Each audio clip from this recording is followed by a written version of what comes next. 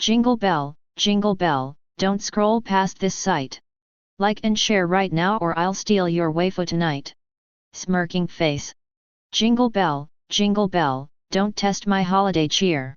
Click that red subscribe or I'll whisper in your ear. Chapter 081. Porter White is very tall, half a head taller than Eaton.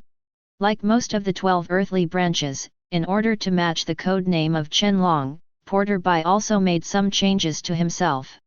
Not only did he have two beards that looked like dragon whiskers, he even had twin tails that served as dragon horns.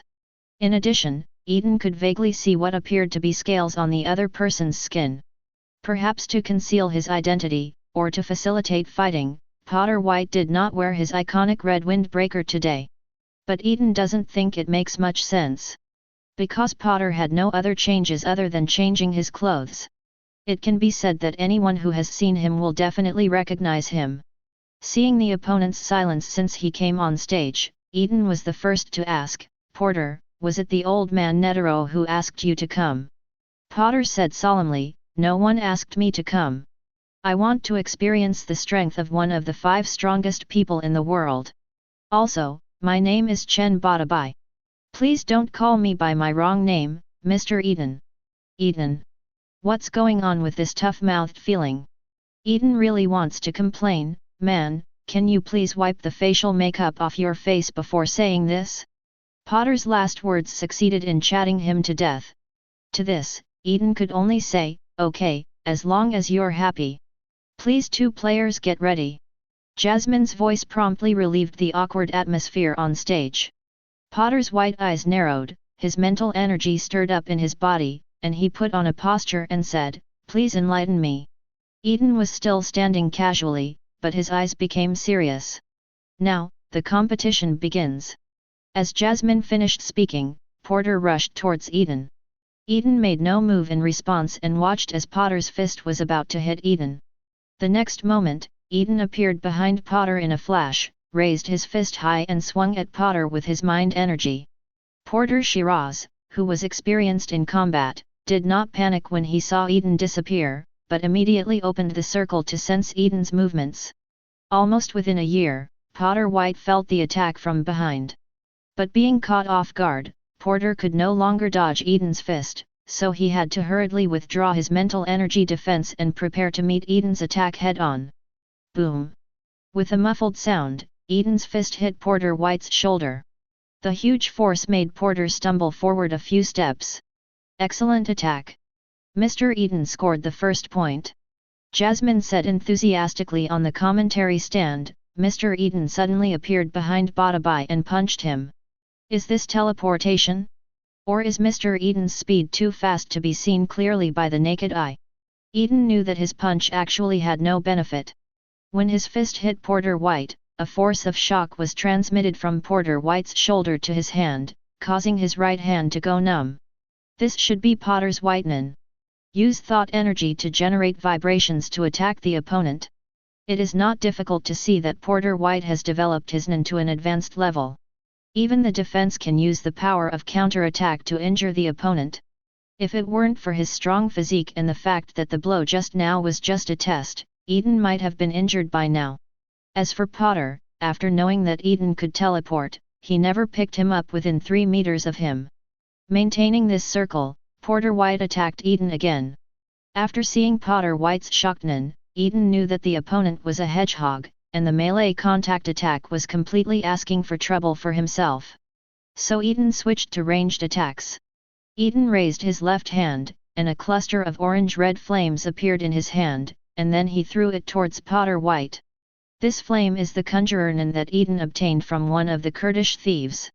Eaton calls it Yanjian, which means that he hopes it can reach the temperature of the sun one day. Although it is currently only 2,000 to 3,000 degrees, it is already an unbearable temperature for the human body.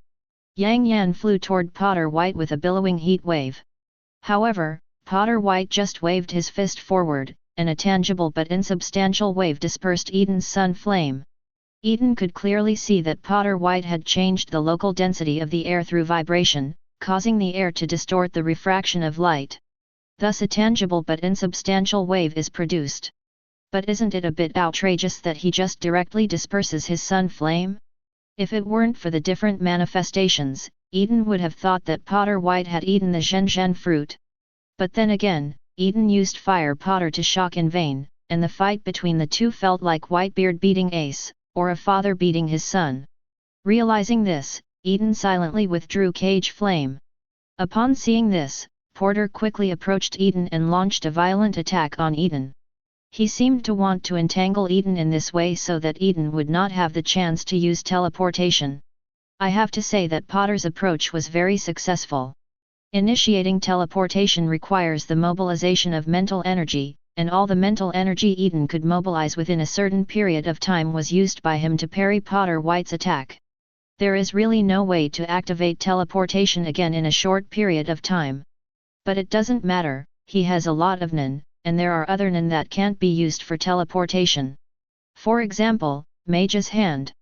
This Nen that Eaton first obtained from others has been developed by Eaton to an extent that ordinary Nen users cannot see using condensation.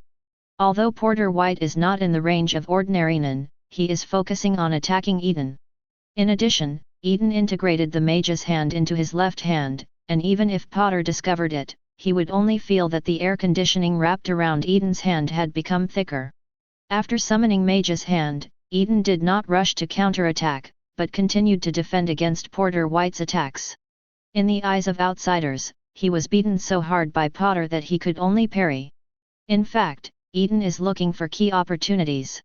Just when Potter White swung another shocking punch, Eaton finally discovered the flaw he had exposed. Eaton raised his left arm to block Potter's fist. Instead of retreating, he stepped sideways and hit Potter's chest. Porter quickly raised his other hand to parry, but this was just a feint from Eaton. The real attack came from Eaton's left fist. The punch was so fast that Porter didn't have time to react before it landed on his shoulder. The next moment, there was a bang, and the fire was shining and Potter White was blown away. Before the fire came on, Porter could vaguely see a sun-moon intertwined pattern lighting up on Eaton's left fist, with a positive and negative pole in the pattern. Paired Destroyer, another Nen from Eaton. After his development, a pattern of Paired Destroyer can be attached to Mage Hand. So he only needs his left hand to directly activate his ability. Coupled with the concealment provided by Mage's Hand, Porter White directly absorbed the full power of Paired Destroyer. The impact of the explosion sent Potter flying out in vain, and he did not stop until the wall of the ring collapsed. When the wall collapsed, it also crushed several spectators sitting in the front row. However, everyone was cheering for Eaton's beautiful shot, and no one would lend a helping hand to them. Who asked them to grab front row tickets in the first place? I hope they can ask for compensation in the Sky Arena later. The blow was judged by the referee to be a very good attack, and Eaton was awarded 2 points again. After the attack was successful, Eaton did not pursue the victory, but stood there and relaxed his muscles. Every attack made by Porter White before was accompanied by a shock force, which made Eaton feel numb all over. That is to say, Eaton's body has been strengthened by the swallowing fruit and the Lyoku Immortal Thief, so he can withstand so many attacks from Porter White and still be fine. If it had been anyone else, he would have suffered serious internal injuries. As Eaton relaxed his muscles, Porter also walked out of the collapsed wall. At this time, there was a bloody hole as big as a fist on his right shoulder. Potter's body has also been tempered many times, otherwise the power of Paired Destroyers could break at least one of his arms. In fact, if Eaton's fist had been aimed at Potter's head, the fight would have ended immediately. But the relationship between him and Potter was just an ordinary exchange match, and there was no life or death feud. So there is no need to be so cruel. However, Eaton's fist reduced at least 30% of Potter White's strength. After all, most people's dominant hand is their right hand, and Porter White is no exception. Now that Eaton has injured his right shoulder, it is impossible for Porter to exert 100% of his strength in a short period of time. Porter came to Eaton and raised his left hand, indicating that the game should continue. Eaton asked, "Are you sure you don't need to treat the wound?" Although the Paired Destroyers did not cause piercing damage to Porter White, they also blew up a piece of his flesh. This kind of injury is quite serious. Potter shook his head and said, "It doesn't matter, I used my mind energy to block the blood flow in the wound, and I can still hold on for a while. Let's continue. Eaton heard this and nodded, okay. It was still Potter White who took the lead. The difference is that this time he launched the attack when he was still some distance away from Eaton.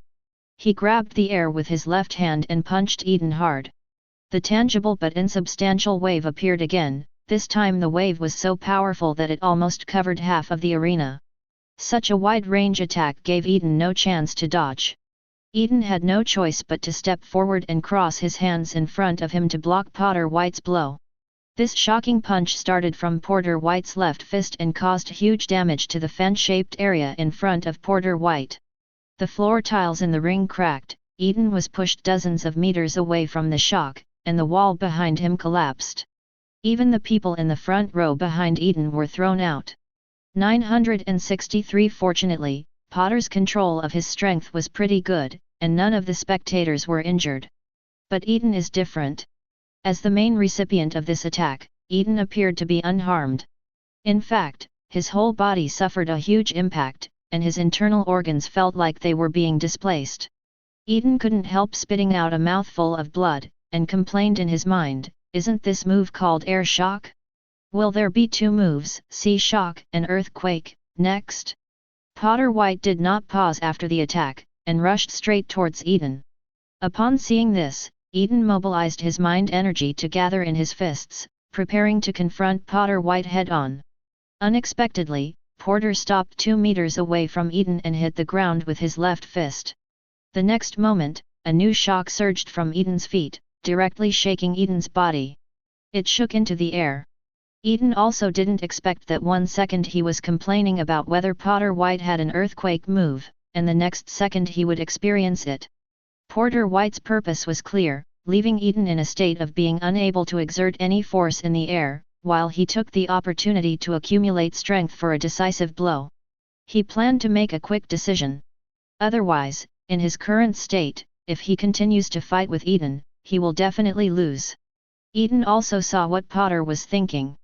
Unfortunately, what Potter didn't know was that Eaton was not helpless in the air. With Mage's hand around, Eaton can even step in the air. However, out of respect for Potter White, Eaton did not intend to use the Mage's hand to avoid it, but was prepared to face Potter White's next blow. Eaton twisted his body in the air to face the earth, and he controlled the Mage's hand to his feet. Then Eaton kicked his legs and quickly descended towards Potter. He raised his right hand with his palm facing downward, and his mind energy continued to gather towards the palm. Eaton played a joke that only he understood with great interest. I wonder if you have ever heard of the palm technique of a move falling from the sky. Potter White did not answer, but focused all his strength and energy into his left fist, expecting Eaton to strike with all his strength.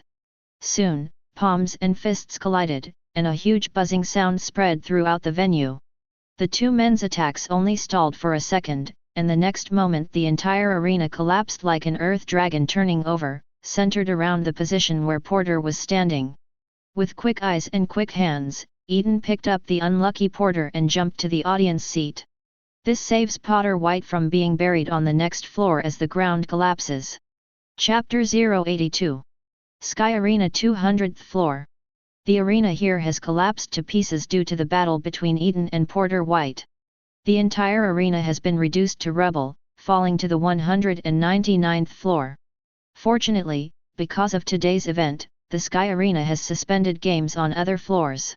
Otherwise, a few unlucky guys might be hit on the 199th floor. What's that palm move called? Eaton looked away from the ruins and looked at Potter White in confusion. Potter sat back in the audience, breathing heavily to regain his strength, and repeated his question again. What's the name of that palm move you just performed? At this time, Eaton was somewhat embarrassed. What he said just now was just a joke. Where did he get his palm skills from? But as long as he doesn't feel embarrassed, others will be embarrassed. What's more, he is the only one who knows this joke, so Eaton directly implements this joke to the end. That move is called Tathagata Divine Palm. Tathagata Divine Palm, good name, I lost. Potter White stood up and left here silently. Eaton didn't ask any questions about why he didn't continue playing. It can be seen from the bleeding wound on Potter's shoulder that the mental energy in his body has been exhausted, and there is no mental energy left to stop the bleeding. But Eaton was still alive and kicking, and it was obvious that the winner was decided. Eaton didn't intend to use cards like Breath of Healing to heal Port White. They haven't gotten to know each other that well yet. Moreover, Sky Arena has a professional medical team, and no matter what happens, the Hunter Association also has Nen who are responsible for treatment. It's not his turn to worry about this matter. Not to mention that Potter only suffered superficial injuries for nothing. Eaton and the audience watched Potter White leave. Then, led by a certain audience member, everyone began to cheer Eaton's name. Eaton! Eaton! Eaton! On the commentary stage, Jasmine raised the microphone and said, "Let us congratulate Mr. Eaton for defending the title of the world's 5 strongest men." Woohoo! The cheers came one after another, and some bold spectators even jumped directly at Eaton. Eaton was so frightened that he quickly moved away. After notifying Nian through a message, Eaton teleported away from the place. He doesn't really like this too lively and noisy environment. Although the protagonist has left, this does not prevent the audience from continuing to cheer. What follows is their carnival. Eaton returned to the room assigned to him in the Sky Arena. After a while, Nian ran in from the door happily. Xiao Nazai cheered as soon as she entered the door. "Congratulations to Brother Eaton for winning the competition. Now no one will doubt Brother Eaton's strength." Regarding Porter White's identity, Eaton told Nian before the game. Now seeing Eaton defeat Porter White, who is also one of the 5 strongest men in the world, Nian is sincerely happy for Eaton. Eaton smiled and said, "Things are not that simple. Don't forget that Porter White hid his identity to participate in the competition." "Ah, how can this be done?"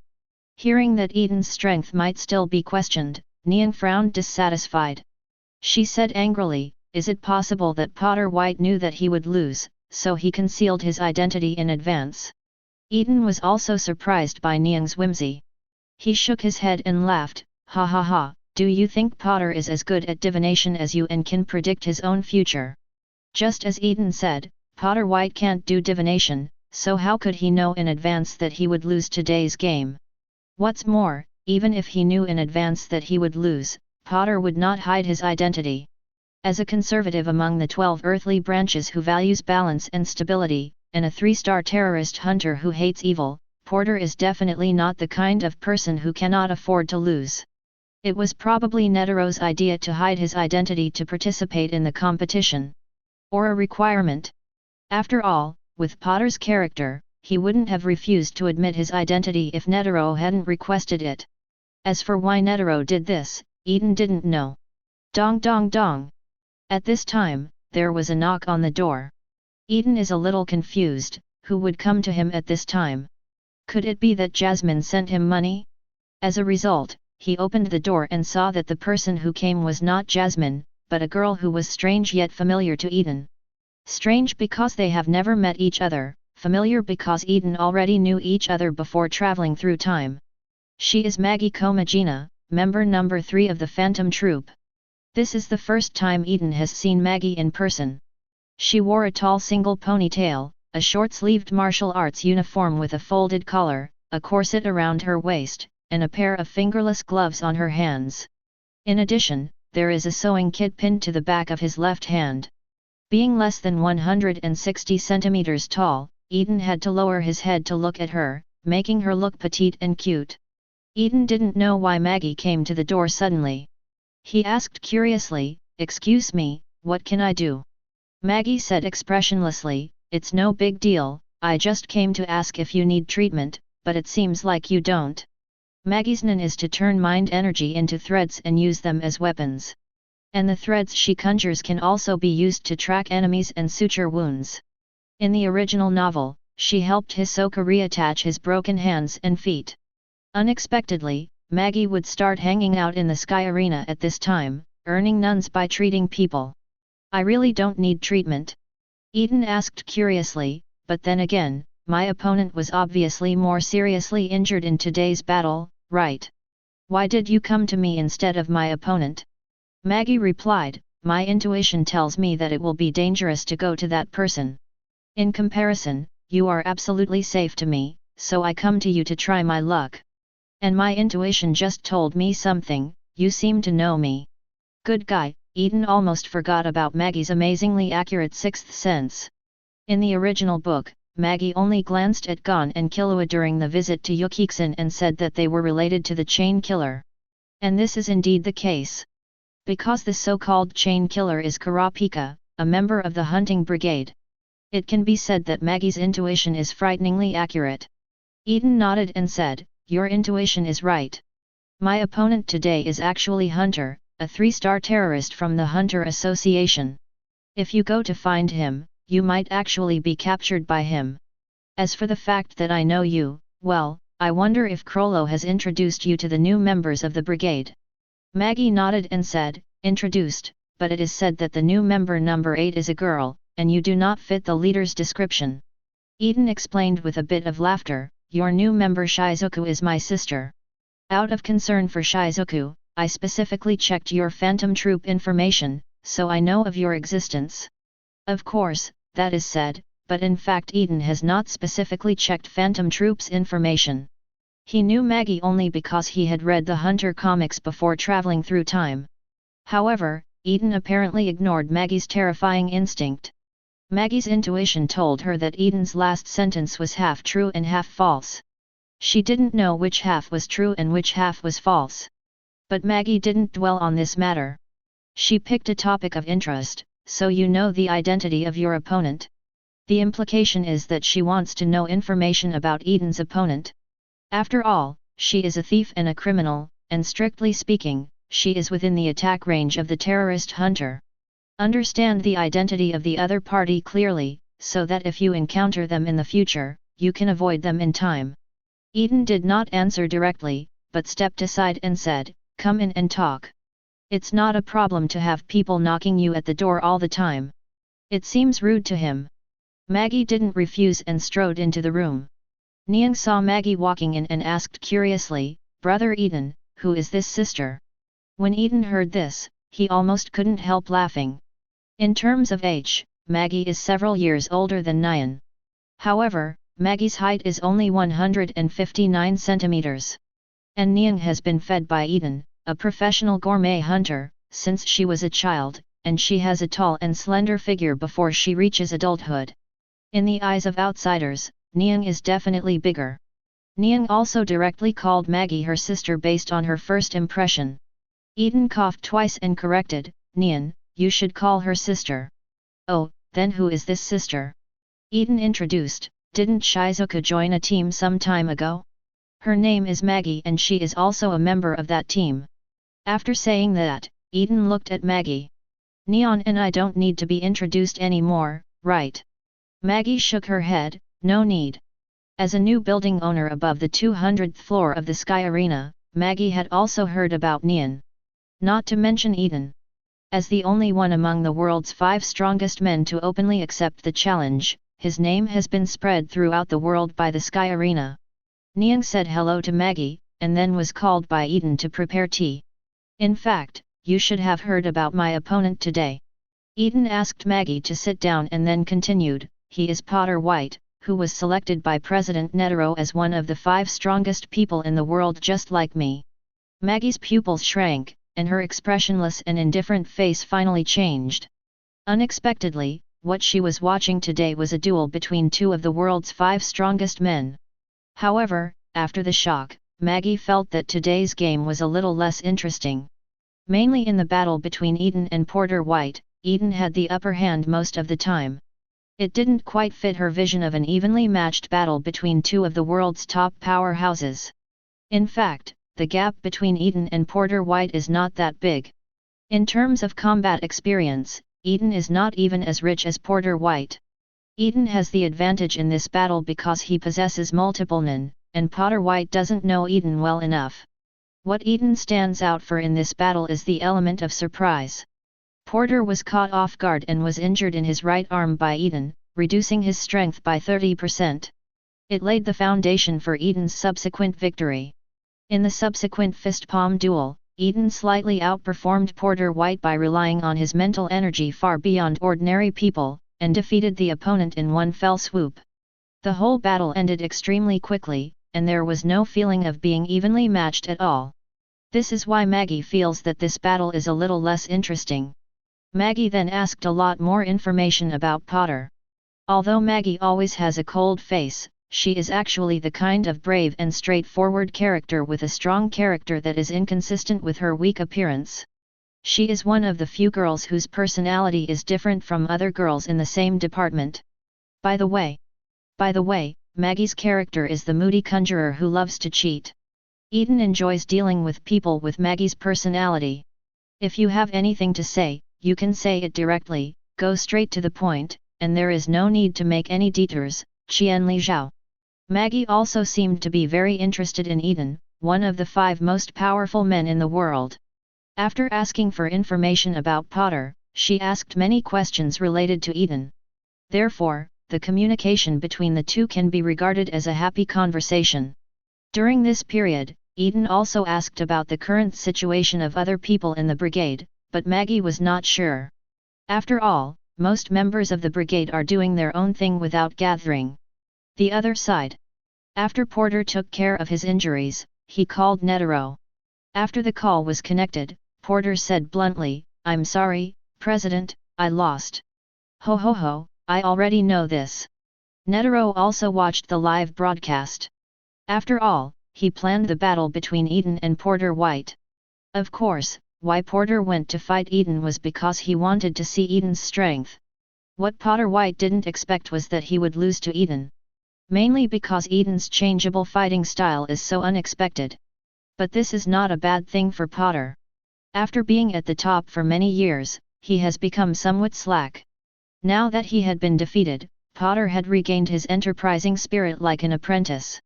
"Oh, I didn't expect that the boy who claimed that his hunting target was all the delicacies in the world has grown to this point." Netero's sigh made Potter's mouth twitch uncontrollably. Although he has accepted his defeat, the fact that he was defeated by a 2-star gourmet hunter is somewhat disgraceful.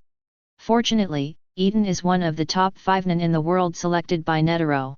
Otherwise, it would be really embarrassing if people from the Hunter Association find out about this.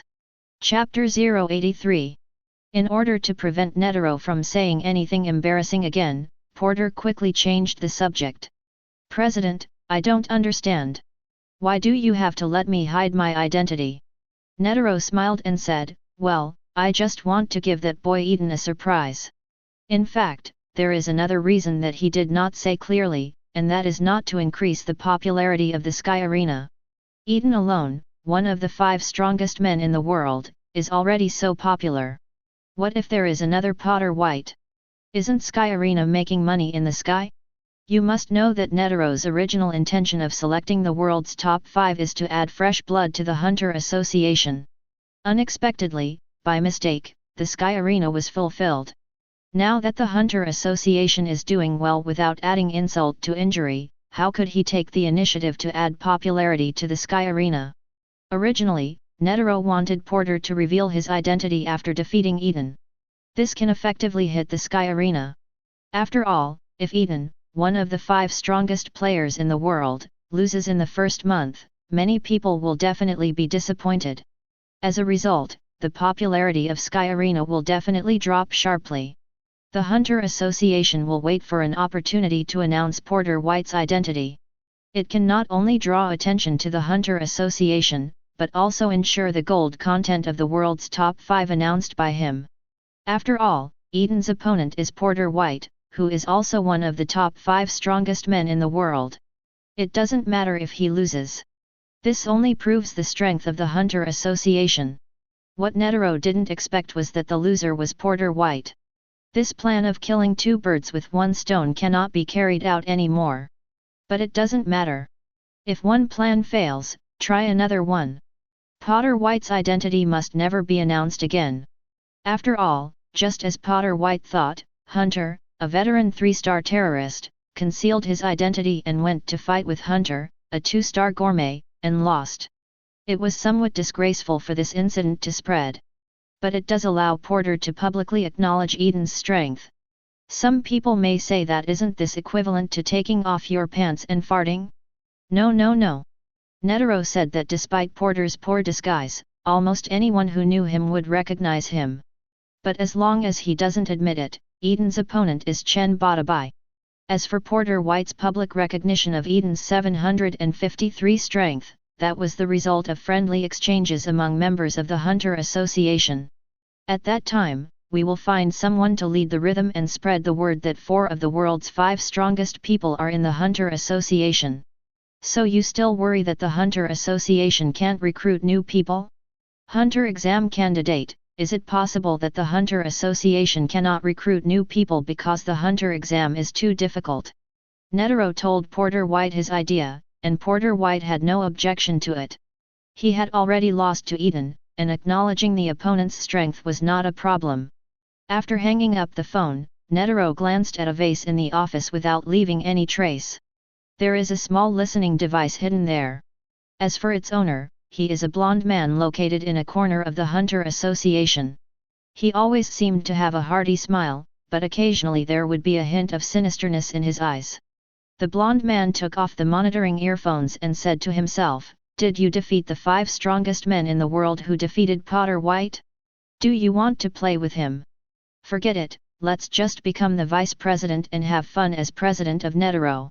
Seeing this, someone must have recognized the identity of the blond man. He is Pariston, the rat among the 12 earthly branches, and also the undercover agent sent by Bayan to Netero.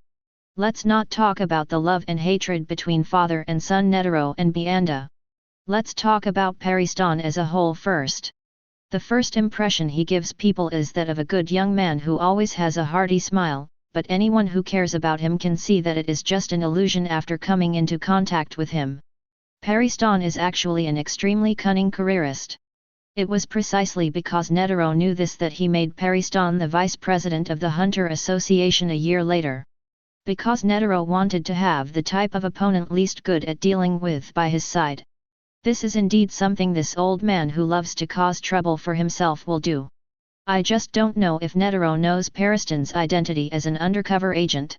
Pariston still has a clear understanding of himself and knows that he cannot afford to offend Eaton yet. So he didn't create any extraneous problems. What? You said that Netero is one of the top 5 men in the world like Eaton, so why can he, Bobbed, be provoked? That's because Pariston knows enough about Netero.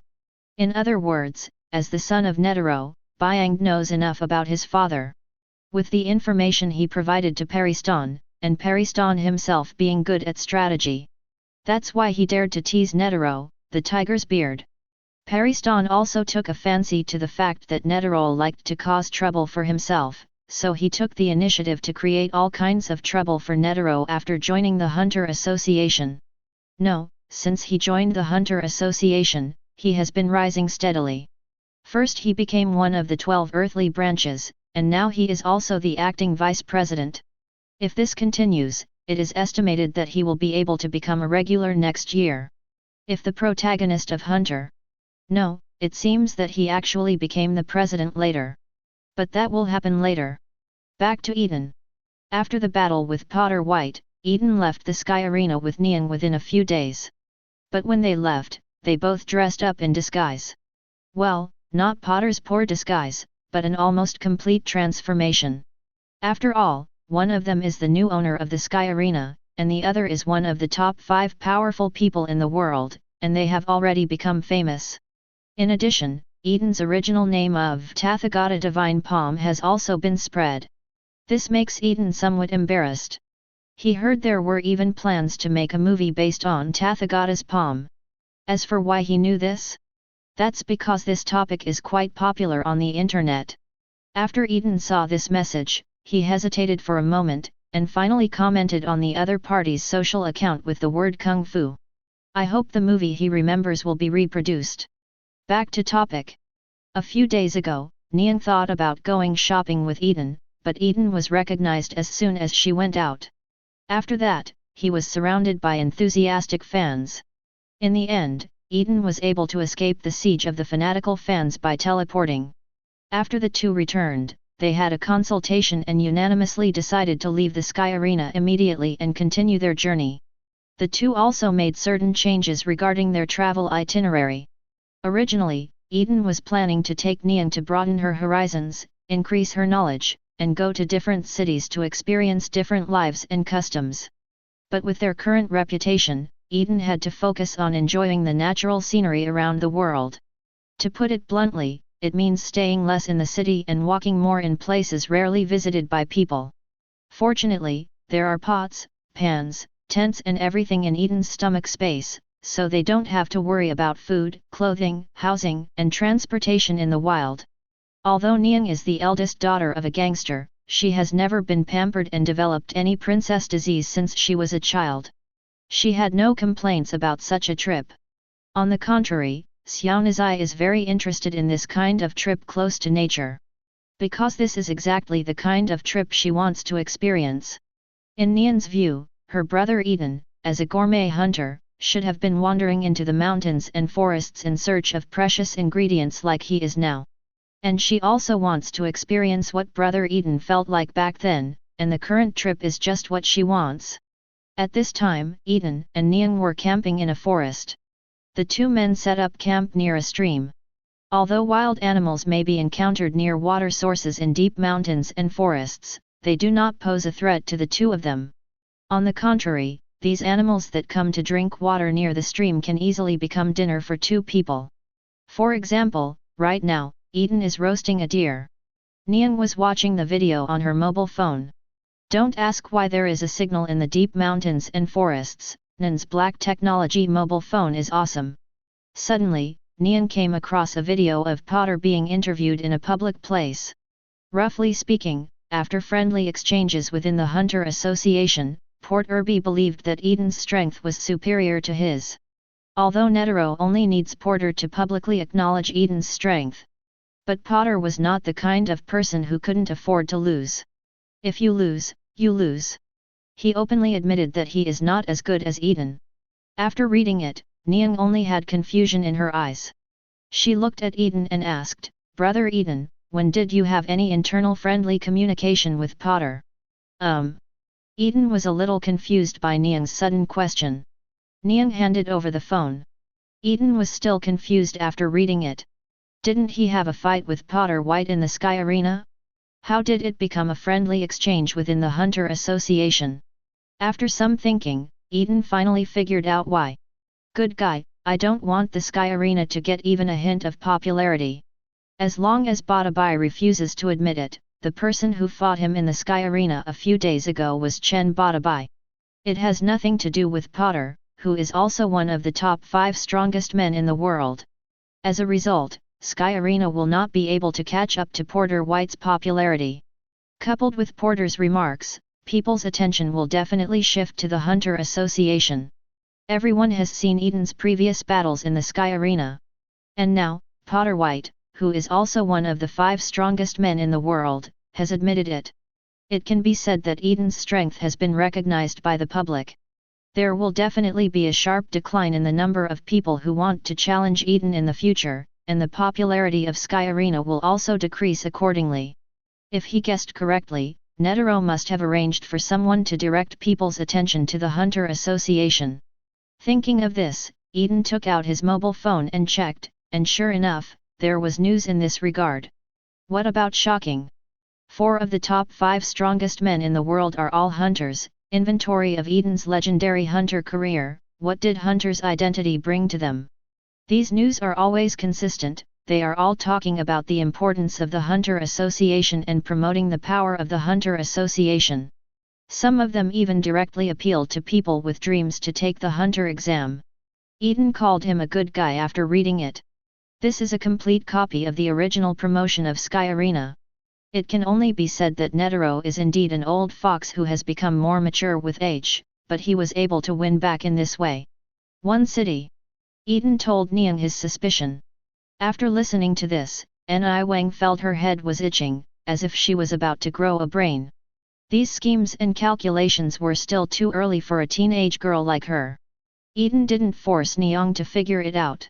With Nian's intelligence, she will naturally understand when she wants to figure it out.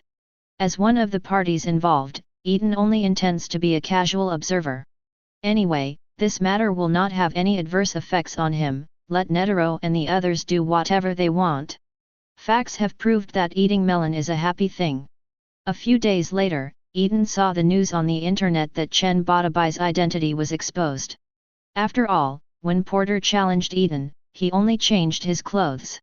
As long as a careful person compares the appearance of Chen Badabai and Porter Bai, they will be able to discover the fact that the two are actually the same person.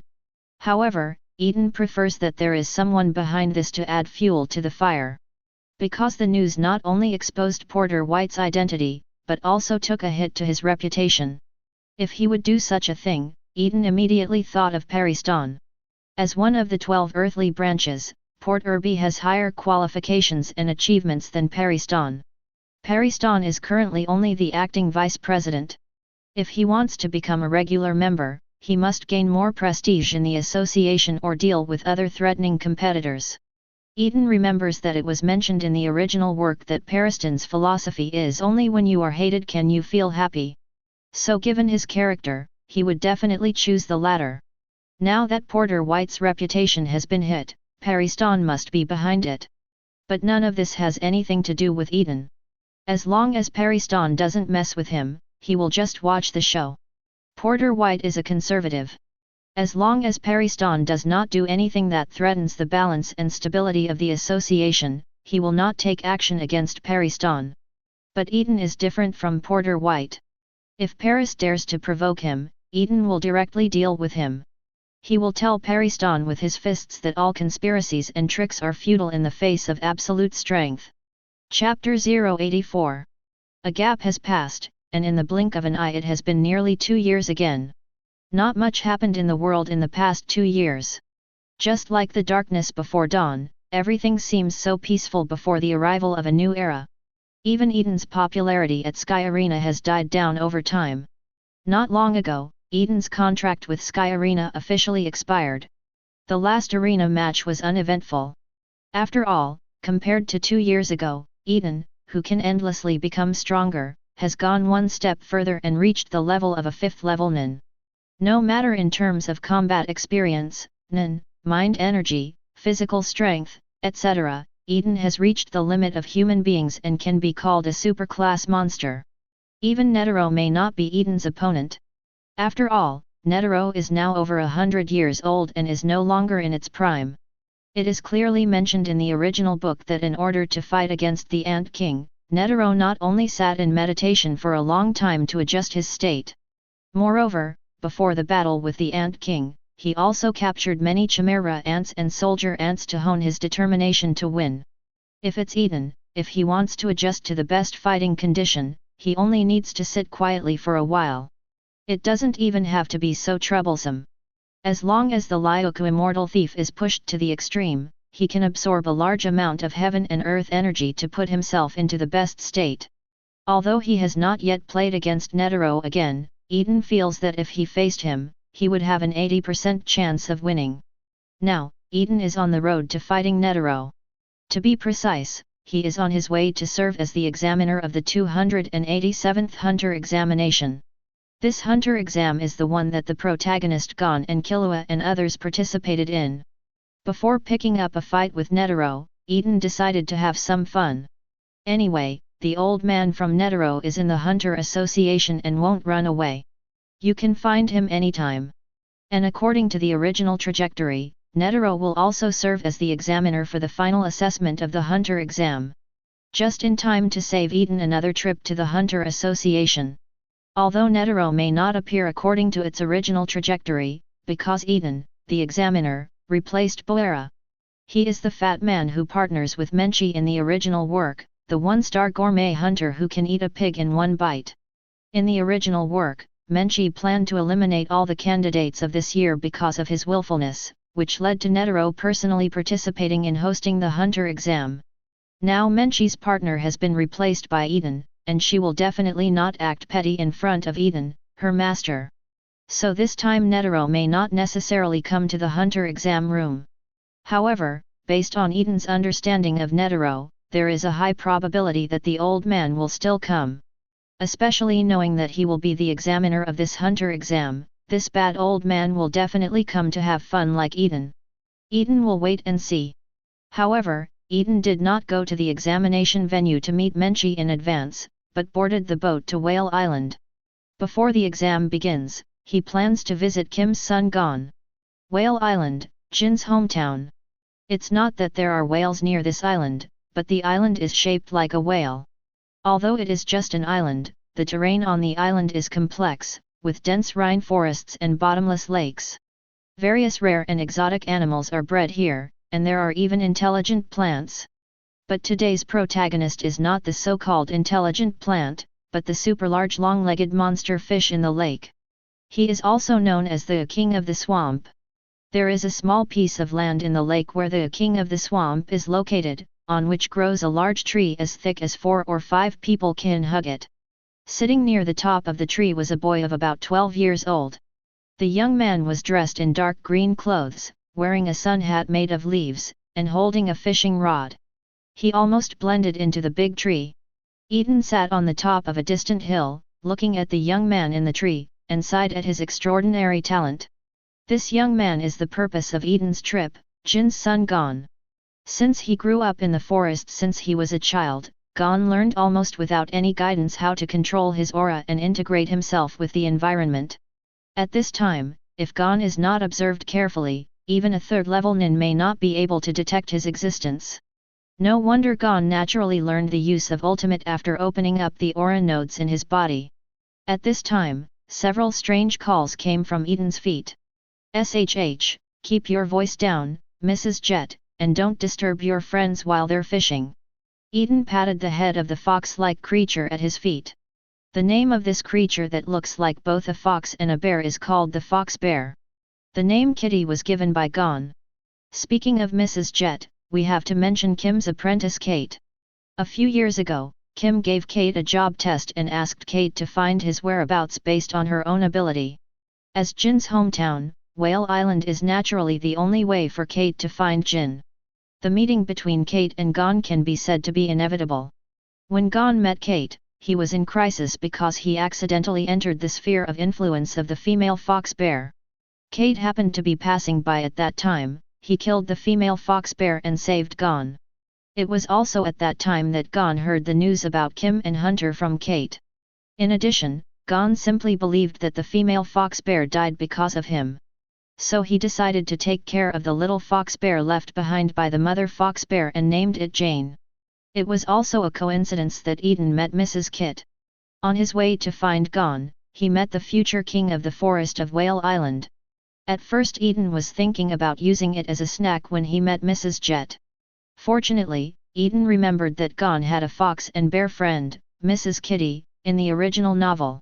Eaton tried calling Kitty's name, and the cat agreed very spiritually. So Kitty escaped the fate of becoming Eaton's meal. Perhaps because she has been with Gon for a long time, Mrs. G is very understanding of human nature. After realizing that Eaton had no ill intentions, Kitty followed Eaton, seemingly wanting to observe what this strange human was planning to do. Then it saw this strange human find its good friend Gon. Then Mrs. G let out a cry. In Eaton's understanding, it seems to want to say hello to Gon. Eaton stopped it. After all, Gon was at a critical moment for fishing. Eaton could sense that the Swamp King was about to bite. Having said that, Gon didn't want to catch the king of the swamp just to satisfy his appetite. He wanted to fulfill the agreement with Aunt Mito who raised him. Ever since he learned about Kim from Kate, Gon has been clamoring to become a hunter like Kim. He wanted to know why his father liked the profession of hunter so much, and wanted to follow in his father's footsteps to find out the reason. Aunt Mito couldn't defeat him, so she made an agreement with Gon. When Gon can catch the king of the swamp with his own ability, when will she agree to Gon's registration for the hunter exam? And today seems to be the day when Gon reaches the agreement. Gon didn't know that his good friends Jita and Eaton were watching him from a distance. He was staring at the buoy on the water. After a while, the buoy on the water swayed. The next moment, Gon felt a huge force coming from the fishing rod, which dragged the fishing rod out of shape in just an instant. Yes. Gon's eyes narrowed, he stood up and used all his strength to start a tug of war with the giant thing in the water. A moment later, a 3-meter-long strange fish was pulled up from the water by Gon. The reason why it is called a strange fish is because there are more than 20 arthropod legs growing on its abdomen. The scales on its body look more like the carapace of a lobster. But this fish is also really big. It's the type of fisherman who forgets where his home is after catching a fish, and has to walk more than one circle around the village to find his way home. Ha ha ha ha, I took the bait. Gon opened his mouth wide and let out a cheerful laugh. There is no doubt that this is exactly what Gon wants to catch, the king of the swamp. Gon jumped down from the tree excitedly, picked up the king of the swamp and ran towards the small town on Whale Island. Eaton patted Mrs. Jet's head again and said, "Okay, it's time for me to go." Mrs. G seemed to understand what Eaton meant, and her eyes showed human reluctance. Eaton smiled and said, "This is the first time we have met. I really don't know why you are so clingy to me. Forget it, I'll give you a good fortune." Eaton mobilized his mind energy, condensed a seed as big as a melon seed in his hand, and put it on Ji-Tai's head. 0 request flowers, 0. The moment the seed touched Ji-Tai, it melted into Ji-Tai's body. Such seeds are called mindfulness seeds by Eaton. The effect is to help people who have not yet opened their minds to open their minds more gently and quickly. It is a derivative ability developed by Eaton in his spare time based on wood release. By the way, wooden release is the nin that Eaton obtained after erasing his thoughts in Meteor Street. Now that Eaton has integrated the seeds of Nin Chi into Ji-Tai's body, he might be able to open Ji-Tai's aura nodes and turn it into a fox form capable of Nin. Eaton remembers that in the original work, Mrs. G's children seemed to have mastered Nian Chi. Eaton had forgotten the reason why he controlled his thoughts. However, Eaton felt that given Kitai's intelligence, he might be able to take a step ahead of his son and become the first fox bear to master telekinesis. After planting the seed of mind energy in Ji-Tai, Eaton dodges and arrives at the location where Gon was before. It could be seen that Gon was really happy. Even the fishing rod Jin left for him fell down. Eaton picked up the fishing rod and examined it, and found that it was indeed unusual. The material of the fishing rod is made of special wood and is very tough. The fishing line is also specially made and can withstand great pulling force. It's no wonder that a fishing rod of about 2 meters can catch a big fish more than 3 meters long. It seems that Jin doesn't care about his son at all. Not only did he leave behind a fishing rod made of special material that can be used as a weapon, but he also asked Kate to serve as Gon's guide and guide Gon on the path of Hunter. 00. Eaton can only say that this is not candid at all and is very Gold style. The same goes for previous contacts with him. After learning that Eaton was going to be the examiner for this Hunter exam, I contacted Eaton proactively. Jin chatted with Eaton for a while on the phone. In a roundabout way, it was revealed between the lines that Eaton should never tell Gon about him if he met Gon. He said that this was a test he left to Gon, asking Gon to find him with his own ability. Eaton doesn't have a problem with this, after all Hunter x Hunter aka Where's Dad? He came to Whale Island just to see what the so-called protagonist was like in reality, and he didn't care about anything else. Eaton also walked towards the town with his fishing rod in hand. He came here for another purpose, which was to taste the swamp. King taste. Look at Gon again. He happily ran to the town carrying the king of the swamp, which was several times bigger than himself, attracting the attention of the townspeople along the way. Arriving at the center of town, Gon threw the king of the swamp to the ground. The surrounding genmen gathered around and started talking. That's great. Yes, I actually caught the king of the swamp who even 5 adults couldn't catch together. 1. I thought no one would be able to get it up in 10 years. Mito, who was in the tavern not far away, heard the noise and came out with her grandmother. After seeing this, Gon came to Mito, took out a form from his arms and said, "Okay, I caught the Swamp King as promised. Aunt Mito, now it's your turn to keep your promise." That form is an application form for taking the Hunter exam. Minors need the consent of their guardian before they can sign up for the Hunter exam. Mito looked at the form and fell into silence. The original intention of her agreement with Gon was to set an unachievable goal, so as to cut off Gon's desire to become a hunter before he was underage. Unexpectedly, Gon completed the agreement at the age of 12. Mito recalled his cousin Jin, who also embarked on the journey to become a hunter at this age. Should I say he is worthy of being his son? Mito thought. Let him go, he's just going to take the test anyway. Mito's thoughts were interrupted by the words of a male villager on the side. Yes, Gon might actually become an excellent hunter. Mito frowned and shouted angrily, "Stop talking sarcastically to me." The villagers quickly pretended to be nonchalant and coughed twice. As the only tavern proprietress in the town, they didn't dare to really make Mito angry. What if she doesn't let them enter the pub to drink? After drinking away the villagers, Mito looked at Gon and was about to speak. As a result, Gon took the lead and said, "Only." Chapter 085. Aunt Mito, since you have spoken out, you must be responsible for it.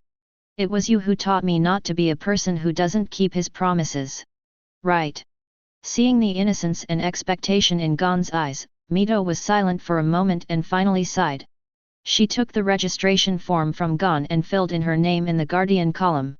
As you please. Mito walked into the tavern with a somewhat lonely look. Well. Thank you, Aunt Mito. Gon didn't notice Mito's expression and happily ran to the registration office with the registration form. After submitting the registration form to the Hunter Association via electronic device, Gon ran into the forest. He is about to follow in his father's footsteps and become a hunter.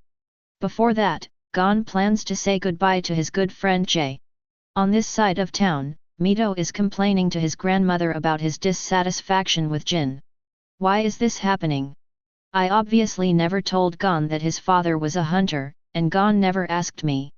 Mito's grandmother looked calm, and although her eyes were slightly cloudy, they were full of wisdom. He may have asked others, or he may have just decided without knowing anything. I knew a long time ago that one day this would be the result. We have no power to stop him. His eyes are exactly like his father's. After Grandma's explanation, Mito's mood calmed down a little. At this time, Eaton opened the door of the tavern. He came to Mito and handed out the fishing rod. This should be the fishing rod left by the kid just now, right? Here it is. 760. Thanks. Mito took it and subconsciously thanked him, then asked doubtfully, "Sir, he seems a little strange. Are you from out of town?" "Yes." Eaton nodded. Mito then asked, "So how can I help you?" Eaton smiled, "I'm just here for a trip, I don't need any help. If you must, can you sell me that big fish outside? I want to taste its taste." Mito said hesitantly, "This is Gon's trophy. I can't make a decision for him. Why don't you wait until he comes back and ask him again?" It can be seen that Mito respects Gon's opinion very much, just like he just agreed to Gon's registration for the hunter exam. In fact, if she really opposed Gon becoming a hunter, she would not have made such an agreement with Gon in the first place. Mito just wants to wait until Gon becomes an adult and has his own opinions before making a decision. However, Gon is a stubborn person, and he must do what he decides to do. In addition, I inherited Jin's excellent talent and fulfilled my promise with Mito at this age. Okay. But before that, can you let me handle the fish? After all, the ingredients will become stale after being stored for a long time. Listen to what you say, sir. Is it possible that you know how to cook? Mito realized the answer as soon as he asked this question. If people don't know how to cook, why would they want to taste the king of the swamp? Eaton nodded and said, "Yes, I am a food hunter." When he heard the word hunter, Mito's face changed, and his eyes were filled with hostility. "Are you a hunter?" Mito's reaction was as expected by Eaton. He knew that the most unpleasant thing for Mito was for someone to mention the word hunter in front of her. But Eaton has no intention of hiding his identity. He said bluntly, Sorry. Forgot to introduce myself. My name is Eaton, and I'm that BD's friend of Kim's." After hearing Eaton say that he was Jin's friend, the hostility in Cai Shi's eyes became even deeper. Fortunately, Eaton added the word BD when referring to Jin, so Mito didn't kick him out directly. Even so, Mito didn't look good on Eaton. She asked with a cold face, "What are you doing here at Whale Island? Could it be that Gaijin sent you to pick up Gon?" Eaton didn't care about Mito's attitude and explained calmly, "That guy doesn't have the ability to instruct me. I came to Whale Island simply to see Jin's son. Oh, by the way, you can also try the Swamp King. Seeing that Eaton didn't look like he was lying, Mito was doubtful. She said, "In that case, I will sell you the King of Swamp outside." "Oh? Don't you need to wait until Gon comes back to ask his opinion?" "No need, as his caregiver, I can't make the decision on this little matter." In fact, Mito's real idea is not to let Gon and Eaton come into contact. Although Eaton said he was King's friend, who knows if he was telling the truth? In Mito's view, Eaton's identity is questionable. Especially when she agreed to let Gon take the hunter exam, Eaton came to her door. So Mito plans to send Eaton away. Eaton could more or less guess what Mito was thinking, but he didn't bother to explain. Gon has met him before, and if he really wants to get in touch, there will be plenty of opportunities in the future. He came to Mito to buy fish as he said. Of course, Eaton can actually take the fish away directly. After all, Gon left the thing outside the door and no one took care of it. I really don't know if they are still simple-minded. But he couldn't do that kind of thing, especially when the other person was the son of a friend. After leaving a sum of money, Eaton carried the King of the Swamp and left the tavern. At night, Gon said goodbye to Mrs. Jet, and when he got home, he found his Aunt Mito drinking alcohol in the house. Sensing Gon's return, Mito did not look back. She asked, "When will you leave?" "Probably next week." "Yet?" Mito took a sip of wine and then asked, "Do you know what Jin does?" "Yet." Gon nodded. Mito held the wine glass, glanced to the side, and said, "He abandoned you when you were still in the package, and would rather abandon his own child to do this job. You don't care at all." Gon raised the corners of his mouth slightly and said firmly, "Hunter, you are so charming." Mito was moved. "Gon, you are indeed his child." After saying that, Mito stood up hastily and ran into his room in a hurry. She didn't want Gon to see her tears, and she was also afraid that she would be reluctant to let Gon go and change her mind. Gon silently picked up the wine glass that Mito accidentally knocked over and said to himself, "I'm sorry, Aunt Mito. But he is my father after all, so I am going to find him. To complete this final test like Kate, which is harder than any hunt." A week later, at the pier of Whale Island. The townspeople are gathering around Gon to say goodbye. An old town citizen thrust the package into Gon's hand. "This is a farewell gift for you, please take care of yourself." "Well, thank you." After saying goodbye, one of the townspeople motioned Gon to look not far away. There, Chu Te was watching him quietly. The rest of the townspeople noticed this and dispersed consciously. Gon came to Mito carrying large and small packages and said, "Aunt Mito, thank you for taking care of me all these years." "Gon." Mito looked sad and finally couldn't help crying, "I'm sorry Gon, I lied to you." "No. It's not that Jin doesn't want you, but that I snatched your custody rights from Jin in court." Gon didn't get too excited, but nodded calmly. "Well, actually I discovered it a long time ago." Gon put down the package in his hand, took 2 steps forward and hugged Mito. "When Aunt Mito lies to me, she never looks me in the face and speaks." The two just hugged each other, and finally Mito was the first to break the silence. "By the way, Gon. On the day you signed up for the exam, a man named Eaton came to the tavern. He claimed to be a friend of Jin's." "Really?" Gon's tone was excited. He didn't expect to hear the news about his father so soon. "I'm not sure if it's true. If you meet him in the future, you need to make your own judgment." "That's right." Mito took out a sum of money and said, "This is the money he paid for the King of the Swamp that day. You can use it as payment on the road." Gon did not refuse, and at the urging of the sailors, he set foot on the ship going to sea. He came to the deck and shouted to Mito below, "Aunt Mito, please take care of yourself. I will definitely come back after I become a hunter." Mito said nothing and waved to Gon. It seems to be a cycle of fate, and a coincidence like a son inheriting his father's legacy. Gon, like Jin, embarked on the journey to become a hunter at the age of 12.0. Eaton watched this scene from a corner on the ship, and he knew that from this moment on, a new era had arrived. And the Gon in front of him is one of the rising stars in the new era. Of course, everyone is their own protagonist. Eaton is also living his wonderful life. Now, Eaton was considering whether to go up and say hello to Gon. Gon was staring at Whale Island gradually disappearing from his sight.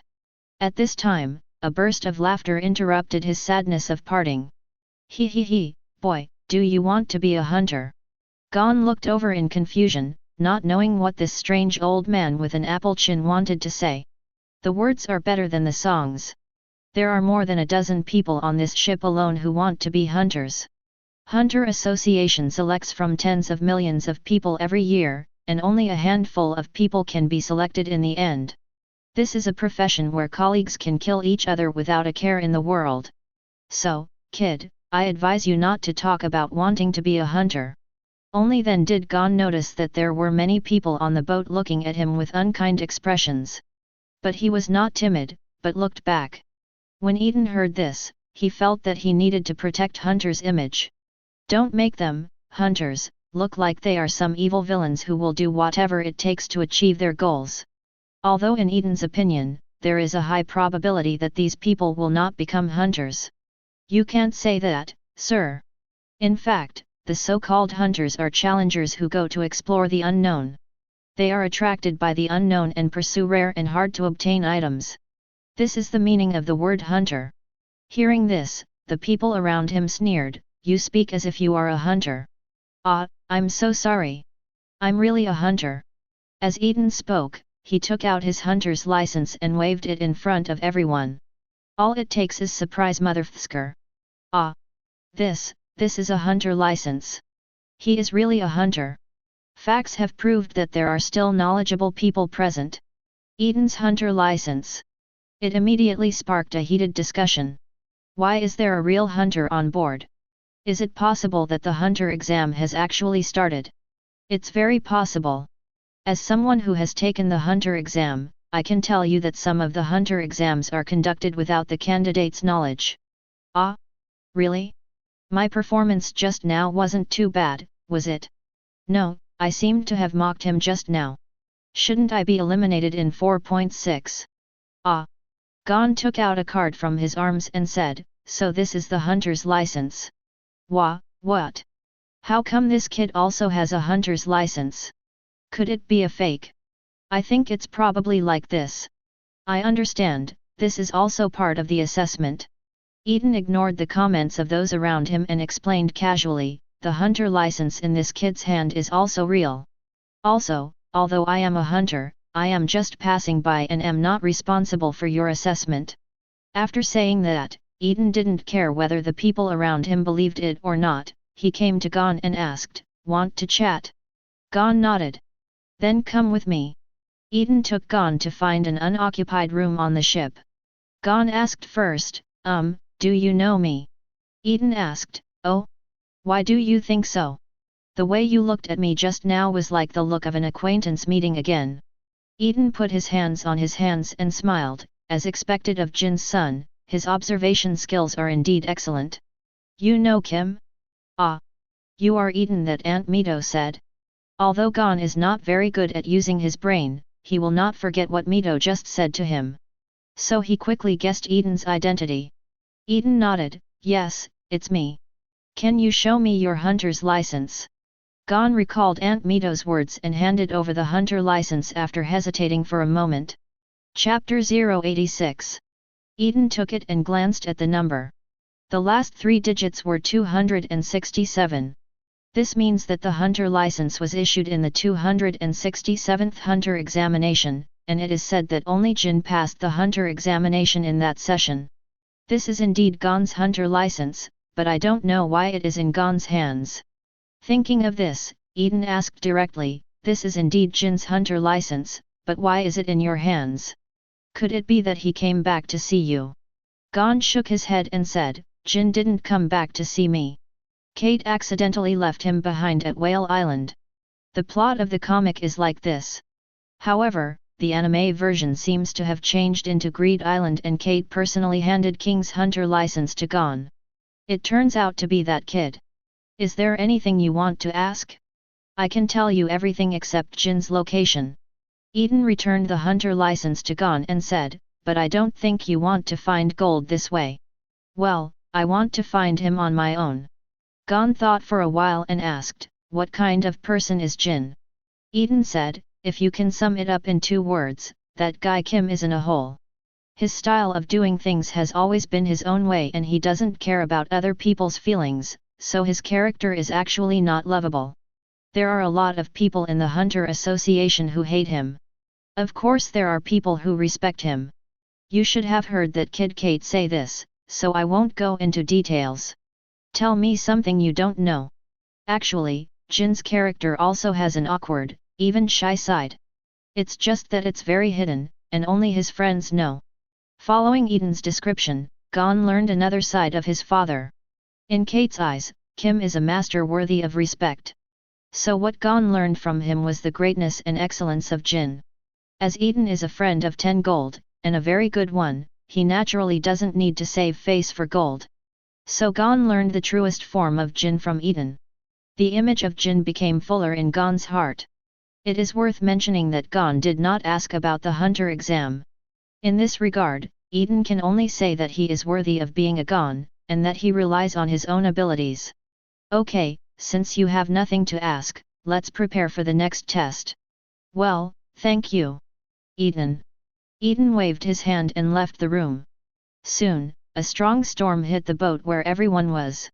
Dark clouds covered the sky and the sea was dark. Only a hint of light was revealed when lightning flashed across the sky. What followed was a thunderous thunder that exploded in everyone's ears. The boat was floating like rootless duckweeds in the rough waves, causing most of the people on board to spin around.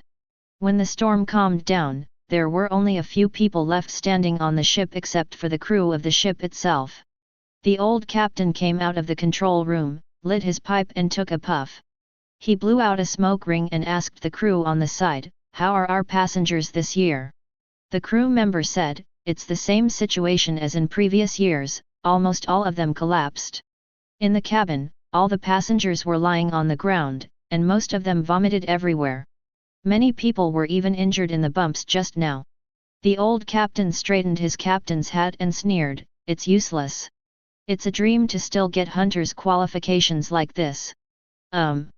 The old captain suddenly noticed that there were still a few people in the corner with clean and tidy clothes and full of energy, as if they had not experienced the storm just now. The corner of his mouth raised, "Humph, it seems that there are a few that are quite interesting this year." The old captain took out the wine bottle from his pocket, took a sip for himself, and ordered to the crew on the side, "Take a rest for 2 hours and decide what to do. The fun is about to begin now." "Yes, Captain." After ordering his men, the old captain wandered around the ship. When he came to the bow deck, he found that the young man he had noticed just now was standing on the bow of the ship, staring blankly into the distance. He stepped forward and asked with concern, "Young man, what's the matter? Are you starting to get seasick now?" Gon said without looking back, "A stronger storm is coming towards us." The old captain took another sip of wine and asked, "Oh, how did you know?" Gon replied seriously, "Because the wind is sticky and the smell is very salty, and the seabirds are also warning each other." The old captain was startled and said, "Boy, can you understand the song of birds?" "Only a little bit. This guy is not simple." The old captain seemed to see a familiar figure on Gon's back. He quickly asked, "Boy, are you on a ship on Whale Island?" What does father do?" "Hunter." "Oh." The old captain confirmed his guess that this was that person's child. He sighed in his heart, this day has finally arrived. The old captain changed the subject, "Boy, can you predict when the storm will come? If the ship moves forward at this speed, it will enter the storm circle in about 3 hours, and the height of the waves will be twice that of the last storm." A smile appeared on the old captain's face. "Should I say that I am worthy of being that person's child? What a good eye! Come on, boy. I'll teach you the ropes of steering." After saying that, regardless of whether Gon agreed or not, he turned around and said, if you want to be a first-class hunter, you have to know everything. And if the land wind suddenly changes, we may encounter it in 2 hours. So you'd better have a preliminary understanding of the structure of this ship. Arriving at the control room, the old captain turned on the ship's radio. This ship is about to enter a storm circle that is stronger than before. Those who want to survive, I advise you to take a lifeboat and throw it on a nearby island. Passengers who had just been littered with corpses jumped up from the ground like carps. What? A stronger storm? A hole? Ah! I've had enough, I want to leave. A group of people ran towards the lifeboat, and spontaneously cooperated to leave the ship and row towards the nearest island. After all the fuss, only 3 passengers were left on the boat. An uncle in a suit, a blonde boy wearing ethnic clothing, and Gon. Oh, and Eaton, by the way. He is not a passenger because he did not buy a ticket. Of course, with a hunter license, he does not need to buy a ticket and can board the ship directly for free. In the end, there are only so many people left. The old captain muttered something, and then said, send your name. My name is Leorio. My name is Gon. I'm Kurapika. The 3 protagonists of the group formally meet here. The old captain asked, why do you guys want to be hunters? Leorio looked unhappy and said, hey, you are not the examiner, why are you asking me? The old captain ignored Leorio's attitude, that's all you say. Leorio was about to reply when Gon said, I want to know what kind of job hunter is and why ancient Huxia prose attracts my father so much. Wait. Brat. Leorio pointed at Gon and asked, who told you to answer? You are so un-team spirit. Gon said doubtfully, it's just a reason. Is there any problem? Leorio said, no. The reason why I want to become a hunter cannot be told to others easily. I would rather fight than do it. On the side, Kurapika said, I also agree with Leorio's opinion. Hey! Who do you think you are? How dare you call me by my first name? Kurapika didn't seem to hear Leorio's words and said, although it's easy to just tell a lie and get through. But in my opinion, perjury and greed are both the most shameful behaviors of human beings. Leorio raised his voice and said, listen to me. You should call me Mr. Lei. Kurapika continued calmly, however, I have to be honest with a stranger, especially when it involves my ideals and privacy. Sorry, I can't do it. Oh, really? The old captain narrowed his eyes, then you two get off the boat immediately. What? X2. Leorio and Kurapika were both stunned, wondering why the old captain suddenly drove people away. The old captain was a little helpless. He thought they were outstanding seeds, but he didn't expect that they were all stupid young people. He explained, haven't you figured out the situation yet? Hunter exam qualification testing has begun. Ignoring the expressions of the 2 men, the old captain continued, I believe you know very well that those who want to obtain hunter qualifications are like crucian carp crossing the river. But the Hunter Association does not have that many examiners, nor does it have that much time to examine all candidates. So, the Hunter Association will hire people like me to brush off most of the candidates. Just now, I have reported to the review committee that all passengers except you have been eliminated. Even if they later arrive at the examination room through other means, they will not be able to enter. As for you, whether you can accept the real test in the end depends on whether I am happy or not. So I urge you to answer my questions carefully. After the old captain finished speaking, the scene fell into silence. Hey, are you all chatting? At this time, Yi walked into the room chewing dried meat. The old captain was particularly surprised because there was no Eaton in his mind. It seems that you are not a passenger on my ship, right? Indeed, because I didn't buy a ticket. But I have this, so there should be no problem, right? Eaton took out the hunter license again. The old captain took it, and after carefully identifying the authenticity, he handed it back to Eaton with a respectful expression. If you have this, it really won't be a problem. But why do you appear here? Is there any new arrangement from the association? Eaton waved his hand and said, no. I'm just taking a ride on the boat. I see. Hey, hey, hey. Leorio looked more and more dissatisfied. Who is this kid? Why do you have such a good attitude towards him and such a bad attitude towards us? 790. Eaton raised his eyebrows and admonished, young people, you must maintain respect for your seniors, especially those who are older than you. Leorio waved his arms and said, Hi? What are you talking about? Should I say this? No matter how you look at it, I should be older than you. Eaton shook his index finger and said, Oh? Really? I am already in my early 40s, what about you? However, not only Leorio, but also Kurapika and Gon didn't believe what he said. Leorio even said angrily, You kid, if you keep talking nonsense here, I'll beat you up. Eaton pretended to sigh, looked at the old captain and said, Oh, no one believes the truth these days, otherwise you. Explain it to me. The old captain on the side helped explain, Your Excellency did not lie. Hunter's age cannot be judged purely by appearance. Etc. Kurapika captured the key point, Captain, you said this His Excellency is Hunter. The old captain sighed again. You guys, since you have chosen to become a hunter, you must have a certain understanding of Hunter. What Your Excellency just brought out is the Hunter license issued by the Hunter Association to the official hunter. Anyone who has learned about the Hunter Association information on the internet should know it. Kurapika and Leorio were both in the cabin before and did not notice the movement on the deck. They all missed the scene where Eaton took out the hunter's license on the ship for the first time, so they didn't know the existence of Eaton as an official hunter. But now they know. Gon on the side also stood up and testified for Eaton, Eaton is indeed a hunter. Etc. This time it was the old captain who stood up and interrupted. What did you call him? Eaton. Gon didn't know why, nodded and said, Yeah, what's the problem? 17.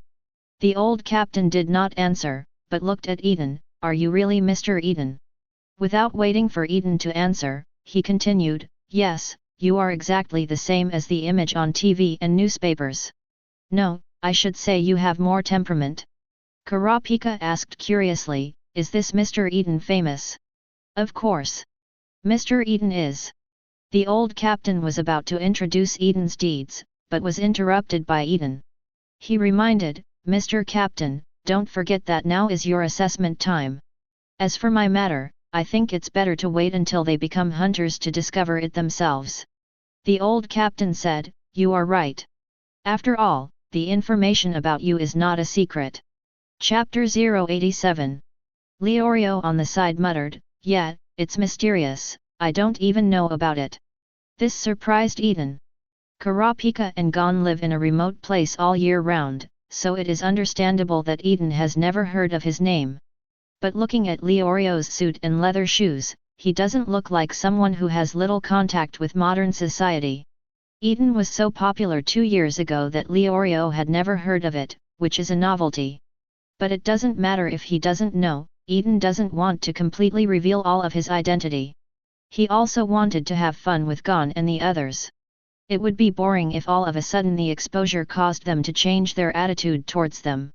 It's just right now, they only know Eaton's hunter identity. At most, as long as Gon knows that he is Jin's friend, it won't be a big problem. Okay, back to the topic. The old captain clapped his hands to attract the attention of Gon and the other three, and said, Now, can you tell me why you want to become a hunter? Kurapika was silent for a moment, and finally made up her mind, I am a survivor of the Kurita tribe. The old captain looked surprised. It seemed that he had also heard about the Kurita tribe. Kurapika said slowly, 4 years ago, all my compatriots died at the hands of the phantom troop. Therefore, I want to become a hunter and arrest these shadowless killers. The old captain said, Do you want to be a bounty hunter? Phantom troop is an A-level wanted criminal. Even the most powerful kung fu veterans dare not touch them easily. You may die because of this. Death is not terrible. The most terrible thing is that this hatred will eventually disappear over time. Kurapika looked a little excited, with suppressed anger in her eyes, and a red light flashed. If Eaton hadn't known that it was a characteristic of the Kurita clan, he would have thought that Kurapika had also developed the haki of seeing and hearing. Leorio said from the side, you don't have to be a hunter if you want revenge, right? Kurapika closed her eyes and said, Leorio, you are asking the stupidest question in the world. Eaton nodded sympathetically. He is now sure that Leorio must rarely have access to the internet, no wonder the other party did not recognize him. Kurapika said in passing, in this world, there are many places and a lot of information that cannot be entered or obtained without the identity of hunter. I didn't expect you didn't even know this basic common sense. Leorio was about to have a quarrel with Kurapika, but Captain Ni interrupted him. What about you, Leorio? Upon hearing this, Leorio temporarily suppressed the anger in his heart. Me? I'm too lazy to talk to you anymore, so I'll just tell you. The reason why I want to be a hunter is for money. As long as I have money, I can have whatever I want.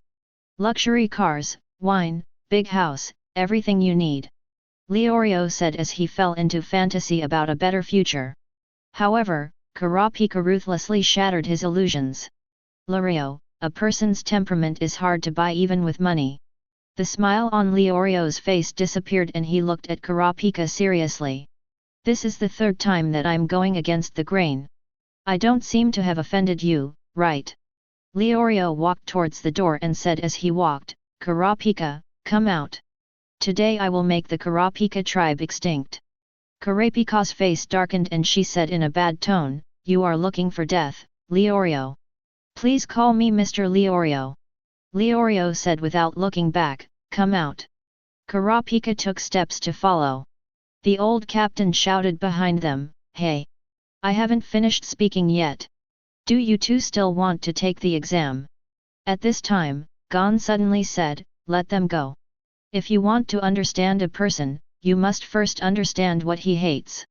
Aunt Mito told me this sentence, and I like it very much. Both of them have reasons to be angry, so it's better not to stop them. Indeed. Eaton nodded in agreement, as the saying goes, if you don't fight, you won't get to know each other, just let them fight. Eaton suggested, want to go out and take a look. The old captain was about to answer when a sailor hurried in. Captain, it's bad. The storm is coming, and it's much stronger than expected. When the old captain heard this, he quickly ran to instruct the crew to lower the sail to prevent the ship from being blown over. In the stormy waves, the ship kept moving in circles. Leorio and Kurapika stood on the deck and faced each other as if they were walking on flat ground, exchanging harsh words before the fight began. Not far away are the crew members who are lowering the sails. On the other side are Gon who is watching the battle seriously, and Eaton who is bored. After all, the fight between these two people seemed to Eaton to be a slapstick fight between children. He was so bored that he wanted to eat. Eaton took out 2 pieces of dried meat from the stomach pouch space, stuffed one into his mouth, and handed the other to Gon. Do you want to eat it? This is dried meat made from the king of swamp you caught. Oh, thanks. Gon took a bite of the dried meat and found that the taste of the dried meat was so delicious that he couldn't help but open his eyes. This was the first time he knew that dried meat could be so delicious. Just when Gon was about to ask Eaton how the jerky was made, an accident happened. Of course, the fight between Leorio and Kurapika was not an accident. But on the other side of the sail, a crew member was hit on the head by a plank broken by the storm, and fainted on the spot. And as the ship rocked, the crew member was thrown out of the ship along with the inertia, and was about to fall into the sea.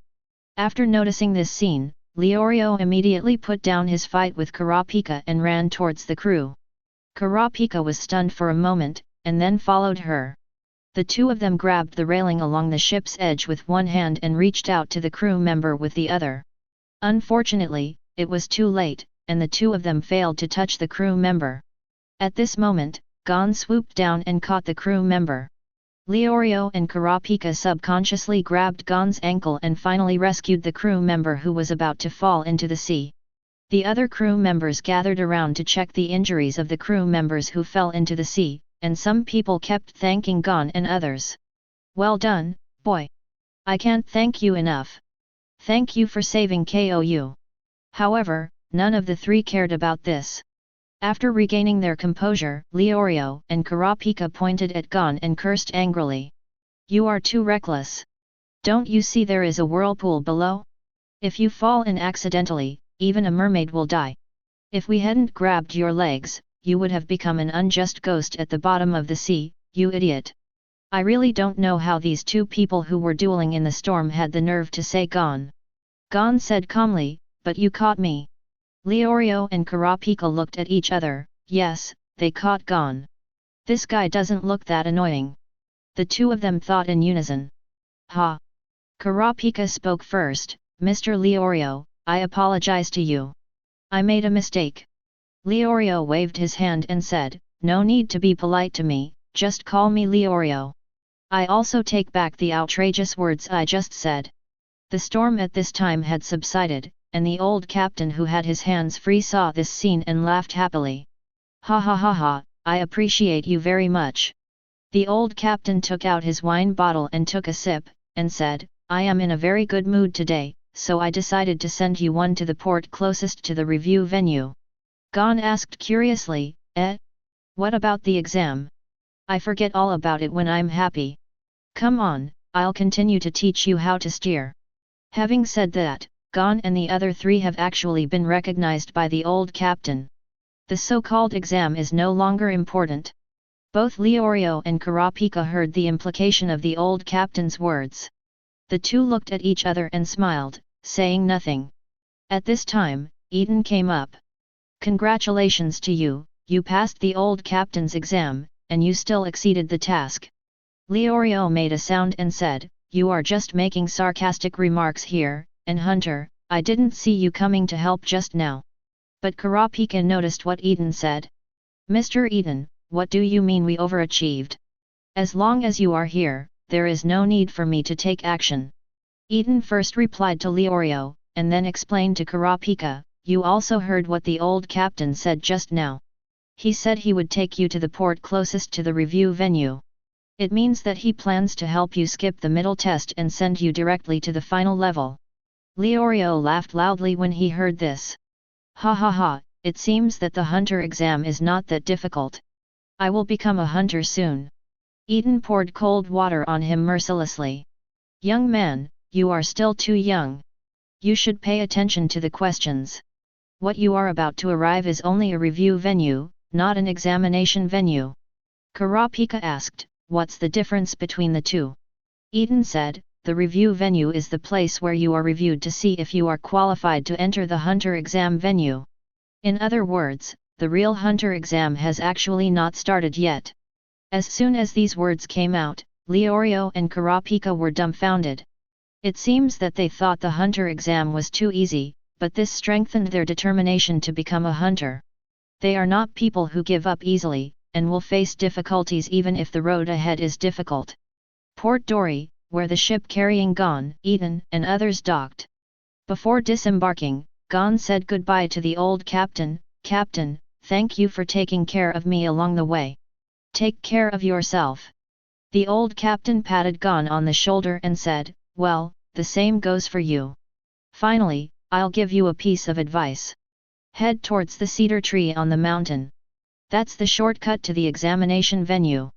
The old captain pointed to a huge cedar tree on the top of a mountain in the distance. Gon said, I understand, thank you. After getting off the boat, the four of them strolled on Dory Port. Gon asked Eaton, where are you going next, Eaton? Eaton rubbed his chin and said, of course I will continue to follow you. Leorio curled his lips and asked, why are you following us when you have nothing to do? Kurapika on the side suddenly asked, is it possible that Mr. Eaton is actually the examiner of this hunter exam? Not bad, quite smart. Eaton praised, you can actually guess my identity. Regarding the identity of the Eaton examiner, Kurapika is actually just guessing. Unexpectedly, Eaton had no intention of concealing his identity and admitted it openly. This actually made Kurapika a little unsure whether Eaton was really the examiner. Gon said with a surprised look on his face, Hi? Is Eaton actually the examiner? Eaton nodded and said, yes. I have nothing to do recently, so I came to be an examiner for fun.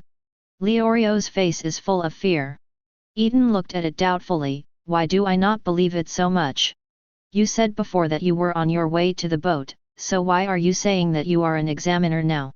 Eaton smiled and explained, as an examiner, I must go to the examination room, right? Isn't this just the way to go with you? Really? Then tell us what the content of the hunter exam is. I can't tell you this in advance. You will know when the time comes. TCH, I think you just don't know. Leorio ignored Eaton's question of following them and walked to the port map not far away to determine his location. Kurapika and Gon followed. This doesn't make sense, Kurapika, look.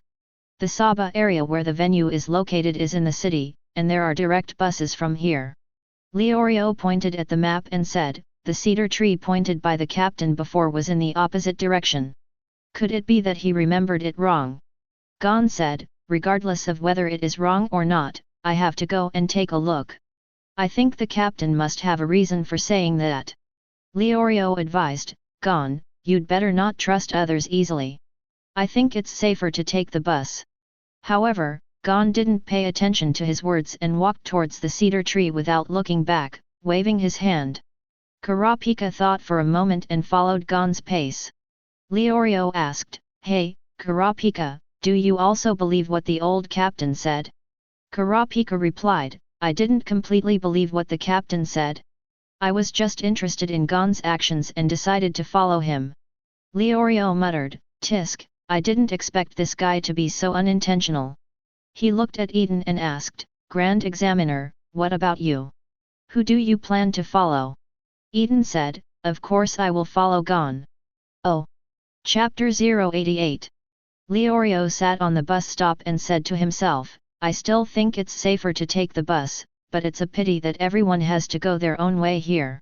At this time, there was a burst of discussion behind him. Hey, did you hear that? None of the buses to Saba reach their destination. Is it really a trap? These newbies are really easy to trick. I guess this level can trick a lot of people. Leorio looked around for a while, picked up his suitcase and caught up with Gon and others. While running, he shouted, Wait for me. I can't help it, seeing that you are alone, I'd better go with you. Ha ha ha ha. I am such a kind person. When Eaton saw him catching up, he joked, I didn't expect you would rather believe the words of the strangers on the platform than we, our friends who have been through the storm together. Leorio was shocked. He didn't expect that Eaton could hear the discussion on the platform from such a distance. It seems that Eaton, the hunter, does have something special about him. But he retorted, I'm afraid that Kurapika and Gon will be too lonely if they go alone. Also, the two of us who have gone through the storm together are me and them. It has nothing to do with you, the guy hiding in the boat. Eaton shrugged his shoulders, his nonchalant look making Leorio feel like he had punched cotton. A group of 4 people headed towards the huge cedar tree in the distance. While walking through a dilapidated and dirty alley, Leorio realized something was wrong. This place makes me feel uncomfortable all over. Why can't I see even half a person? No, Gon retorted, there are a lot of people here. Kurapika agreed, well, everyone should be more careful. Leorio's head was full of questions. He looked around but couldn't find a single figure. No, how do you know there are many people around? Kurapika prompted, didn't you hear the sound of people breathing around here? Gon added, there was also the rustling sound of clothes rubbing together. They thought they were hiding well, but in fact I had noticed it a long time ago. Not at all. How did you all hear that? Leorio found it incredible. He always felt that he was the only normal person in the team. The other 3 have ridiculously exaggerated hearing abilities. The person hiding in the dark heard what Gon and Kurapika said and knew that he and others had been discovered, so he walked out of the doors on both sides of the alley. The leader was an old woman with a cane in her hand and a string of rosary beads around her neck. What is worth mentioning is that this old woman has 2 teeth sticking out from the corners of her mouth like a walrus. However, her 2 teeth are flat at the ends, not as pointed and long as the walrus. As for the others, they all wore masks and stood behind the old lady, and their faces could not be seen clearly. The old lady didn't say anything after she came out, she just looked at Gon and the others quietly. Gon, on the other hand, remained unchanged in response to all changes and also did not open his mouth. The scene fell into silence for a while. In the end, it was the old lady who spoke first. She said slowly, "Flame Challenger. Quick question, quick answer, choose one of the two to start." In the second half of the sentence, the old lady suddenly increased her voice and widened her squinted eyes, startling the three people except Eaton. The applause of the people behind the old lady brought Gon and the three of them back to their senses, and they all felt ashamed. With so many people surrounding them, they thought they were going to start a fight. Unexpectedly, the result turned out to be Wendo. The old lady said, "If you want to go to the big cedar tree on the mountain, you will never get there unless you pass here. Other roads leading to the mountain are like a maze, and there are ferocious beasts that eat people on the mountain. I only ask one question, and you have 5 seconds to think about it. If you get the answer wrong, you will fail this year's hunter exam." Kurapika complained, "It turns out that this is also one of the levels tested by Hunter." The old lady added, "You can only answer one or two. Other than that, any other vague answers are considered wrong." Leorio suddenly realized a problem. "Hey, wait a minute. You mean we have to answer a question together?" Leorio pointed at Kurapika and said, "If this guy gets the answer wrong, won't I be implicated and eliminated?" "It's impossible for this to happen," Kurapika retorted, "but the probability of you getting us eliminated is ridiculously high." Upon hearing this, Leorio reached out and wrapped his arms around Kurapika's neck and pressed down, intending to teach him a lesson. At this time, Gon said, "This is simple, as long as one of the three of us knows the answer." When the old lady heard this, she looked at them in surprise. It's not that he was surprised by Gon's idea, but that they said the three of us even though there were 4 of them. But this had nothing to do with the test, and the old lady didn't ask any more questions. "Hey, those in front of you, please hurry up." An impatient voice suddenly came from behind Gon and others. Everyone looked back and saw that it was a BCH with dead fish eyes and a big nose. The man suggested, "How about I answer it first? Then I'll let you answer it first." Leorio said, "This way you can also understand the direction of the question first." Gon but Kurapika doesn't have any objections either. "Thanks." The man thanked him, but said in his heart, "You bunch of fools, I've set some traps on the road ahead waiting for you." However, whether he can pass or not is still a question. Seeing that the extra was ready, the old lady said, "Listen carefully. Your mother and your girlfriend were caught by bad guys, but you can only save one person. 1 mother, 2 girlfriend. Which one will you save?" Eaton looked on in the background amused. This kind of question is like asking who to save first if your girlfriend and mother fall into the water at the same time. There is no right answer at all. However, the man in charge of the role decisively chose one. The old lady asked, "Why?" The little man explained, "Of course it's because I only have 1 mother. As for my girlfriend, I can just find another one." The old lady discussed it with the people behind her and gave the pass to the little man. When the little man left, he greeted Gon and others arrogantly. As everyone knows, although the old lady let him pass, she didn't say that he was taking the right path.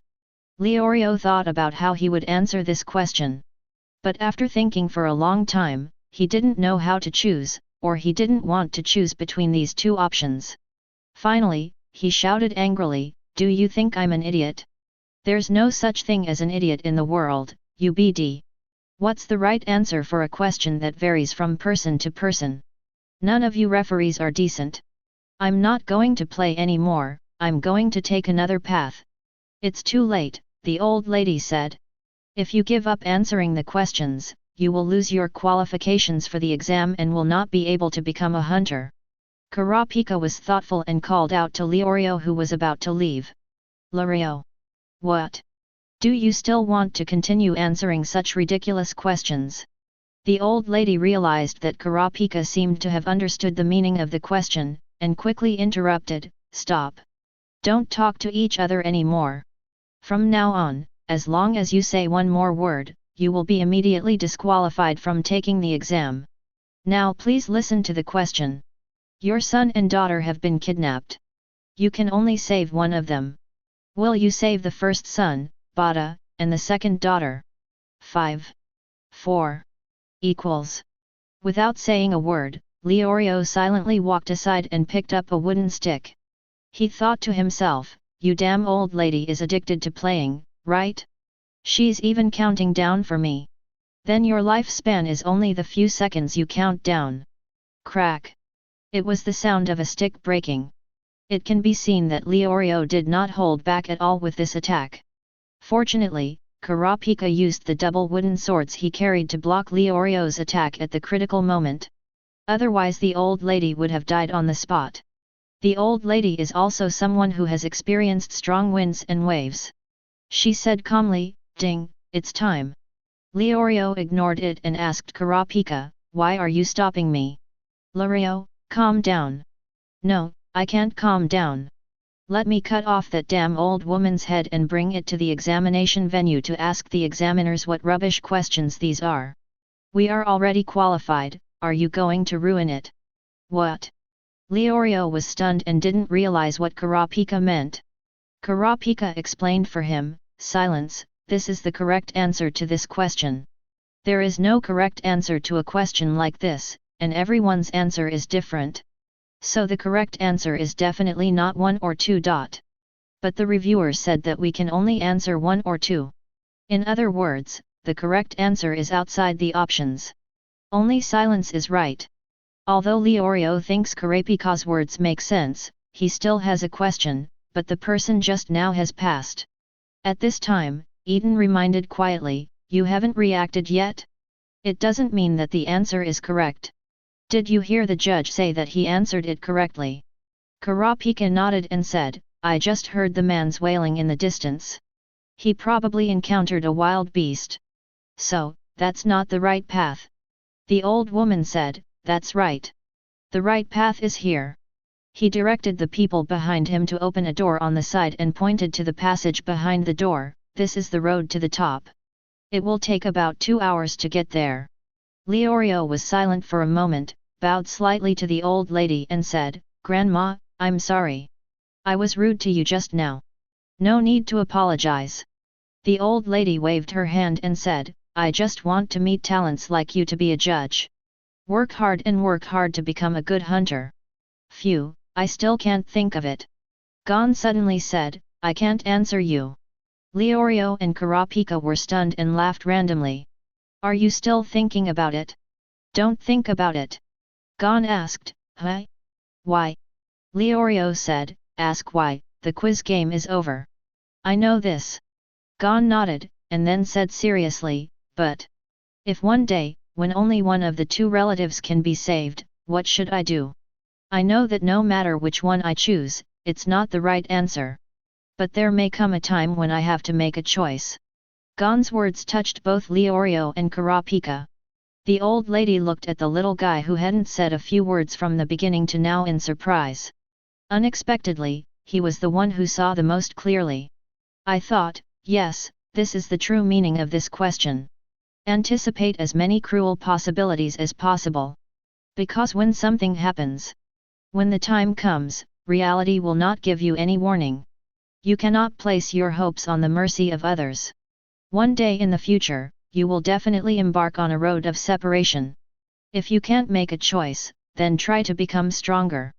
Eaton took 2 steps forward, reached out and rubbed Gon's head. Not to mention, although Gon's hairstyle looks like a prickly hair, it's actually quite comfortable to rub. When you are strong enough to save 2 relatives at the same time, or even so strong that no one dares to do anything to your relatives, you don't need to make such a choice. Gon and Kurapika were thoughtful after listening. Leorio curled his lips and said, "Tisk, that sounds nice. I don't believe you can do it." The old lady had already recognized Eaton when he opened his mouth. As a judge employed by the Hunter Association, how could she not know Eaton, one of the 5 most powerful people in the world? What's more, Eaton barely concealed his appearance, so it was normal for him to be recognized. "I just don't know why Eaton is here." But she didn't intend to ask. After living at such an old age, the old lady knows that she should not ask more questions. However, she still said one more thing, if it's this person, maybe it's really possible to do it. Upon hearing this, Leorio looked at Eaton suspiciously and asked, so, what is your identity?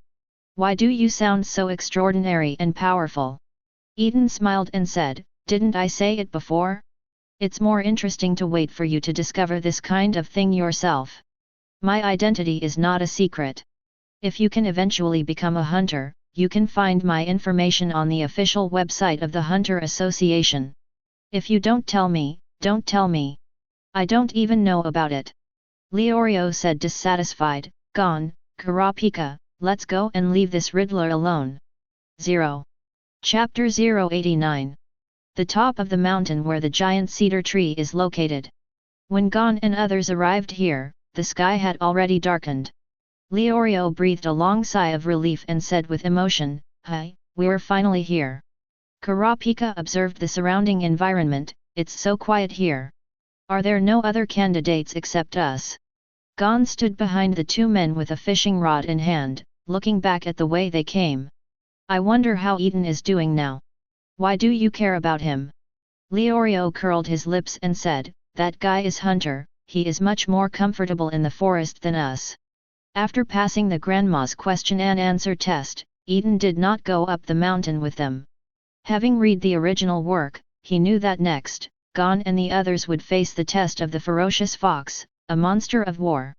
It was an ordeal for which he was not well suited, so Eaton found an excuse to leave during the journey. Of course, he only left on the surface, but he was still observing Gon and the others secretly. There was a wooden house next to the giant cedar tree. Leorio and the three knocked on the door but received no response, so they simply pushed the door open and entered. Then they saw a scene of a ferocious monster and fox entering a house and hurting people.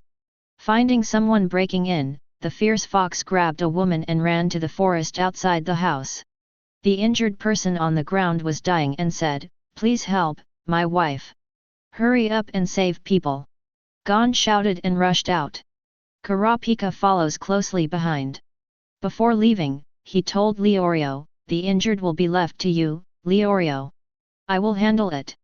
The visual distance of the forest under the moonlight was limited, and Kurapika had lost her target when she rushed out. Just when he was at a loss, Gon rushed out in one direction. That way.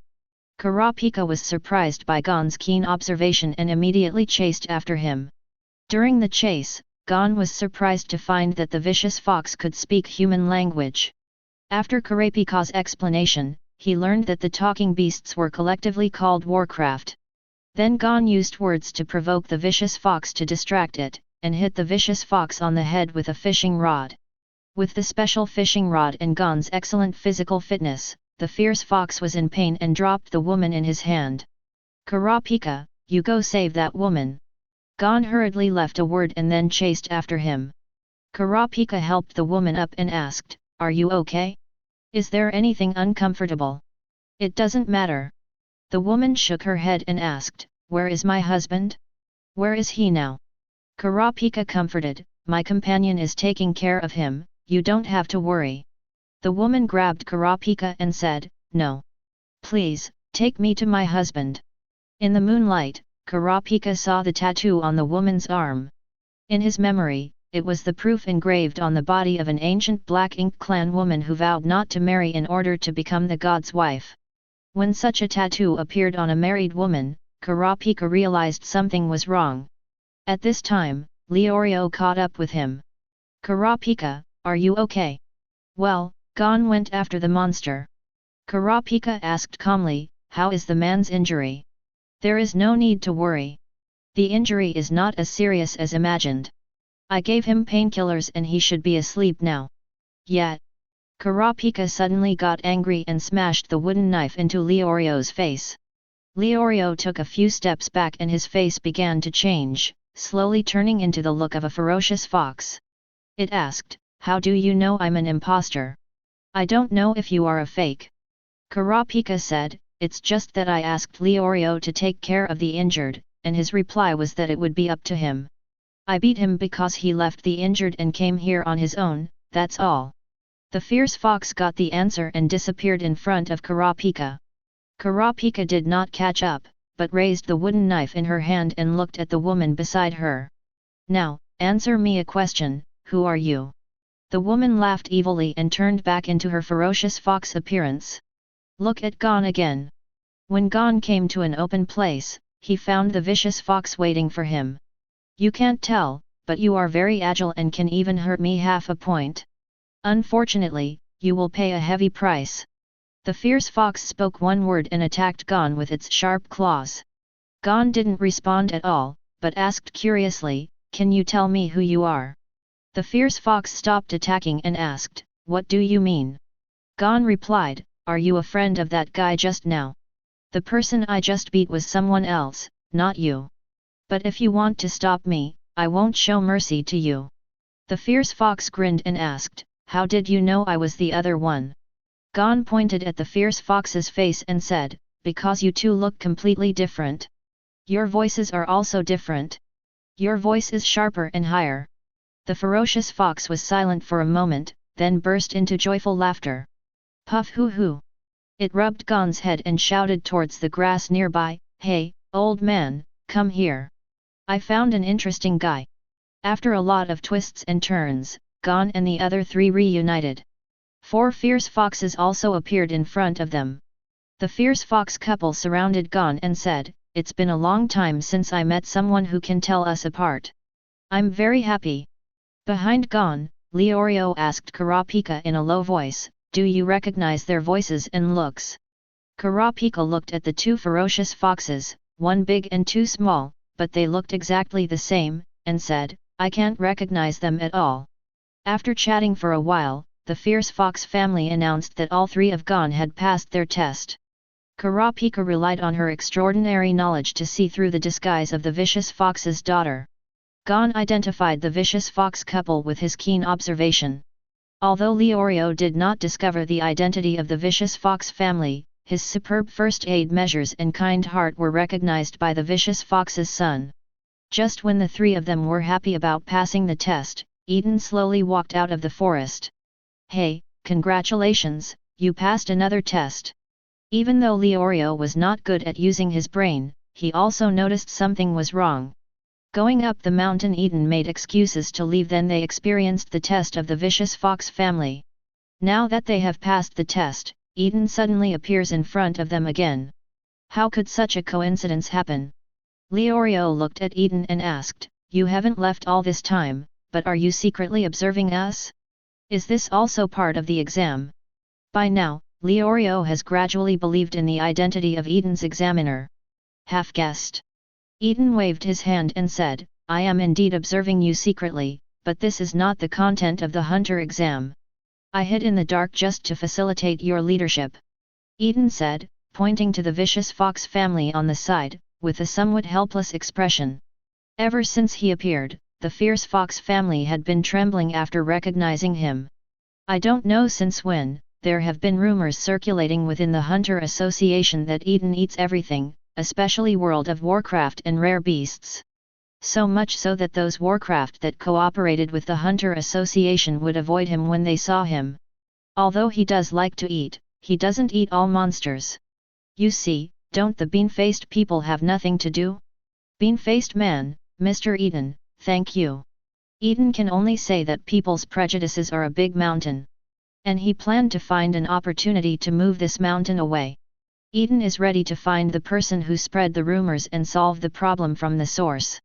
Mr. Jin, who was working hard to reach the dark continent somewhere far away, sneezed. "Mr. Eaton, what do you mean by pilot?" Kurapika asked. Eaton explained, "In order to filter out those who take the exam, not only are there multiple traps in your itinerary, but the hunter exam venue is also located in a place where it is extremely difficult for ordinary people to discover it. And the venue for the hunter exam changes every year. The person who leads candidates who want to become hunter to the venue is called a navigator. Without their guidance, it would be almost impossible to get to the venue.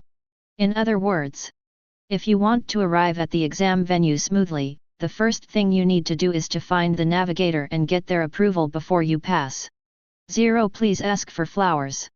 When Kurapika heard this, her previous joy of passing the test dissipated a lot. He said, in other words, in fact, we have not even reached the initial starting line. No, we have arrived.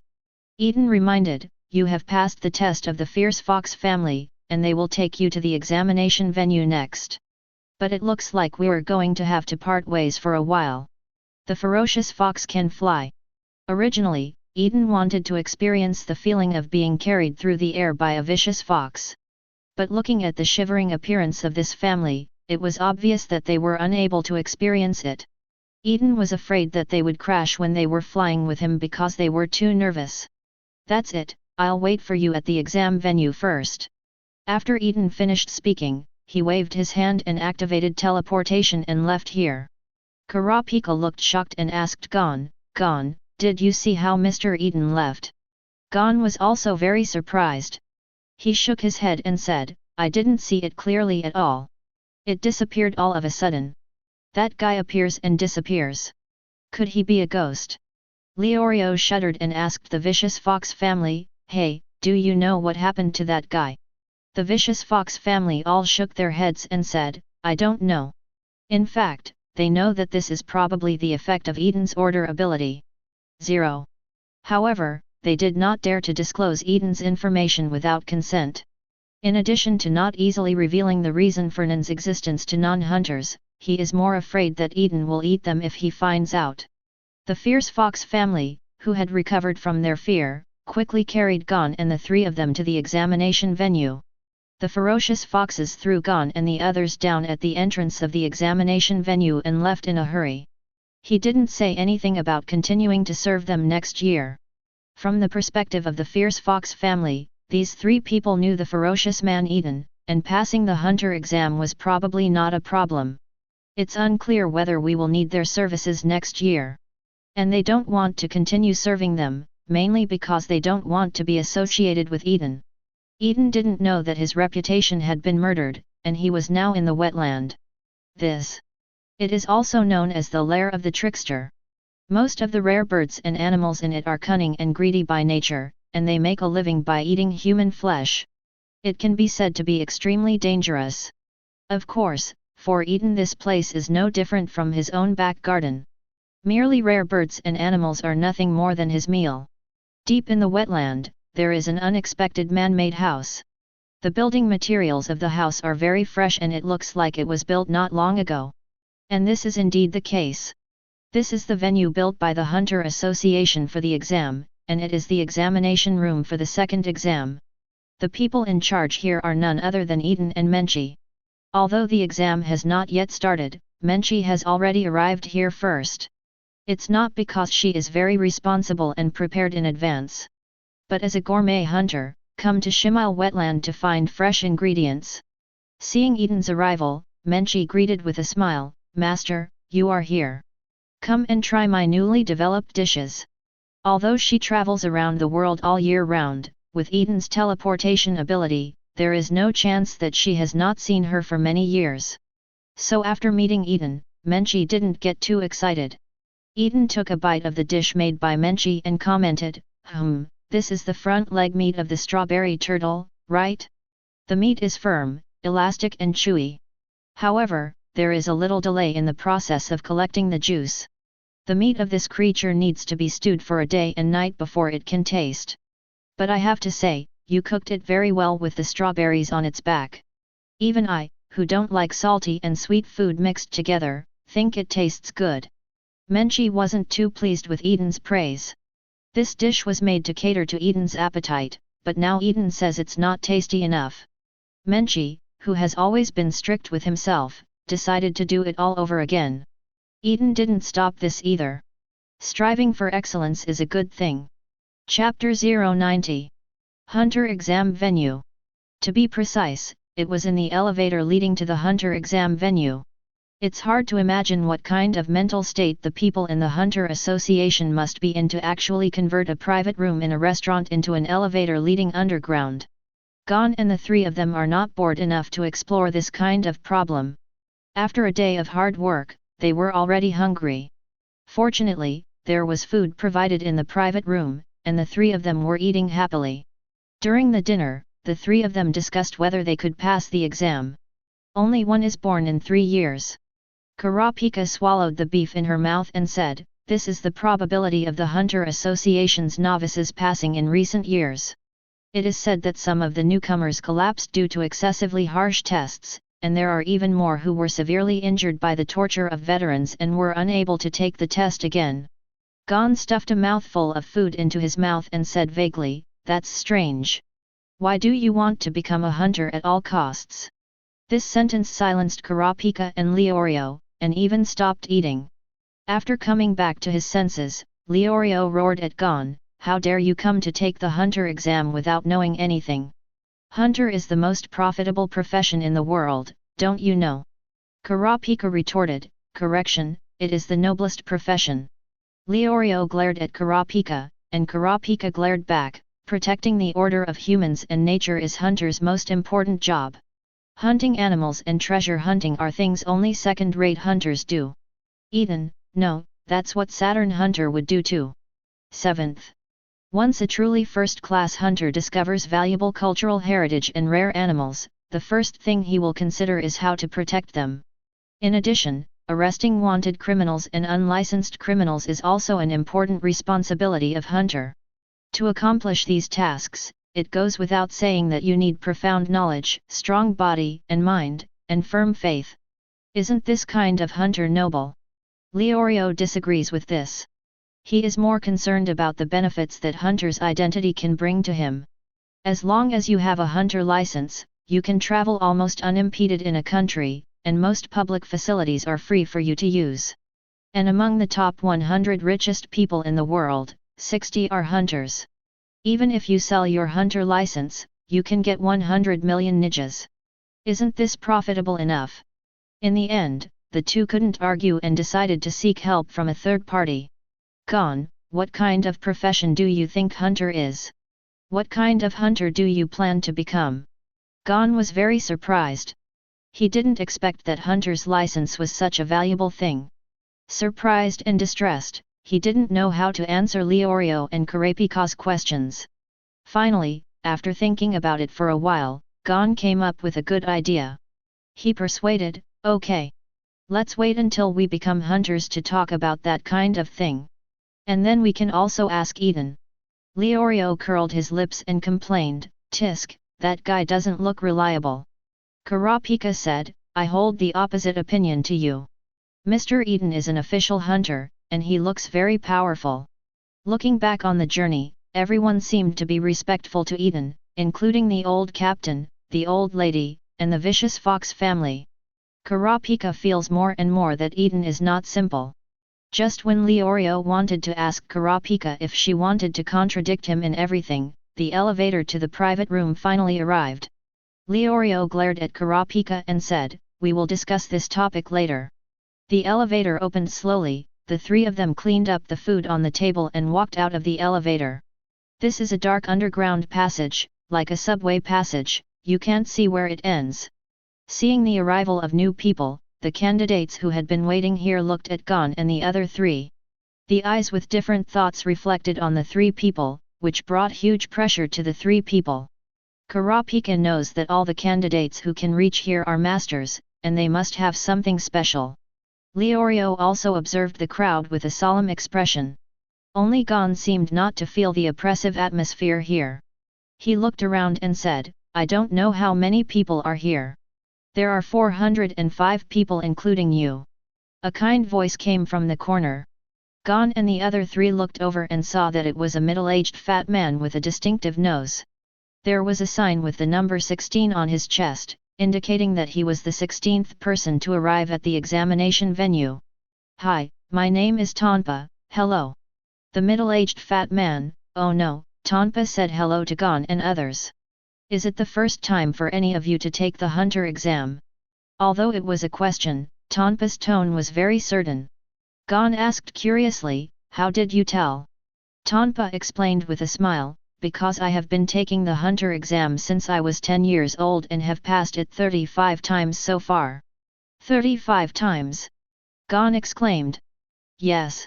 Tonpa nodded, "I am a veteran of the hunter exam. If you don't understand anything, you can ask me."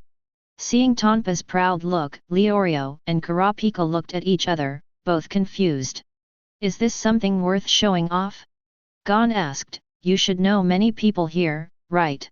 Tonpa smiled and said, of course, let me introduce to you some noteworthy candidates.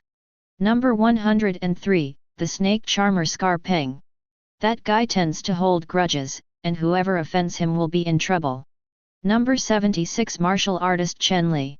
No one here can surpass him in martial arts. No 255, wrestler Takuto. While his strength is superhuman, his brain is also extremely flexible. Number 197, 198, and 199, the three Amory brothers. Their excellent tacit understanding allowed them to achieve good results in the previous Hunter exams. No 384, Hunter Greta. Possessing outstanding skills with blowguns and sticks, he claims that there is no prey in the world that he cannot catch. The above-mentioned ones are all very capable, but they were just a bit unlucky and failed to qualify as hunters. Kurapika thought Gon did a great job. They were worried about how to find out the news, but unexpectedly someone came to their door. Although I don't know whether the news is true or false, having information is better than being blind. Kurapika doesn't care if Tonpa has malicious intentions, just be careful and guard against him. At this time, the screams attracted the attention of everyone present. Everyone looked around and found that it was candidate number 58 whose arms had been cut flatly, but he was kneeling on the ground without a trace of blood. The scene was extremely strange. In front of candidate number 58, there stood a handsome and charming man with a strange aura all over his body.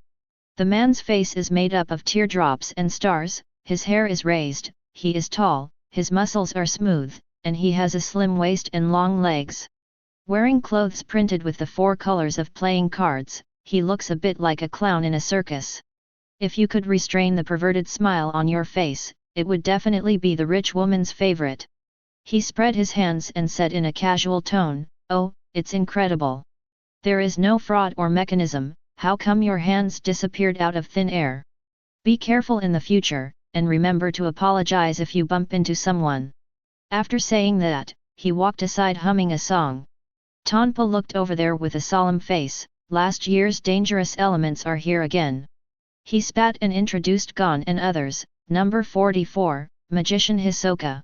Originally, he was already close to passing last year, but he was sure to pass. But in the end, he was seriously injured because he didn't like the examiner, so he lost the qualification to become a hunter. In addition, that guy severely injured 20 candidates last year and will no longer be able to take the hunter exam for life. Leorio was shocked and said, "Why can such a person come to take the hunter exam?" "Sure." Tonpa explained, the Hunter Association changes examiners every year. Plus the content of the exam is entirely at the discretion of the examiner. So as long as the examiner thinks he is qualified, even a demon can pass the exam and become a hunter. I advise you to stay away from him as little as possible. After introducing Hisoka, as if to relieve the tense atmosphere, Tonpa took out a few bottles of drinks from his backpack and handed them to Gon and the others. On the surface, it was out of good intentions, but in fact, as a new killer, he put a super strong laxative in the drink. 0. As long as you take a sip, it will flow like a flood for 3 days and 3 nights without stopping. It's a pity that Tonpa's fun failed again this time. Gon just took a sip and spat out the drink. He was so naive that he kindly reminded Tonpa that the drink was expired. Upon seeing this, Leorio poured the drink onto the floor. Compared to Tonpa, who has unknown intentions but takes the initiative to show kindness, he trusts Gon, who has experienced ups and downs with him more. As for Kurapika, he was cautious and didn't take Tonpa's drink at all. Tonpa apologized to Gon on the surface, but secretly said it was difficult. I don't know what's going on with this new generation, each one is more difficult to deal with than the last. First there was Hanzo, the chatty ninja number 294. Tonpa came up to talk to him, but ended up being dragged along by him to chat for a long time. In the end, the other party refused to accept his drink. There is also the fat little Nico number 187. This guy was holding a high-tech laptop and found his information in no time. As for Gitaracker number 301, a weirdo with needles sticking out of his body and constantly making click click click sounds. Even the name Tonpa found out from other people. In the end, only one person drank the juice. Tonpa looked at candidate number 99 Killua, who was about the same age as Gon. I thought to myself, I guess he is probably going to run to the toilet because he can't hold it in anymore, right? Let this kid experience the cruelty of fate earlier. However, after Killua looked around for a week, he came to Tonpa again. Mr. Tonpa, do you still have the juice just now? Give me another bottle. Seeing Killua's nonchalant expression, Tonpa handed over all the remaining drinks with some disbelief. As a result, Killua took it and drank 4 bottles. While drinking, he said, I don't know if it's because of the nervousness, but my mouth is so dry. Tonpa felt strange. The first can of juice just now should have taken effect long ago. Now that the other party has drunk 4 more cans, let alone humans, even elephants should die of dehydration. As a result, the other party acted like nothing happened. Tonpa even wonders if his laxative has expired. Are you worried? Killua said suddenly. Tonpa said with some confusion. You don't have to worry about me. I have undergone special training. Ordinary people can't poison me to death. Killua's eyes were playful, and he had obviously discovered Tonpa's little trick. A few drops of cold sweat broke out on Tonpa's forehead, and he sighed that this new generation was all monsters. But he soon smiled again. It's interesting to eliminate newcomers like this. Ring ring ring. The ringing sound like an alarm clock attracted the attention of all candidates present. Everyone looked over 0.2 in the direction of the sound and found a strange-looking person. He was wearing a suit, his hair was parted in the middle, and he had a delicate mustache, but his mouth could not be seen. It's as if he doesn't have this organ. He was also holding a slightly cartoon-style human skull in his hand, which is where the ringtone everyone heard came from. The strange-looking man in a suit pressed on the human skull, and the ringing stopped. Then he said, the reporting time is over and the hunter exam has officially begun. Please follow me this way. After the man in the suit finished speaking, he walked towards the dark direction of the tunnel regardless of the candidates' reactions. All the candidates followed suit. The man in the suit said as he walked, I must ask for your permission first. 11. The hunter exam contains extremely harsh content, so you may be killed or even killed due to bad luck or lack of strength. There are even fights between talented candidates, leading to lifelong disabilities. If you want to retreat, please turn back. If you are not afraid of death, come with me. However, no one there had any intention of stopping or looking back, except for the unlucky guy who accidentally bumped into Hisoka and had his arms removed by him. I understand. In the first hunter exam, a total of 404 people participated. After the words fell, the man in the suit began to accelerate at a weird pace. This kind of pace is a bit like the long strides before taking off in a long jump, and it is also like an accelerated version of the regular military stride. All in all, it looks weird, as if the other person is not a human being. Chapter 091. When all the candidates started running, the examiner leading the way said, I'm sorry that I haven't told you until now. I am Satos, the examiner of the first exam. Now I will lead you to the venue of the second exam. The bald ninja Hanzo was confused. The second game? What about the first game? Satos said without any fluctuation in his tone, it has already begun. Follow me to the venue of the second exam. This is the content of the first exam. I will not tell you the location and arrival time of the second exam venue, so candidates please follow me closely. Leorio is full of confidence, a test of endurance? Who is afraid of whom? I can follow you to the end of the world. Kurapika thinks further than Leorio. Is it really that simple? A race with no end in sight, still in this dark underground tunnel. In fact, this is also a test of people's willpower. Gon didn't think too much. He caught up to the examiner and asked, Mr. Satos, do you know which exam Eaton is the examiner for? Satos showed surprise for the first time since his appearance. He asked, do you know Lord Eaton? Gon nodded and said, well, Eaton was with us for a while on the way here, and he is also my father's friend. Who is your father? His name is Kim Freaks. Do you know Mr. Satos? Satos didn't expect that the child in front of him was so powerful. But since he is Jin's child, it's not surprising. Satos sighed slightly. Mr. Eaton and Mr. Jin are both great hunters. Tonpa, who heard the conversation between Gon and Satos not far away, was frightened. Good guy, the kid he just came into contact with is so powerful. After being frightened, Tonpa couldn't help but feel lucky that Gon had not been eliminated just now. Fortunately, he didn't succeed, otherwise he would have faced the friendly greetings from two of the world's 5 strongest men. Tonpa silently walked away from Gon, and he decided to stay away from this man for the next exam. At this time, Chi Tenya passed by Leorio and Kurapika on his skateboard. When Leorio saw it, he pointed at Killua angrily and shouted, "Hey, brat! You violated the rules of the game." Killua turned around and asked in confusion, "Is there any? Do you dare to say that? This is an endurance competition, how can we use props?" Gon came back from the front of the team, and when he heard Leorio's words, he retorted, "No, the examiner just said that we should follow him." Leorio's anger shifted, "Gon, how can you speak for outsiders?" Kurapika on the side said calmly, "Stop yelling, that will only speed up your physical exhaustion. And there is indeed no rule against using tools in the exam." Leorio gritted his teeth, but still closed his mouth obediently. Killua noticed Gon, a man about the same size as himself, and asked, "Boy, how old are you this year?" Gon replied, "Me, I'm almost 12 years old. It's rare to meet someone of the same age here." Killua thought for a while and jumped off the skateboard. "I can just run away." Killua's handsome gesture of putting away his skateboard attracted Gon's admiration. "Wow, you're so cool. My name is Gon, what's yours?" "My name is Killua." After Killua introduced himself, he looked at Leorio and asked, "Uncle, what's your name?" Hearing someone call him uncle, Leorio's mouth that had just been closed once again shouted loudly, "Uncle!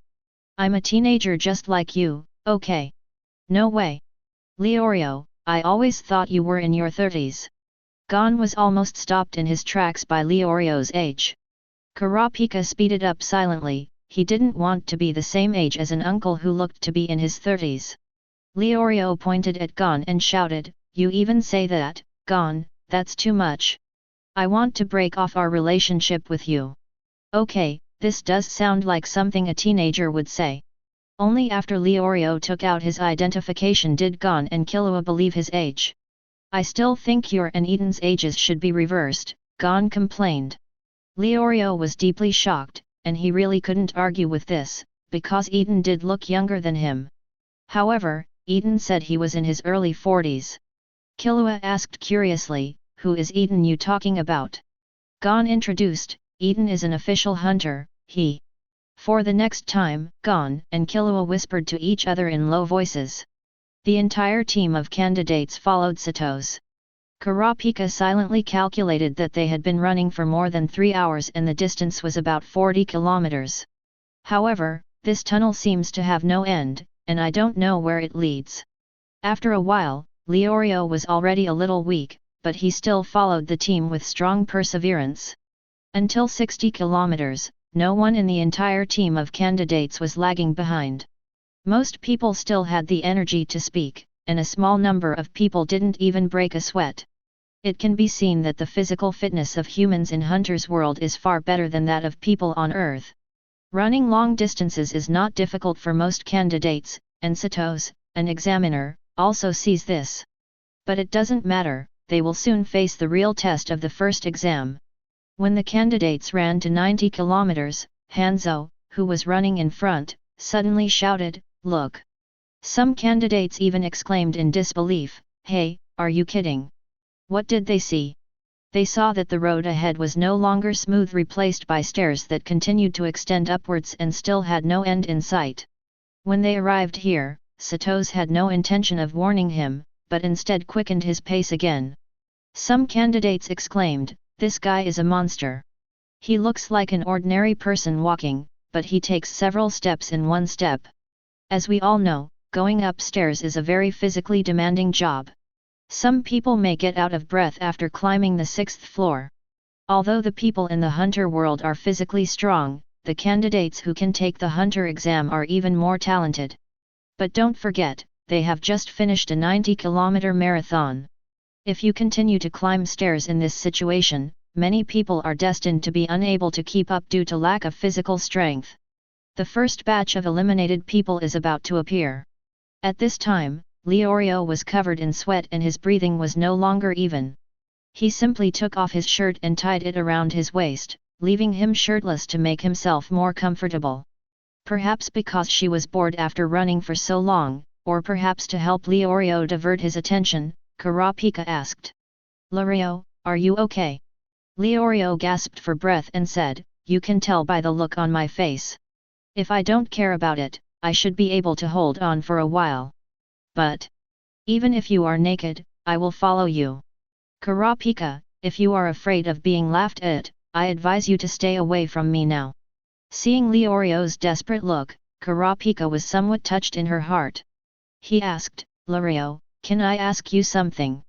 Leorio nodded and said, "If you are not afraid of using up more energy, just ask. Is the reason you want to be a hunter really for the money? I guess not.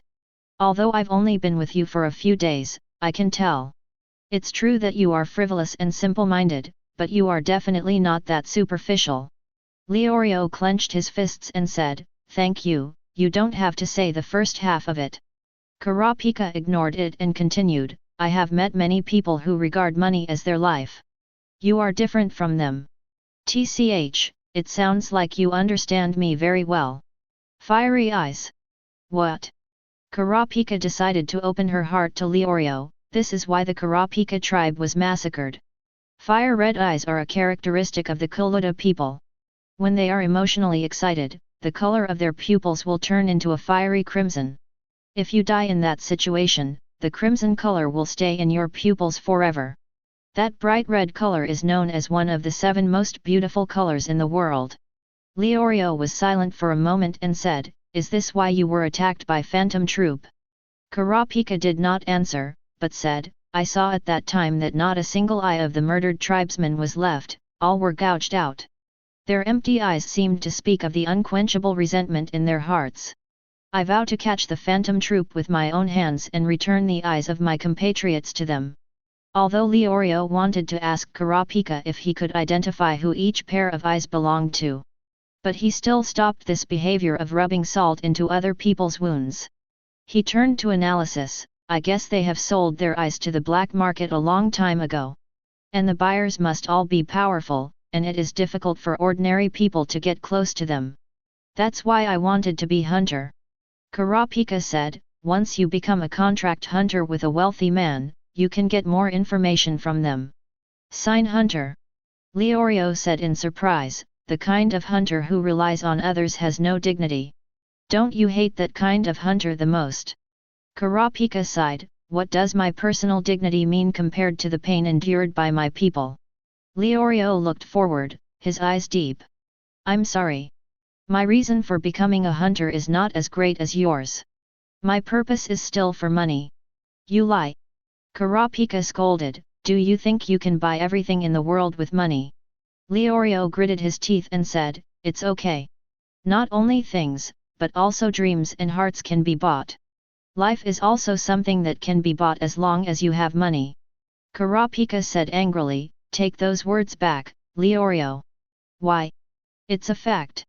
If my friend had money, he wouldn't be dead."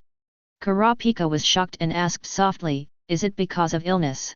Leorio 970 didn't look back, nodded and said, "Yes. His disease is not a terminal illness, the problem is that the cost of surgery is too high. I was very naive at the time.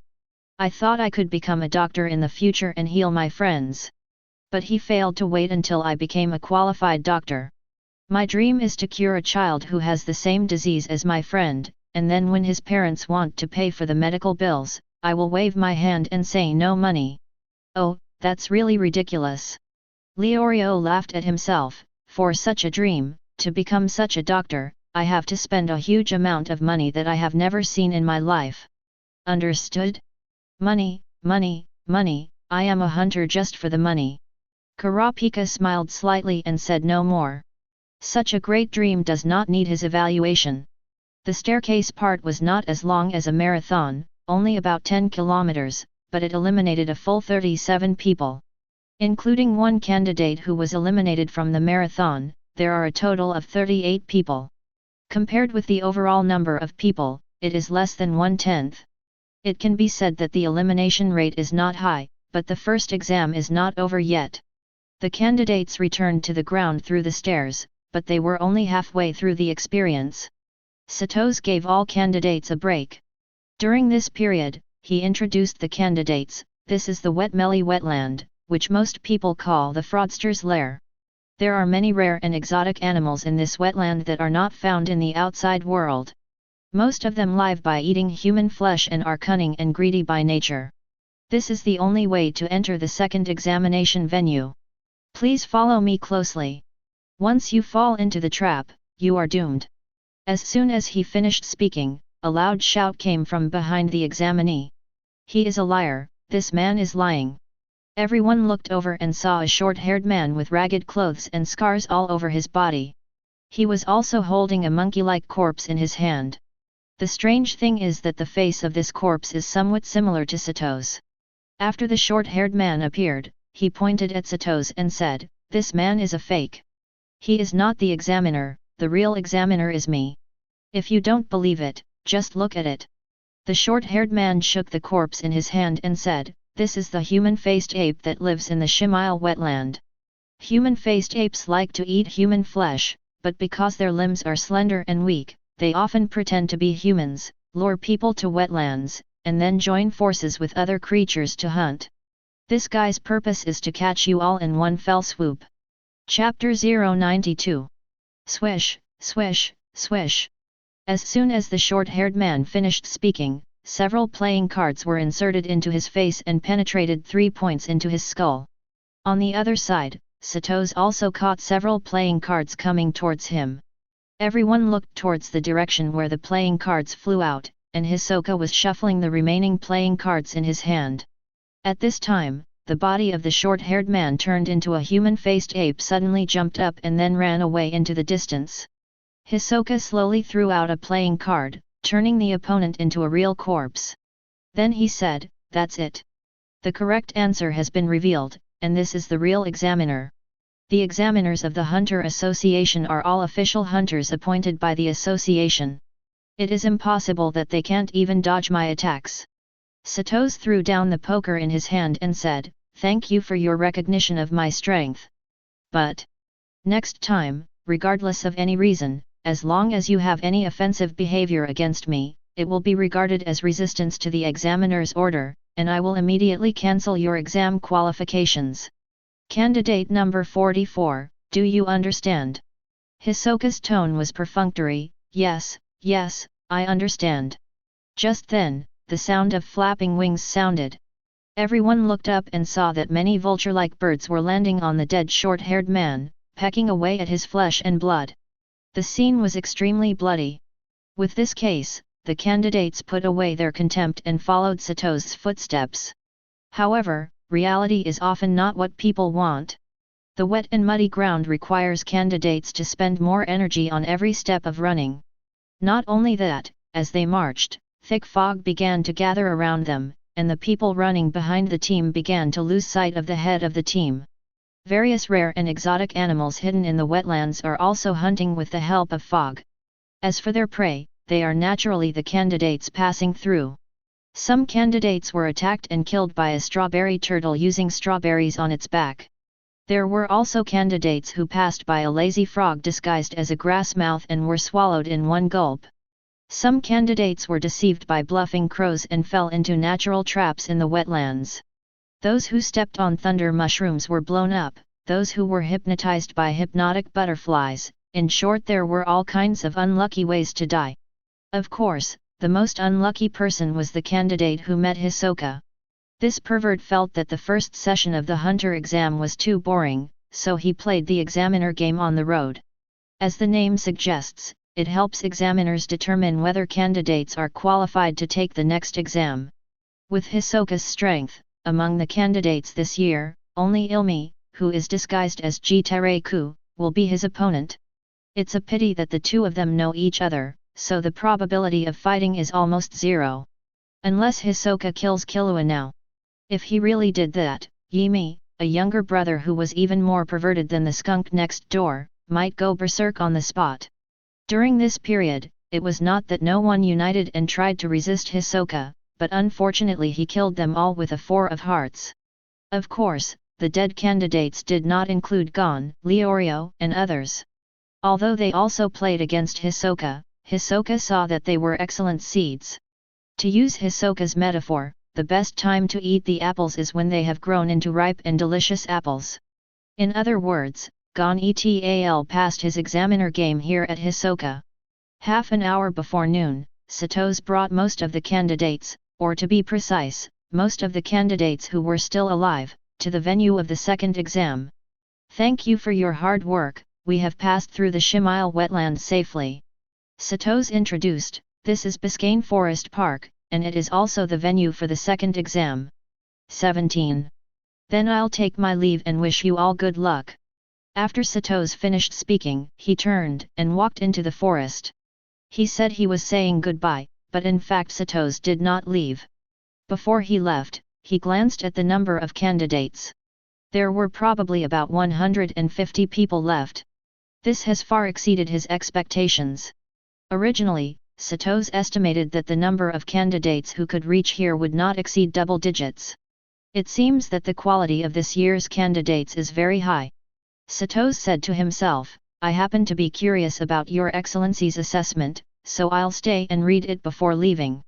After saying that, Sato's jumped up to a big tree and began to observe secretly. 15 minutes later, Gon arrived belatedly with Kurapika. They were the last two. As for the remaining candidates, they either died in the wetland or were killed by Hisoka's playing cards. After Gon arrived, he looked for Hisoka in the crowd. When Hisoka left before, he took the unconscious Leorio away with him. By the way, Leorio was knocked unconscious by him. In order to prevent Leorio from losing his qualification for the exam, Hisoka personally beat him to the exam venue. Although Leorio wouldn't say thank you to Hisoka after he wakes up. After finding Hisoka, before Gon could step forward to ask about Leorio's whereabouts, Hisoka, who also found Gon, pointed to a tree not far away. Leorio was sitting on the ground in a daze with the right side of his face swollen.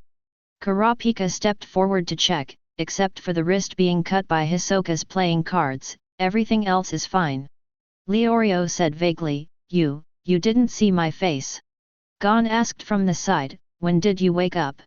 Ah? Just now. Leorio said, it's strange to say that I can't remember why I was injured. I can't remember anything after entering the wetland. Kurapika thought, hey guys, Hisoka's punch directly gave Leorio short-term amnesia. He whispered to Gon, it's better not to tell him what you really want. Gon nodded with approval, then looked at the only building around him, by the way, why don't you guys go in? Because I can't get in, right? Killua's voice came from behind. Killua. Gon greeted. Killua responded, and then asked curiously, how did you do it? I thought you would never come back. Gon explained, I came here following the smell of Leorio's perfume. Killua exclaimed, you are really weird. In fact, what he wants to say is, Gon, are you a dog?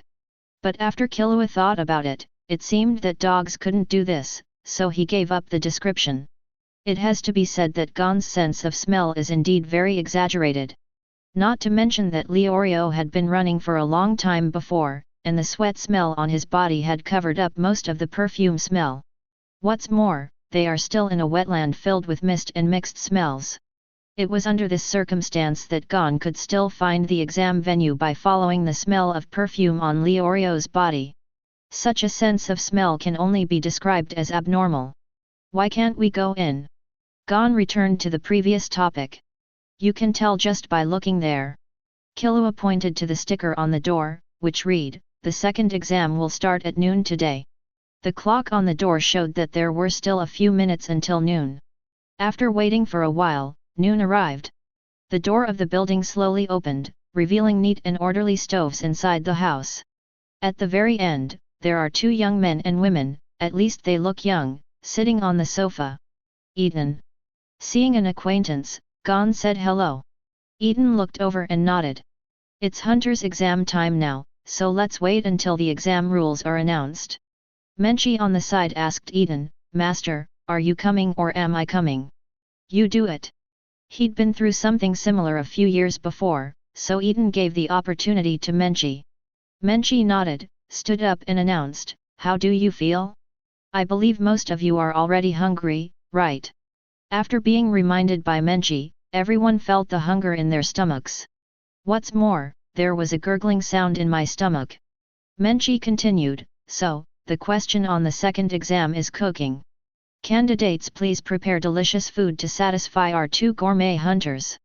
Of course, we will specify the main ingredients, but it does not limit the type of cooking you do.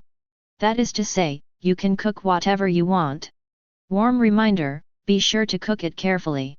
After all, we examiners will only taste part of it, the rest is your lunch. Before Menchie finished speaking, the candidates started talking. Where can there be such a test question? Yeah, I've never cooked in my life. Humph. I'm more or less good at it. It looks like this exam is going well. I didn't expect that there would be a cooking test. It seems that this second test will eliminate many people. Menchie clapped his hands and made a loud noise to attract everyone's attention. Now I announce the designated ingredients, which are viviparous chickens in the forest, and they must be viviparous chickens that are more than 2.5 years old. Okay. The second hunter exam begins now. Influenced by Eaton, Menchie did not specify nigiri sushi as the subject of this hunter exam as in the original work. As for the roasted pig theme chosen by Boera in the original work, Eaton said that as a native of Guangdong and Guangxi, he prefers chicken to pork. Do you understand the meaning of no chicken can leave Guangdong and Guangxi alive?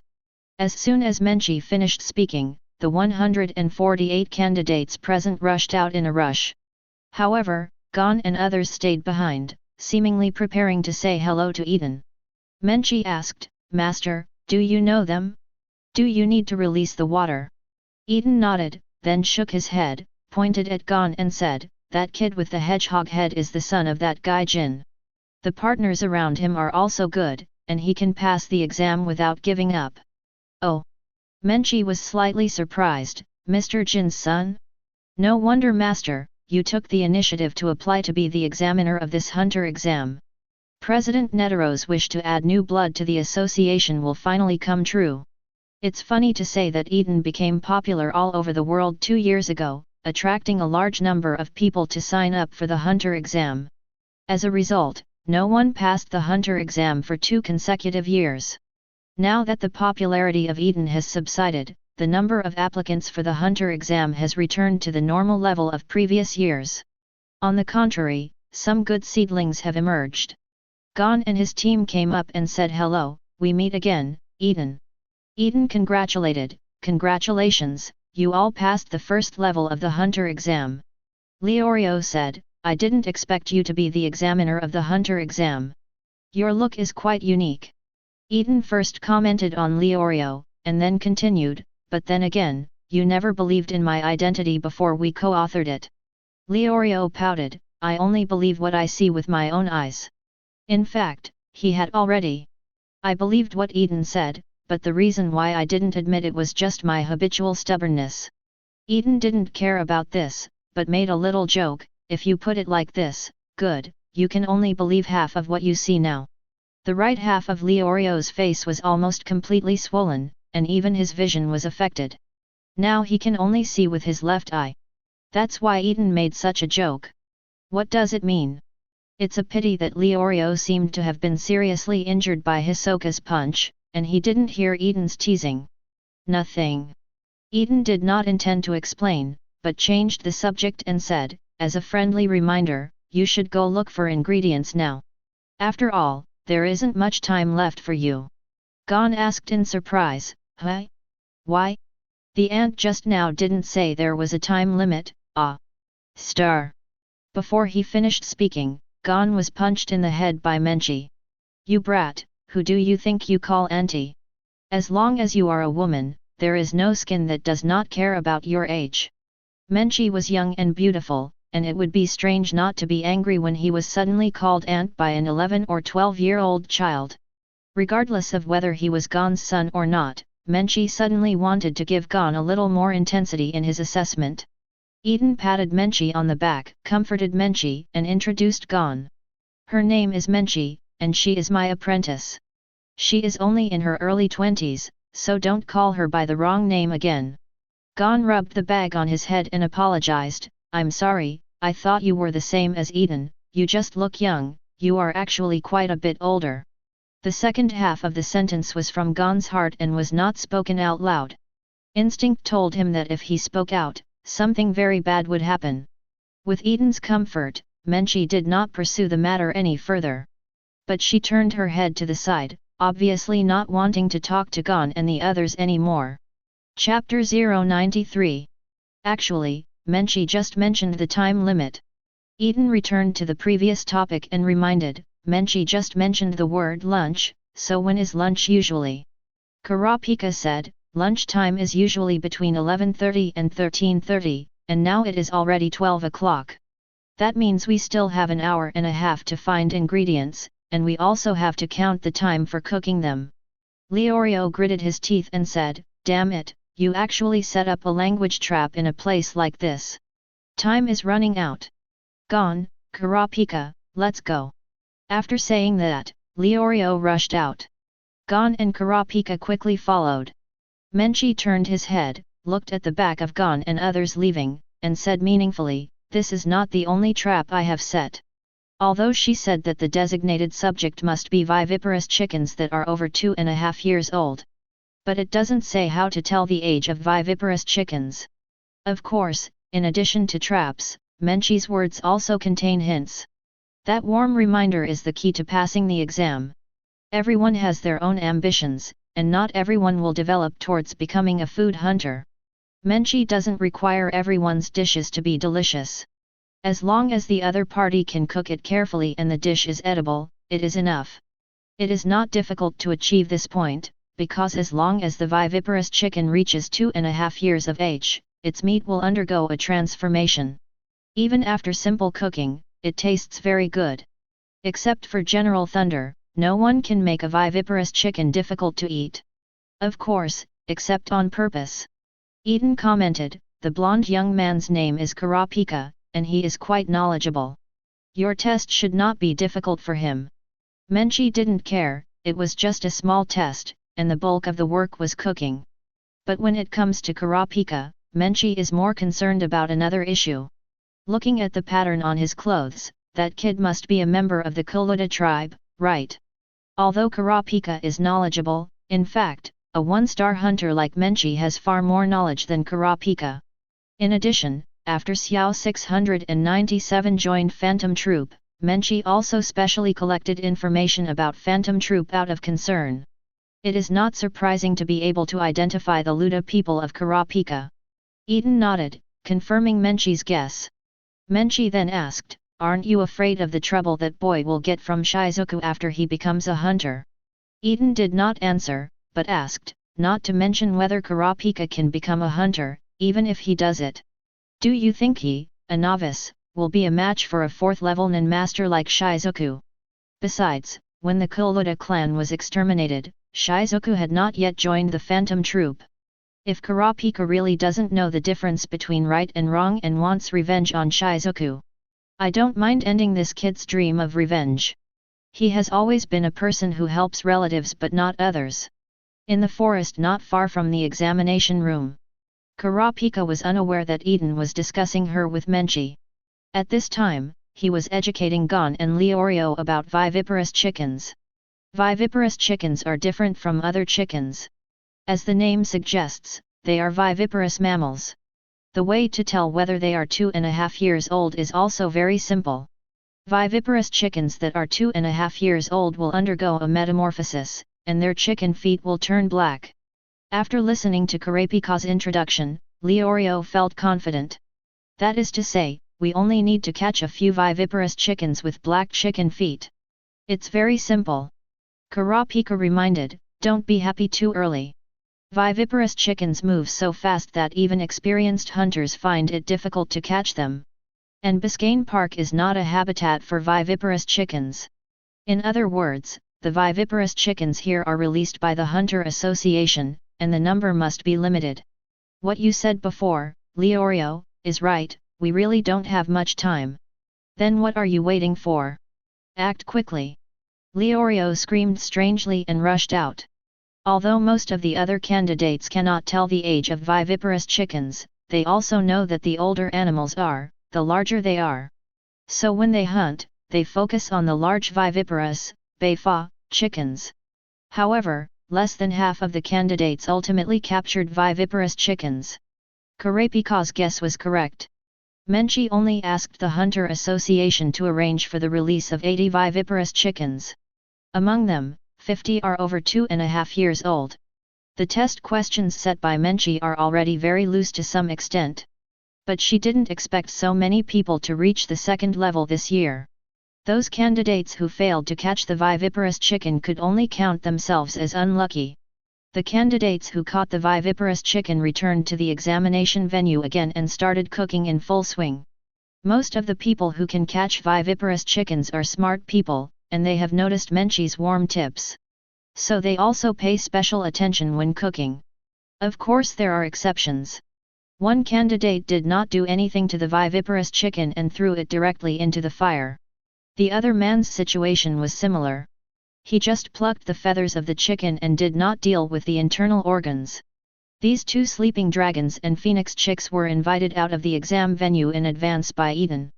The rest are much more normal. Most of the candidates are actually not very good at cooking, so they chose the simplest and most primitive cooking method of barbecue. To read Bao's Huang novels, go to Fila novels mi. Even Gon and the others are the same. Since he and Kitty the fox and bear spend many years together in the forest, Gon's barbecue skills are quite good. From Eaton's point of view, few candidates present could compare to Gon. Soon, candidates one after another brought dishes to Menchi. Menchi only took a small bite of the food served to each candidate, and then put down his chopsticks. The disgust on his face was not concealed at all. Obviously, the dishes cooked by these candidates don't taste very good, and they can't even be described as average. Fortunately, Menchi didn't expect these candidates to cook well at first. After all, this is a hunter exam, not a cooking competition. What Menchi tests is whether candidates treat cooking wholeheartedly, or whether they face this assessment. Most people are qualified in this regard. Of course, it may also be because the dishes cooked by the candidates are also their lunch. It's a pity that some of the candidates were unlucky, and the viviparous chickens they captured did not reach the age of 2.5 years. Although their attitude towards cooking was recognized by Menchi, they still failed to pass the assessment. There were originally nearly 150 candidates, but in the end only about 40 were left. Next comes the second half of the second hunter exam. However, Eaton did not rush to announce the test questions, but waited until the candidates finished their homemade lunch. After several hours of long journey, all the candidates were already hungry. At this time, they finally had a chance to eat. They gulped down the food they made without caring about their own image. At this moment, many people more or less understood the significance of the test he had set. While the candidates were finishing their lunch, Eaton coughed twice to focus the candidates' attention. Just as he was about to announce the exam content, Eaton suddenly saw a familiar figure behind the crowd. "Hey, Mr. Tonpa! I haven't seen you for several years, and you're still playing here." Familiar words reached Tonpa's ears, and she still remembered that the other party greeted her in this way a few years ago. Tonpa smiled and nodded towards Eaton. It's not that he is cold and silent, but that nothing is appropriate in this situation. Tonpa doesn't want to attract too much attention. After all, he plans to eliminate a few more newcomers in the next assessment. Although it is unlikely now. Because of Eaton's greeting, the eyes of all the candidates present were focused on Tonpa. Poor Mr. Tonpa, since the beginning of the second exam, he has tried his best to reduce his sense of existence. The purpose was not to let Eaton notice him, which would lead to the situation when Eaton became the examiner of the Hunter exam last time. See chapter 60 for details. It's a pity that Eaton still discovered it. Eaton saw that Tonpa didn't want to talk to him and didn't care, so he began to perform his duties as an examiner. I will announce the content of the second half of the exam next. As we all know, the Hunter exam is full of cruel competition among candidates, and there are countless cases of intrigue. But I want to see something different this time. So I prepared a monster for everyone on the other side of Biscayne Forest Park. It's called Dragon Scale Snapper. As you can probably tell from its name, the scales of the Dragon Scale Snapper are very hard, otherwise it would not be given the name Dragon Scales. In addition, Dragon Scale Snapper also possesses very fast speed, teeth that can bite through steel, and wisdom that is no less than human. It can be said that there are almost no weaknesses. There was once a rich man who wanted to have a taste of it, so he hired hundreds of experts to try to catch Dragon Scale Snapper. The final result was that the team of hundreds of people was wiped out and all of them died. After hearing this, you must have made some guesses about my assessment. I can tell you straightforwardly here that my assessment content is teamwork. After all, Dragon Scale Snapper is not a prey that you can catch alone. Of course, except for those two. Eaton said this and pointed at Hisoka and Ilmi disguised as Gitarakar. These two guys have mastered the existence of Nen skillfully, and the mere Warcraft is no match for them. Therefore, Eaton's assessment excludes these two people. Otherwise, if these two people take the lead, the subsequent candidates will not need to take the test and will win directly. Although this is unlikely. Candidate number 44 and candidate number 301 are exempted from this exam and will go directly to the next one. Before the candidates could express their opinions, Eaton continued, if you are not convinced, you can ask these two candidates to compete. As long as someone can beat the two of them, I can even guarantee that you will get a hunter license. Unfortunately, this is impossible. Of all the people present, even Menchi dared not say that he could definitely win against these two people. After all, Menchi's Nen is mainly about food, and fighting is not her strong point. The only one who can win is Eaton. Unfortunately, Eaton is an examiner and is not among the candidates. The candidates were somewhat dissatisfied after hearing that Hisoka and his wife were exempted from the exam. But I have no intention of competing with Hisoka. Hisoka's brutal performance before was seen by all the candidates. This person dared to take the initiative to take action against the examiner. As for another person who is exempted from the test, he can pass Menchi. The candidates taking the assessment are not stupid. Since the opponent can be tied with Hisoka, there must be something special about him. Even if you try it, you will probably fail.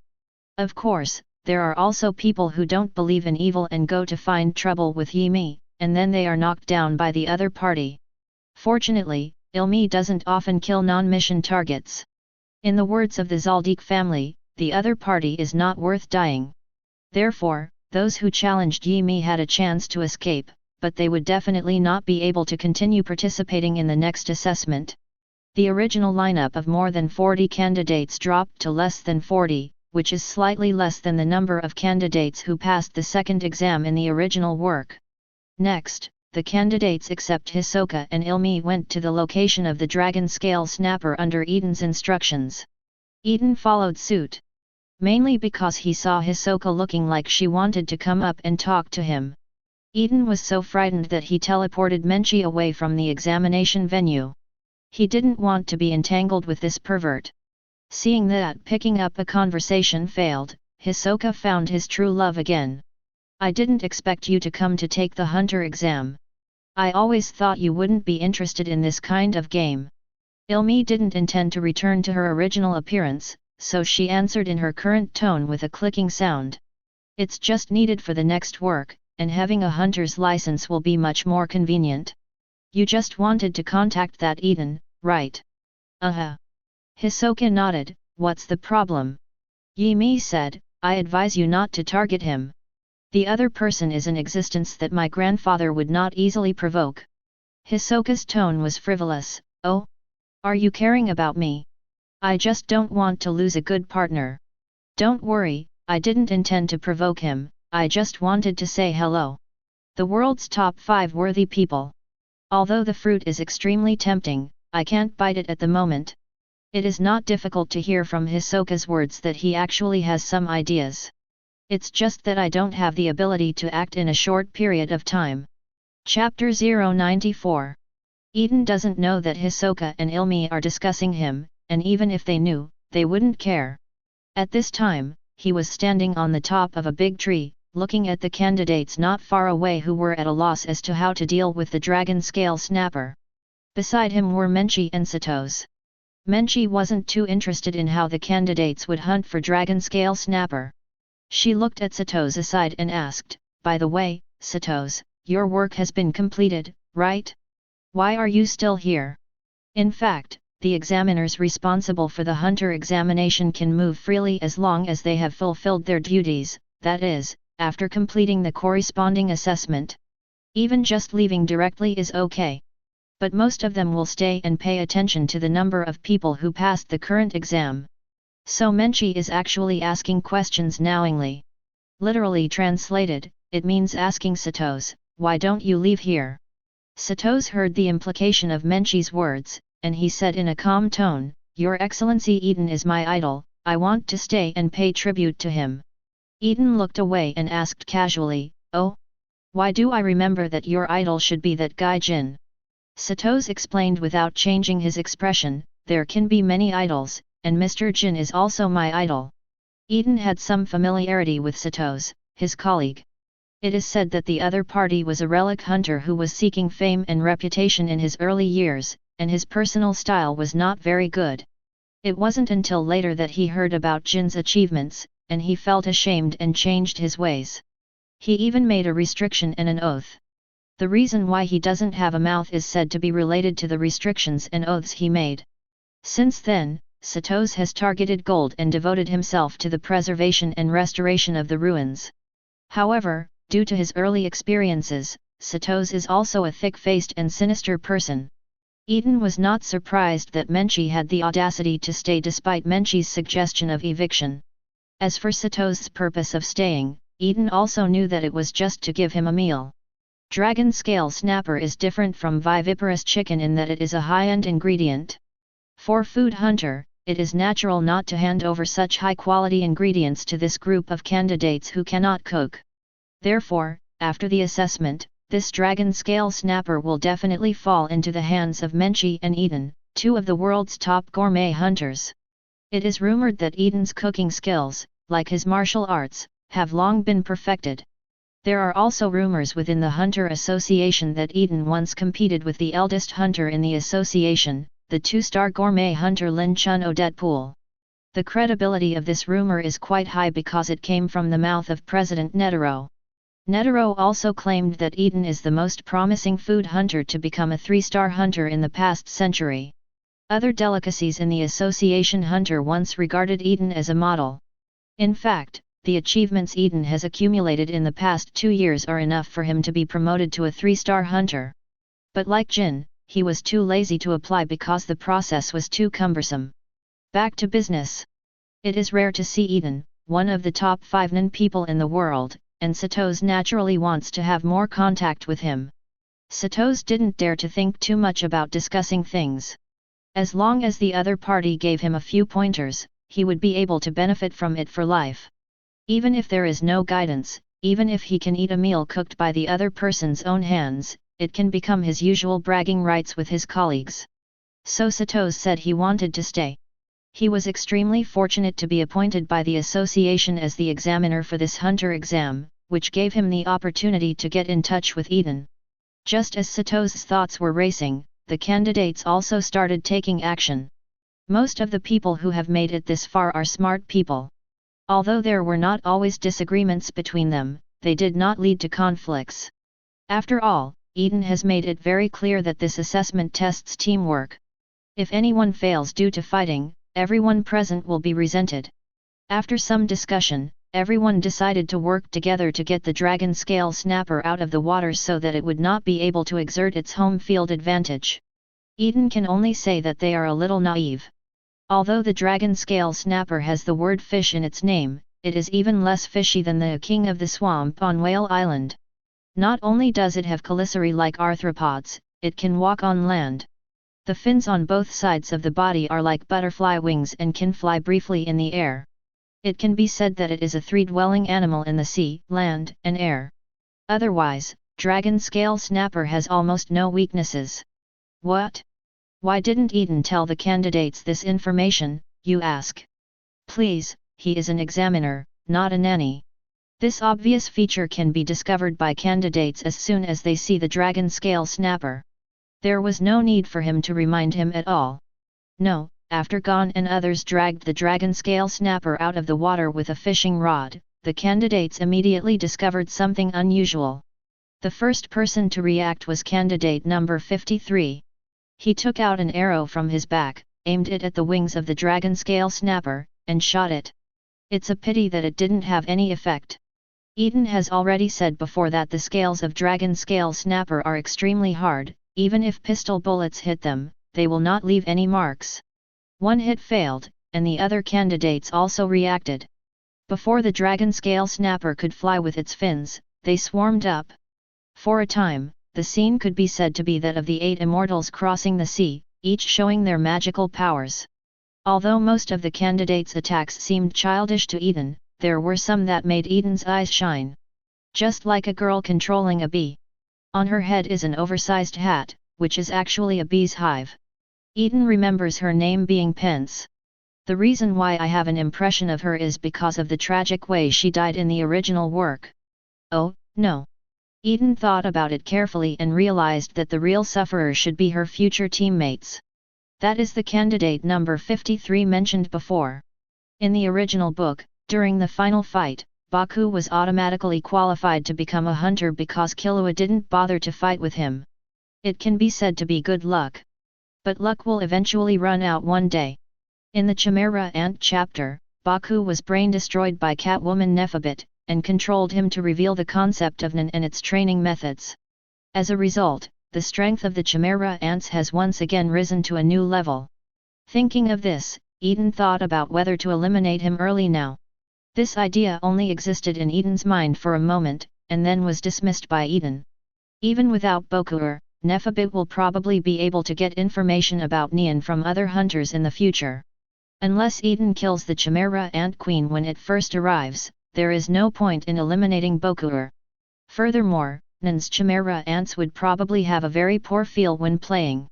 Eaton also wants to have more fun fighting the Ant King in the future, so he doesn't plan to change anything.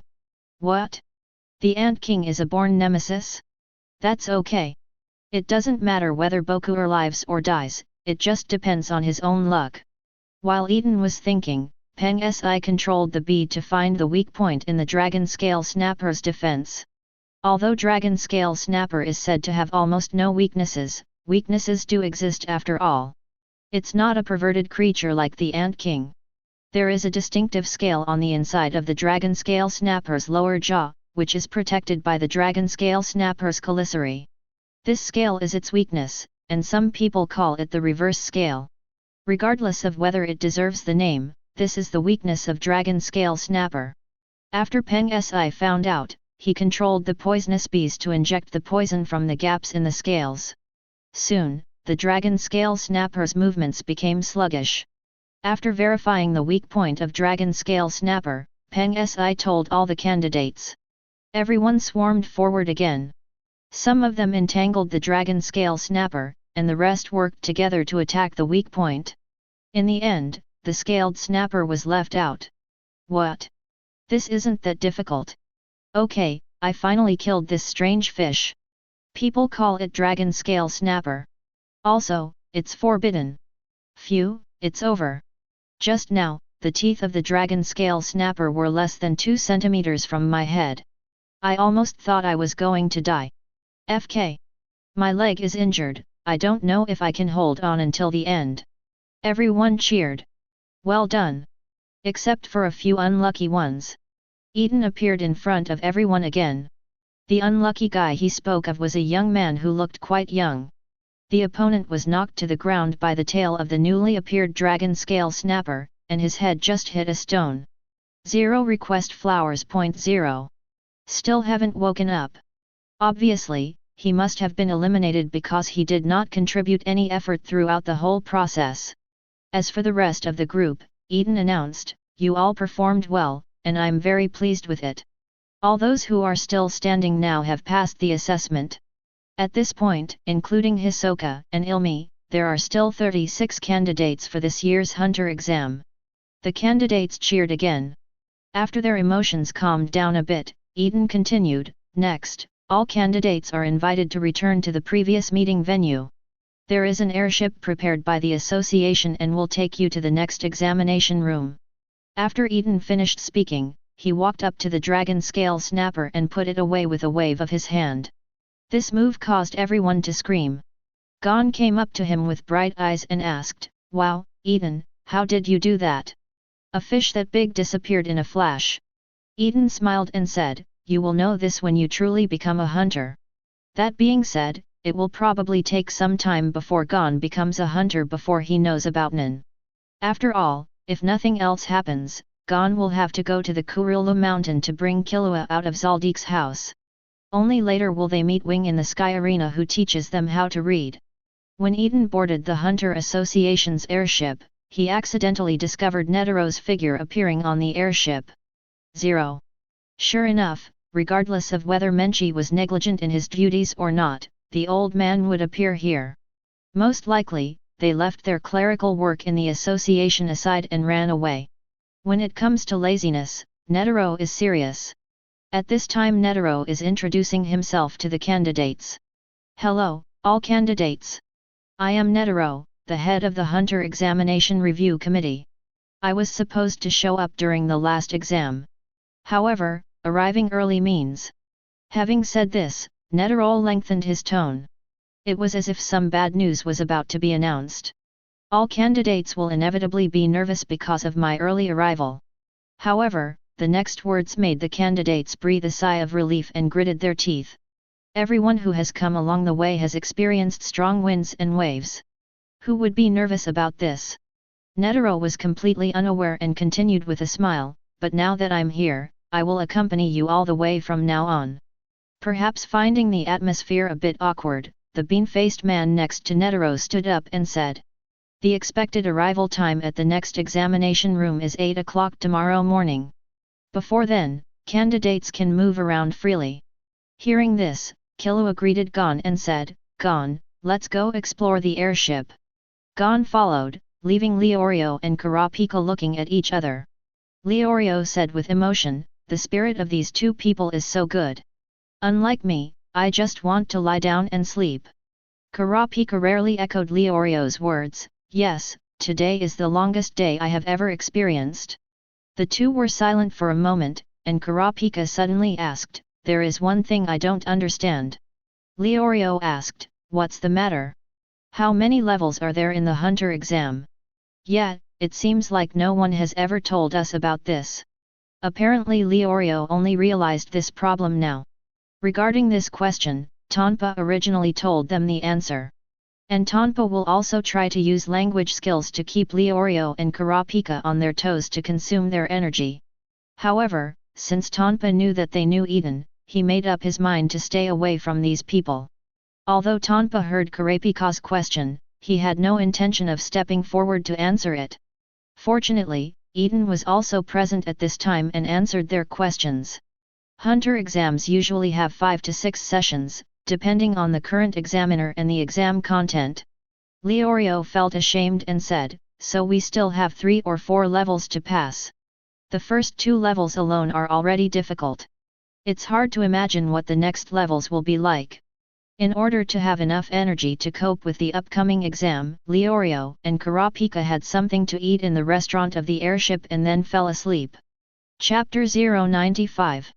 After most of the candidates filled their stomachs, they just found a corner and rested. Gon and Killua ran to the glass window of the airship, overlooked the earth, and looked at the night scene. Gon looked out the window and exclaimed, "Wow! It's so beautiful, like a gem." Having grown up on Whale Island, this was the first time for him to look down from such a high place. Everything is so new. But Killua, who often carries out assassinations, is tired of seeing such scenes. After all, those high-ranking officials and rich people like to live in high places. Oh, right. In addition to high-rise residences, they also like suburban villas. Perhaps sensing Killua's boredom, Gon took the initiative to find a topic. Killua. Where are your father and mother? She should still be alive, right? Killua sounded unsure. He remembered that he had injured his mother before running away from home, and he did not know whether she was dead or not. Gon then asked, then what do they do? Killua replied without hesitation, killing machine. However, Gon asked a question that surprised him, both. Looking at Gon's serious attitude, Killua laughed out loud. Ha ha ha ha, you are so interesting. You are the first person to ask me this question with such a serious expression. If ordinary people learn that Killua's parents are both killing machines, they will either disbelieve it, or they will stay away from Killua after believing it. How could I be like Gon and ask questions seriously?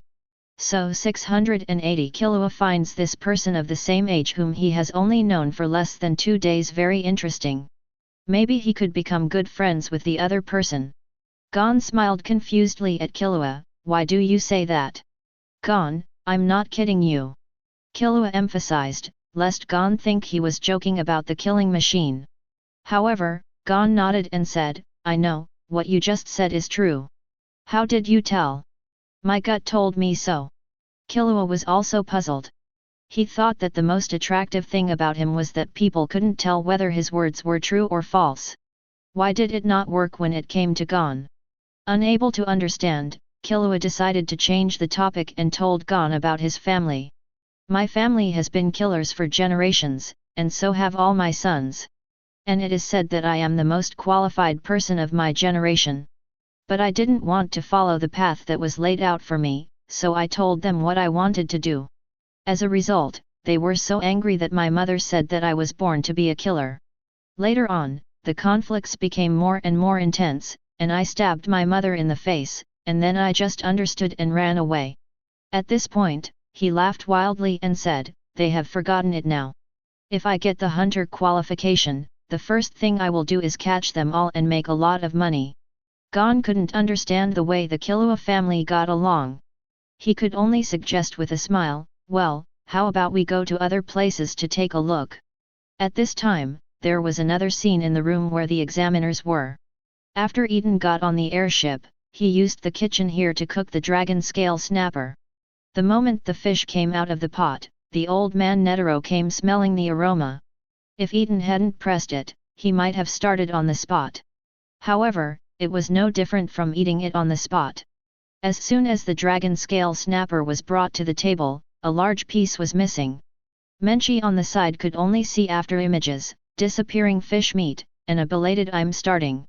Menchi came to his senses and quickly joined the snatching team. Sato's seemed to have anticipated this scene, and the missing chunk at the beginning was his fault. He silently walked away from the battlefield with a piece of fish in his hands, showing his incomparable wit. Eaton just looked on with a smile until all the dragon scale snappers were gone. The diners devoured the food, which is undoubtedly a recognition of the chef who made the dish.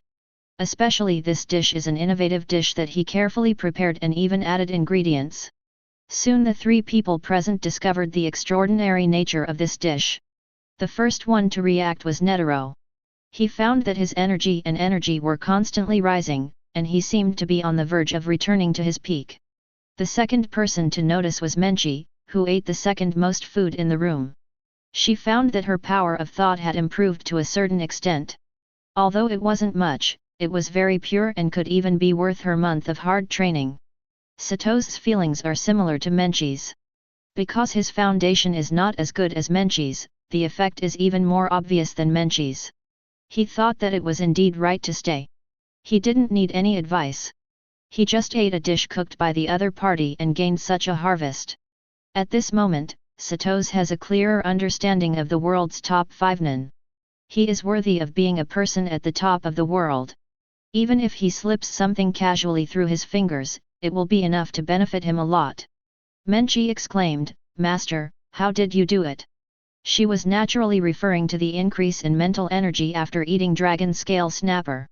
Food made from the ordinary dragon scale snapper does not have this effect, otherwise it would have been eaten by the ninja and become extinct. It's very simple. If it were you, you could also do it with nin. Eaton explained, think of the mind energy itself as a food ingredient.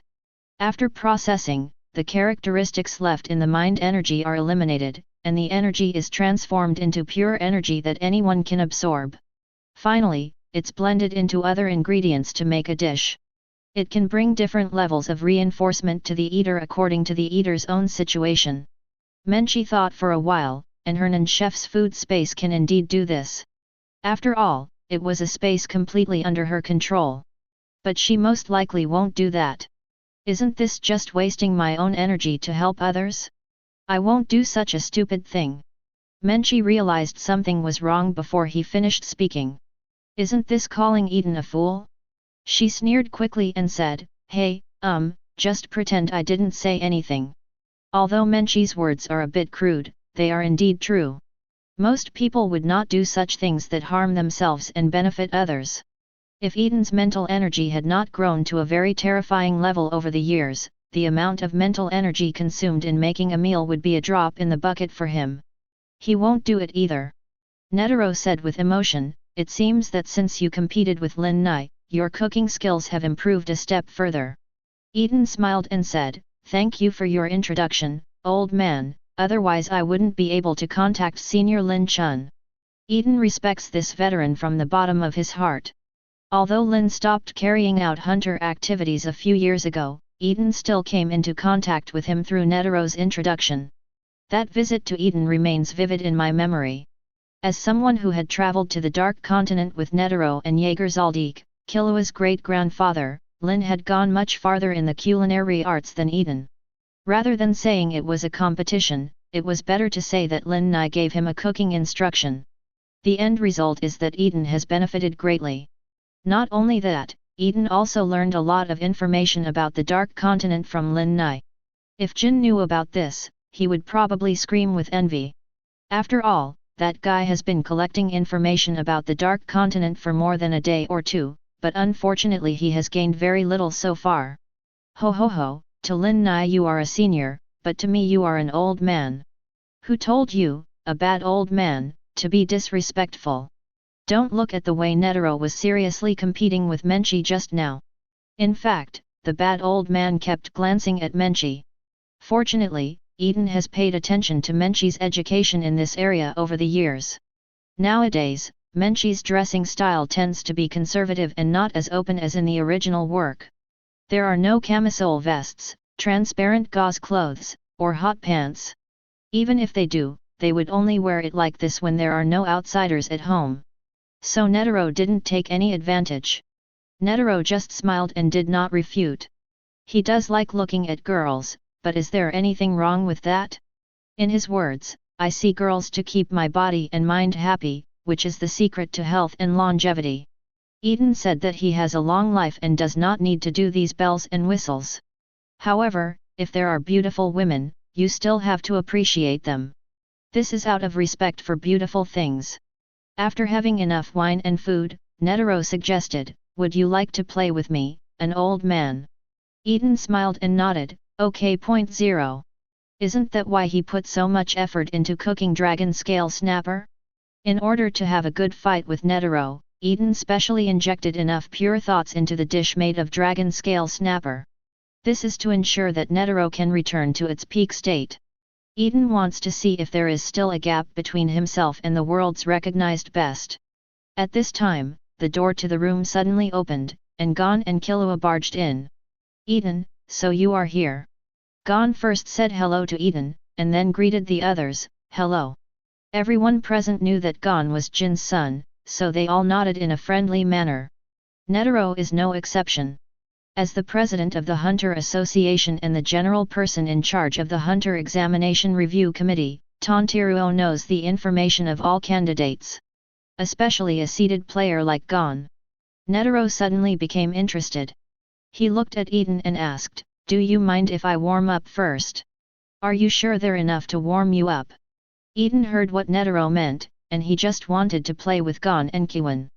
But even Gon and Killua combined are not enough to make Netero sweat. There is a gap called Neon between them. You have to let me, old man, move around first. Fine. Eaton didn't care and agreed to Netero's proposal. Not only that, he also plans to add some fun to Netero's games. But since you let them play games with you, shouldn't you let them fill their stomachs first? Eaton said, waving his hand and taking out a dish made of dragon scale snapper.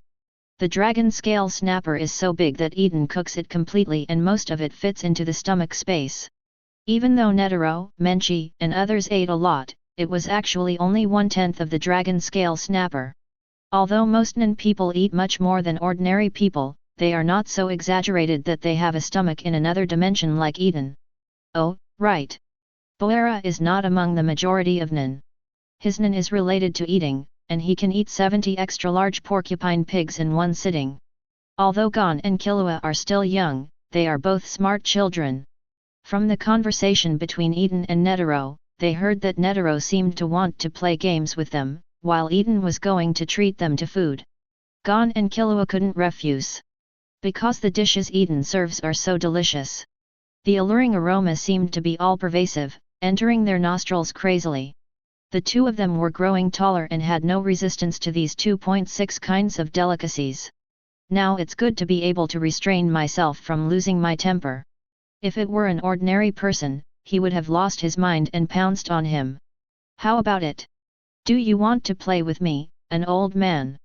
Netero said to Gon and Killua, if you can beat me in the game, I can directly let you pass the hunter exam. No need, I will obtain hunter qualification through my own efforts. Surprisingly, Gon refused. Perhaps because he learned more about gold from Eaton, Gon decided to personally experience every test before becoming a hunter. As he told the old captain on the ship, he wanted to know why the profession of hunter fascinated Jin so much. Killua lowered his eyes and complained, don't talk like you can definitely win. The instinct from the killer told Killua that among all the people present, he was no match for him. It seems so. After reacting, Gon scratched his head in embarrassment.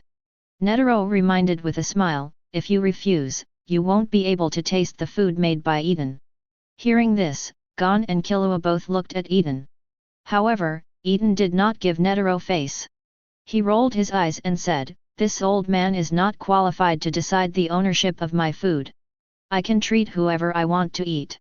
But I also suggest that you play with him for a while, just like accompanying the elderly to exercise after meals. Eaton said, placing the food in front of Gon and Killua. Chapter 096. Gon was still hesitant about this, but Killua wasn't the kind of person to be polite. He took the plate from Eaton, and although he was rude, he said politely, thank you. Then he turned to Gon and said, let's just eat with confidence. Then we'll just have fun with this old man. It doesn't necessarily have to be hunter qualification. It just so happened that he felt that the difficulty of the hunter exam was too easy, and he hoped that the head of the review committee could give him a surprise. The naive Killua didn't know that he was about to face a hellish difficulty game. At this time, he and Gon were having a great meal. Netero went to prepare the venue for the next game of grabbing the ball. Eaton, Menchie, and others were sitting on the sofa chatting. Menchie asked, Master, how many people do you think can pass the hunter exam this time? Eaton recalled the number of people who qualified as hunters in the original book and said, about 6 or 7. Menchie said in surprise, so many. Before Eaton could answer, Killua who was standing aside took a mouthful of fish and asked first, are 6 or 7 people still too many? Of course. Eaton nodded, in previous years, the average number of people who passed the hunter exam was only about 2 or 3 people each year. Menchie took up the topic, it's common even if no one passes. So, the 6 or 7 people Master mentioned are already a very large number. But having said that, the qualifications of this year's newcomers are indeed good. Who do you think you are more optimistic about? When he said the last words, Menchie looked at Sato's, obviously asking him. Sato's thought for a moment and said, I think No 99's performance in the assessment was outstanding. Number 99, isn't that you, Killua?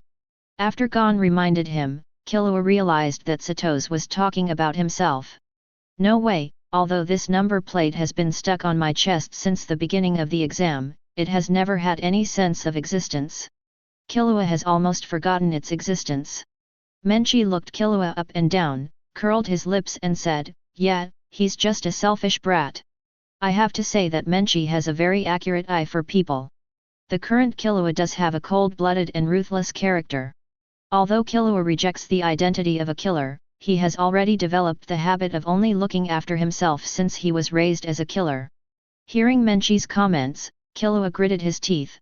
If he hadn't felt that he probably couldn't beat Menchi, he would have rushed forward and taught him a lesson. "Master, where are you?" Menchi looked at Eaton and asked, "Is that candidate no 44? Eaton asked, "Why do you think that?" "Because that guy seemed to want to talk to you, but you pulled me away." Eaton explained, "I stayed away because the guy was a psychopath and a pervert. Once you get entangled with this kind of person, it will be very troublesome. You should stay away from him in the future." Menchi nodded in understanding. Sato's quite agrees with Eaton's evaluation of Hisoka. What Mr. Eaton said makes sense. We hunters are used to subconsciously looking for opponents and things that interest us. But after all, we will never put ourselves in desperate situations. But candidate number 44 is different. He is an anomaly. He is the kind of guy who slams on the accelerator when we slam on the brakes. At this time, Netero was ready and returned here to greet Gon and Killua to the game venue. Sato's followed with interest, obviously wanting to see how Kim's son performed. Eaton, on the other hand, turned around and went back to his room to rest. He knew that the next volleyball game between Netero and Gon would last until tomorrow morning. Netero probably didn't expect it either. He just wanted to warm up with the kids. As a result, he was entangled by the stubborn Gon. The next morning, as soon as Eaton went out, he saw Naito walking to his room wearing a vest. Eaton said hello. "Hey, the old man has been playing with the children all night? Be careful to die suddenly if you stay up late." With Netero's physical fitness, this kind of thing will naturally not happen. Eaton was just joking when he said that. Netero heard Eaton's teasing and didn't care. He was in a good mood now and asked, "That boy's thoughts are a little different from ordinary people's." The kid Netero was talking about was naturally gone, and Eaton wouldn't think that Netero would comment on Killua like this. To them, Killua is now the most boring type of person. Without my own goals, taking the hunter exam is just for fun and has no merit other than good enough talent. This is completely inconsistent with Hunter's philosophy. But Gon is different. He is simple-minded, passionate, and has clear goals. Although he is a bit too naive and his temper is good, it is not a big problem. You must know that Gon is now less than 12 years old, and he grew up on Whale Island in a remote area. Such children are not even mature enough before Eaton travels through time, and are most in need of guidance. Thinking of this, Eaton felt it was necessary to remind Jin about Gon's education. This is not how free-range farming works. If you don't even go to school, wouldn't you become illiterate? What are you thinking about? I asked you questions and didn't answer them. Netero's voice brought Eaton back to reality. Nothing. Eaton shook his head, not intending to say that he was just thinking about Gon's education. By the way, what did you ask me just now? Netero said, "Ask when you plan to have a fight with this old man like me. You decide the time." Eaton handed the question back to Netero. "Then now? Now? We just played volleyball with the kids all night. Don't you need a break?" "Ho ho ho, don't underestimate me, old man. I feel in great shape now. TCH, it's not because you ate the food I cooked." Eaton pouted, then suddenly remembered something. He asked, "By the way, how are the two little guys doing?" Integrating mind energy into dishes is an innovative work, and Eaton is also curious about the effects of eating it on people who are not yet aware of mindfulness. Netero said, "I don't know about that Zaldik boy." The other party gave up halfway through the game. It seemed that he was afraid that he would get angry and kill me, the old man. Eaton rolled his eyes. An innocent killer wants to kill the world's most recognized human being. He might have woken up early in the morning and heard some terrible joke. Netero continued, as for Gon, you can really feel the improvement in his physical fitness in the second half of the night. He almost stole the ball several times. Eaton mused. It is indeed reasonable for people who have not yet developed mindfulness to believe that eating dishes containing mindfulness energy will enhance their physical fitness. After all, the aura nodes are not turned on, and it is impossible for outside air conditioning to help them turn them on without someone's guidance. It is also because the aura nodes are not opened, and the foreign thoughts cannot be dissipated after entering their bodies. So I followed their exercise to strengthen their physical fitness. Gon was okay. He had completely digested the thought energy through exhausting exercise. The experience with Killua was not so great. He gave up midway last night and voluntarily gave up the game. Since the thought energy in his body had not been digested, he probably couldn't sleep all night. No, let's talk about Cao. Cao is here. Killua came to Eaton with two faint dark circles under his eyes. Looking at his gloomy expression, you can tell that his mood is definitely not very beautiful. After seeing Eaton, Du asked, "What on earth did you give me to eat last night?" Eaton smiled and said, "Of course it's a good thing. A good thing will keep me awake all night." Young people, don't be too impulsive. Don't you feel that your physical fitness has improved? Although Killua did not do enough exercise, the mental energy had a strengthening effect on his physical fitness. Hearing this, Killua clenched his fist. I found that my strength was indeed stronger than yesterday. However, he was not happy about it. Instead, he looked at Eaton suspiciously. You couldn't have given me some secret medicine that overdrafts my body, right? Eaton punched Killua in the head angrily. What are you thinking, brat? Even if I really had that idea, I wouldn't be able to attack you in front of so many people. You know about Shivyu, right? Killua nodded. As a family of killers, the Zaldik family has also mastered many dietary supplements. However, in recent years, the effect of dietary supplements at home has improved a lot.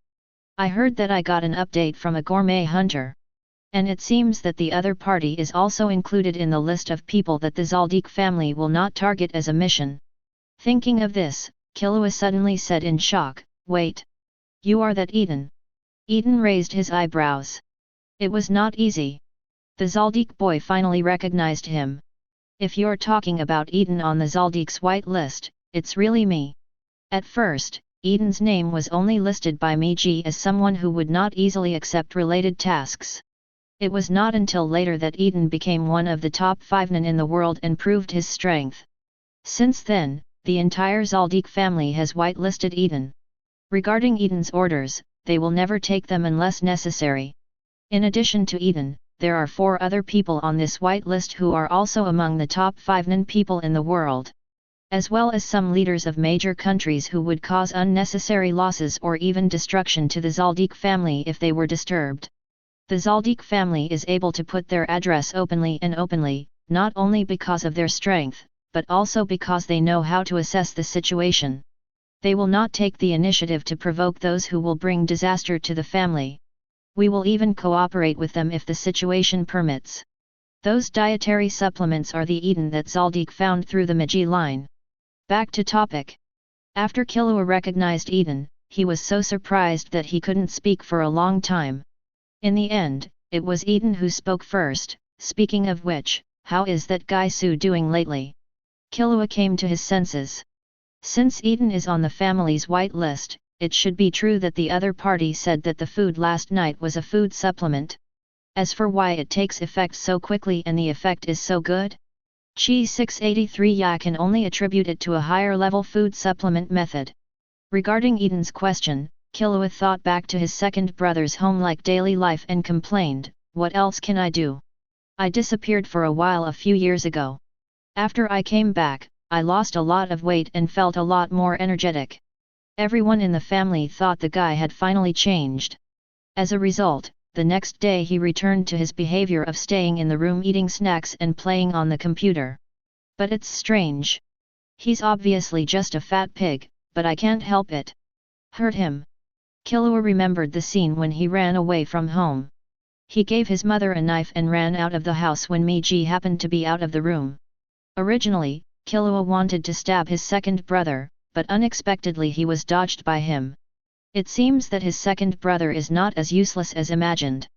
The corners of Eaton's mouth twitched, and he didn't expect that after Ting-ji came back from Greed Island, he still turned back into the fat man in the original novel.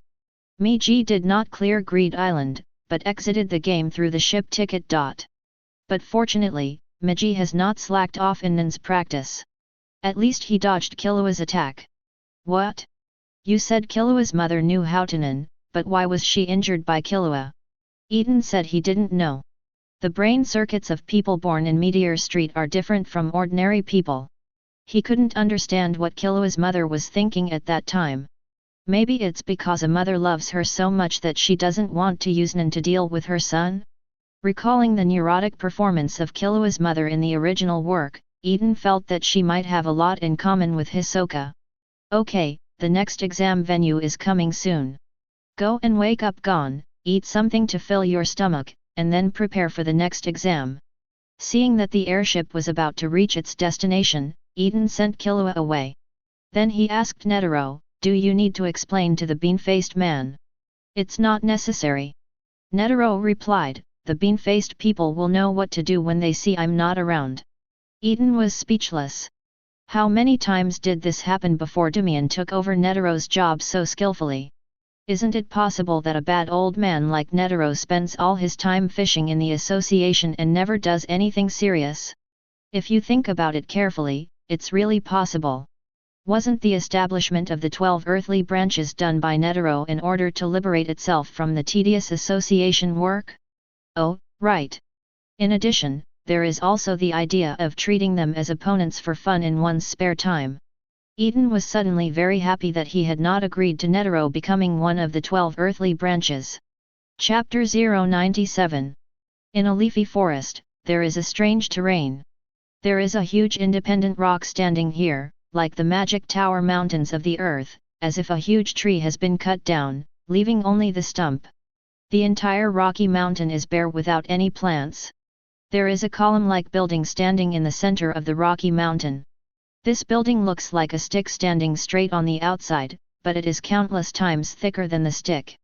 The floor space alone is as high as several square meters. The airship carrying the candidates landed on the top of the building. The candidates stepped off the airship, looked around at the empty surroundings, and started talking about it. "There is nothing in this place, why do we need to come here? Yet, I can't even see a person, and I don't know what content will be tested next. Whatever, the soldiers will stop the water from coming to Wang Kunyuan." When all the candidates stepped off the airship, the bean-faced man came to everyone and introduced, "The location we are currently at is called the Jianjing Tower. This is the location of the third exam. As for the assessment content, the following is what the examiner of this exam asked me to paraphrase. The content of this assessment is to reach the ground from the top of the Jade Well Tower. The time limit is within 72 hours. I hope everyone can arrive alive. The exam has officially begun. I wish you all victory." After the bean-faced man finished speaking, he turned around and walked back to the airship and left here, leaving a group of candidates looking at each other in shock. Someone walked to the edge and looked down, and estimated that it was at least 1,000 meters high. Sky Arena is completely a younger brother in front of it. No wonder it can only be ranked as the fourth tallest building in the world. This BD tower doesn't even have a window. Although the walls are not smooth, they are not something ordinary people can climb. Is it really possible to go down to a place like this? What the hell, going down from here is completely suicidal. That's for the average person. A different voice mingled among the pessimistic crowd. Everyone looked over and saw the candidate with the number 86 on his chest. The other party came to the edge with a confident look and climbed down along the cracks in the stone bricks of the wall. While climbing, he muttered, "There are so many cracks here. As a first-class rock climbing expert, it is completely easy to climb to the bottom." Gon and Killua came to the side and looked down, and found that the other party was indeed very clever.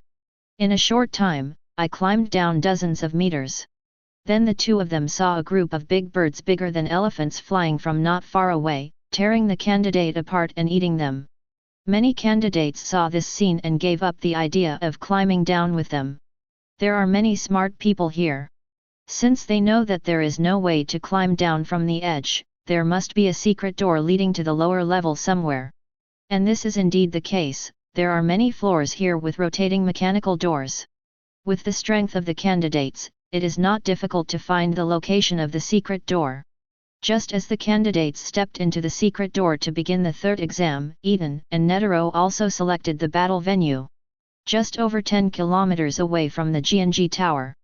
This is a less dense forest, and the sparse tree shadows even look a bit desolate. After all, the Jade Tower is a prison used to imprison the most ferocious criminals in the world, so it is natural to choose to build it in a place with few human traces. Eaton and Netero looked at each other, neither speaking to each other, but continuing to build momentum.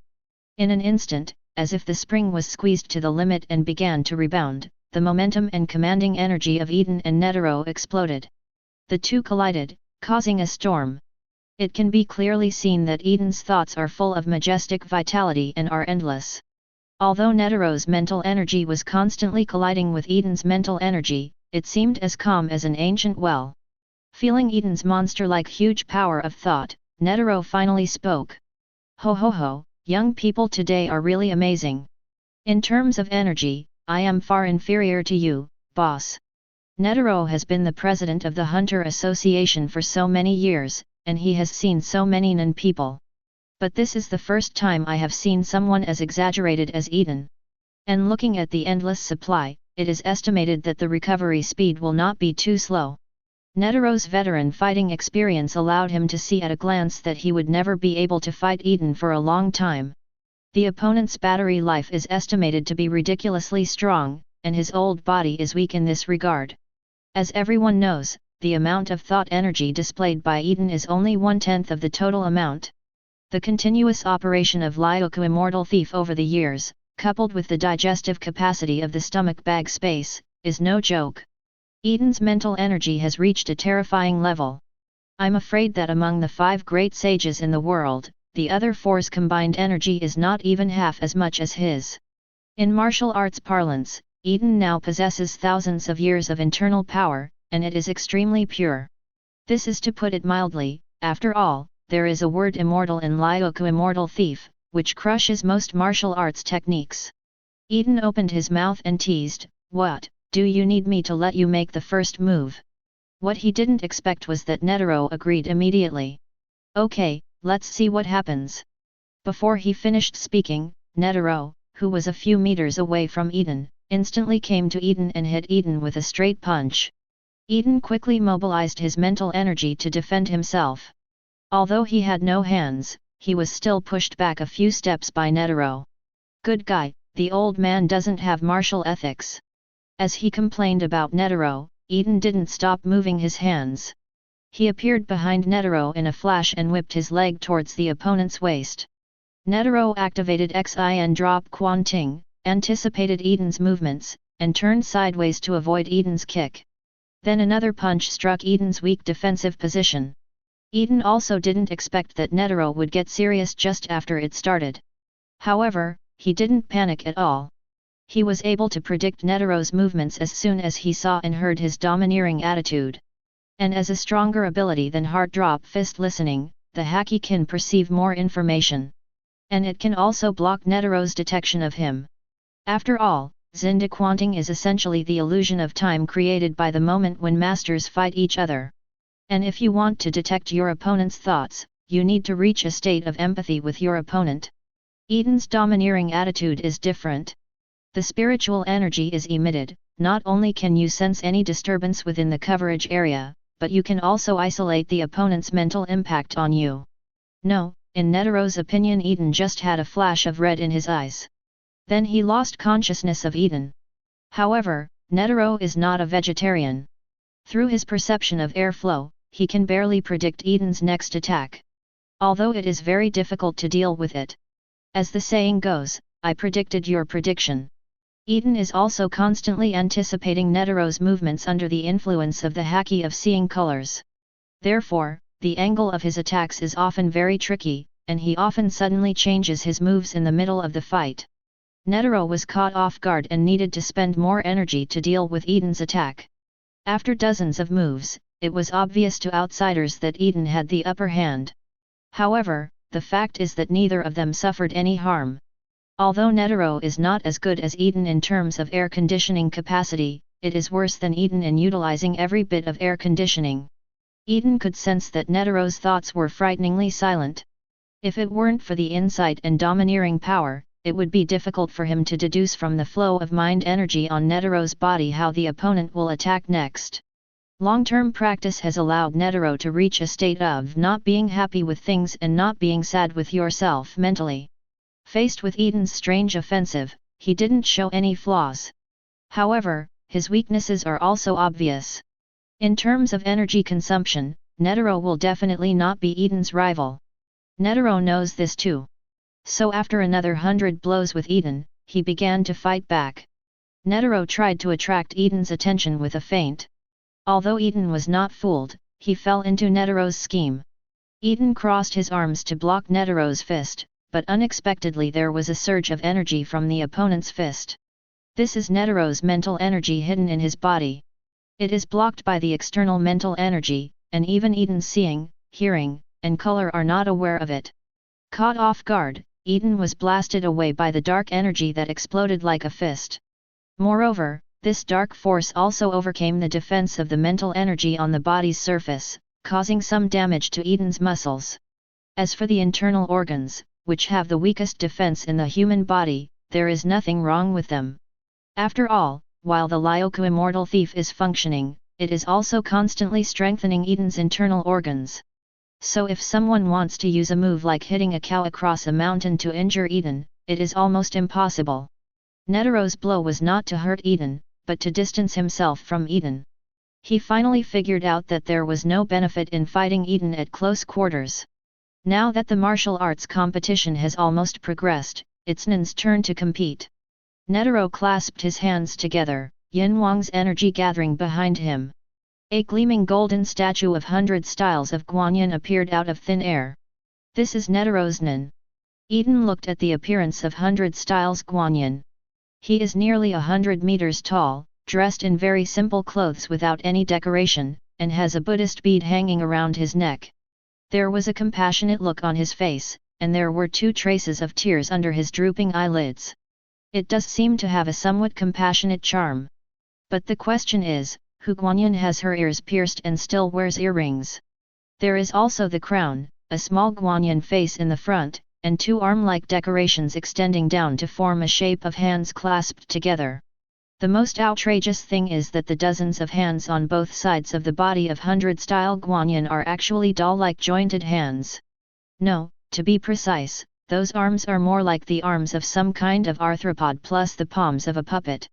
The arms are not only slender, but each joint is not very obvious. Eaton muttered, although I don't have any objections to Buddhism, if Guanyin looks like this, he probably won't attract many believers, right? Netero didn't hear Eaton's complaints clearly. After 100 Style Guanyin came out, he directly used the first move on Eaton. 100 Style Guanyin, one of the dozens of hands, struck Eaton instantly. Even though Eaton was using sensing color, he still couldn't dodge this attack. Netero's attack speed was so fast that Eaton didn't even have time to dodge. Even teleportation has no chance to activate. This palm knocked Eaton directly into the ground. When 100 Styles Guanyin moved his hand away, there was a line several meters deep on the ground. Of ravines. Eaton stood in the sunken pit, patted the dust on his body, and spat out a mouthful of blood. The good attack, Qian Zhao Zhao, broke the corner of my mouth. Netero sighed in his heart, he completely ate one of my attacks but only the corner of his mouth was broken. He is really durable. The other side. After some observation, Gon and others found the secret door to go down. However, only one person can pass through each secret door, and it will be locked afterwards. Finding enough secret doors is not a big problem, the problem is that they will be separated for a while. After saying goodbye, Gon and others each opened the secret door of their choice. After going down, they discovered that the secret door they chose happened to lead to the same room. The four of them were silent for a while. Gon looked around and found that there was no exit in the room.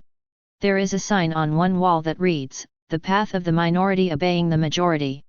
The five of you must follow the rule of the minority obeying the majority to complete the many roads from here to the key point.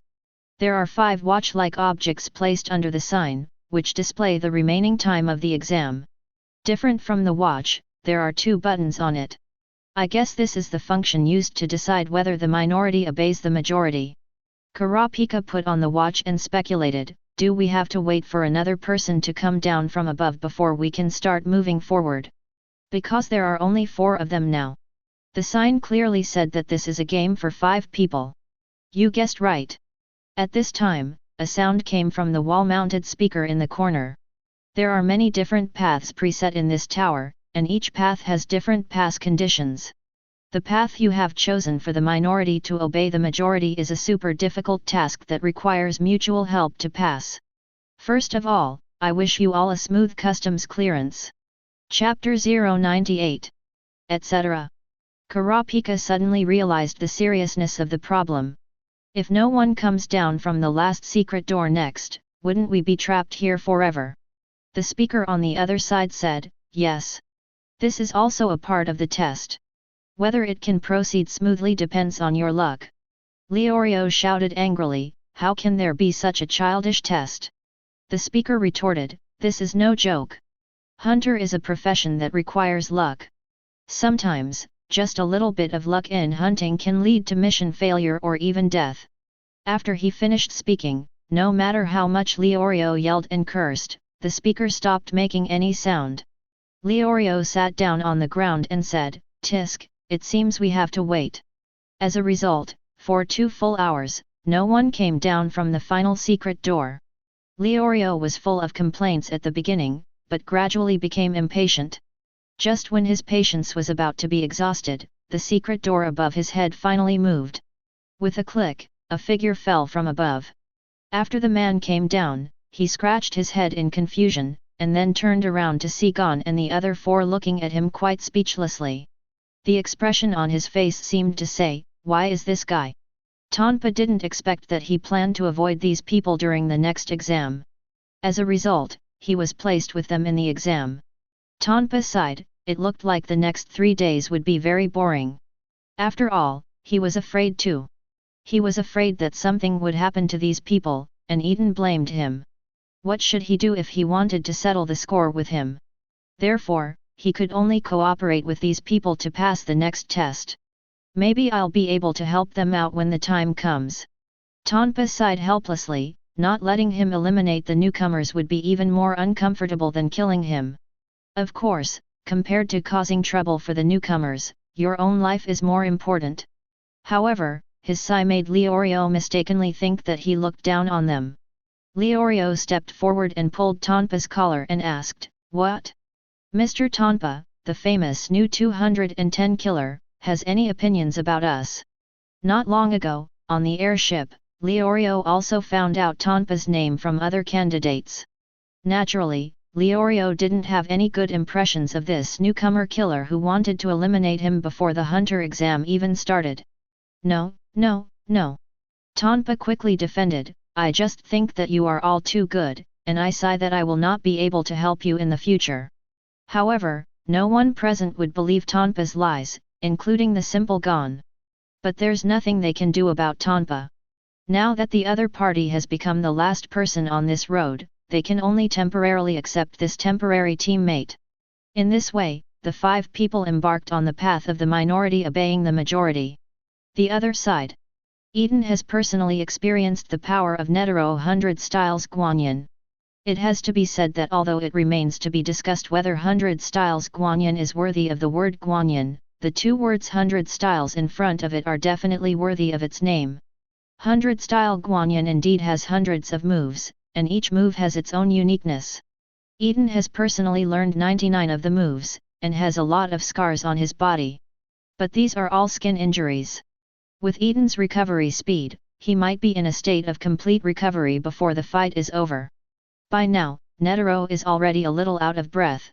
Even though Eaton's mental energy food helped him return to his peak in a short time, he still couldn't withstand Netero's intense consumption. Looking at Eaton's healing wounds across from him, Netero murmured, "You're so perverted.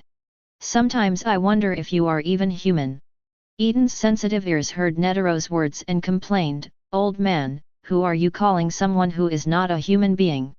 Before he finished speaking, Eaton ducked to the shoulder of Hundred Styles Guanyin and bit its arm. In this mouthful, Eaton used 90% of his mental energy to attach it to his teeth and completely remove one of the arms of Hundred Styles Guanyin. Eaton held his arms, which were much thicker than his whole body, and stuffed them into his mouth. It looks exaggerated, but in fact Eaton compressed the entire arm into a ball, stuffed it into his mouth and chewed it. Well, it tastes good. It's tender, sweet and smooth, with a chewy texture. Actually Eaton was just teasing. After all, how can an arm transformed from thought energy have any smell? However, Netero's mind energy is indeed of the highest quality among all the people Eaton has ever swallowed. Netero saw that his Hundred Styles Guanyin was damaged, and his face became unsightly. Hundred Styles of Guanyin is the result of decades of gratitude to martial arts and devout prayers. Just like Netero's Taoist heart. Eaton's act of destroying Hundred Styles Guanyin did not destroy Netero's Taoist heart, but it also made him very unhappy. "Is this your real nin?" Yes, Eaton hasn't used nin much from the beginning until now. At most, he only occasionally uses teleportation to avoid Netero's attacks. Most people who are familiar with Eaton know nin from Eaton Lyoku's Yen Thief. Of course they only knew the part that Eaton introduced to them. Although Eaton is not afraid of others knowing about his nin, he is not stupid enough to reveal all the information about nin. But Netero guessed something. After all, Eaton didn't hide it when using other nin. So Netero can easily guess that Eaton's nin probably has the ability to swallow other people's nin and turn it into his own. Now that his Hundred Styles Guanyin has been chewed, it means that Eaton may master his nin. When he thinks that nin, which he has worked hard to master for many years, is mastered by others in a short period of time, even Netero's mentality cannot help but care. Eaton saw Netero's thinking. He said, "Don't worry, I have no intention of getting your nin. Hundred Styles Guanyin is of no use to me." Eaton didn't lie, Bai Shi Guanyin was indeed of little use to him. The real strength of nin lies in Netero's martial arts. Without Netero's understanding of martial arts, Hundred Styles Guanyin would be just a larger Nian beast. However, these words fell into Netero's ears and became Eaton's ridicule to him. He seemed to interpret Eaton's words to mean that his Hundred Styles Guanyin was useless. Netero, who was not in a good mood, also became a little angry. "Really? How about you try this trick next? This move is a prayer from the heart. Hundred Style Guanyin, Zero Style." As Netero finished speaking, Hundred Styles Guanyin disappeared from behind Netero, and then suddenly appeared behind Eaton. Two of the palms gently wrapped Eaton's body around him, like a loving caress. However, Eaton doesn't think this is a good thing. It can be heard from Netero's words that this is the opponent's ultimate move, and it cannot be without any power. Eaton isn't one to sit still. "I was about to activate teleportation to leave the palm of Hundred Styles Guanyin, Babbage, but I found that this nin could not be used." Thinking about it carefully, how could Netero, who has so much combat experience, let Eaton escape his killing moves so easily? But it doesn't matter, he is not the only nin. Eaton plans to surprise Netero. Watching Hundred Styles Guanyin open its mouth, dazzling light like the sun gathered in its mouth. Within a moment, Hundred Styles Guanyin roared without mercy towards the Eaton in its hand. The blow struck Eaton with energy that pierced through the stars. It's as if Eaton is Netero's life or death enemy, with no mercy left.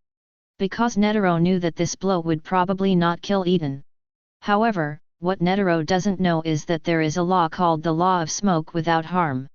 Eaton was not only not killed by this attack, he was not even injured. Because the moment he was wrapped in the palm of Hundred Shiki Guanyin, Eaton activated another cold energy of his. This nin Eaton rarely uses it, usually just to ripen the fruits and vegetables he grows. But Eaton has long been developing its use in combat. That's right, this nin is exactly the ability he gained after his mind was removed from Meteor Street. Eaton, who is not very good at naming, directly named it would release. 100-style Guanyin. The smoke and dust raised by Type 0 have not yet dispersed, and a trapped Buddha's head quickly rose from the smoke. It soon exceeded the height of 100 styles Guanyin. And it kept extending upwards until it reached hundreds of meters. Eaton stood on the Buddha's head and looked back at this move, which was developed with reference to the big pillar next door. Would release top transformation thousands of hands. If someone looks down from a high altitude at this time, they can see that the Buddha's back is densely covered with arms. To say 1,000 hands means 1,000 hands is absolutely not a lie. Well, it still looks a bit small. Eaton commented on the top of the flower. You must know that some netizens have calculated before traveling that the top of Senjo pillars is conservatively estimated to be more than 500 meters. This still doesn't include arm height. If counted, it would be at least 800 meters tall, almost as tall as Tao. This is the gold content of Senjuzujian. However, Eaton was not discouraged. There was no limit to the growth of his telekinesis. One day this move will reach the height of Senjo Hashirama, or even surpass Senjo Hashirama. Eaton's voice was not quiet. Netero, who was standing on the ground looking up at the transformation, also heard Eaton's words. He gasped for air and rolled his eyes in Eaton's direction. This is nearly 10 times as tall as his 100-style Guanyin, and it's still not enough. Netero didn't want to talk at all. Of course the more reason was tiredness, something Eaton also noticed. At this time, Netero's figure was much thinner than before. This is because Netero poured all his energy into the blow just now. 100-style Guanyin 0 style can be said to be Netero's ultimate kill, a hit that fails or fails. Although he had no murderous intention towards Eaton, he did not put all his energy into this attack. But Netero also paid a high price for this move. His much thinner figure was proof of this. Seeing Netero's state, Eaton sighed helplessly. It's a pity, I still want to let you experience my thousands of hands. Netero's mouth twitched. You don't even need to ask what kind of move Eaton talks about when it comes to the true 1,000 hands. After taking a look at the countless hands behind the Buddha, Netero didn't think they were just decorations. Eaton the Buddha. Although the tug is made of wood, Netero has no doubt about its power. Buddha, who could withstand his full blow, could not imagine how terrifying the opponent's attack power was. Regarding Eaton's idea, Netero just wanted to say, no need to. Not to mention that his body is hundreds of years old, even when his body is at its peak, it may not be able to withstand it. Seeing that Netero had no strength to fight anymore, he was a little unhappy about letting Eaton put away his top hat like this. It's so hard to get such a big thing, how boring is it to take it back without testing its power? Just like getting a new toy or buying a new game, you always have to play it to enjoy it. Oh, by the way, except for electronic stomach nourishment. In short, Eaton just wants to find a partner to try out. Eaton looked up and quickly found his target. It is a small hill about 100 meters high not far away. Eaton controlled the top of the avatar and came to the hill, shouting in a very ceremonial manner. Would release, transformation on the top, thousands of hands. Then there was a continuous roar. Netero could see that behind the Buddha at Eaton's feet, thousands of arms, fists, or palms, were constantly hitting the hill. The power of each strike is several times that of his 100-style Guanyin strike. For a time, dust flew up and rocks collapsed. Even the Jiji Tower more than 10 kilometers away felt the vibration of the earth. Eaton stopped attacking only after each of Tinghua's arms had struck at least one blow. After a few minutes of rest, Netero regained some strength. He stood up from the ground and walked in the direction of Eaton. When he arrived, the dust created by the chemicals on the top had almost dissipated. Then Netero saw a deep pit hundreds of meters in diameter. Chapter 099. Netero looked at the pit in front of him and said nothing for a long time. Netero didn't come back to his senses until Eaton removed his captivity and came to his side. He swallowed and asked Eaton, "Did you just want to use this trick on me?" Eaton nodded and said, "Yeah, I haven't used this trick since I developed it. Originally, I wanted to test my power with you, old man, but I didn't expect that you would consume all the thought energy first." Netero rolled his eyes and said, if you want me to die, just say it. There is no need to beat around the bush. That's what I said, why would I want you to die? Eaton said without hesitation, if I really had that idea, I would have used the trick just now on you. Then I really thank you. Netero's mouth twitched, not wanting to talk to Eaton. Why haven't you noticed this guy has such a venomous tongue before? After thinking about it carefully, it turned out that it was because I had not had much contact with this kid before. However, after today's battle, Netero does not want to have any more contact with Eaton. He was afraid that his short lifespan would be shortened by this brat's anger. Seeing that Netero remained silent for a long time, Eaton asked, now that the fight is over, why don't we leave? Hold on. Netero took out a phone from somewhere and started contacting Dumian people to pick them up. Eaton also couldn't figure out where Netero put the phone. The battle was so fierce just now that it was not affected. Is it possible that this old man also has spatial abilities or props? Eaton didn't bother to delve into this issue. Netero looked at Eaton after hanging up the phone. Do you want me to publicize today's battle? Although Netero has a somewhat old and disrespectful personality, he is still very serious when it comes to martial arts. There is no first place in literature and no second place in military service. In Netero's view, since he lost, he is no longer recognized as the strongest person in the world. If Eaton wanted the title, he would have given it up. Eaton understood what Netero meant, but he refused. He waved his hands and said, let's forget it. I hate these troubles the most. If I hadn't wanted to find more strong men to fight with but was too lazy to come to visit, I wouldn't have even accepted the title of one of the 5 most powerful men in the world. Just the title of one of the 5 strongest men in the world is already causing so much trouble.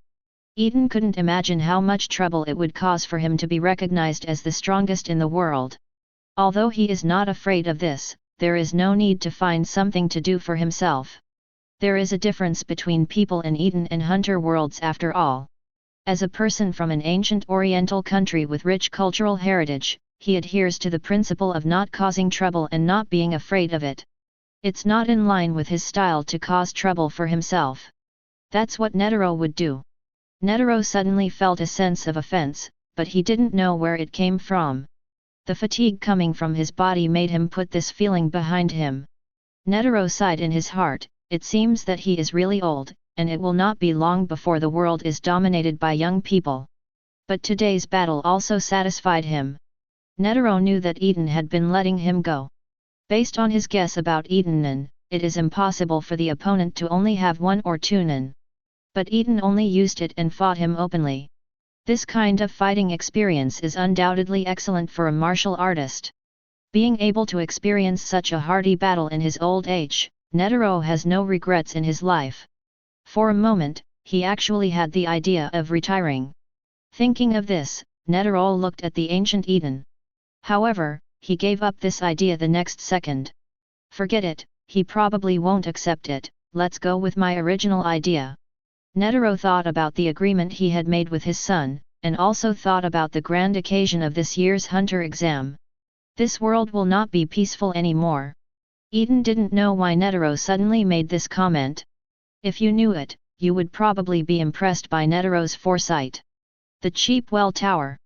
Although there was no trouble from Tonpa, Gon, and others were still deceived by the prisoners in the trap tower for 50 hours when they faced the test.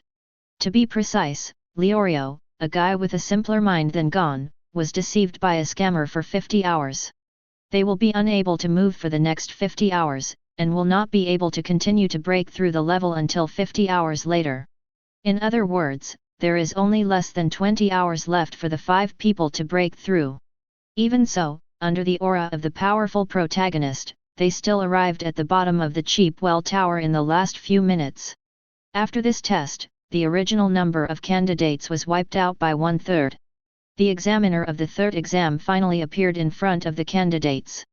This is a short man with coxcomb head and glasses, who even looks a little thin. But no one dared to underestimate him.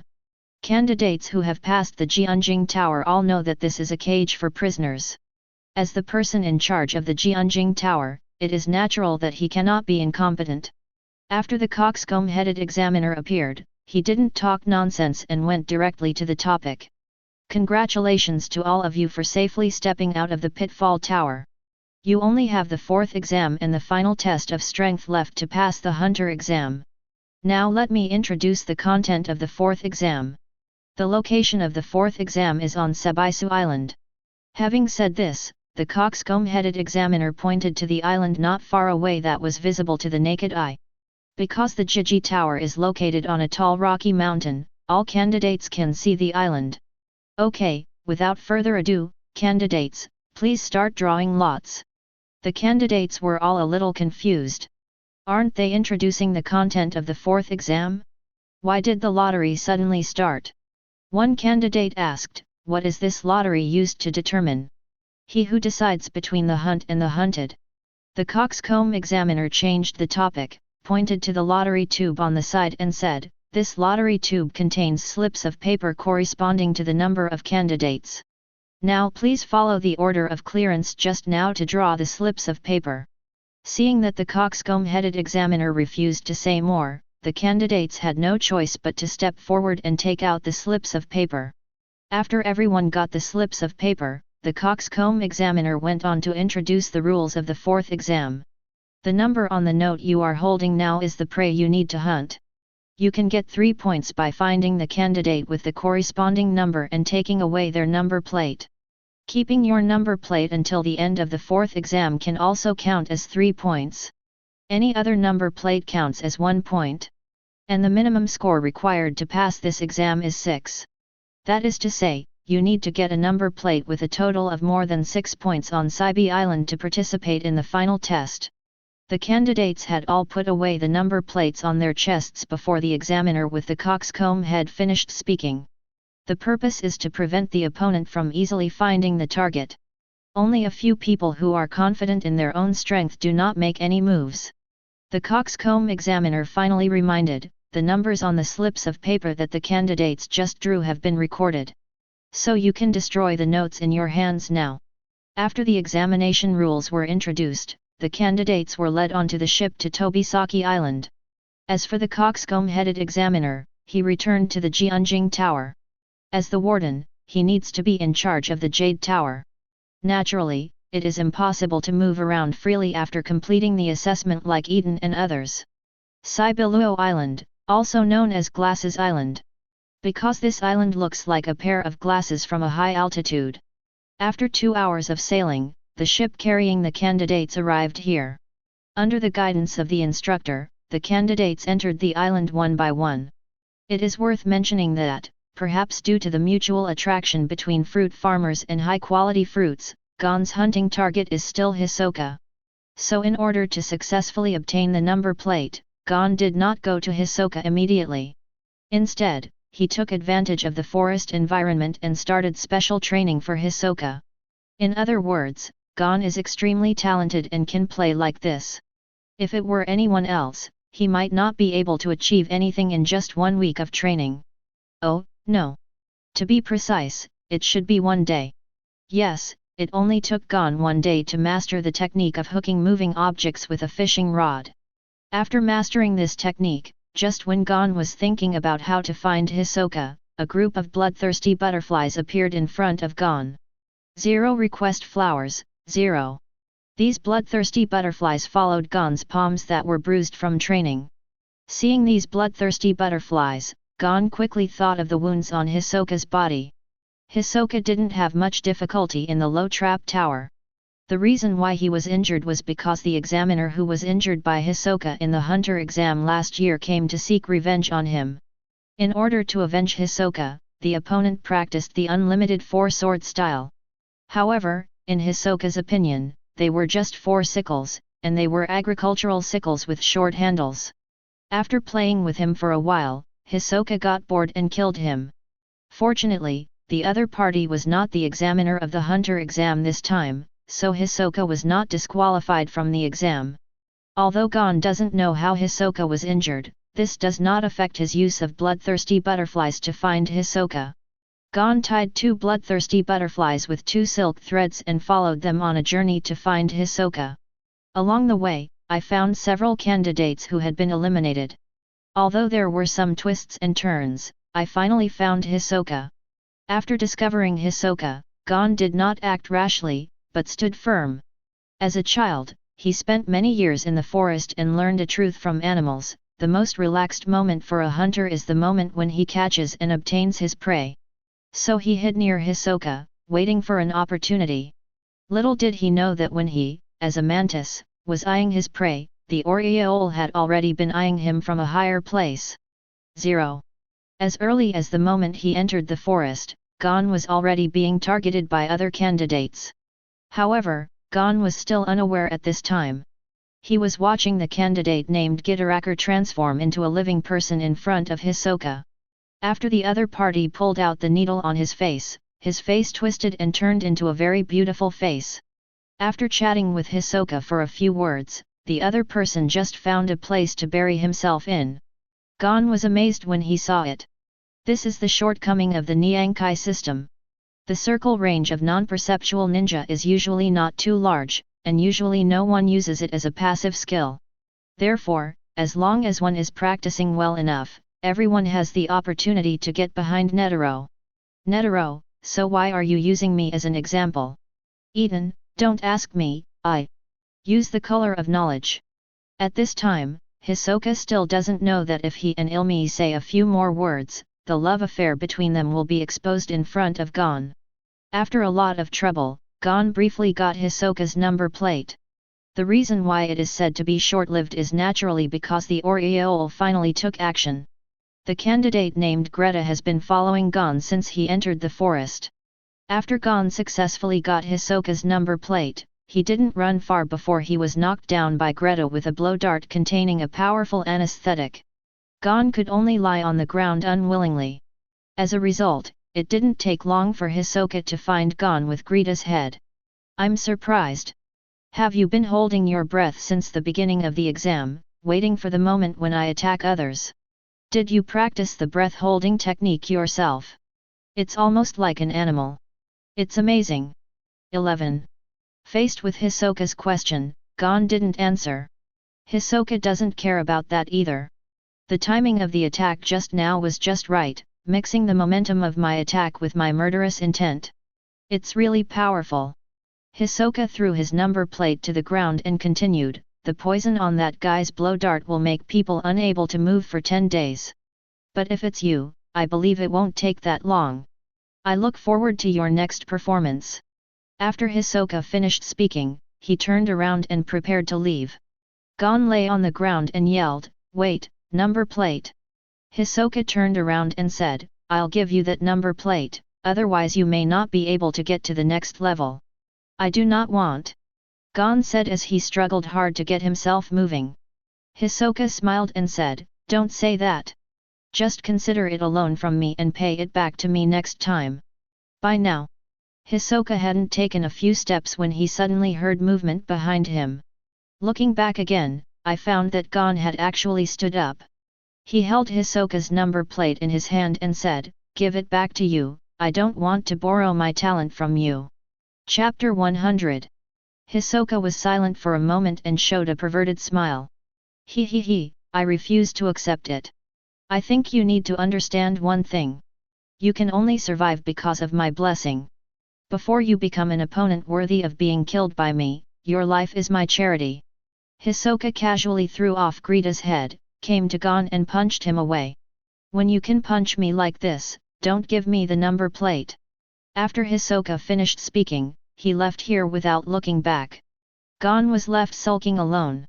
He was angry about why he was so weak and why he didn't even have the strength to fight back. For the first time, Gon had a strong desire for power.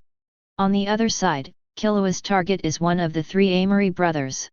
After playing tricks on the three Amory brothers, Killua got the number plate he wanted. As for the other two brothers, although Killua did not take away their number plates, he did not leave them with them either.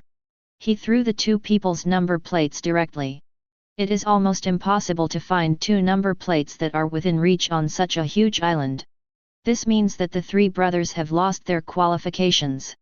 As time went by, more than half of the candidates on the island were eliminated.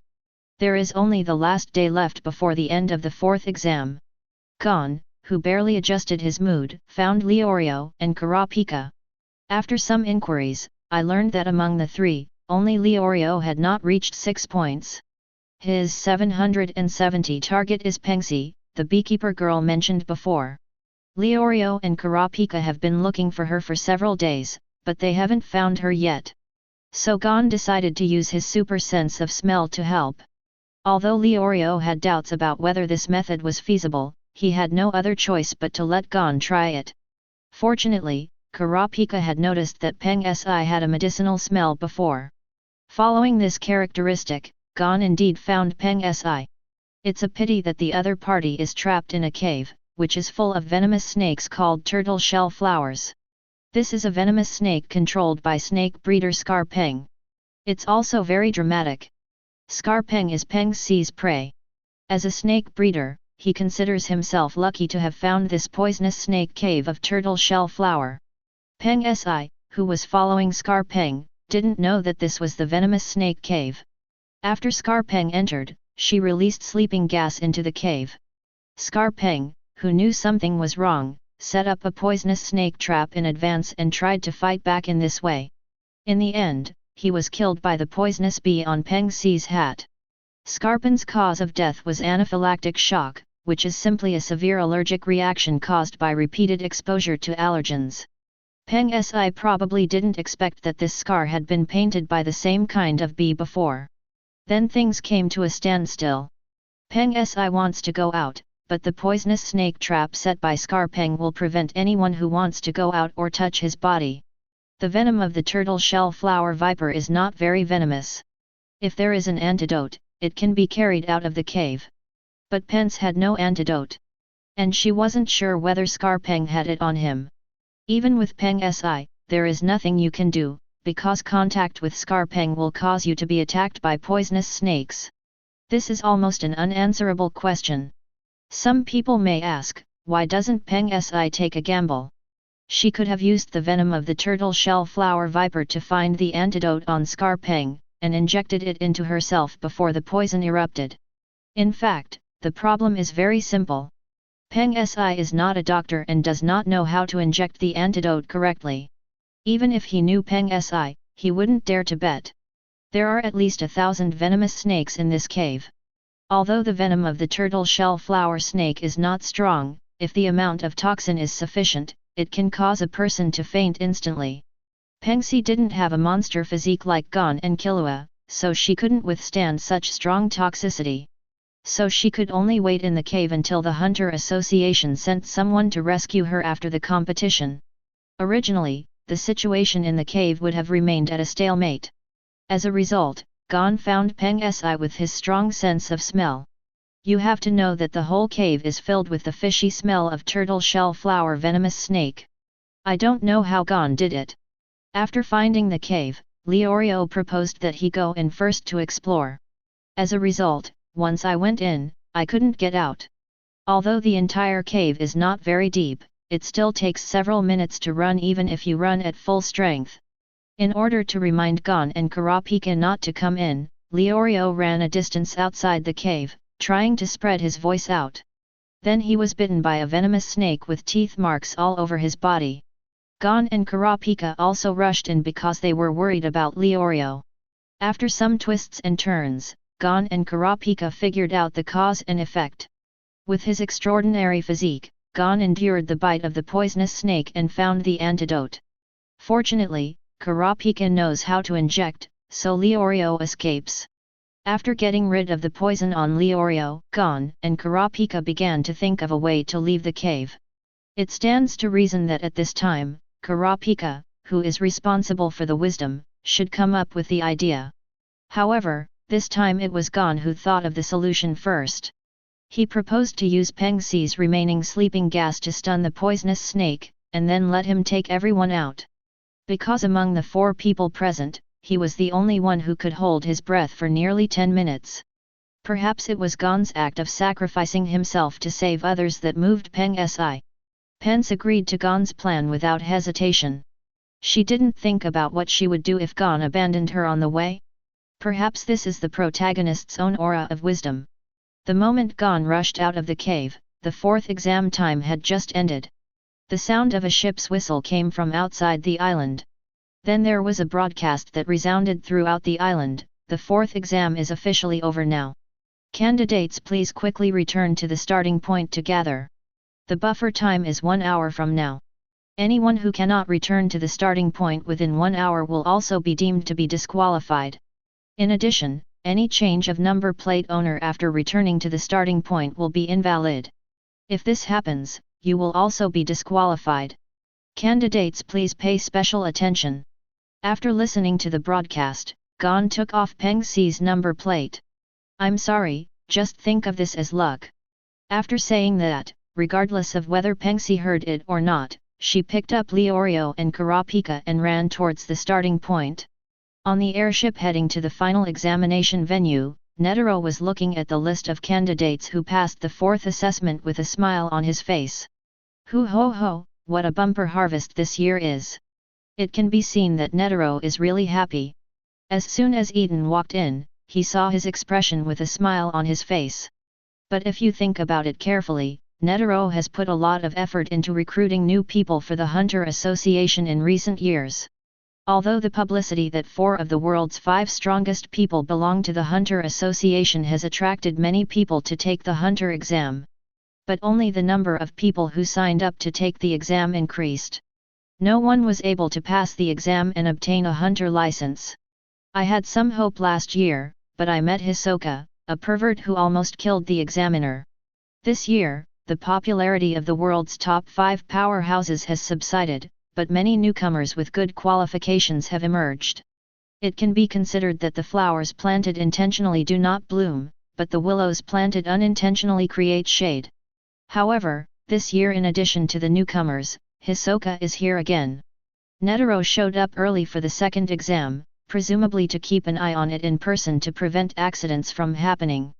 Okay, stop your smile. It looks disgusting.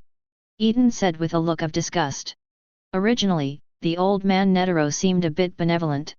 As a result, his battle with Eaton some time ago had exhausted his mental energy and overdrawn his life energy to a certain extent. It wouldn't matter if Netero was still young. This level of overdraft can be made up by just practicing for a period of time. However, Netero is already old, and the overdraft of the life energy star has reduced his condition a lot. Even his appearance looks almost 10 years older. Netero's entire face is now covered in wrinkles, and when he smiles, it's a bit oozing. If you put this face on the street, it might scare a few children to tears. In order to restore his image, Netero commissioned Eaton to help him cook a body conditioning food. Although in Eaton's opinion, this old and crooked old man has no image at all. But in order to prevent Netero from scaring the children, Eaton agreed to his commission. 0. In addition, Eaton felt that the other party's appearance was caused by fighting with him, so he did not charge Netero a sky-high commission fee. Just let Netero prepare the relevant ingredients by itself. At this moment, Eaton had just finished preparing the food and brought it into Netero's room, and then he saw him there with a charming smile. Netero suppressed his smile and did not refute. After all, the hope of recovery is still in their hands. When the food arrived, Netero put down the list in his hand and started eating. Eaton picked up the list and glanced at it. Hisoka, Bakura, Killua, Baldro, Hanzo, Gitarakar, Leorio, Kurapika, and Gon.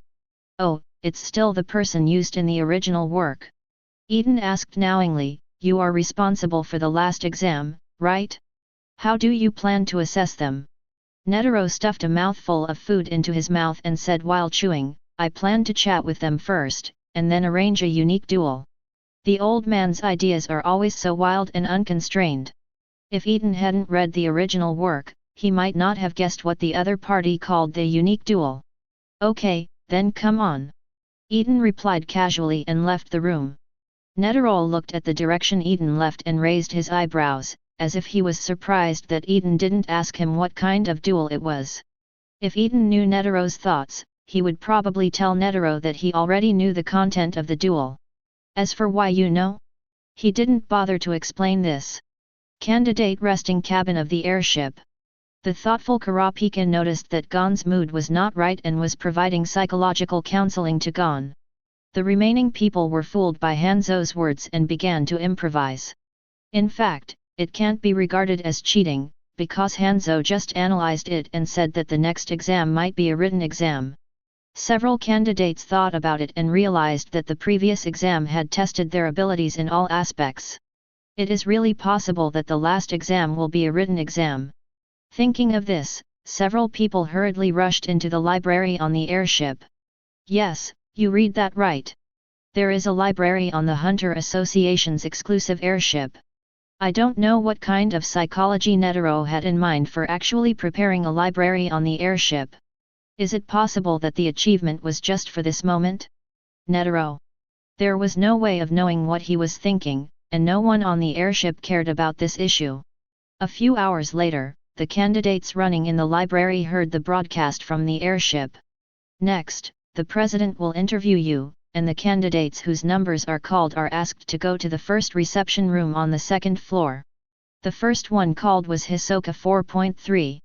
He thought this was the final exam, but Netero told him that it was just an interview before the exam. By the way, because Netero is currently in poor condition, Hisoka did not say to Netero, "The person I am most like fighting with right now is you," as he did in the original work. Perhaps he had been to the Sky Arena and saw from Eaton the shortcomings between himself and the world's top 5 nin. Or perhaps the current Netero is not in its prime, and the poor quality fruits failed to arouse the interest of this fruit farmer. The remaining candidates were then interviewed individually by Netero. From Netero's questions, most candidates realized that the last level was related to fighting other candidates. So after coming out of Netero's office, they all glared at Hanzo. Hanzo was also a little embarrassed. Unexpectedly, the final assessment content was far from what he had guessed. He, who had always been chatty, finally closed his mouth. He knew that if he said more, he might cause public outrage. 3 days later, the airship docked in a classical palace-style manner. Although it looks like a manor, it is actually a hotel run by the Hunter Association. In order to provide a venue for the Hunter exam, it had been closed to the public a few days ago. A restaurant of this size can earn at least tens of millions of ringgit a day. Now, because the Hunter exam has been stopped, I can only say that Hunter is indeed the most profitable profession. For the Hunter Association, tens of millions of nuns can only be regarded as a small profit. Chapter 101. The candidates didn't pay much attention to the environment of the hotel. They followed Netero to an empty hall. This was originally a place for diners to eat, but the tables and chairs were cleared by the association members for the next assessment. The final assessment takes the form of a one-on-one elimination match. Netero lifted the white cloth covering the blackboard and showed the contents on the blackboard to the remaining 9 candidates. "This is your schedule." The 9 candidates were all surprised. Some were surprised by the final assessment format, and some were surprised when they saw their next opponent. After coming back to their senses, several candidates looked at Hanzo faintly. Apparently they haven't forgotten what happened a few days ago when Hanzo tricked them into endorsing something. But at this time, they are more worried about the next knockout rounds. Because judging from the schedule, only one person can finally pass the Hunter exam and become an official Hunter, so the competition is very fierce. The only ones who can handle it with ease are Hisoka, who has mastered Nin, and Ilmi, who is disguised as Gitaracker. However, the old man Netero is not a person who likes to play by the rules. He introduced to everyone, "The conditions for passing this final assessment are very simple. You only need to win one game to pass. In other words, the winners will stand out one after another, while the losers will reach the top of the schedule and be eliminated. Do you all understand? A very simple and easy to understand rule, it just changes the concept of the ultimate winner into the ultimate loser." But this novel promotion method still made Hanzo couldn't help but confirm, in other words, there will only be one person who fails in the end, right? "That's right." Netero nodded and said, "And everyone will have more than 2 chances to win." His arrangement is very reasonable, but some people don't think so. Candidate number 191 Boudreau asked, "I think the schedule is unfair. What's the reason?" It's not that he thinks it's unfair because some people and machines have more than 10 people. But as a martial artist, Boudreaux didn't really want to face kids like Gon and Killua. This will make him feel invincible. Although, in fact, Boudreaux is not Killua's opponent, and even Gon may not be able to beat him. After all, he is just an old martial arts master who has not yet begun to read, but on the other side are two new generation geniuses with unlimited potential. Netero saw this, but didn't point it out explicitly. He explained, the schedule was drawn up by me based on your previous assessment results. Simply put, people with good grades will get more opportunities. Curious, Killua asked, I still don't understand it. Can you explain the scoring criteria in detail? Yeah. Netero nodded, no. Blue veins pop up on Killua's forehead. If you can't do that, just nod. He shouldn't have talked to this bad old man. Netero ignored Killua's displeasure and continued. The scoring content is confidential to the association, but I can briefly tell you about it. The review criteria for scoring can be roughly divided into three categories: physical ability value, mental ability value, and impression score. Physical ability value refers to the comprehensive value of agility, explosiveness, endurance, and facial sensibility. The mental ability value refers to the comprehensive value of mental aspects such as patience, toughness, judgment, creativity, etc. As for the final impression score, it is a score that cannot be assessed by the first two items. Although there are no specific criteria, it is the most important one. You can think of it as Hunter's qualification evaluation. Of course, it also depends on how committed you are to this trial. That's about it. After Netero finished speaking, he gave the candidates time to think. Killua thought back on Hunter's performance in the exam and found that he was indeed not as good as Gon in terms of qualifications.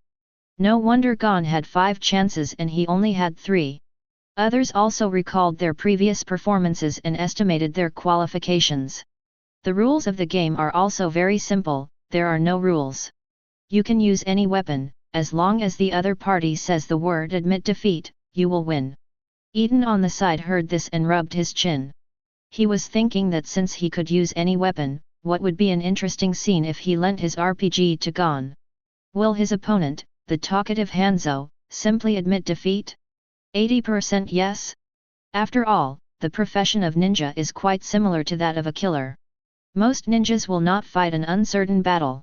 Oh, except for a certain Kyuubi Jinhyuriki, that's an idiot. But think about it carefully and forget it. Not to mention whether Gon will accept it, Eaton doesn't want to be blackmailed by Netero for destroying the venue. You must know that his RPG has an improved warhead and a specially made mind energy bomb. Apart from anything else, there is no problem with a warhead going down and razing the entire hotel to the ground. In order to prevent Hunter x Hunter from ending at the beginning, Eaton gave up the idea of making trouble. Netero glanced at Eaton thoughtfully and found that Eaton was just standing there quietly. So he regarded the palpitations he had felt for less than a second just now as an illusion. He added to the candidates, however, one thing to note is that if you kill the opponent, you will immediately lose your qualification for the competition. The remaining people will be considered qualified and the competition will end immediately. This year's candidates have good qualifications, and Netero doesn't want these people to be here. After introducing the rules of the competition, several young and strong men wearing black suits and sunglasses walked out. Although these people look a lot like bodyguards, they are actually referees of the Hunter Association. One of them stepped forward and introduced, I am the referee of this game, Ma Shitai. Please give me your advice. The first match, Hanzo vs Gon. The two people who were called stepped forward, and the others also gave up their positions. As for the arena used for competitions, you can't expect a hotel to prepare that kind of thing. And there is no rule that you will lose if you fall off the stage, so it is better to leave enough open space for the candidates to perform freely. After Hanzo came up, he first greeted the examiner. Hey, long time no see. Are you the one who followed me during the 4th exam? Masta felt ashamed. It wasn't because Hanzo recognized him, but because he didn't know how to reply to Hanzo's long time no see. The 4th exam was just a few days ago, why haven't we seen each other for so long? Did you discover me then? Ma Shitai was a little surprised. He didn't expect that Hanzo, a non-nature, could find him. Of course, this is also related to the fact that he didn't hide it very seriously. Certainly. Hanzo said, during the fourth exam, didn't every examinee have an examiner like you following him? I think other people should have found out too. That's the truth. Each candidate is accompanied by such an examiner. After all, the Hunter Association can't let those failed candidates stay on the island to fend for themselves, right? But Hanzo's last sentence was not accurate. Gon and Leorio didn't know anything about the examiner. Seeing the reaction of the two, Kurapika complained, "You should be able to discover this kind of thing without me reminding you, right? It stands to reason that Gon and Leorio's abilities are indeed good, because the examiners did not hide them too deliberately." However, the simple-minded duo did not think about it in this aspect, and naturally they could not talk about discovering the examiner who was secretly following them.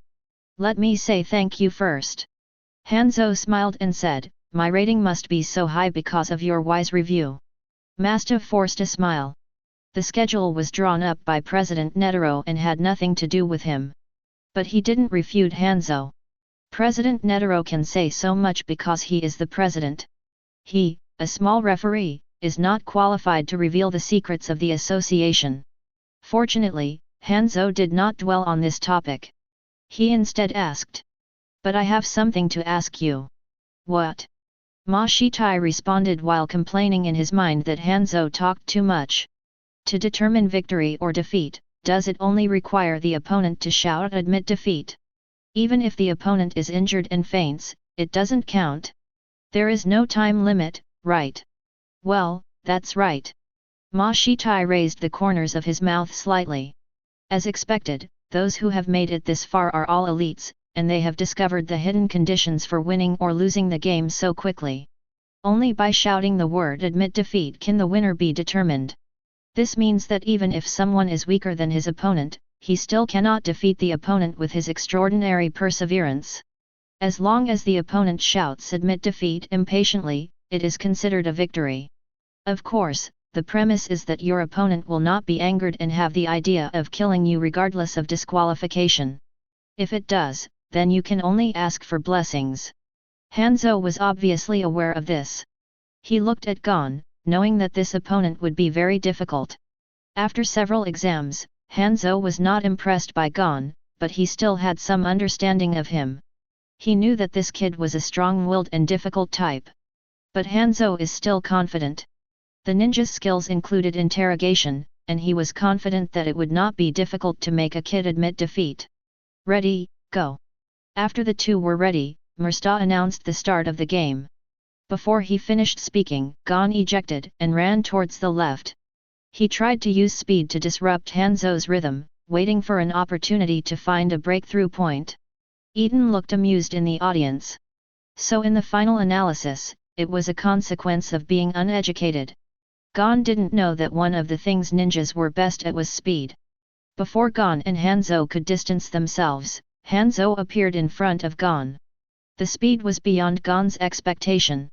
"Are you confident in your speed?" "I don't deny this. As far as a child is concerned, you are pretty good," Hanzo said as he reached out and hit Gon on the back of the head. It was still too fast for Gon to react, and it was a hit without a doubt. Gon fell to the ground, but did not pass out. After all, there was no way to tell the winner, so Hanzo still controlled his strength. But even so, Gon still felt dizzy, and his reaction was also much slower.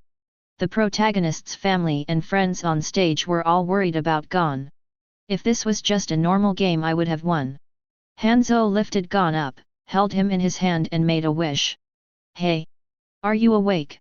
Now you should know the gap between you and me, right? Admit defeat as soon as possible. Stop struggling in vain."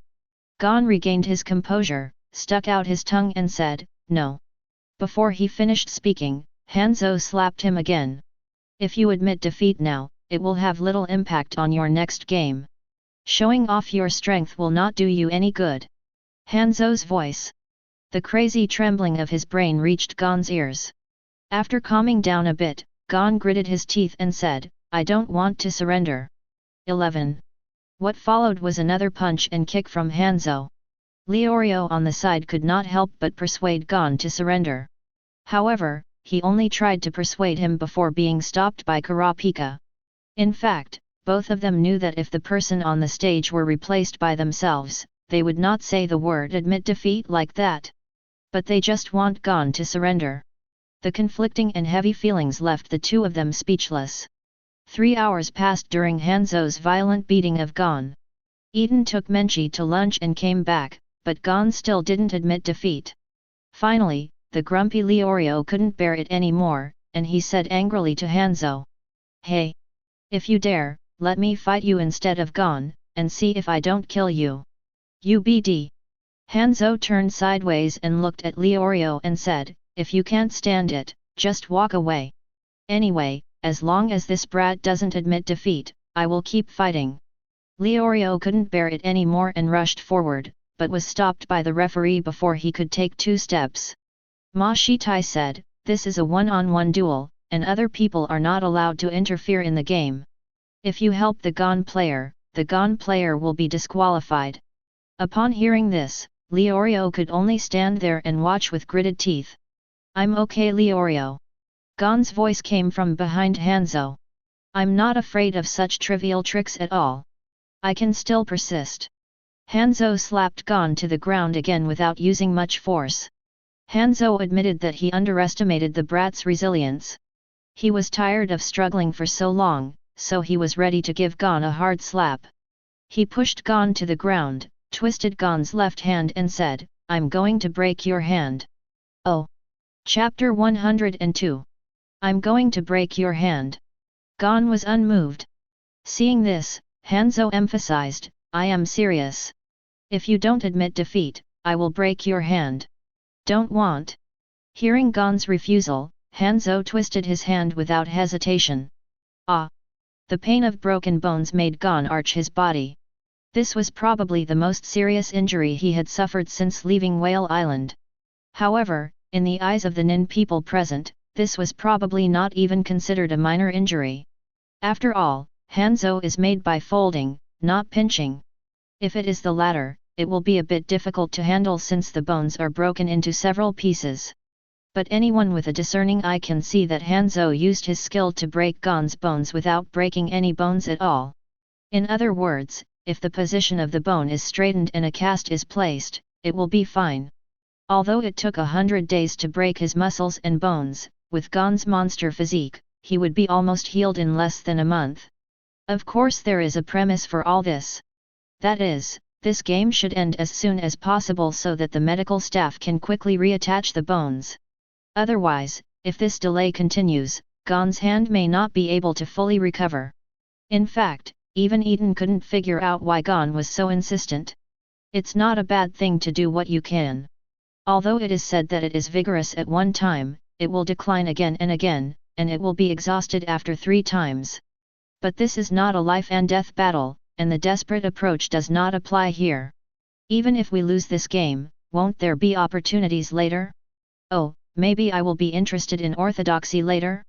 That's okay. Eaton calculated the next opponent Gon would face if he gave up. I always feel like I have discovered some incredible truth. Of all the people present, only Leorio and Kurapika looked very ugly. They had already regarded Gon as a friend, and they were so angry that they saw that their anger had been suppressed to the limit. "Kurapika, don't stop me." Leorio gritted his teeth and said through gritted teeth, "If that BD dares to hit him hard again, I will go up and beat him even if I'm sorry to Gon." Kurapika's eyes flashed red. Of course, it's not because he can also see domineering colors, but because his fiery red eyes are revealed when he is angry. This scene happened to be seen by Hisoka, who was not far away. The fruit farmer's mouth curled up slightly, as if he had thought of something interesting.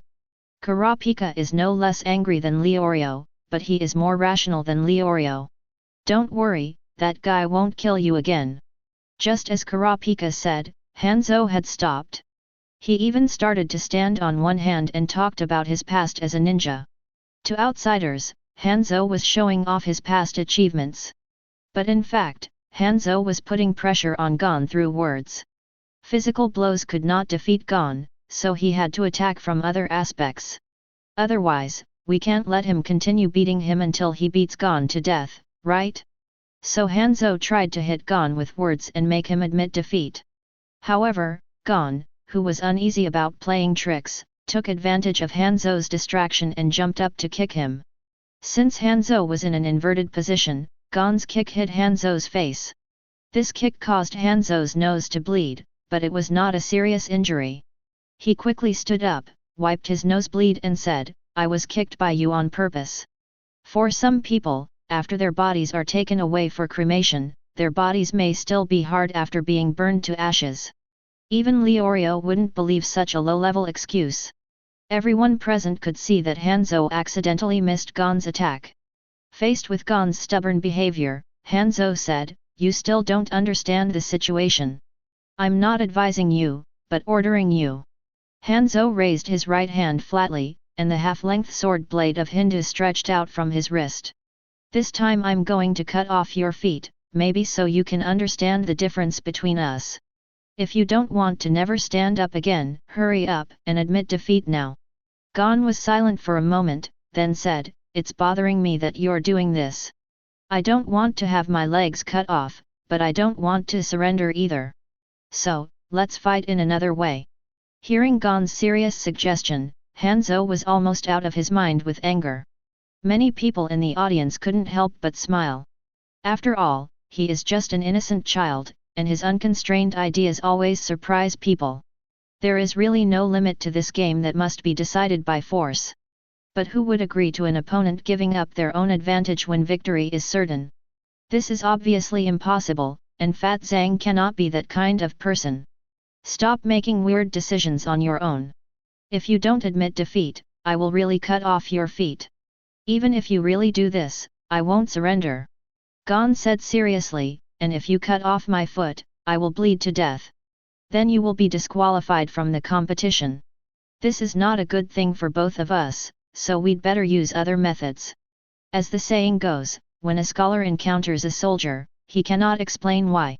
Eaton once read a sentence before traveling through time: "Never argue with a fool, he will drag your IQ to his level and crush you." The current situation is similar to this sentence.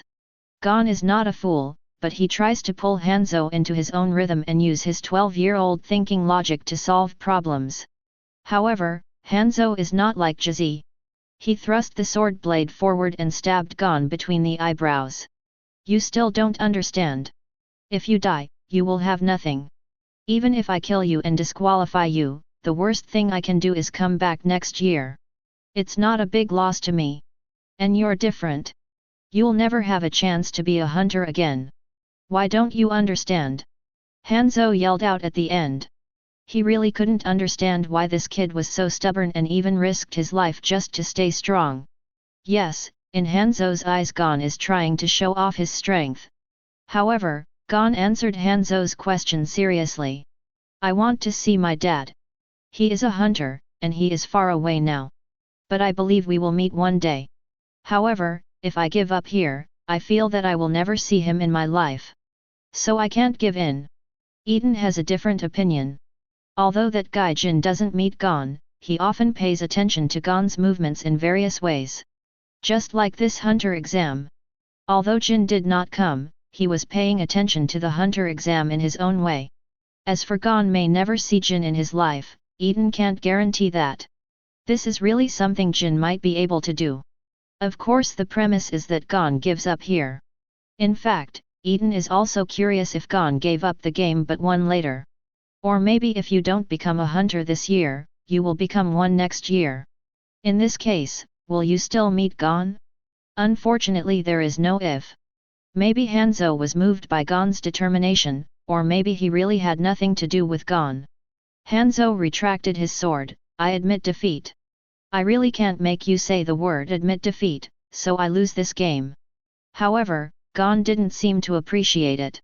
He pointed at Hanzo and said, "This won't work, it's too treacherous. The two of us should think of a way to decide the outcome."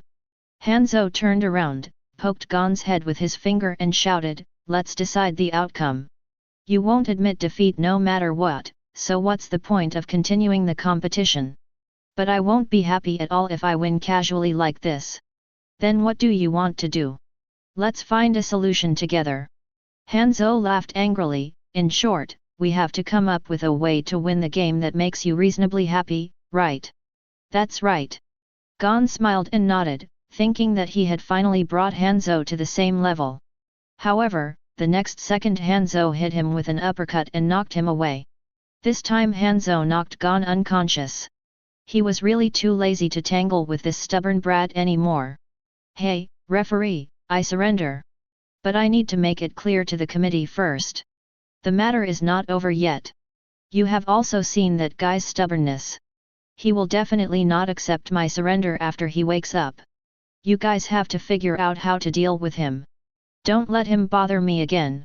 It seems that Hanzo was really scared by Gon and directly dumped this trouble on the Hunter Association.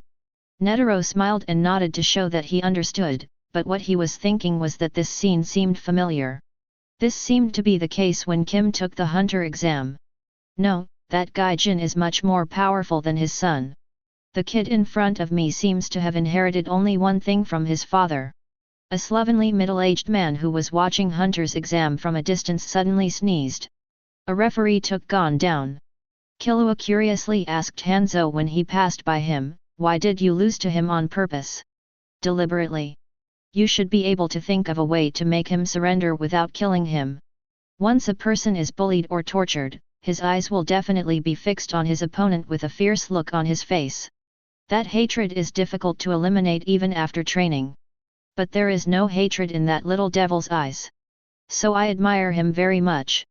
If I have to say why, this is my reason." Eaton came nearby at some point and complained, "To put it bluntly, your torture methods are ineffective against Gon." Although Hanzo sounded nice, he actually meant what Eaton was complaining about. It is true that Hanzo still has many methods that are useless, but most of them are too cruel and the damage caused is irreversible. In his opinion, there is no need to use it on a 12-year-old child. Again, this is not a life and death battle. Of course, Hanzo felt that even if he used those methods, Gon would not necessarily admit defeat. The excuse was exposed. Hanzo gritted his molars and looked at Eaton, shouting, I'm not, don't talk nonsense." But he didn't dare to argue with Eaton. One is because it can't be beaten. The second reason is that because Eaton is from the Hunter Association, Hanzo is worried that Eaton will cause trouble in the next competition. The second match is Hisoka vs Kurapika. The two fought for a while. To be precise, after playing with Kurapika for a while, Nishii revealed the news about Phantom Troop to Kurapika. Then he voluntarily gave up. In the third game, Hanzo defeated Cure. Baku's situation is very similar to Gon's, but he doesn't have Gon's will to admit defeat. So under the pressure of Hanzo's murderous intent, Bakuo quickly gave up. Game 4, Hisoka vs Boudreaux, Hisoka wins. In the fifth game, Killua defeated Cure. Killua didn't think so. I didn't want to fight Bokure, so I took the initiative to admit defeat. Little did he know that this was his last chance to obtain a hunter license this year. The sixth game was supposed to be Leorio vs Boudreaux. However, Boudreaux was seriously injured in the battle with Hisoka, and the game was postponed. So this sixth game became Killua vs Gitaracker. Killua had a look of horror on his face when Gitaracker removed the needle from his face and restored Ilmi's true appearance. "Killua, long time no see. Brother." Although Killua tried his best to hide his emotions, most people present could keenly hear the fear in Killua's tone. "I heard that you hurt your mother and your second brother." "No, I just hurt my mother. I don't know how my second brother's fat grew, and I couldn't cut through it with my nails. It seems that Greedy Island and his team were somewhat useful to Meiji, at least restoring his image in the eyes of his younger brother Killua. Well, from a fat pig to a fat pig that can endure beatings. As for Killua's mother, why is Nan still hurt by Killua? Do you think any mother would be defensive about her children? What's more, Kikyo Zaldik is not a normal person. Born in Meteor Street, she was already neurotic, and she was both doting and strict with Killua. Mom has been crying for a long time." Ilmi described Kikyo's reaction. Leorio, who had always been at odds with Killua, complained, "Tisk, that's really unfilial. Of course he would be sad if his son did something to him." However, what Ilmi said next made Leorio slap in the face. She was very touched and said that she was very pleased that you have become so independent and mature. But she also said that she was worried about you being outside alone. So she asked me to come find you. I originally wanted to get a hunter's license for my next job, and then come to you. I didn't expect that by such a coincidence, you would actually want to be a hunter. Chapter 103. Ilmi's words are less than half credible to Eaton. He had been a killer for so many years but had not yet obtained a hunter license, so he came when Killua took the hunter exam. How could such a coincidence happen? Besides, there are so many people coming to take the hunter exam, why are you the only one in disguise? Are you afraid that the killer's identity will be discovered? Pull it down. Who in the outside world doesn't know that although the Zaldik family is famous, there is actually not a single photo of the family members that has been circulated. Otherwise, no one on the black market would have dedicated nearly 100 million ringgits to offer a reward for photos of Zaldik family members. No matter how you look at Yimi's behavior, it looks like a good big brother disguised himself to take the hunter exam in order to give his little brother a surprise. Just like those who have younger brothers and sisters at home, as an older brother and sister, it is a great pleasure to trick the younger brothers and sisters. In particular, Yimi is still a serious brother-in-law.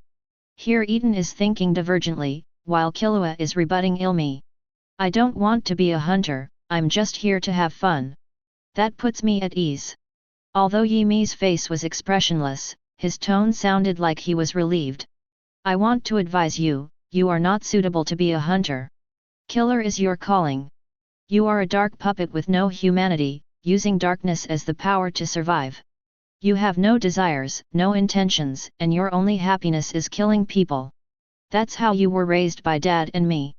Tell me, why do you want to come here?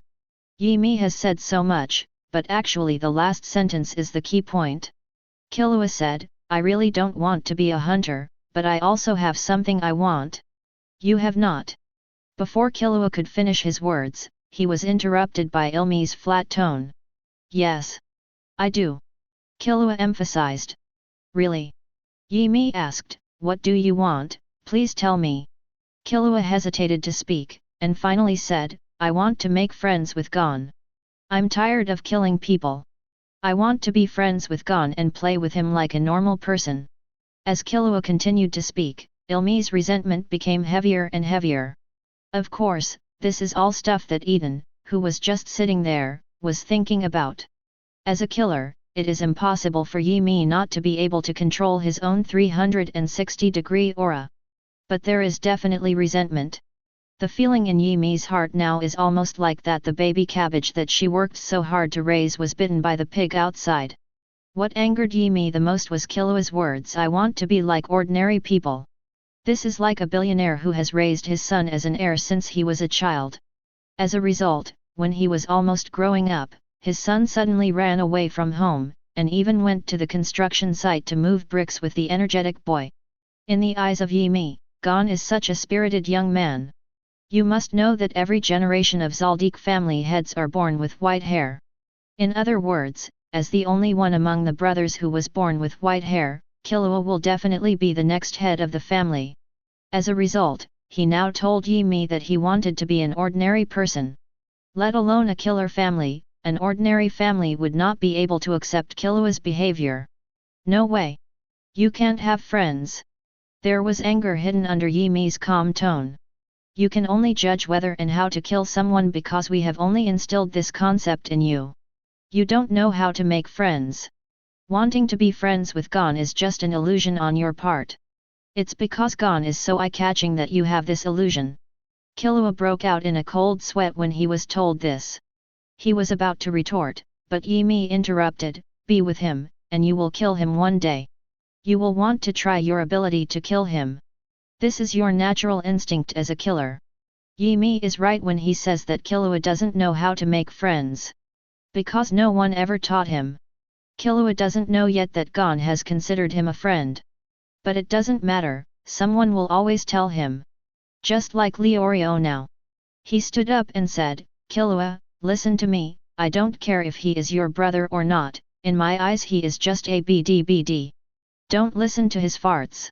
Just knock him down like usual. And about being friends with Gon. Are you out of your mind? You and Gon are already friends now.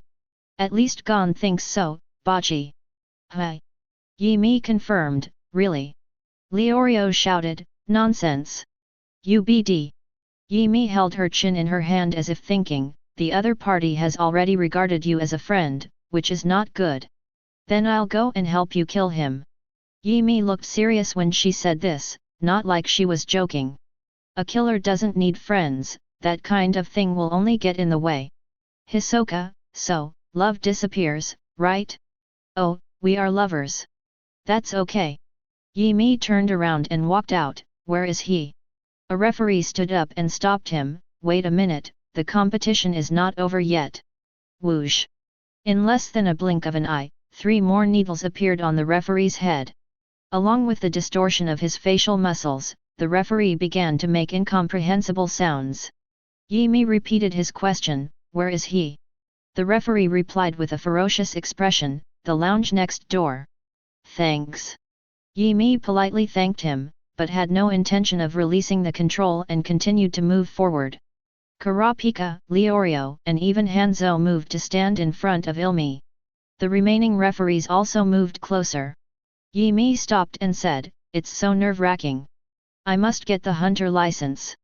But if I kill these guys who are blocking my way now, I will be disqualified, so Killua will automatically qualify. Ah, right. If you kill Gon now, you will be disqualified. Yi Mi looked distressed with a deadpan expression. Yes. Just pass the hunter exam first, get the hunter license and then kill Gon. In this way, even if you kill everyone, your license will not be revoked, right? Ilmi said the last sentence while looking at Netero. Until now, Eaton didn't believe that getting a hunter license for the next job was not an excuse. Otherwise, Yi Mi would have killed him by now. Netero nodded and said, well, that's right according to the regulations.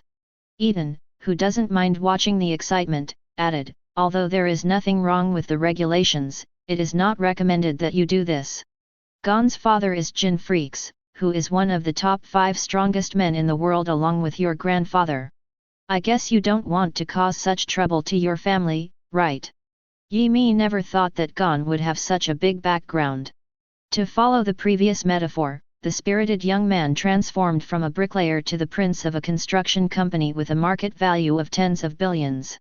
As for whether Eaton was lying to himself, Ilmi had no doubt about this. As one of the top 5 powerful men in the world, and also on the white list of his family, Ye Mi didn't think Eaton would trick him with false news.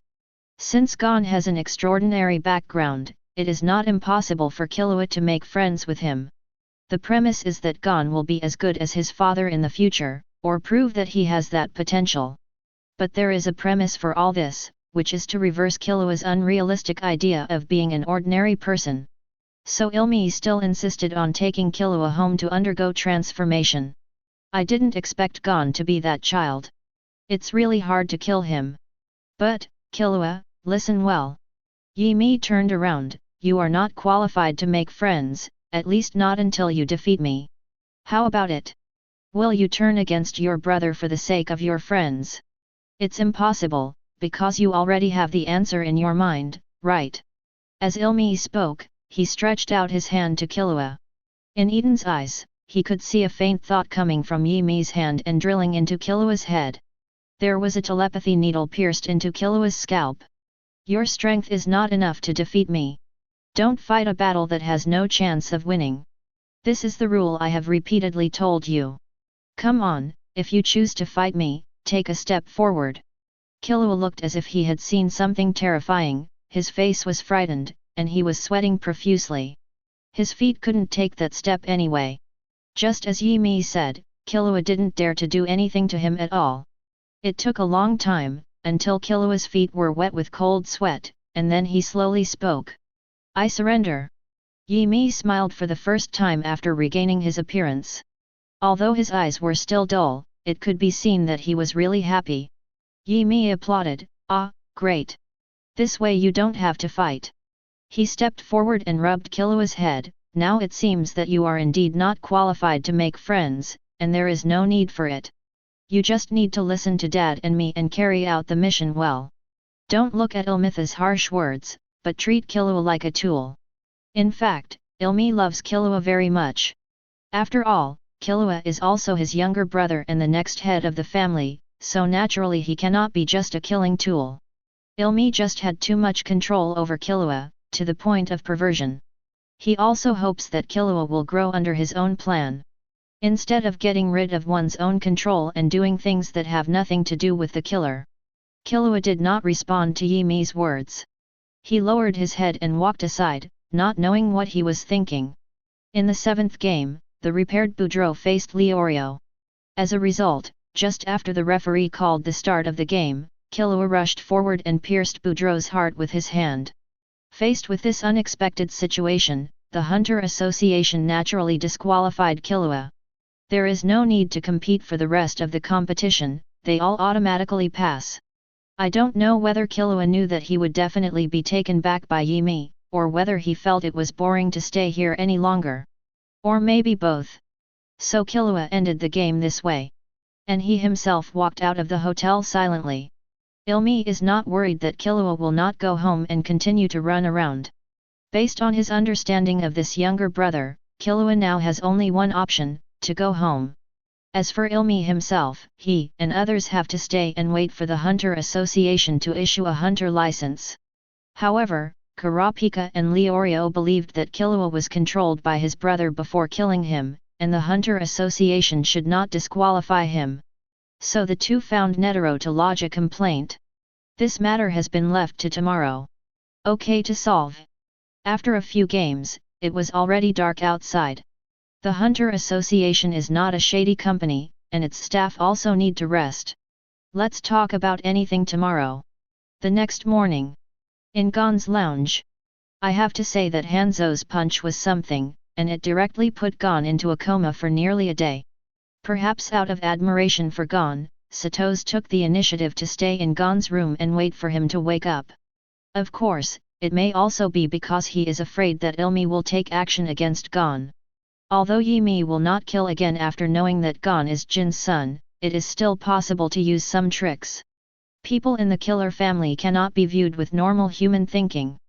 Who knows if Ilmi would give Gon a Killua-free needle on his head on a whim. Gon wakes up and asks Sato's what happened during his coma. When Sato's talked about the love and hatred between Killua and his brother, Gon found out the location of Ilmi from Sato's and rushed out. At this time, Yimi was in a room that was decorated like a lecture theatre, and the other candidates were scattered here. While Netero was saying something on the stage, Gon suddenly burst in from the back door. He came to Yimi and said seriously, "Go and apologize to Killua." Yimi asked calmly, "Apologize? What apology? Don't you even understand this?" Don't tell me, Ilmi doesn't really understand what Gon means when he first asks him to apologize to Killua. A normal person might understand. But Ilmi is a killer, as is their family. Let alone normal times, there are very few situations in life where the word apology can be used. Facing Yimi's attitude, Gon said dissatisfiedly, "Then you are not qualified to be my brother." Yimi said without squinting, "Do you still need qualifications to be a brother?" Chapter 104. Do I still need qualifications to be a brother? When Gon heard this, he angrily grabbed Ilmi's wrist with his uninjured right hand and pulled him up into the air. Originally, Gon wanted to throw Yimi over his shoulder. However, Yimi landed smoothly with her strong body balance. Seeing this, Gon increased the force on his hand, as if he was going to break Yimi's hand bones. No, to be precise, it has been broken. You don't need qualifications to be friends. Ilmi didn't care about the damage Gon caused to her wrist. He could find a way to cure an injury of this level within half a day. As for Gon's words, Ilmi didn't even take them to heart. In the eyes of Yimi, brothers and friends cannot be compared. The former is much more important than the latter. Seeing that Yimi was unmoved, Gon changed his mind after a moment of silence. You don't have to apologize, just tell me where he is. Then what? Needless to say? Of course we have to find him and bring him back. Listening to what you said, it sounds like Killua was forced to quit. He left on his own. But he was not voluntary. He was manipulated by you, which is no different from being forced. Ilmi stared at Gon, and Gon stared back at him unwillingly. If Ilmi hadn't been able to confirm that Gon couldn't read, he would have thought that Gon had seen through his ability. No, he didn't seem to be hiding it much. Yesterday he manipulated a referee in full public view. Finally, Netero spoke up to break the silence. Gon, we were just discussing this matter. Kurapika and Leorio believe Killua should not be disqualified and we are now reviewing the grounds for both of their appeals. Kurapika stood up and said, the emotional changes between Killua and Gitaraker, whose real names have not yet been revealed by the IL fans, before and after the game were very unnatural. I think he was emotionally induced to do what he did. Killua was unable to control himself at the time, so it is inappropriate to judge him as disqualified because he lost control and killed someone. Leorio on the side also added, it was a match between me and Boudreaux, and Killua's actions were equivalent to helping me. In this way, even if someone is really disqualified, it should be me and not Killua.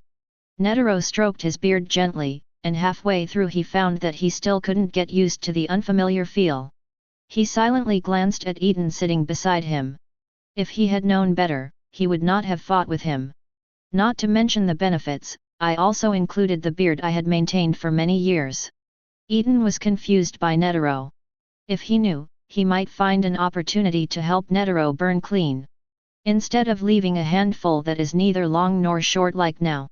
Netero said, these are just speculations, and there is absolutely no evidence for what you said.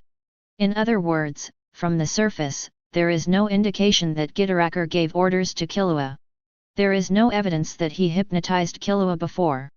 As for Leorio's problem, in the committee's evaluation, Leorio and Boudreaux are equally powerful. Although Boudreaux has the upper hand in terms of experience, in terms of combat ability alone, I think Leorio is better. So Killua doesn't have to help you at all. Baudrillard, so, after talking for so long, no one speaks out for my death. There are other unusual places. At this time, Kurapika also ran out and stepped in. He looked at Kurapika and asked. When you were competing with Hisoka, what exactly did he say to you? You two are evenly matched in strength, but he took the initiative to admit defeat after saying a few words in your ear. Isn't this strange? Poof. Eaton almost couldn't help laughing. This was the first time he knew how evenly matched was used. Not to mention those nin, I'm afraid even Leorio can see that Kurapika is no match for Hisoka. Anyone with a discerning eye can see that the fight between Hisoka and Kurapika yesterday was just a joke. If Hisoka hadn't thought that Kurapika was also a good fruit, he would have killed Kurapika in one move. It can only be said that Netero's final assessment method is sloppy. It was obvious that Baku was not qualified to become a hunter, so it was no wonder that he would later die tragically at the hands of Chimera ants. You must know that the Chimera ants at that time were not enlightened yet. Even if Bakuru met Catwoman, one of the three guards of the Chimera ant, he shouldn't have stretched his hips like this. Bakuru didn't know what Eaton was thinking, he was still explaining his thoughts. Like the match between me and Hanzo, or the match between Boudreaux and Hisoka, the one who heard the whisper was threatened before giving in. But you two are just the opposite. So I think you must have some kind of agreement behind closed doors.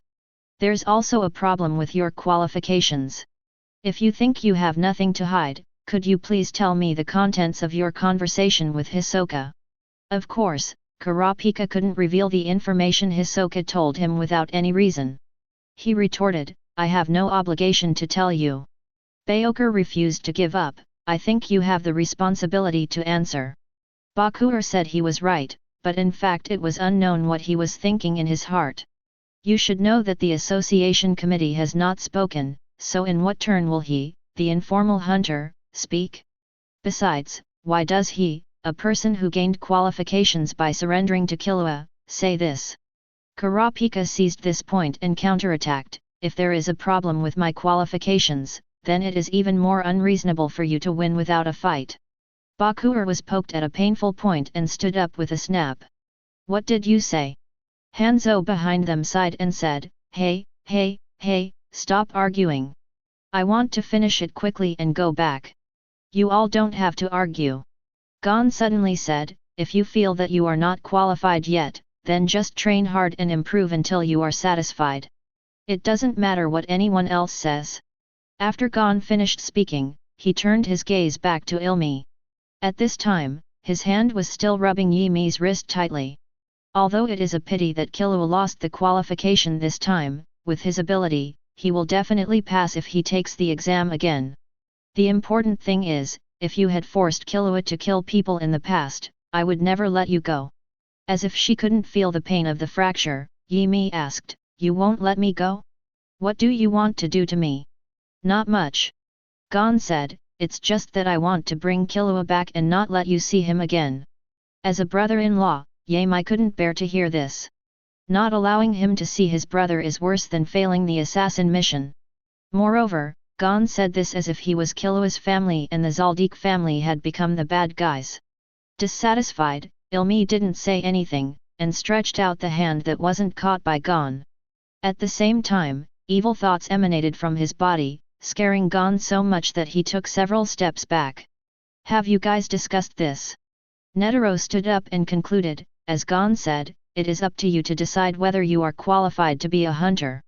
Regardless of any objections others may have, we will not change the results of this hunter exam again. 17. Neither Killua's disqualification nor your qualifications will change. This concludes the story about Killua's qualifications, and then comes the issuance and explanation of Hunter's license. The bean-faced man is responsible for this matter. It explains the role of the Hunter license to the candidates, and also reminds the candidates to be careful not to lose or steal it. During this period, it was made clear that keeping the card is equivalent to the first test for newcomers after they become hunters. As for whether the newcomers take it to heart, it depends on whether they can understand the profound meaning of the bean-faced man's words. The above instructions are all over, it's up to you what to do next. I hope you will overcome obstacles, believe in yourself, and move forward towards your dreams. Netero changed his previous casual attitude and said seriously, I hereby announce that the 7 of you will be the new hunters. Why? The word new appointment is used very well. After all, for the remaining 5 people except Hisoka and Ilmi, there is still a test waiting for them, learning to read. Only by passing the test and learning to read can one be considered an official hunter. After Netero finished speaking, the seriousness on his face disappeared and he returned to his usual look. 0 Please give me flowers. To celebrate you becoming hunter, the association has prepared a sumptuous dinner tonight, and you can decide whether to attend. Of course, those who are not interested can just leave.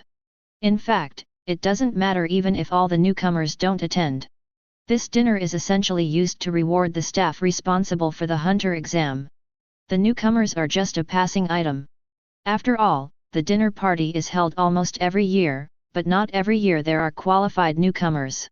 As an elder of the Hunter Association, Eaton also knows this. However, he still typed slowly. Old man, just tell me, what do you want me to do? Netero winked at Eaton, since it's a dinner party, why don't you, the food hunter, show off your skills? Eaton rolled his eyes angrily, if you're greedy, just say it, no need to beat around the bush. Ho ho, just think of it as a celebration for the newlyweds. I agreed in advance that I will only cook 1 dish. Eaton finally agreed, since he was idle anyway. Hearing that Eaton was going to cook, Ilmi and Hisoka, who were planning to leave early, changed their minds and chose to stay to taste the cooking skills of one of the world's top 5 experts. The other newcomers had different ideas, but they all chose to stay. Even Hanzo, who had been clamoring to end it quickly and go back, did not leave. But it was still early before the dinner, so the 7 of them chose to have free time. As soon as Yimi went out, she was chased by Gon. Gitaracker. Tell me where Killua is. You'd better not go. I must go. Gon said firmly, Killua is my friend. I must bring him back. Are those 2 at the back too? Behind Gon are Kurapika and Leorio who are catching up. Although he didn't know why Yimi suddenly asked this question, Gon still nodded, of course. Perhaps thinking of something interesting, Yimi changed his mind. Well, I told you anyway, you may not be able to see Killua. He should have gone home by now. Kuru Mountain, our family lives on that mountain. After learning where the Killua family is from, Ilmi, Gon just left with Kurapika and the others. He said he wanted to find out how to get to Kurula Mountain. Hisoka fell in love with Ilmi, probably because he found it easy to be with Ilmi. Is it really okay for a killer to reveal his hiding place so easily? Well, anyway, I never hide it deliberately, and our family is quite famous in the local area. They will know by then that we and them are completely different worlds. Ilmi said, and suddenly found Hisoka looking at his right hand with concern. My hand? Well, it's broken. Recalling the scene when Gon picked him up with one hand and crushed his hand off. Ilmi suddenly understood why Hisoka was so interested in Gon. Gon is my prey. If you attack him, I won't let you go easily. Should I say that I am worthy of being an official CP? Hisoka is keenly aware that Ilmi is interested in Gon. However, since the two of them had just met for the first time, Hisoka didn't know enough about Ilmi. Ilmi is the kind of person who nip troubles in the cradle, and Hisoka is the kind of person who likes to cultivate fruits until they are mature. They are two completely different types. It's a pity that Gon's identity is destined not to be strangled, and Yimi will not take action against him. So Hisoka's warning is somewhat redundant. However, Yimi still promised, I know. Although I have only known you for a short time, I know your style very well and will not compete with you. By the way, what are you going to do after you get your hunter license? Do nothing, just wait quietly. Hisoka put on an expectant expression, wait until the sweet fruit matures. The fruit here refers not only to Gon, but also to the trap he laid on Kurapika on a whim. The joy of harvest is in the near future. Imagining the wonderful moment of tasting the fruit, Hisoka trembled with anticipation, like a pervert. No, he was originally a pervert. Chapter 105. On Gon's side, a group of 3 people were stopped by Hanzo. It wasn't a big deal for Hanzo to find them, he just wanted to exchange contact information for future contact. It was at this time that Kurapika and Leorio discovered that Gon didn't even know what a mobile phone or a computer was. It happened that they were going to check the route to Mount Kurulu. Along the way, Kurapika and Leorio briefly introduced their functions to Gon. The 3 of them came to the internet cafe near the Hunter Association Hotel and experienced the benefits of the Hunter license for the first time, free internet access. In fact, they can also check directly using their mobile phones. After all, Eaton had already invented smartphones a few years ago. But being idle is also idle, and there is also a reason to bring Gon a lot of experience. So they came to the internet cafe anyway. By the way, although it has been several years since Eaton invented the smartphone, progress in network applications has not been very fast. Not to mention competing with each other, most of the apps for various purposes have not even been researched yet. It's not that those professionals can't do it, it's that they don't have the concept yet. For example, the food delivery app Eaton used before time travel was nearly 20 years apart from the invention of the smartphone. Eaton is not worried about this. Mobile applications are a gold mine, and he doesn't have to worry about no one developing them. Eaton believes that with the keen sense of those top businessmen, it is impossible not to discover the business opportunities in this. As for him ending up personally, there's no need for that. Just the technology of a smartphone has already made him eat a lot of 660. At Eaton's current level, money is just a bunch of numbers to him. Now Eaton is qualified to say that classic saying. Eaton, I have no interest in money. I have never touched money. Ahem, let's get down to business. Since Gon didn't think he was qualified to use the hunter license yet, he didn't think he was qualified to use the license until the number plate was returned to Hisoka.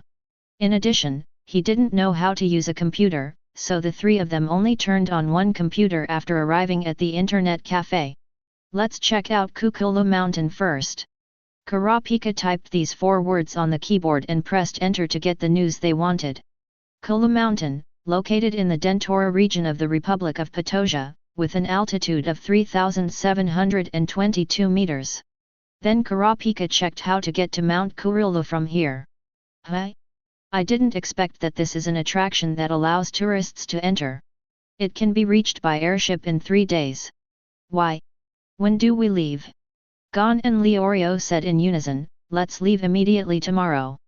Kurapika has no objection to this. Okay, I'll book the tickets.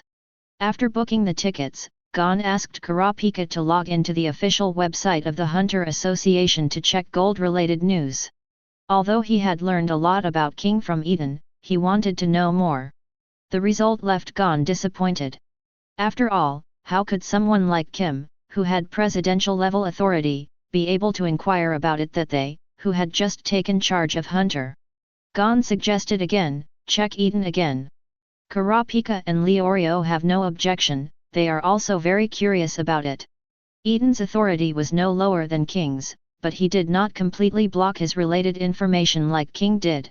Firstly, it was unnecessary, and secondly, his reputation had already been spread by setting up a ring in the Sky Arena 2 years ago.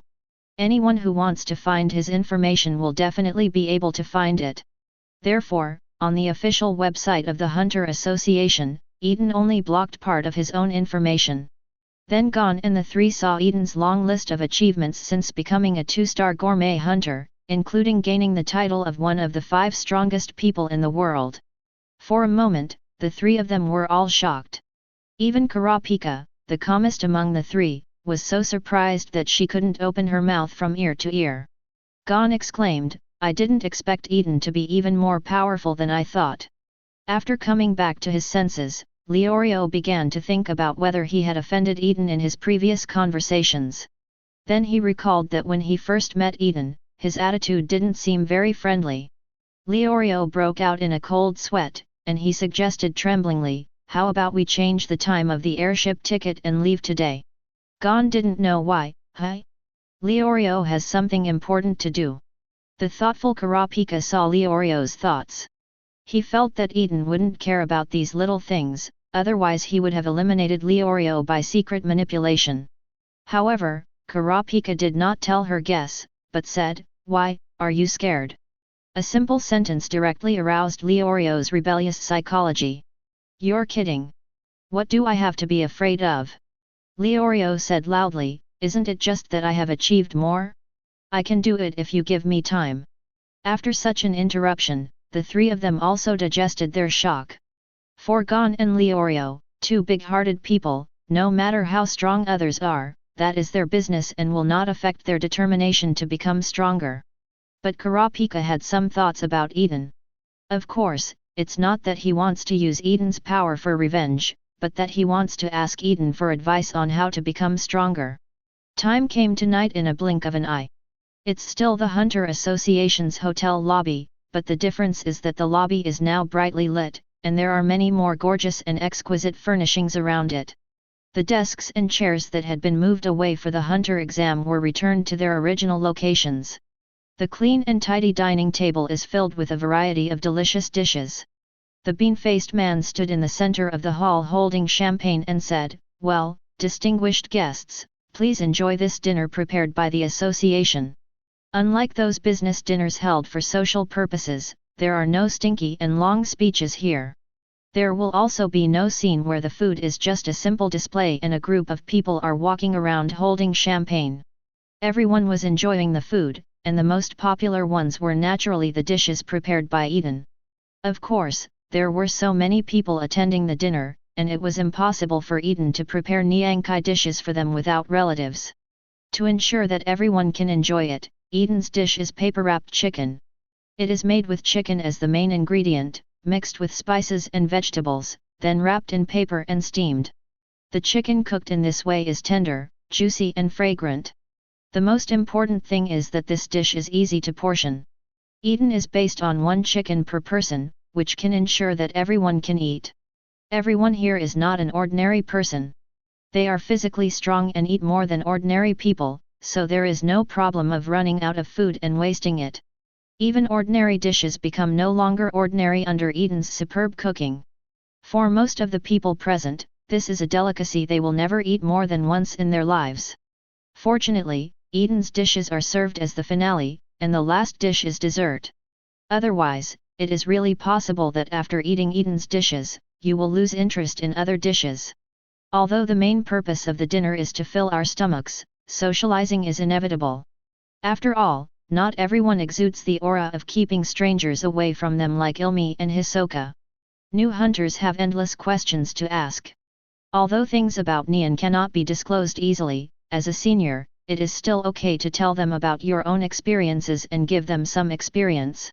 In this harmonious atmosphere, Kurapika also apologized to Kurapika for what happened during the day and exchanged contact information. Hanzo, a chatty ninja, has the kind of temper that can't sit still. He got a camera from nowhere and turned into a photographer and went around looking for people to take pictures. In the end, because he tried to secretly photograph Menchi while she was drunk, Eaton beat her and sent her to the courtyard outside the hotel lobby. Hanzo fainted after landing on the ground, and no one went, or in other words, no one dared to help him. Who knows if this will offend Eaton, one of the world's 5 strongest men. So Hanzo lay quietly in the grass. It seemed that he could experience the feeling of using the sky as his bed and the earth as his bed tonight. Speaking of Menchi, today she changed out of her smart clothes for outdoor activities and put on a one-shoulder pure white dress. The whole person looks elegant and calm yet steady and dignified. Even though Eaton was used to Menchi's appearance, he couldn't help but be surprised when he suddenly saw her with a completely different temperament. 0. But Menchi's appearance didn't last long. Eaton, who knows Menchi well, knows that she is a person who likes to lecture others whenever she is drunk. What's more, Menchi is not the kind of reserved and calm character. Not long after the dinner started, Menchi showed his true colors and returned to his cheerful, neat and straightforward appearance. Eaton doesn't dislike this, it's better to say that he is more accustomed to Menchi like this. After all, this is who she is. After the dinner, Eaton carried the drunk Menchi to the room arranged by the Hunter Association. Kurapika didn't go far before she caught up with him. "Mr. Eaton, please wait a moment." Eaton stopped and asked, "What's the matter?" Kurapika bluntly stated her purpose, "Can you please teach me how to become stronger?" Eaton was also a little surprised by Kurapika's request. He didn't expect that the other party would find him here. It seemed that Hisoka's mention of the brigade before gave Kurapika a sense of urgency. "I reject." Eaton turned down Kurapika's request with little hesitation. Although the opponent is the protagonist, he is extremely talented in nin practice. When the flaming eyes are turned on, he can even change from a manipulator to a trait system, and can bring out 100% of the abilities of the other 5 systems. But what does this have to do with Eaton?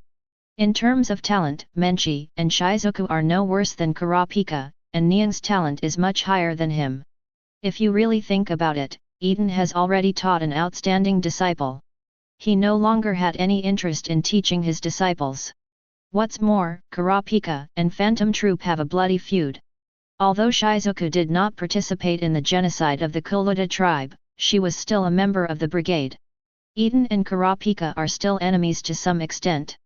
This makes it even less possible for Eaton to teach Kurapika such an act of subjugation. However, Kurapika did not give up easily and bowed deeply to Eaton. "Please, Mr. Eaton.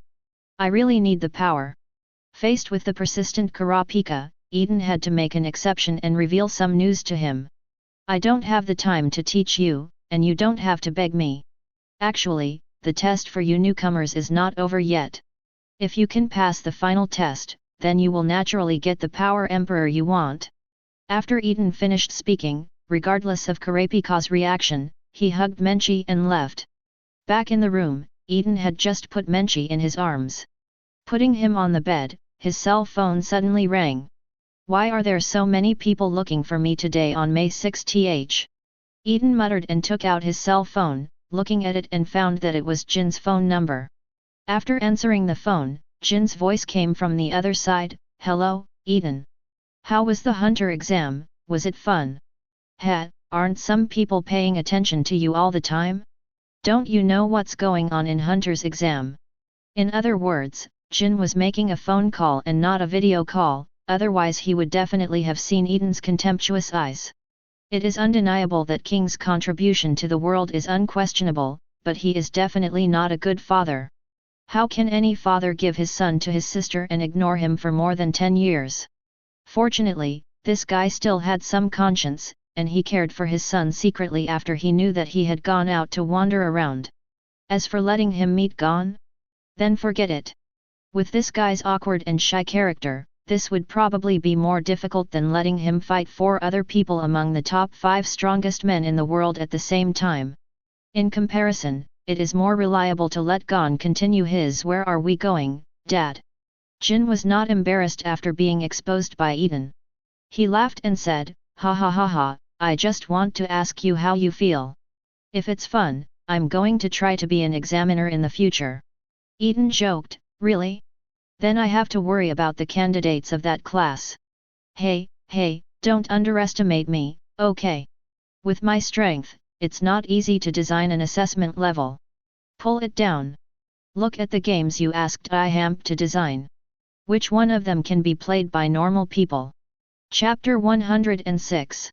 As a traveler from the Earth where video games are more developed to the world of Hunter, Eaton has naturally played more game types and been exposed to game ideas than a local like Jin.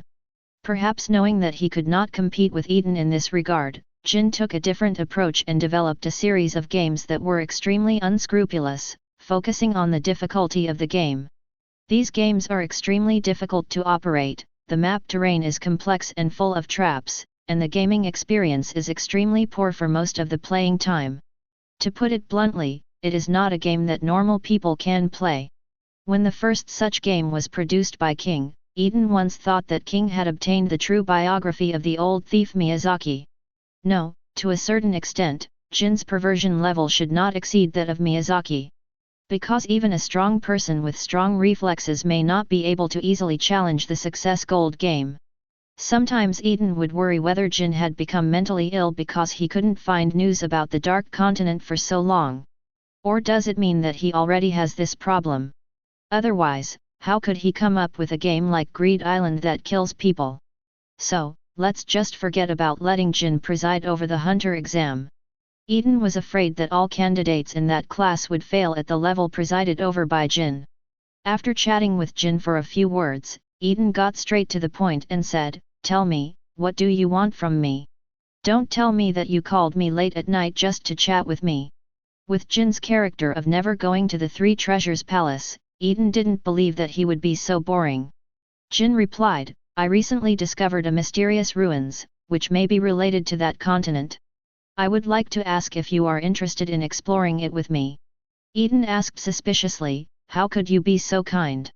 It stands to reason that if Jin had discovered ruins related to the Dark Continent, he would have plunged into it. How could he still wait to ask Eaton to join him? Jin smiled sheepishly and said, "Hey, the main reason is that there is a very strong resentment in that ruins, and I need your help. 10 for this kind of thing, can you just find a mind-killing master?" Jin sighed and said, "Oh, it's just because the Neon Master can't deal with it, so I came to you." So outrageous. Yes. You don't know how exaggerated that scene was. I was shocked when I discovered the ruins. Good guy, the entire ruins are filled with evil thoughts and resentments. I can't even enter. I've called several mind-killing masters but they can't solve it. I have no choice but to come to you." After hearing Jin's description, Eaton also became interested in this ruins. Not to mention the resentment and evil thoughts in this ruins, his ability to swallow fruits and the Lyoku Immortal Thief are completely tonic. The mere fact that this ruin is connected to the Dark Continent is worth a trip to Eaton. Although Eaton got a lot of information about the Dark Continent from Lin Nai, he never saw the real thing.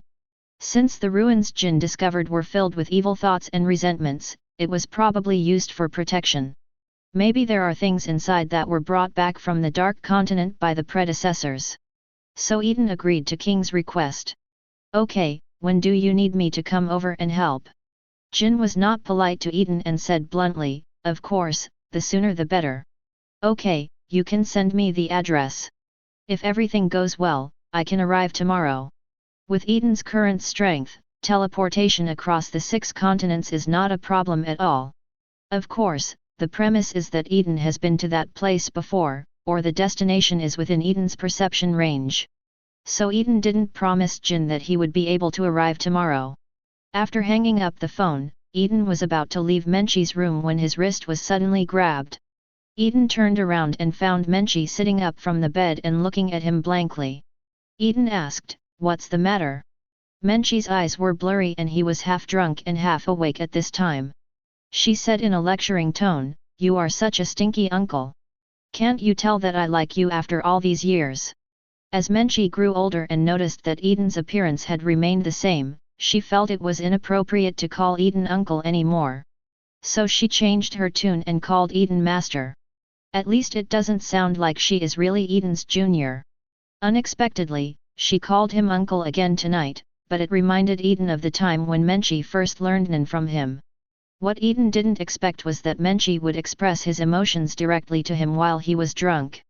Eaton is not an emotionally slow person, so it is impossible not to see Menchie's love for him. Menchie discovered this when he was still a teenager. It was precisely because he was discovered too early that Eaton felt that Menchie at that time was not mature enough both in terms of thought and age. So he didn't respond to Menchie's cryptic expression at the time. Later, as Menchie continued to grow up, although this love did not disappear, it was never revealed by Menchie again. So it has been delayed until now. It wasn't until Menchie talked about it today that Eaton realized that Menchie was no longer young. The little girl who followed him and called him uncle is now a 21-year-old, slim girl.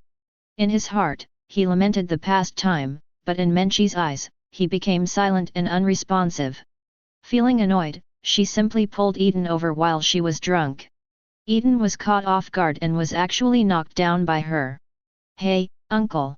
Today I'm going to let you see the power of the future 3-star gourmet hunter, Queen Menchie." After saying that, Menchie rushed forward. When Eaton came back to his senses, he saw that this was no good. How could he, one of the 5 most powerful men in the world, be killed by his little apprentice? It is our duty to turn over immediately, turn passivity into initiative, and restore the dignity of teachers. The green moth is lazy and has shallow makeup marks, and the fragrant skin is soft with hops. This is destined to be a night of great success. The next day, the morning sunlight caresses people's eyes through the window, waking Eaton up from his deep sleep. Looking at the delicate and lovely child in his arms, Eaton found it difficult to associate her with the aloof and unyielding look she had last night. "I didn't expect this girl to be quite changeable. It looks like she won't have too much fun in the future." Noticing the twitching of Menchie's eyelashes, Eaton pointed it out directly, "Okay, now that you're awake, get up." Seeing that Menchie was still unmoved, Eaton continued, "What? Our future 3-star gourmet queen hunter Menchie now doesn't even have the courage to get up."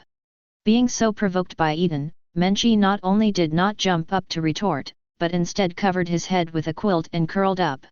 Mainly because he recalled his shameless remarks last night, which made Menchie feel even more ashamed. Seeing this, Eaton stopped pressing. "Okay, since you don't want to get up, just sleep a little longer and I'll make you breakfast." Eaton got up, got dressed, and left the room. Hearing the footsteps gradually disappearing, Menchie revealed his head from the quilt. She glanced at her clothes still on the ground and recalled the scene last night. A blush appeared on his face, and he was so shy that he wriggled around on the bed like a bug. "Even though I was shy, I couldn't help but be grateful to myself for being drunk last night, otherwise I wouldn't know how long it would take for me and Eaton to achieve success. Maybe someone else will take the lead when the time comes." She knew that both of them in the family had such thoughts about Eaton. With her relationship with Shizuku and Nying, it is definitely impossible to monopolize Eaton. After all, Eaton couldn't possibly cut off contact with the other two because of her. Not to mention Eaton, Menchie himself couldn't bear to part with it. To a certain extent, she, Shizuku, and Nying were all raised by Eaton. They have long regarded each other as relatives, and nothing can be done without anyone. But in the end, she came out on top first, and from now on, both of them have to call her sister. When he thought of this, Menchie couldn't help but smile. "What are you thinking about, so happy?" While Menchie was thinking wildly, Eaton walked in carrying a large tray. There are various breakfast snacks on the tray, including steamed buns and snacks, dumplings with shayamai, porridge, and desserts. Eaton is not worried that Menchi can't finish eating. Nan's food intake cannot be measured by common sense. Seeing Eaton prepare such a sumptuous breakfast for himself, Minwei was deeply moved. However, she did not say what she had just thought. Instead, she stuck out her tongue and said, "I won't tell you." "Okay, okay, if you don't want to say it, don't say it." Eaton was not annoyed and said with a smile, "Get up quickly and have breakfast, otherwise it will be cold later." When Menchi heard this, he didn't hide it. He got up and washed up generously, feasting Eaton's eyes and almost dragging her to fight again. However, considering that the Menchi flower path had just begun to bloom last night, Eaton could not hold back his enthusiasm. As for using Nan specifically to restore status, forget it. He is not the kind of impatient person. The future is long, and the days to come are still long. Besides, Menchi didn't even eat breakfast. Menchi's heart wasn't as calm as she showed. Eaton's substantive gaze glanced at her, making her extremely shy. It wasn't until Menchi got dressed and ran into the bathroom that she breathed a sigh of relief. She was really afraid that Eaton would suddenly pounce on her. After washing up, the two sat at the dining table and ate breakfast. Eaton picked up a shrimp dumpling and stuffed it into his mouth, and asked, "By the way, Menchi, what are you going to do next?" Menchi swallowed the egg tart in his mouth, thought for a while and said, "I will probably continue to travel around the world and hone my cooking skills." Although he is new to the industry, Menchi has no intention of clinging to Eaton. The main reason is that Eaton's teleportation is really convenient. If they really want to meet, they can meet in just one phone call. So there is no need for two people to be together all the time. Eaton suggested, "If there is nothing important, Jin will ask me to explore a ruins related to the Dark 103 continent. Would you like to come along and take a look?" When Menchi heard this, he remembered the conversation between Eaton and Jin that he vaguely heard last night. Eaton didn't hide anything about the Dark Continent from Menchi, so she also knew something about it. To be honest, she was also full of curiosity about the Dark Continent. And the focus of her curiosity is similar to that of Eaton. They both want to know what unseen ingredients there are in the Dark Continent. Faced with Eaton's invitation, Menchi did not agree immediately, but asked, "Would Kim mind?" Eaton waved his hand indifferently and said, "It's just a person, it's not a big problem." Without him, Jindu might not be able to enter the ruins, so why would he have any objection to him bringing more people? Besides, Menchi just went to take a look, without giving any credit or causing damage, and he didn't care if he got the money. "In that case, I want to go with you." Menchi decisively agreed. Although it is not necessary for two people to be together all the time, why should they be separated if they can be together? Eaton wasn't surprised by Menchi's answer. He drank a bowl of porridge and said, "Okay, let's pack up and set off after breakfast." Both of them have the ability to store space, making traveling very convenient. Just throw things into the space and leave without carrying anything. But before that, we have to attend the farewell ceremony of the newlyweds. The farewell ceremony was not anything complicated. President Netero and several hunter examiners simply said farewell to the newcomers at the entrance of the hotel. When Eaton and Menchi arrived, everyone was almost there. Seeing that everyone was complete, Netero said to the 7 newcomers, "Everyone, when you step out of here, you will be hunters like us.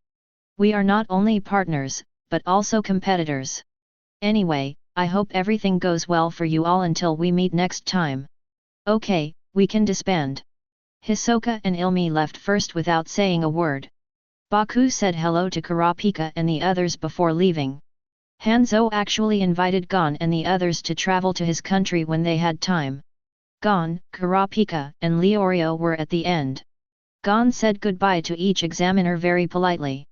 When they arrived at Eaton's place, Eaton suddenly smiled and said, "Gon, that guy Jin called last night and said he had something to ask me for help. I'm going to see him now. Do I need to take you with me?" Chapter 107. Gon was very surprised when he suddenly heard the news about his father. Gon was very moved by Eaton's proposal, but after hesitating for a moment, he refused. Thank you, Eaton. But forget it, I want to find gold on my own.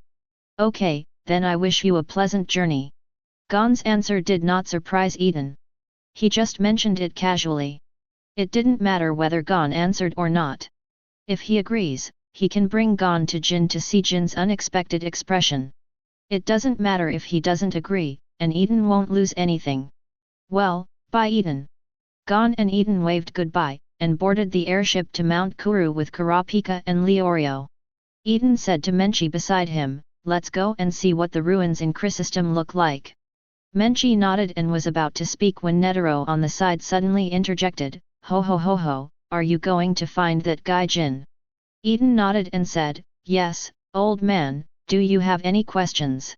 Netero said, it's not a big deal, I just want you to remind him that he also has the identity of the 12 earthly branches, so don't miss him every time there is a meeting.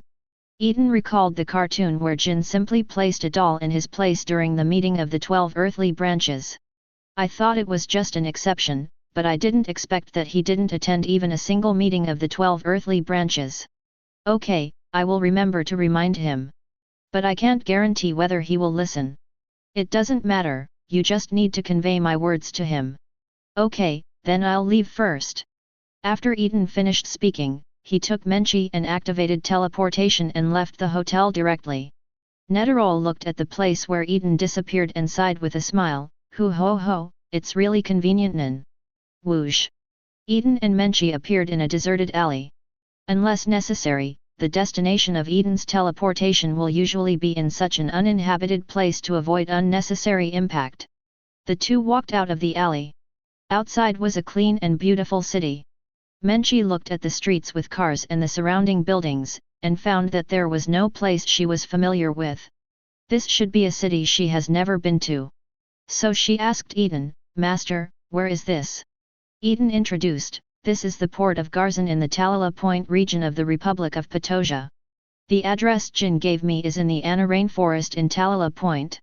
Speaking of this, Eaton suddenly realized that it seemed that Killua's family's Kurulu mountain was also in this country. Moreover, the Dentora area where Mount Kurulu is located is right next to the Talala Point area. I don't know if it will take long to explore the ruins discovered by Jin. If not, I might catch up with a family of 3, Gon, Kurapika, and Leorio, coming to steal my wife, Killua. Eaton recovered his thoughts and said, let's go meet Jin first.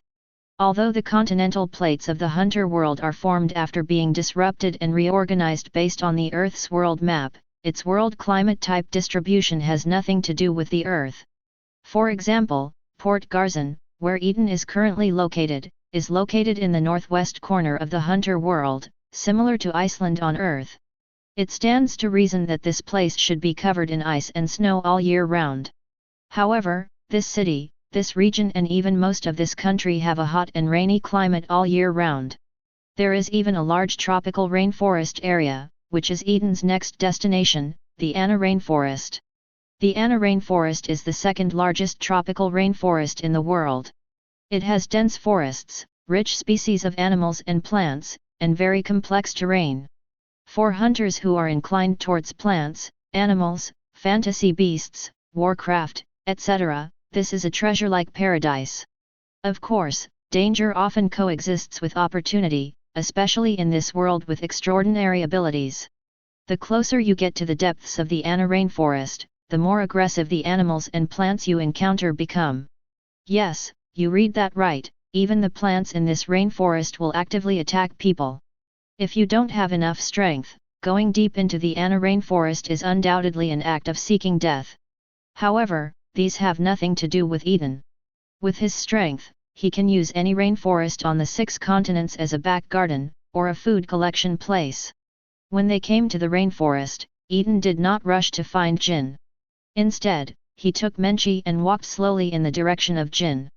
There are many trees here and there is no human habitation. Although the climate is a bit hot and humid due to the tropical rainforest, it has no impact on the Nan Eaton and Menchi. On the contrary, it is a good place for 2 people to spend time together. Although this 2-person world may seem strange to outsiders, it is just right for the 2 food hunters. Along the way, the two of them would stop and study any special plants they saw. Some animals that suited their appetites were knocked unconscious and taken away. It won't be long before they become a feast for two. It was late afternoon when Eaton and Menchie found Kim. At this time, Jin was sitting cross-legged on the head of a muscular tree frog. I don't know what method he used to tame this muscular tree frog and let it carry him obediently. When Eaton got closer to Jin, he found that Jin looked sloppier than usual. Not only were his clothes full of dust, but his beard was much longer than usual. Eaton greeted Kim and then asked, "How did you get yourself so sloppy?" It was understandable that his beard had grown longer after not cutting it for a long time. Eaton couldn't figure out how Jin got himself covered in dust in a tropical rainforest with high temperatures and humidity all year round. It was as if he was not in the rain but in the desert. "You're finally here." Jin sighed with emotion at first, and then explained, "I saw that you haven't arrived for so long, so I couldn't help but walk around the ruins in advance." Finally, he greeted Menchie again, "Hey, Menchie is here too." Jin didn't ask why Eaton brought Menchie with him. It was just a matter of bringing someone else along. Anyway, if anything happens, it has nothing to do with him. Eaton will be responsible for Menchie's safety. Besides, given the importance Eaton places on Menchie, Jin doesn't think Eaton would put Menchie in danger. Menchie responded politely, "Sorry for disturbing you, Mr. Jin." Although Jin didn't care that Menchie joined this ruins exploration, she joined in midway and did not receive an invitation. In addition, Jin is also considered Menchie's senior in the Hunter Association, so she still has to observe basic courtesy.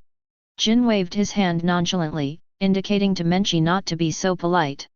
Then he asked Eaton, "What took you so long?" "I'm starving." Eaton looked at him with a puzzled expression and said, "If you are hungry, go find something to eat. There is no shortage of food in the rainforest. Why are you waiting for me?" Jin smiled and said, "I just want to free up my stomach to eat the delicious food you made." Eaton rolled his eyes and asked, "According to what you said, if I can't arrive today, wouldn't you have to wait until tomorrow?" Jin waved his hand and said, "No. You said it last night. If everything goes well, we can arrive today. I believe you." "Oh, you are more confident than I am." "That is." King said that no one who has experienced Eaton's teleportation ability has said that it is not useful. "Speaking of which, you haven't said why it took you so long to arrive." "It's almost night." Eaton said angrily, "Didn't I find something to eat for you on the way?"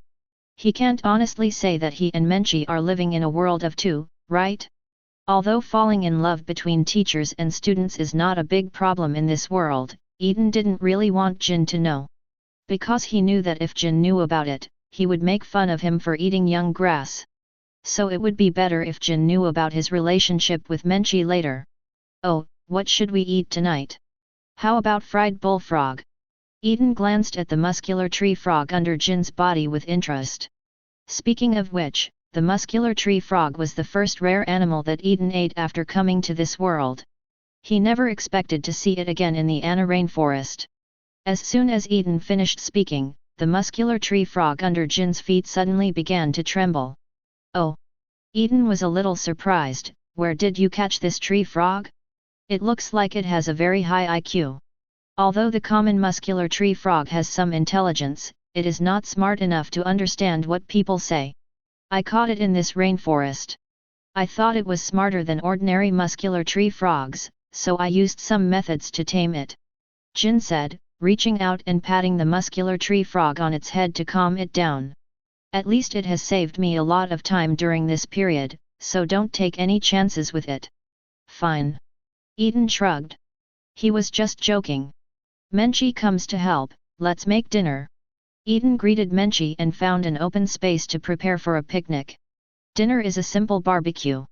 It's not that it's too complicated to make in the wild, but it's mainly because Eaton is too lazy to make it too troublesome. Jin couldn't wait to stuff the whole chicken leg into his mouth, chewed it a few times and then swallowed it. Then he breathed a long sigh of relief and said, "Hi, I'm alive." Eaton looked at him with disdain and said, "Why do you seem like you haven't eaten in a long time? Although it's not, it's almost the same." Jin grabbed a handful of barbecue and grilled it to the end, then said, "Didn't I complain to you some time ago that I couldn't find the news about the Dark Continent? Do you still remember what you told me at that time?" Eaton nodded and said, "Of course, I told you that since you can't find a place with people, then go to a place without people." At this point Eaton also reacted. "Good guy, this guy Jin has been trying to sneak into uninhabited places during this time, right? No wonder he was devouring food like this. He probably hadn't had a good meal in a long time." Jin saw Eaton's thoughts and nodded, "It's pretty much what you think. During this time, I have been exploring places that no one has reached or that are difficult for ordinary people to reach." Eaton looked at Jin with admiration and asked, "So where have you been?"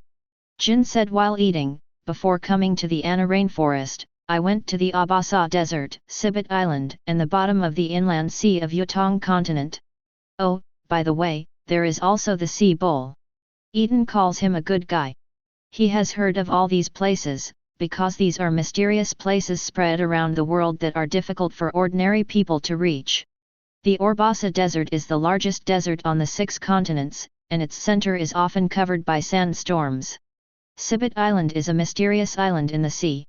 It has no specific coordinates, or in other words, humans are currently unable to locate its coordinates. It is said that this island will appear anywhere in the northwest waters of the Kajin Empire from time to time, so Sibit Island is also called Wang Mo Zhao, a ghost island. As for Yutong Continent, it is a continent shaped like a circle with a dot in the middle. Rumors. Tonglu is the Devil's Eye, and there is a passage to hell at the bottom of its inland sea. As for the last sea bowl, it is known as the island farthest from the mainland and is located in the southwest of the European continent. Eaton didn't expect that Jin would travel to so many places during this period. He is indeed a character who will do whatever comes to his mind immediately. Eaton was surprised and curious at the same time. He asked Jin, "Tell me, what have you gained from traveling to so many places?" Although Eaton often travels around the world, he has never been to these mysterious places. The main thing is that the focus is different. The purpose of Eaton is to explore and discover more novel ingredients. Naturally, it is impossible to dig into these places where even life may not exist. So he was also curious about what these mysterious places looked like. Spit Island and Haiwan are in strange locations, so there is nothing to be particularly concerned about. The Abasa Desert and the inner sea of Yutong Continent are very large, and I have not completely explored them. Although many ruins have been discovered, they have nothing to do with the Dark Continent. As Kim spoke, he took out his phone and showed Eaton the photos he took during his exploration. It has to be said that Jin thinks the smartphone invented by Eaton is definitely the greatest invention of this century. Not only is it easy to carry, the shooting function is also very powerful, no weaker than those professional camera equipment.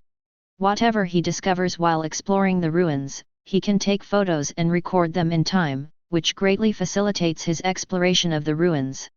At the same time, it is also convenient for Eaton to understand these mysterious advertisements of Jin Dynasty. Chapter 108. However, Eaton feels that King's photography skills may need some work. Because Jin took photos because the content of the photos was valuable to him for research and recording, it can be said to be true and realistic pragmatism photography. Although the photos are very clear, the beauty cannot be said to be absent, it can only be said to be pitiful. Eaton feels that he should wait to visit these places by himself when he has time. As for the photos, Eaton took a quick look at them before returning the phone and changing the topic. "By the way, you haven't said anything about Giai's specific situation this time." Jin swallowed the last piece of barbecue and introduced with a satisfied look, "It is a square pyramid-shaped building. On the surface, it looks like it is made of large bricks mixed with earth and stone.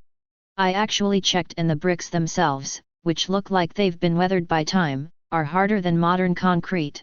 As for the situation inside, I don't know.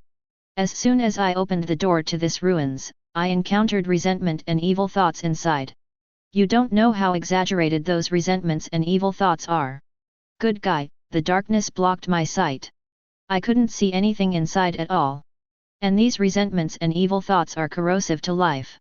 If it weren't for the fact that this ruins seems to have some restrictions that prevent them from getting out, the core area of the Anna rainforest might have been turned into a dead zone by now.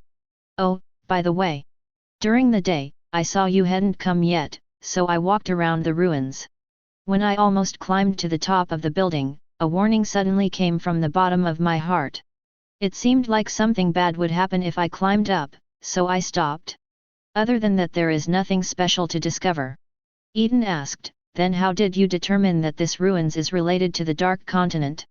Jin said, there are ancient Akkad writings on the gate of that ruins. The content recorded in the writings is very consistent with some relevant information about the Dark Continent that I have collected. Wait a minute, are you sure that's ancient Akkad writing? No wonder Eaton was so surprised, he had also heard about the ancient Akkad text. Those are the writings of the country in the Abasa Desert region 4,000 years ago. The problem is that the Abasa Desert is located at the easternmost edge of the 6 continents, and it is completely opposite to the northwest 777 where the Anna rainforest is located. And listening to Jin's description, why did Eaton feel that the ruins he mentioned were a bit like pyramids on the earth? Of course. Jin said with an affirmative expression. As a professional relic hunter, how could he possibly misidentify this kind of writing, which is not too rare in archaeology? Then the question is, how did the writing from the other side of the Abasa Desert get here? Jin shook his head and said, I don't know this question either. Could it be that people from there migrated here in ancient times? Eaton thought about it and realized that it was possible. Forget it, we will find out what the situation is when we go in tomorrow and take a look. Seeing that it was getting late, after chatting for a while, Eaton casually put out the charcoal fire and walked into the luxurious tent that had been set up before dinner. Jin took a second look with envy. It's convenient to have space capabilities, and you don't have to worry about eating in the wind and sleeping in the wild. Unlike him, although there are camping supplies, they are not as good as Eaton in every aspect. When you encounter problems, you can only rely on your excellent wilderness survival knowledge to overcome the difficulties. Recalling the difficult days he spent exploring mysterious areas, Jin was considering whether to find a space-type nin as a partner. No matter how bad it is, manipulator can also be used, at least some not-so-complex tools can be implemented. As for bringing Eaton as a bound teammate, to be honest, Jin also had this idea. But he also knew that was impossible. One of them is a ruins hunter and the other is a gourmet hunter. The hunting field is beyond reach. If they weren't both interested in the Dark Continent, the two of them really wouldn't be able to get together. King was well aware that sculpting Eaton as a long-term teammate was out of the question. But you can ask Eaton if he knows anyone with this ability. What? You asked Jin why he still asked Eaton when he and Eaton were both 2-star hunters in the association and even had the identity of the 12 earthly branches? That is of course because Jin himself has an unpopular reputation in the association. Anyone who has read the original work knows that when selecting the new president, Leorio couldn't stand Jin's behavior of turning a blind eye to Gon's serious injury, so he punched him directly. This punch caused many hunters present to cheer, and even Leorio's own vote count increased a lot during the subsequent voting.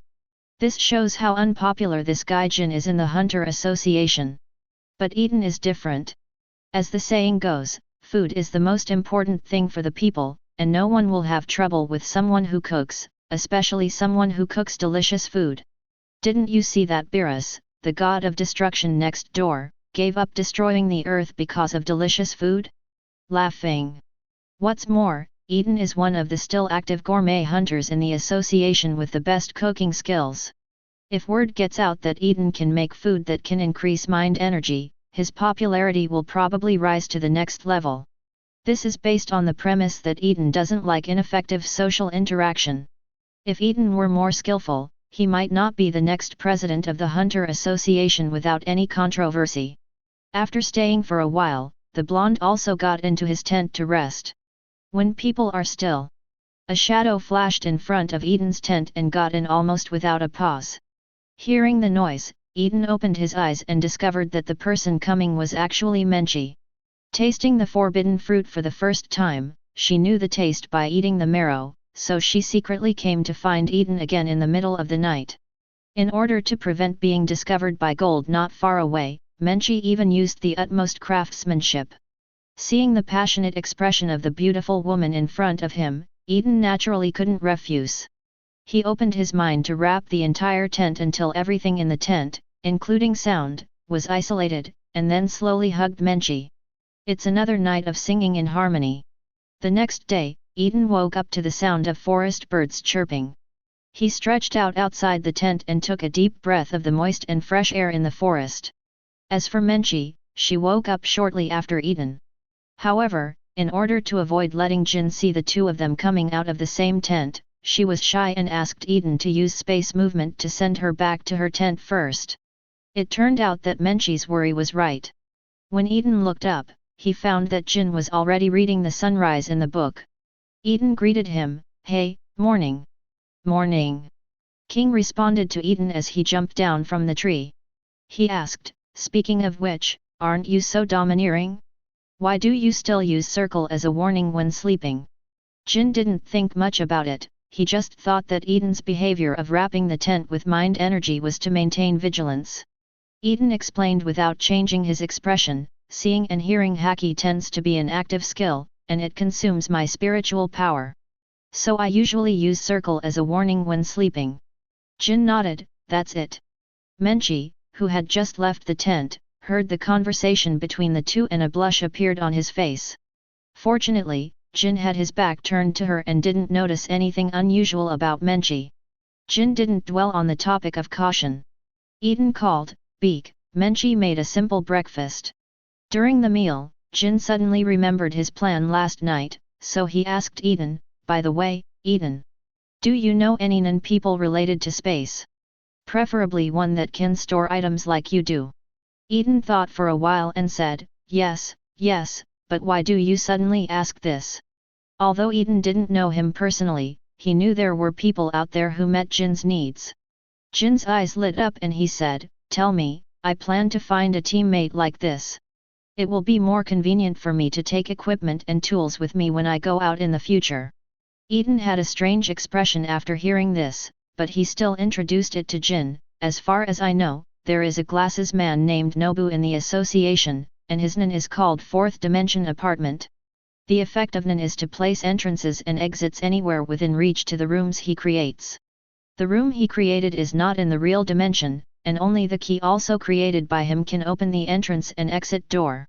So to a certain extent, his NAN can also hide people by removing them. Besides, I remember one of the 10 yen beasts under the 10 old men of the gang. His NAN is a wrapped skin.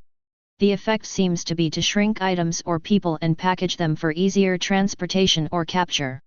Jin rubbed the stubble on his chin and analyzed, "Forget it about the yen beasts, they, as the 10 old man's ninja troops, will definitely not listen to me. This knob's ability is pretty good.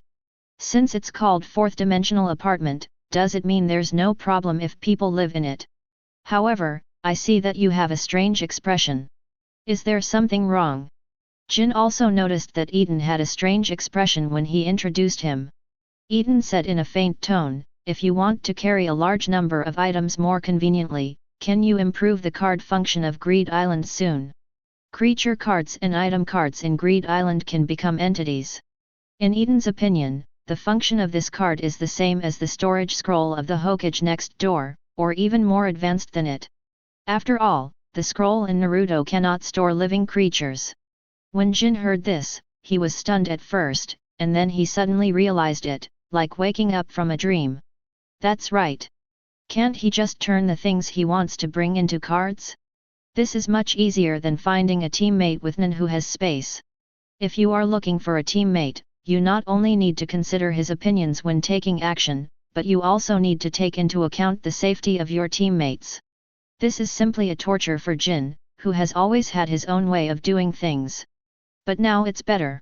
Jin, who was awakened by Eaton, decided to start improving the card functions of Greed Island as soon as he finished exploring the ruins and returned home. Jin is full of confidence in this and has no worries about not being able to do it.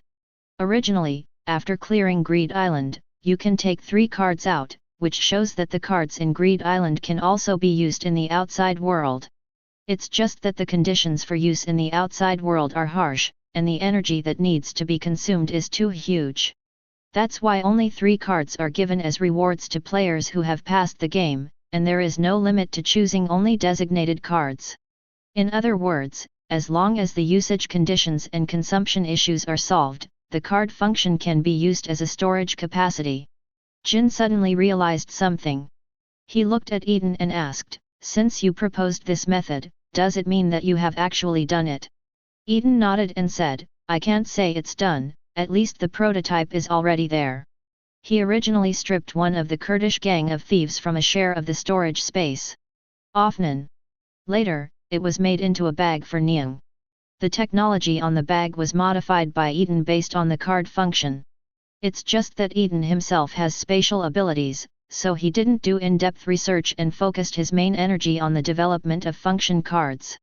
You get an extra 20% from the harvest of the ruins this time. If you don't get what you want, I will find a way to compensate you when the time comes. This was Jin's offer in exchange for the technology in Eaton's hands. Since he had a blueprint as a reference, he was naturally happy to avoid detours. Can.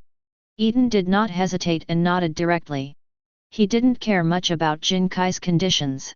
Originally, the technology in Eaton's hands was derived from the Greed Island developed by King and his partners. Even if Jin didn't offer such conditions, Eaton would still give him the technology. The deal was concluded, and Jin was happy to eat an extra bowl of noodles.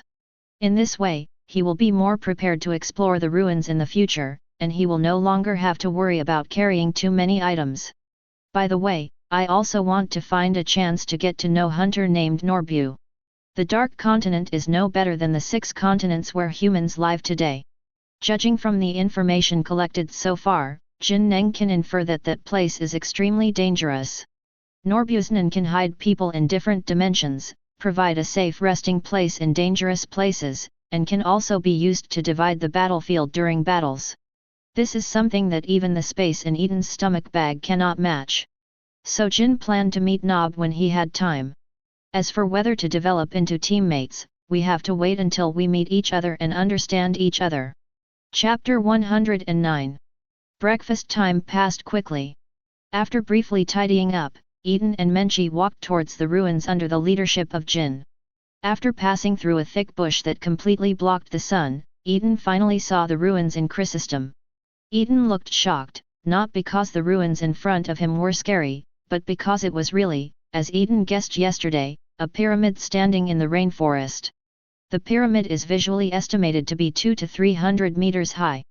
Compared to the current building, which is not that grand, it is only 1/3 of the height of the open arena. But you must know that this is a building that was built more than 4,000 years ago. It is hard to imagine how those ancient people built such a behemoth in that era when productivity was not developed.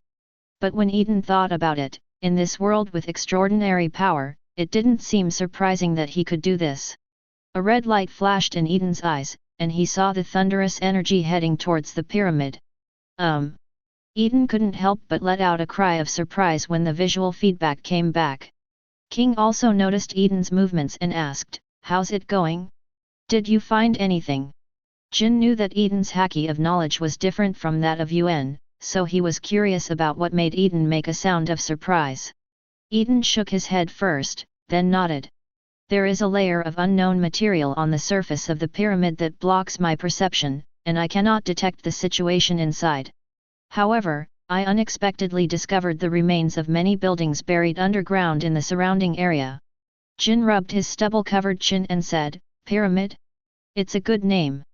This ruins does look like the word gold in the Azuma Federation script, and my name also sounds like gold when translated into the Azuma Federation script. It's decided, this ruins will be named like this." Eaton glanced at Jin suspiciously at first, then thought about it and understood. Jin's words made Eaton realize that the pyramid in front of him might be the first pyramid discovered in the hunter world. And because it was discovered by Jin, the word in the pyramid has an additional meaning. Jin asked, "Can you tell us specifically about the conditions of the buildings buried underground?"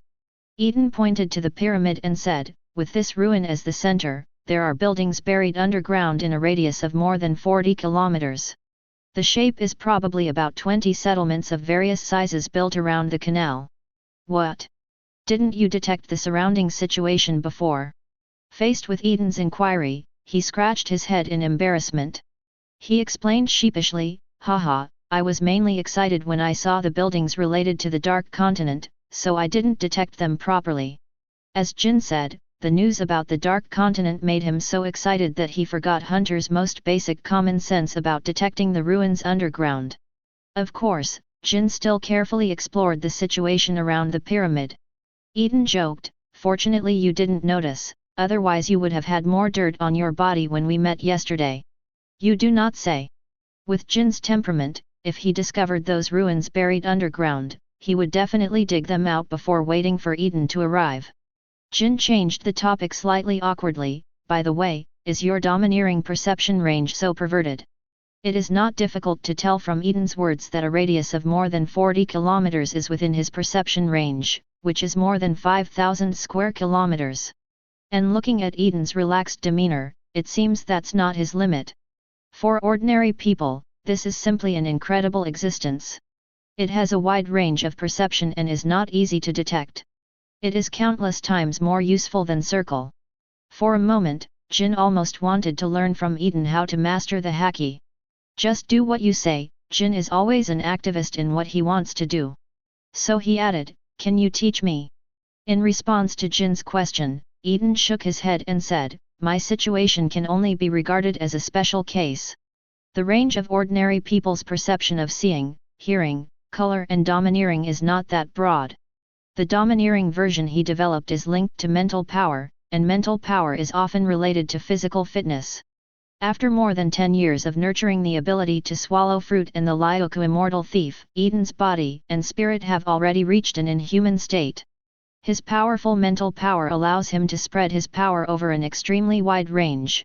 Its coverage area far exceeds that of Netero in One Piece Next Door. With the help of the Thunder Fruit's ability, Netero can quietly see, hear, and cover the entire Sky Island.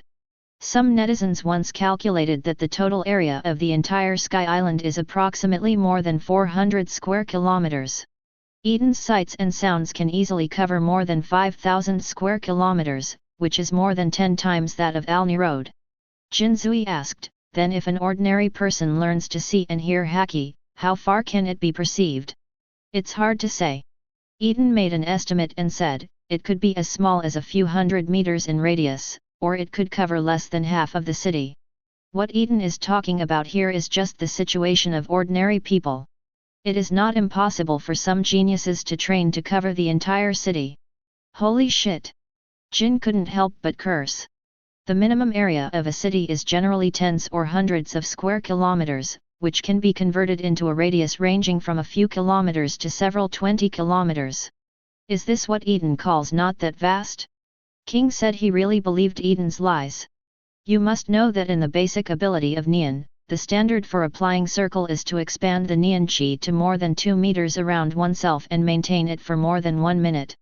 Anyone who can reach a radius of several hundred meters and maintain it for more than half an hour is considered a master.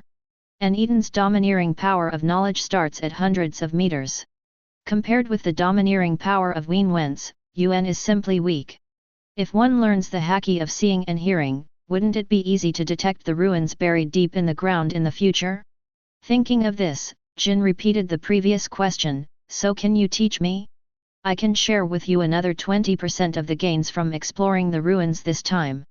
Forget it, if we divide it further, you will have to work for me in vain. Eaton smiled and shook his head, and without waiting for Jin to reply, he continued, if you want to learn, I can teach you when things here are over. But I can't guarantee that I will be able to teach you. After all, the false teacher Rayleigh once said that hegemony is the potential power possessed by human beings, and this power is an innate ability. Eaton also relied on his own understanding to awaken to the color of knowledge. It's really difficult for him to teach others systematically. But if it's gold, it shouldn't be a problem to learn to see, hear, and color haki. After all, his talent belongs to the best people in the world. Kim is also confident in her own talent. He nodded repeatedly and said, yeah, it doesn't matter, as long as you teach me, I will definitely learn it. Eaton waved his hand and said, "Okay, without further ado, let's take a look at the ruins." After Eaton finished speaking, he took the lead in walking towards the pyramid. Seeing this, Jin followed suit. As for the architectural ruins buried underground, Jin plans to explore them after he learns how to see and hear Haki. If you have the knowledge and domineering exploration, you may even save the effort of digging. When a group of 3 people came to the door of the pyramid, the first thing they saw was the door engraved with ancient Akkad characters. Among the 3 people present, only Jin knew this writing. He pointed to the writing on the door and translated it for Eaton and Menchi. "The greatest king Huling in the kingdom of Eldora is buried here. Anyone who disturbs the sleeping soul of the Dharma king will surely be visited by the mist of the end. It was a disaster brought back by the Dharma king from the dark continent. Anyone who comes into contact will turn into a slave well of desire and sink to death. Stranger, please put away your curiosity and leave here." After hearing this, Eaton was thoughtful and murmured, "Why does this thing sound so much like the gas life form AI?" Eaton originally visited Lin Nai on the recommendation of Netero, the senior food hunter who had gone to the Dark Continent with Netero. From her mouth, Eaton learned a lot of news about the Dark Continent, including the disasters and hopes known to mankind. Other disasters and hopes aside, the gas life form Eaton mentioned is one of the disasters. This strange, smoke-like life form does not seem to have a high level of intelligence, but this does not mean that they are not dangerous. 0 Please ask for flowers. On the contrary, anyone who comes into contact with the gas life itself will without exception fall into a state of insanity. These mentally disturbed people acted as if their desires had been satisfied, smiling happily all the time, and then died soon after. It was as if he got everything he wanted in a fictional dream and finally drowned in it. Speaking of which, Eaton remembered that Lin seemed to call these gas life forms desire-dependent bodies. This reminded Eaton of a special existence, the non-existent 4th son of the Zaldik family, Aluka. Aluka is a very unique being in the Zaldik family, because there is an extremely powerful unknown creature living in his body. This creature is called Nanaga by the Zaldik family and was brought back from the Dark Continent by Killua's great-great-grandfather Maha Zaldik. By the way, Maha Zaldik was also a companion who went to the Dark Continent with Netero and the others. As for the purpose of his journey to the Dark Continent, Eaton is unknown. Back to the topic, the reason why Nanaga is extremely powerful is because he has a very heaven-defying ability. This ability can be referred to as request and force, and to a certain extent it can be regarded as a Lukasnan. He can fulfill almost any human wish. 0. After you meet the 3 forced demands made by Aluka, that is, after you have done the 3 things he asked for, you can make a request to him. At this time Aluka will transform into Nanaka and grant your request. No matter how outrageous your request is, Nanaka can almost always make your wish come true. However, correspondingly, the greater the request, the greater the price paid by the next person who is forced by Aluka. For example, someone makes a request to Aluka saying that he wants a good meal. Then Aluka might just ask the next person to play with him, a painless force. And if someone makes an exaggerated request to Aluka to resurrect someone, then Aluka may make a cruel force to the next person, such as ripping out the other person's heart. Of course, the person can also refuse. However, if someone refuses Aluka's forced request 4 times in a row, that person and the person he loves most will die immediately. Note: the favorite person mentioned here does not refer to one person in particular. In other words, at least 2 people will die because they refuse Aluka's force. And it was a sudden death like a terrifying curse. Because of his danger, Aluka was locked up by the Zaldik family at a very young age. Not everyone in the Zaldik family knows about Aluka's existence. There are actually many rules related to Aluka's abilities. The most outrageous one, and the one that impressed Eaton the most, was Killua's privilege of being able to ignore everything. Maybe it's because Killua is the only one in the Zaldik family who regards Aluka as family. Both Aluka and Nanaga like Killua very much. So much so that Killua doesn't need to abide by Aluka's ability rules and can ignore everything and issue orders to Aluka. 0. The command allows Killua to make wishes directly to Aluka, or even make continuous wishes.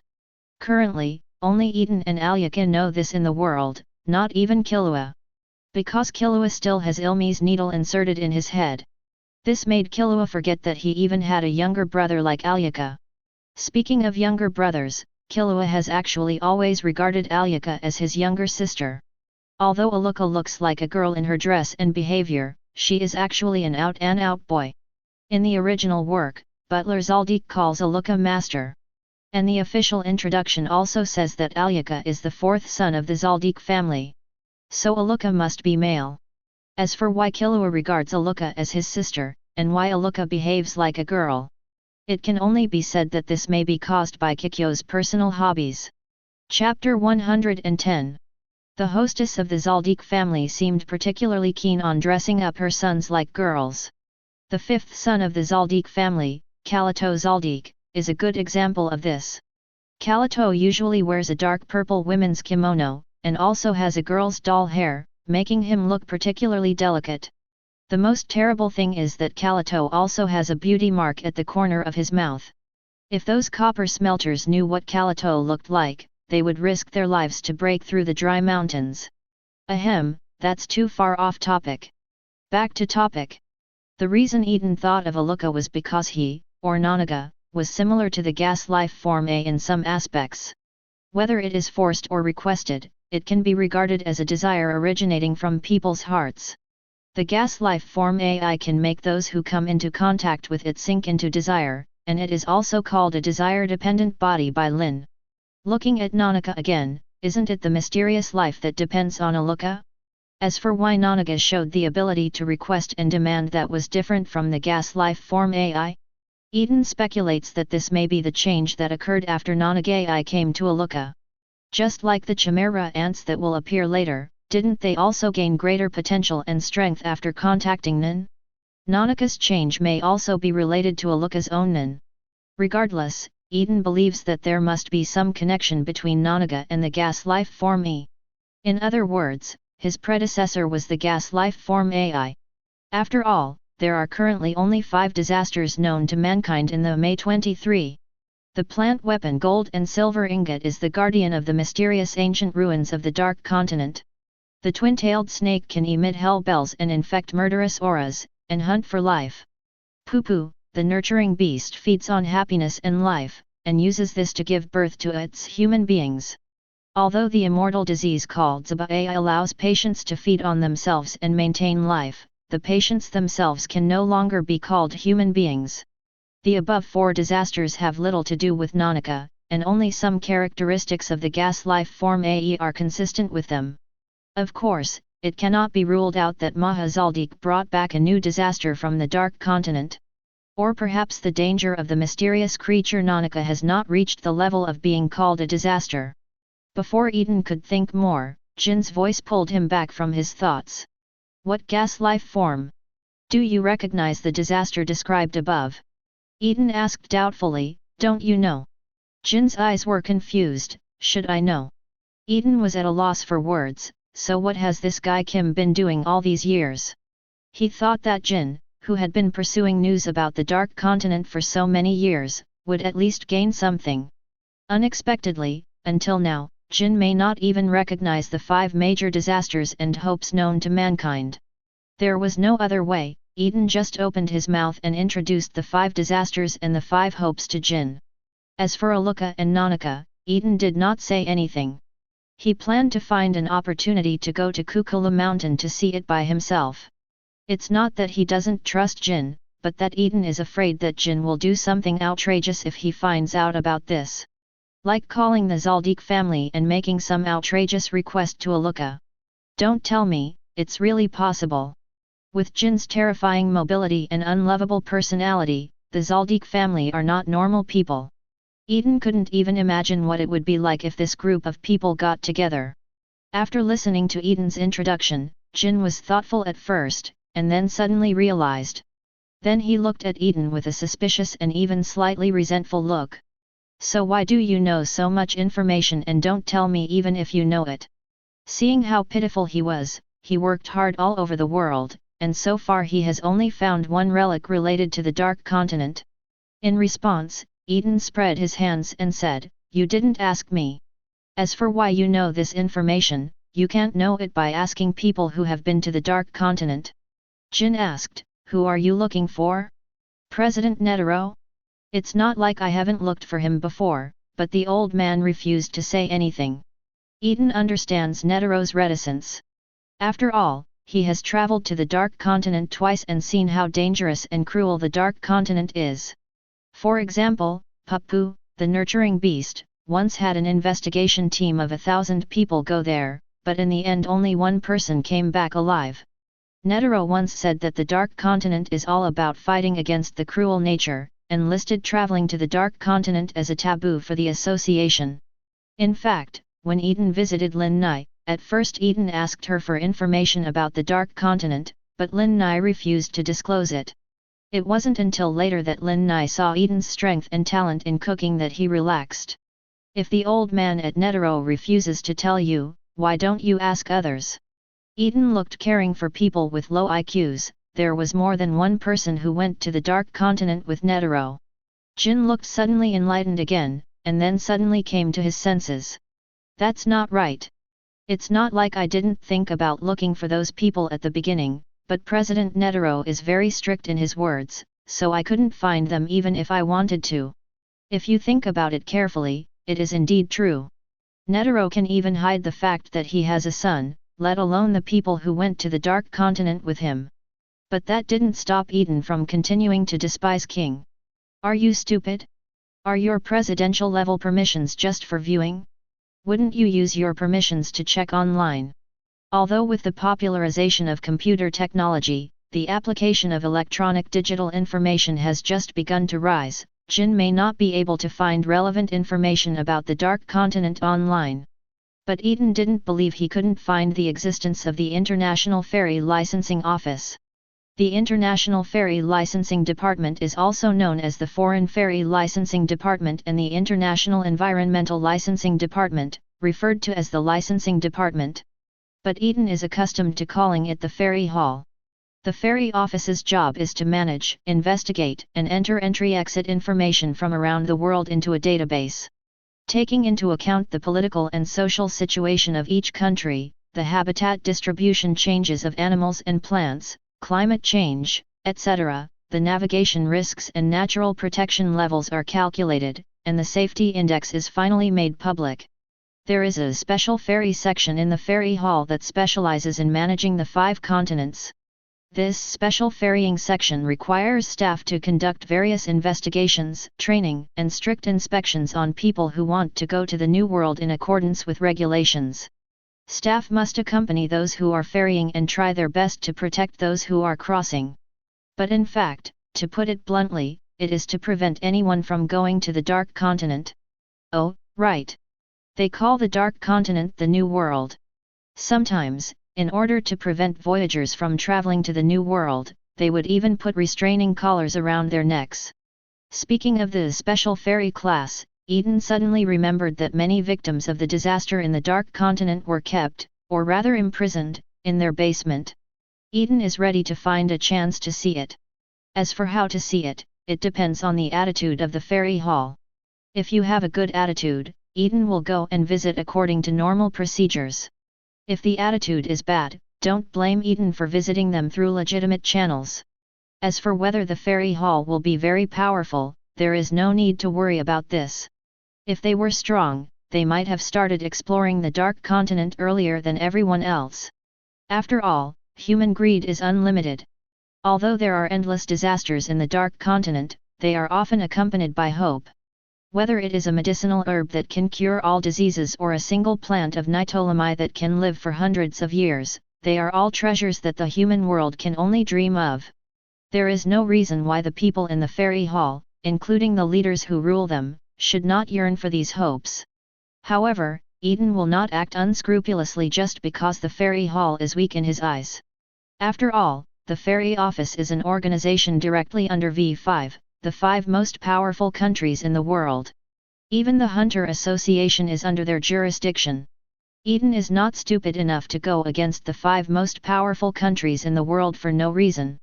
Since the ferry hall was mentioned, Eaton took advantage of the opportunity to teach Jinpyu about the special ferry class in the ferry hall.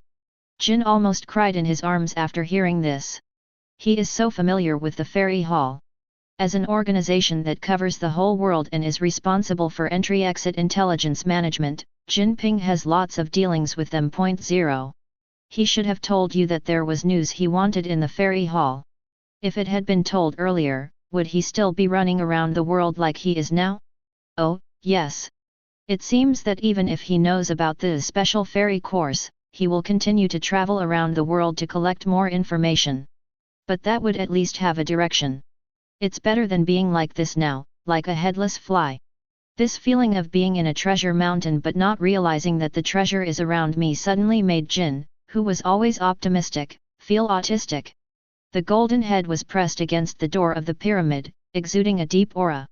Eaton didn't care about the money either, since he would be able to adjust it quickly. Eaton took 2 steps toward the entrance of the pyramid, knocked on the bricks near the entrance, pinched off a small piece, rubbed it in his hands, and found that it was the simplest brick mixed with earth and stone.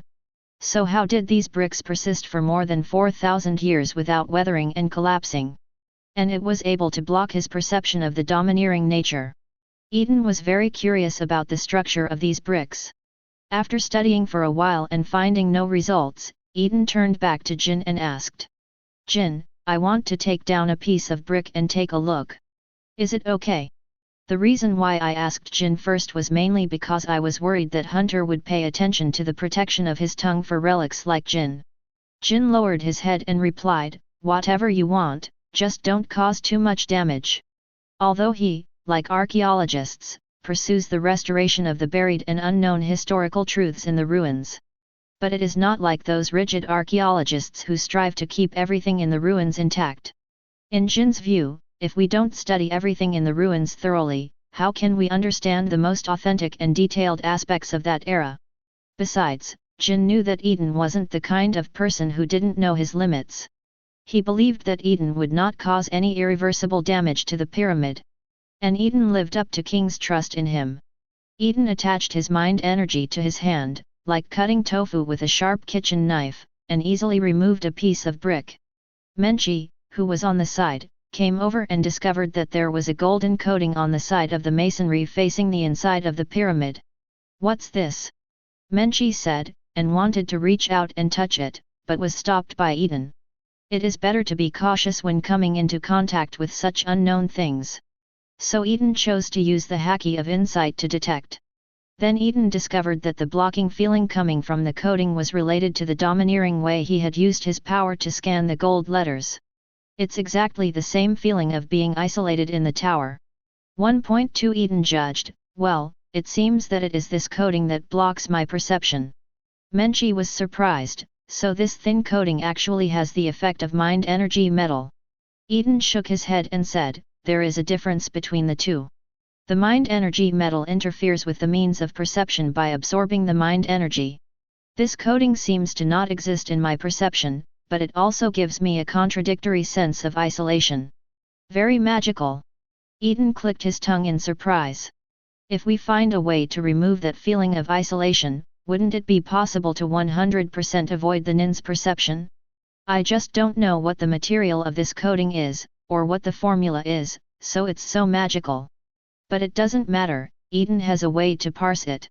After asking King for advice, Eaton cut off the coating from the entire block of masonry and threw it into the stomach space.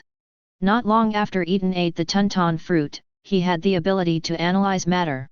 Otherwise, how could he create new metals such as vibranium and mind energy metal? You wouldn't just randomly find two existing metals and fuse them together to form a new metal, right? If you want to create new metals, you must first understand the structure of material elements. Although not specifically developed, Eaton has upgraded the performance of vibranium and mind metal several times over the years. In addition, when Eaton usually tastes delicious food, he will also subconsciously use this ability to analyze the characteristics and defects of food. With continuous application, Eaton's ability to analyze substances has been greatly improved. Surprisingly, however, Eaton was unable to fully resolve the ingredients that make up the coating. Chapter 111. As a result of the fruit's ability being fed back to Eaton, in addition to some materials that exist in nature, the ingredients that make up this mysterious coating include mind energy and a substance that Eaton has never come into contact with. This is very novel. You must know that in order to upgrade vibranium and mind metal, Eaton analyzed both materials commonly used by humans and materials that are not commonly used. Now there was a substance that Eaton had never been exposed to before. Eaton guessed, could it be that this thing comes from the Dark Continent? Jin, who was feeling depressed on the side, regained his energy when he heard the key words. He asked, what comes from the Dark Continent? It's the coating on the inner walls of these masonry walls. There's a substance in this thing that I've never seen before. Oh, is it so? Jin looked over curiously and suddenly realized a question. Wait, when did you scrape off the coating? To some extent, this is considered irreversible damage. Fortunately, it's not something important, and from what Eaton said, there are plenty of coatings like this. The missing portion was treated as a sample for Eaton to study. Just now, I asked you. Eaton was speechless for a while.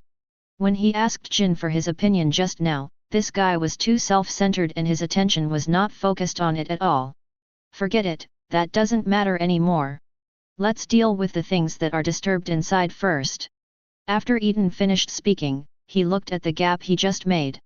Due to the existence of the gap, his sense and color haki could sense that there was an ominous atmosphere coming towards them inside the pyramid. After Eaton's reminder, Menchi and Jin also sensed the presence of that aura. The three of them each took a few steps back to leave enough distance to react. Soon, they saw the true face of this resentment. 10. It was a piece of mist as dark as ink, and between the billows of smoke, there seemed to be endless grievances wailing in it. There is also the undisguised malice, locked on the Eaton trio with all-devouring resentment. What scene did Eaton say he hadn't seen before? He had never seen this scene before. The resentment that appeared in Meteor Street at the beginning was nothing compared to the thing in front of me. Meteor Street's resentment feels like a bottle of beer to Eaton, something that can be finished with just one sip. The resentment in front of me was like high-strength liquor that had been stored for thousands of years, and it was also packed in a metal container. Not only has it expired, the chemicals inside have changed during long-term burial, and are also doped with metal ions from the container itself. If a normal person took a sip, he would probably not be able to see his deceased great-grandmother on the spot. The black mist of resentment in front of it seems to have some intelligence, and it can see that the three people in front of it are not easy to mess with. So even if it wanted to swallow up the vitality of the Eaton trio immediately, it did not act rashly. Eaton took this opportunity to ask Jin, is this the resentment you said on the phone? Jin nodded and said, well, yes. Didn't you say it can't come out? Jin pointed to the gap made by Eaton and guessed, maybe it's because you made a hole in it. What you said makes sense. Eaton thought of the blocking feeling of the unknown coating on the mind energy, and suspected that this function was used to isolate the black mist of resentment in front of him. Jin asked, how about it, can you solve this thing? Eaton is not sure, it's hard to say. The ingredients in this thing are very complicated. I sensed thoughts, resentment, vitality, and even spiritual power in it, although it was very mottled. If it hadn't grown into a human form, I would have suspected it was a human being. Jin thought for a while and said, do you think this thing is the gas life form AI? Judging from the motto on the pyramid door, it is possible that the thing in front of me is the so-called disaster. But Eaton saw it based on the characteristics of the gas life form AI described to him by Lin. The only similarity between the black mist of resentment in front of me and the gas life form is probably their color. Putting aside the idea of finding out what the black mist of resentment is, Eaton said, you guys step back first, and I will test it. Although Menchi believed in Eaton's strength, he couldn't help but remind him, be careful. Rest assured. Eaton nodded in agreement, looking very relaxed. Mainly because he didn't feel any threat from the black mist of resentment. In Eaton's current state, his intuition is usually very sharp and accurate. In other words, although the dark autumn fog in front of us looks a bit seeping, it does not pose much of a threat. At least that's the case for Eaton. When Menchi and Jin retreated, before Eaton could make a move, the black mist of resentment moved first. Perhaps it feels that Eaton is easier to deal with alone than 3 people together, or perhaps Eaton's majestic vitality has made it unable to contain it. It was like some kind of wild beast waving its claws outward in the black mist. 3 jet-black resentments condensed into sharp blades and slashed at Eaton. And in an instant he was in front of Eaton. Fortunately, Eaton was well prepared and had the neon chi wrapped around him to easily defend against this move. He even complained with ease, "Good guy, this thing can also attack with moves." If it were an ordinary weak person, he might have been injured or even defeated on the spot. Because the attack of the black mist of resentment is not only very powerful in itself, but also has a terrifying corrosive effect. Ordinary creatures will die immediately if they touch it, and even their thoughts will be corroded. However, Eaton's own mind energy is also corrosive under the influence of Lyoku Immortal Thief, and can even neutralize all attacks. It cannot be judged by common sense at all. If the attack fails, the black mist of resentment boils and surges, launching more substantial resentments towards Eaton. This time Eaton didn't choose a hard connection. In a blink of an eye, Eaton put a substantial amount of resentment into the space of his stomach. He needs to analyze the black mist of resentment first, and then judge how to solve it based on the results. During this period, the black mist of resentment continued to attack Eaton as if it was not consumed. At first it was just all kinds of weird and substantive resentments. Later, after discovering that Eaton could dodge no matter how he attacked, black wings of resentment switched to a large-scale group attack. In the end, the black mist of resentment simply came on the scene in person, trying to wrap Eaton with itself. However, for Eaton, who has mastered teleportation, the intention of resenting the black mist is ultimately in vain. But the surrounding plants were in bad luck. Wherever the black mist of resentment passed by, it took away all life. Soon the stomach pouch space analyzed the results. Before Eaton could think about it, his digestive system, which had already been perfected, suddenly felt a cramping pain. Grass! Eaton cursed. Now he knew what the components of the black mist of resentment in front of him were without looking. This thing definitely has human parts inside it. When Eaton first developed Nen, he made restrictions and oaths. The first one was that he could not use Lyoku Immortal Thief to eat people under any circumstances. After analyzing the actual resentment just now, he subconsciously threw it to the Lyoku Immortal Thief to decompose it, and then violated the restrictions. Fortunately, Eaton itself is powerful enough, and the actual resentment only contains the human part, not the real person. Otherwise, even if Eaton's Lyoku Immortal Thief is not abolished, its own operation will be greatly affected. Tisk, I was careless after all. Eaton was secretly annoyed. Because he didn't feel the danger, he subconsciously underestimated the black mist of resentment. Although it was unexpected that something like this happened, it was something that shouldn't have happened. No matter what, this black mist of resentment is an extremely dangerous unknown thing. When facing unknown things, he should be fully prepared to deal with them. In the end, the car almost overturned because of his own reasons. Eaton warned himself in his mind that he must be more careful when facing enemies in the future, and it would be best to find a way to eliminate the restrictions and oaths. Otherwise, if you keep such a weakness in yourself, what if someone finds out about it and uses this weakness against him? But the top priority is to solve the problem in front of us first. I almost suffered a big loss. No matter what you are, tell me here today. Tuntun storm inhalation. Eaton's anger prompted him to use all his strength. I saw him holding his hands flat, palms facing outward. Then everything in front of Eaton, whether it was flowers, grass, trees, soil, or the black mist of resentment itself, was sucked into the pocket space by the storm like the name of his move. Although Eaton has not thought of a way to lift the constraint and oath in a short period of time, he still saved the constraint and oath when he made it. He just can't use Lyoku Immortal Thief to eat people, and his ability to swallow fruits is not within the limits of restraint and oath. The rules of the hunter world can't control the products of the rules of the pirate world next door, right? Oh, yes. The eaten fruit was eaten on the earth, and it might be a product of the rules of the earth. All in all, even without the Lyoku Immortal Thief, Eaton still has the means to eliminate thoughts. In less than half a minute, the black mist of resentment was completely swallowed into the stomach space by the mouth of gluttony. Due to the full fire power, even the earthly branches in front of Eaton were plowed away. A large fan-shaped crater starts at Eaton and extends hundreds of meters outward.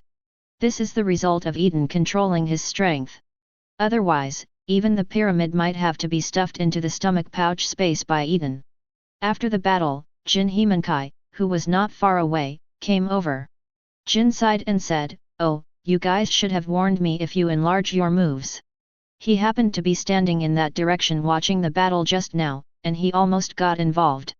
Eaton was not in a good mood right now, so he said angrily to him, "Who asked you to get so close?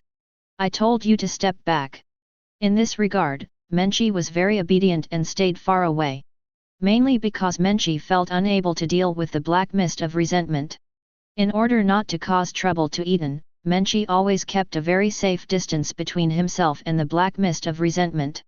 Only Jin Ujo 930 people were brave enough to stand nearby and watch while Eaton was fighting. Jin noticed something was wrong with Eaton's tone and asked with concern, "What's wrong? Is there anything wrong with the black mist of resentment? What's the problem?" "That black mist of resentment is all a problem." At this time, the stomach space has almost completely analyzed the black mist of resentment, and Eaton has learned a lot of information. This black mist of resentment is essentially the guy mentioned on the pyramid gate before, that is, the guardian, or tomb keeper, created by Dharma King Huling. King Huling used Nen to fuse the gas life form AI with his most loyal and brave subordinates. Achieved a different kind of immortality by losing the body. The purpose of Dharma King Huling is not only to make people. Besides guarding the tomb, he also had another purpose. His subordinate Nen can absorb the life force of living things and act on himself or others. Although this Nen is powerful, it cannot achieve the effect of extending lifespan by replenishing vitality. So Dharma King Huling transformed his subordinate into a different kind of immortality. It is expected that this subordinate will develop Nen over a long period of time until it undergoes a qualitative transformation and achieves the effect of extending life and even resurrecting people. Then let this subordinate resurrect him. Unfortunately, qualitative change did not occur, but metamorphosis occurred. In fact, the black mist of resentment should actually be called the mist of mind chi at the beginning. However, with the death of Dharma King Huling, his ability turned into resentment. Coupled with the ability of the gas life form Aina to cause insanity, this subordinate of King Huling fell into madness. This is how the black mist of resentment was born. It walked out of the pyramid and began to crazily absorb all the life it saw. First the tribes living around the pyramid, and then the entire kingdom of Eldora. In the end, the entire kingdom was slaughtered, not even a blade of grass was left. Without life, the black mist of resentment will naturally stop. It wanders in the barren land all day long, day after day, year after year, and has been like this for hundreds of thousands of years. Until a mysterious and powerful outsider arrived, he drove the black mist of resentment back to the pyramid and sealed it in the pyramid. That unknown coding is his handiwork. This is the information Eaton obtained by extracting the remaining memories in the black mist of resentment. Just sifting through information took a lot of effort from his boss. Still affected by the gas life form AI, the black set of resentment also gained the ability to absorb souls after it metamorphosed. Chapter 112. Fortunately, after years of passing by, the souls absorbed by the black mist of resentment have almost lost their memories. Plus the stomach pouch space will filter out things that are not good for Eaton. Otherwise, the combined memories of everyone in the entire kingdom of Eldora could shock Eaton to the point of losing himself. Eaton gave an overview of the information he got from the black mist of resentment. After hearing this, Jin expressed his understanding. He didn't know about Eaton's ability to swallow fruit. In his eyes, Eaton used the ability of Lyoku Immortal Thief to eat the black mist of resentment into his stomach. This is equivalent to Eaton indirectly eating a country's people. No one would be in such a beautiful mood, unless they were ogres who loved eating people. That is to say, these hunters are well informed. If this were an ordinary person, he would have already started vomiting like crazy. Menchi squeezed Eaton's hand with concern. Eaton shook his head to indicate that he was fine. After all, he hasn't really eaten anyone. The black mist of resentment is still stuffed in the stomach space, but it has been broken down into various components. Eaton hasn't figured out what to do with them yet. Eaton didn't want to dwell on this topic anymore, so he changed the subject and said, "By the way, do you want to go survey the situation down there?" This was said to Jin. As for the downside in his mouth, it was the big hole plowed out by the storm suction. By accident, some ancient building ruins buried deep in the ground were revealed. Although Jin was a little moved, he still shook his head and said, "Forget it, let's wait until we finish exploring the pyramid." The process of excavating the ruins is cumbersome and lengthy, and neither Eaton nor Menchie would be interested in it. It's better to solve the important issue of the pyramid first, and then he can excavate it alone. Then let's go and move on. After adjusting their state and mood, the Eaton trio continued to move forward. Pushing open the heavy door of the pyramid, the three finally entered the interior of the pyramid. What came into view was a deep and dark passage. The passage slopes upward and seems to lead to the top of the pyramid. The dark environment had little impact on the three people present, and no useful information has been found so far. So the three of them continued walking forward. The further you go in, the height of the passage becomes shorter and shorter. In the end, it was maintained at about 1.5 meters, allowing almost only one person to pass. Menchie couldn't help complaining, "Why do you think these ancients made the passage so cramped?" Jinzo was at the front and introduced, "In ancient times, people emphasized the supremacy of royal power, and this is also the tomb of a king. The reason why the passage is made so low is so that anyone who breaks in later has to lower their heads and walk into the tomb like a pilgrim."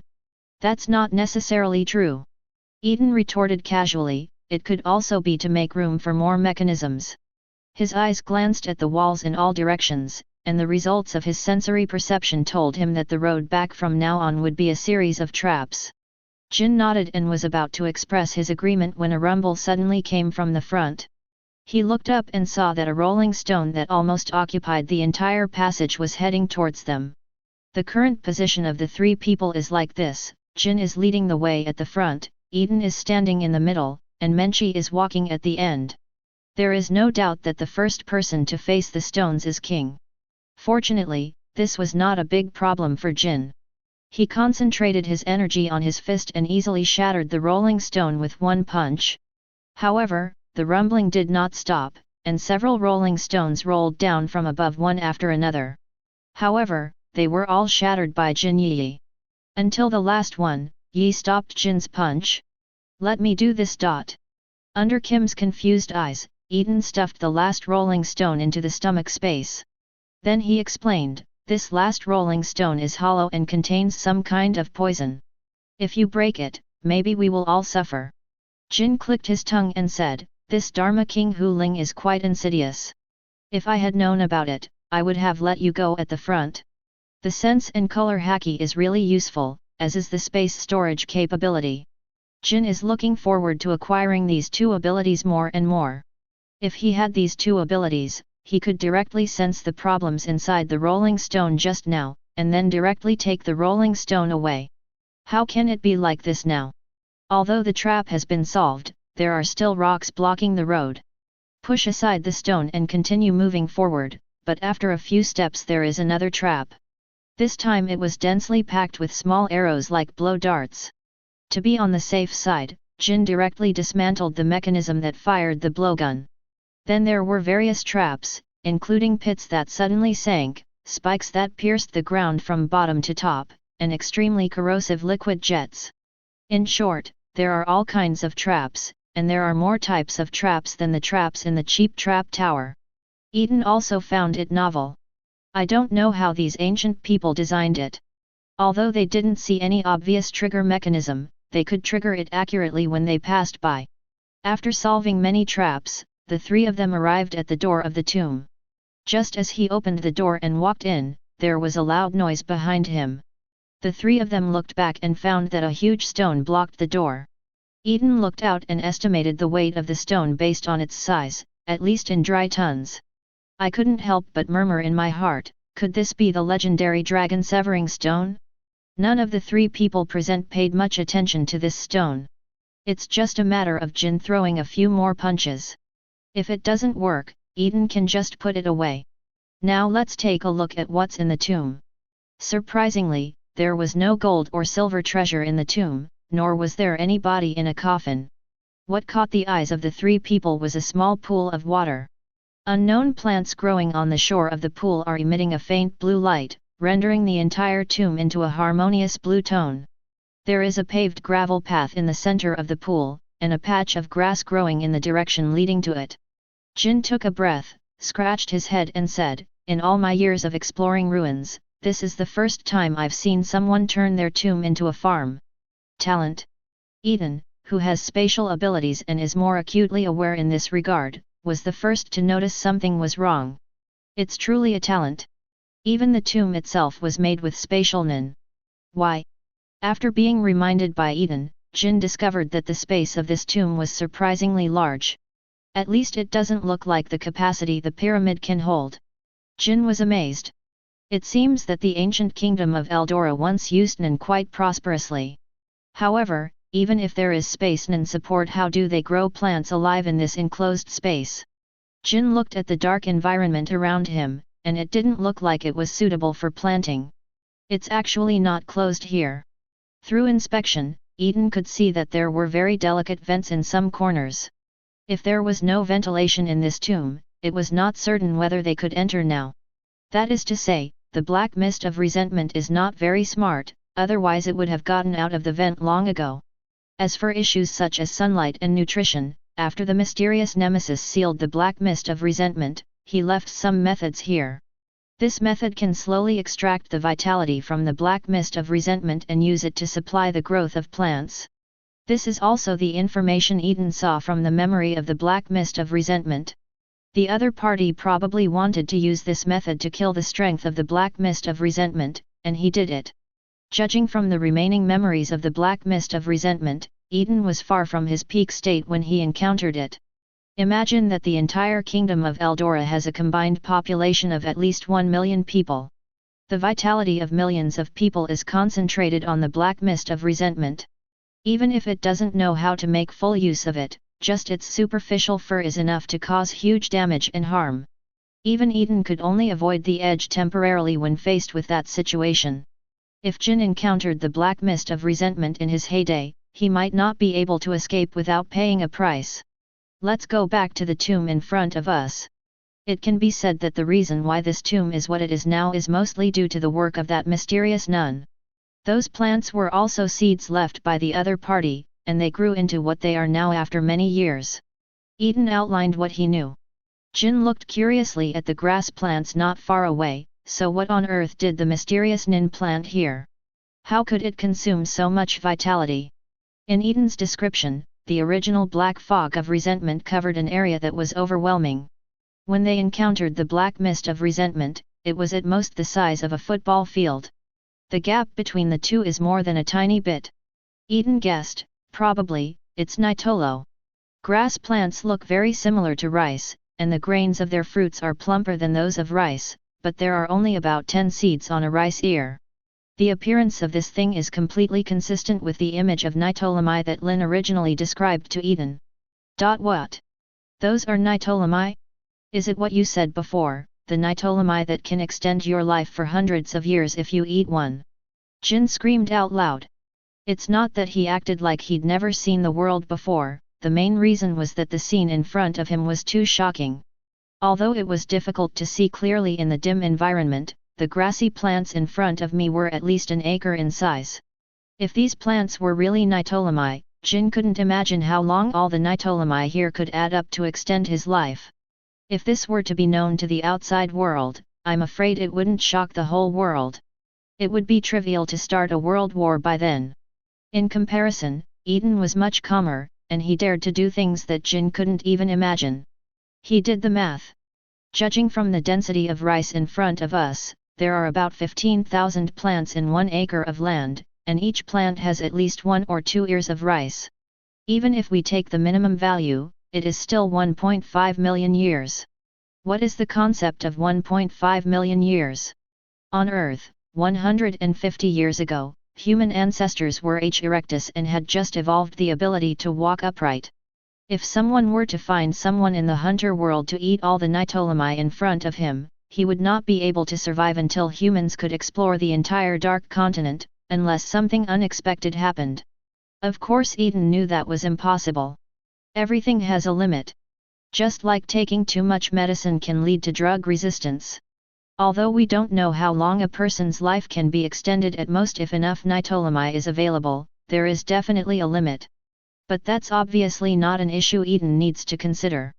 At least not for a long time. There is Lyoku Immortal Thief here, as long as. If Eaton continues to practice step by step, his lifespan will continue to increase. Mo Zhao Zhao, I don't know yet whether Nitolami can be used.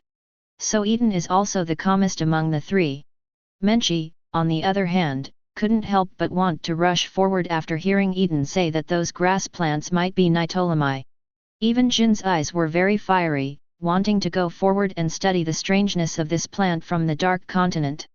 Seeing that the two were about to take action, Eaton quickly stopped them.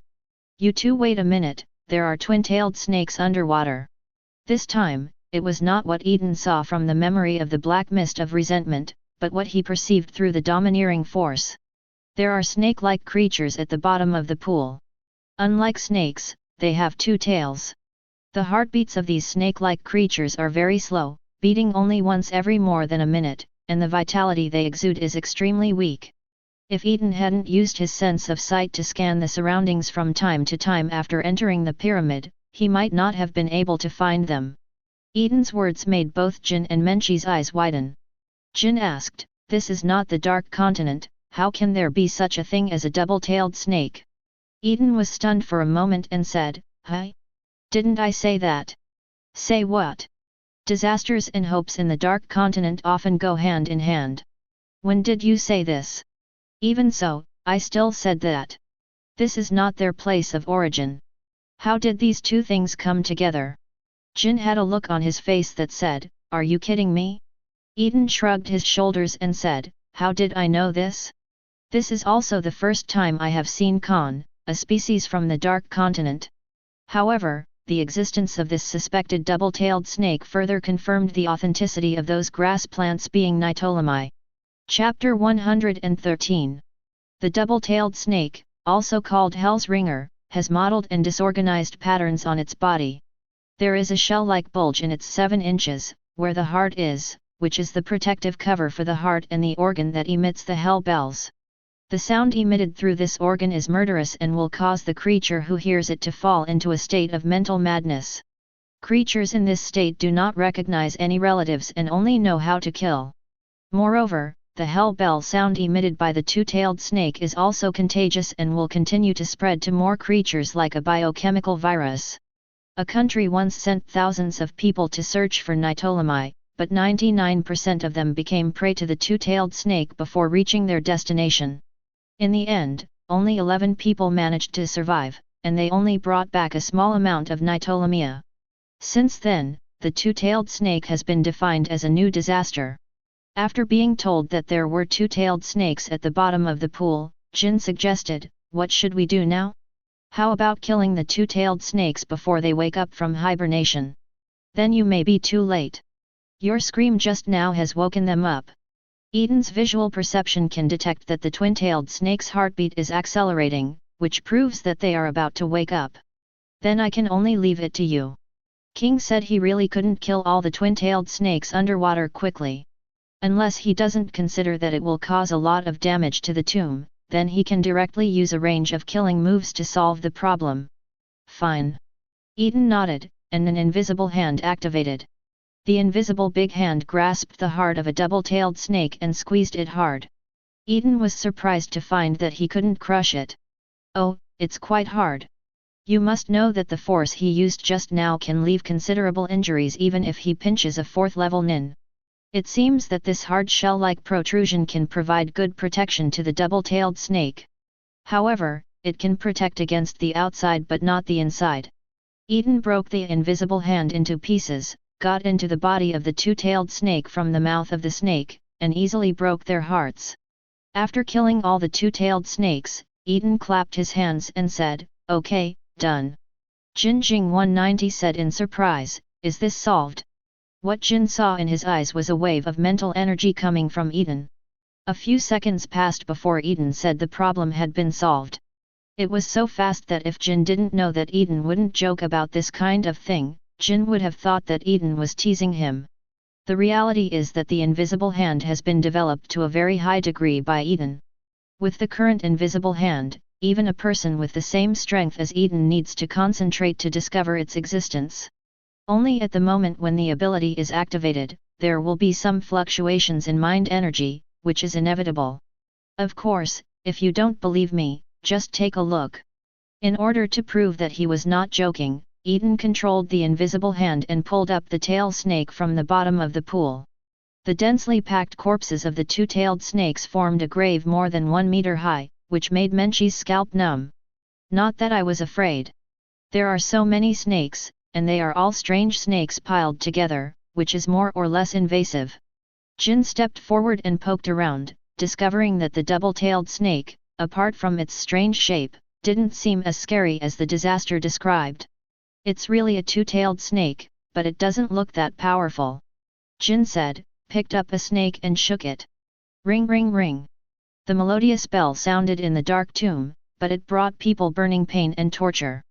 There was a flash of red light in the eyes of the 3 people present, but this was not from seeing and hearing, but from the murderous influence of the hell bell on them. Whether it was Jin, Eaton, or Menchie, they all seemed to see a bloody land. There was bloody mist everywhere, and the scarlet blood gathered into a river, and the river was full of innocent souls being burned by the fierce flames. Their wails shook the earth and resounded through the sky. The first to wake up from the vision of hell was Eaton, followed closely by King. Eaton shouted at Jin, put that thing down quickly. Be careful. After Eaton finished speaking, he came behind Menchie and put his hand on her back. A pure thought energy rushed into Menchie's body. The body was stimulated, and Menchie successfully escaped from the illusion. Menchie realized what had happened and stared at the pile of two-tailed snake corpses with fear in his eyes. Are you okay? Eaton asked with concern while controlling the thought energy just now to circulate in Menchie's body to calm her emotions. Feeling the warmth in his body, Menchie shook his head, indicating that he was fine. In fact, even if Eaton doesn't help her, he will be able to escape from the illusion on his own soon. But this also shows how much Eaton values her.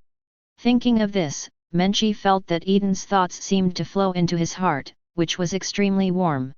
Here Jin has carefully put down the body of the two-tailed snake, and quickly distanced himself from them. It was only then that Jin slowly breathed a sigh of relief. No one thought that the so-called hell bell would still have an effect even after the death of the twin-tailed snake. Fortunately, they are all people with strong wills, and the hell bell only rang once and did not last. Otherwise, among other things, Menchie will definitely fall into an illusion and be unable to escape. Jin sighed, it is indeed a disaster from the Dark Continent, but I underestimated it. I can only say that the slap in the face happened too quickly, but fortunately, everyone was fine. This also served as a wake-up call for Kim. He will definitely go to the Dark Continent to explore in the future. At that time, we must not let down our guard under any circumstances, otherwise we may risk our lives at any time. Eaton rolled his eyes angrily, but luckily he didn't let Jin take action just now, otherwise he might have caused some trouble. Okay, there is no danger now. If you want to study Nitolamai, go ahead and leave it to me. Eaton sent Jin aside, and he carefully collected all the two-tailed snake corpses into the stomach space. Menchie came over and asked curiously, Uncle, can this thing be eaten? Eaton gave Menchie a surprised look. Should I say that the delicacies he brought out were worthy of Hunter? Just now I was looking at the corpses of these two-tailed snakes with a look of fear on my face, and then I turned around and started to wonder if they could be eaten. This is exactly what Eaton thinks. The murderous vision of the twin-tailed snakes frightened him so much that it would be a loss to his spirit if he didn't cook them properly. It's not clear yet. I won't know if it can be eaten until I do more research. Menchie knew as soon as he heard that things were almost stable. The experience of studying with Eaton for many years tells her that there is nothing that cannot be eaten after Eaton's research. In Eaton's hands, even highly poisonous plants and animals can be cooked into delicious food. This is mainly due to the decomposition and fusion ability of Tuntun fruit. Eaton can easily peel out the toxin-containing parts of highly toxic substances, leaving the non-toxic and edible parts. You can even incorporate the flavors of other ingredients into one ingredient.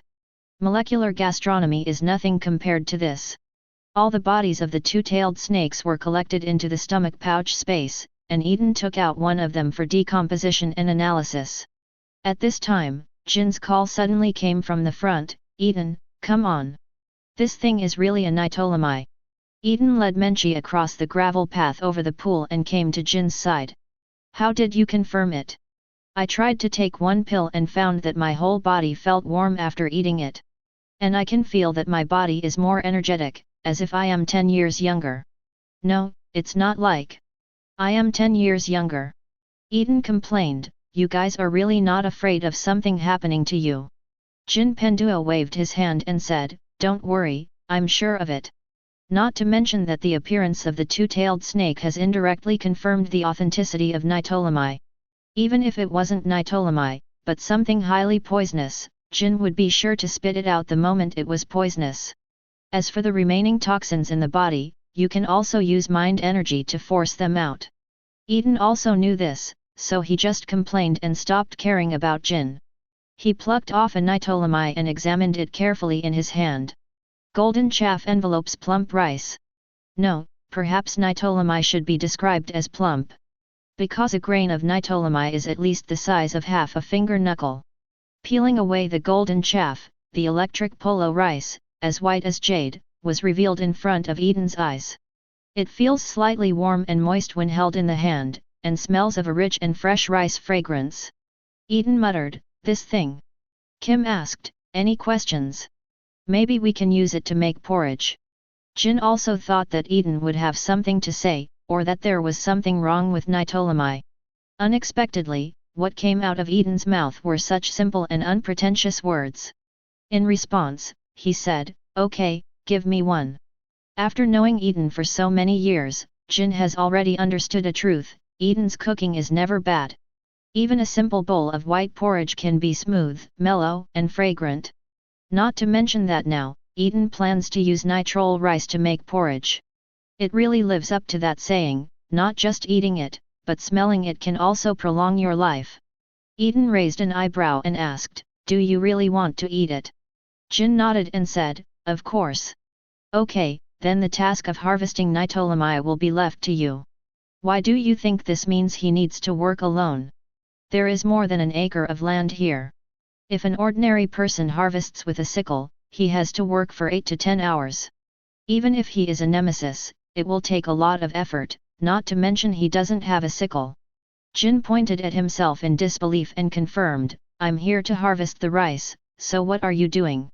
Eaton raised the corner of his mouth and said, "Researching new dishes. What do you think of this reason?"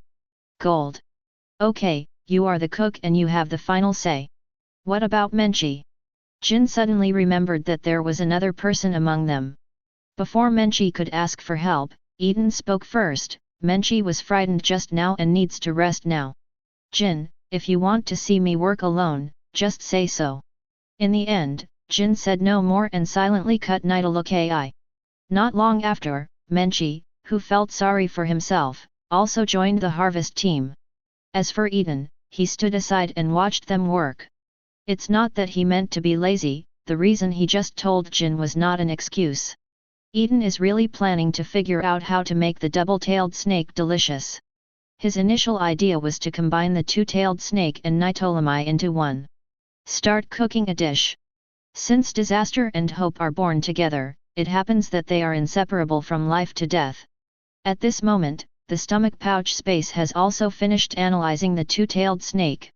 Judging from the feedback information, the muscle and bone density of the double-tailed snake is higher than that of ordinary snakes. The defensive power of its scales is dozens of times that of ordinary snakes. Of course, the hardest one is the annular bulge in the heart. Even the ordinary attacks of the third-level ninja may not be able to break through the defense of the heart. This ring-shaped protrusion is not only the heart mirror of the twin-tailed snake, but it is also the organ that emits the bells of hell.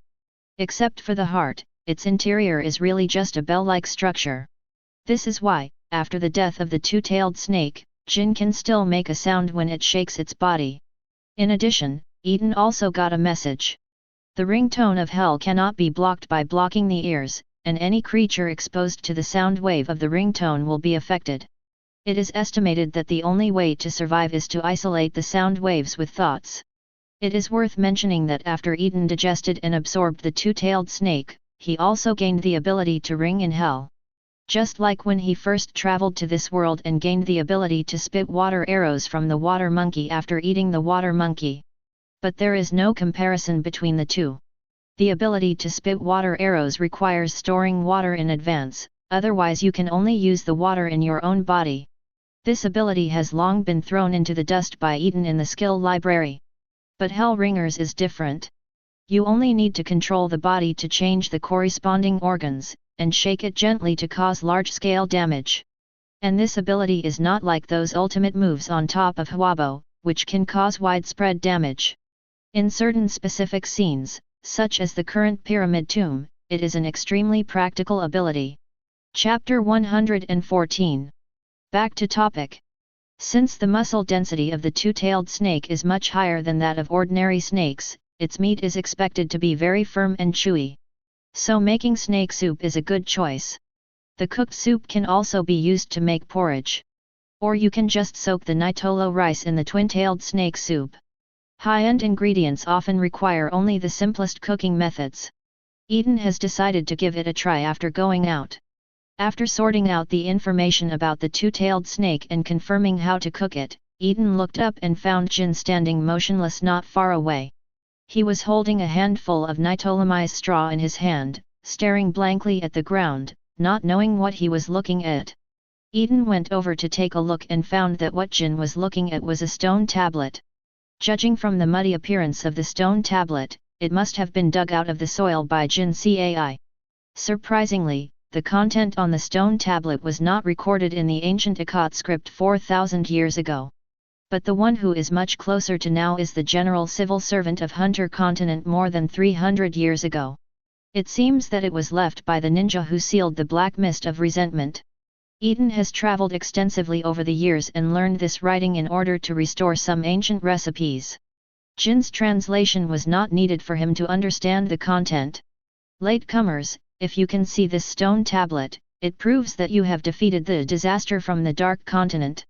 Then please enjoy the hope I left behind. It doesn't matter if I take them all away. I look forward to the day when we can meet. There is not much content on the stele, just a few sentences, and Eaton doesn't know why Jin looked at it for so long. Out of curiosity, Eaton patted Jin on the shoulder and asked, "What are you thinking about? Are you distracted?" Jin came back to his senses, shook his head and said, "It's nothing, I just feel a little unhappy when I think of someone coming to this pyramid before me."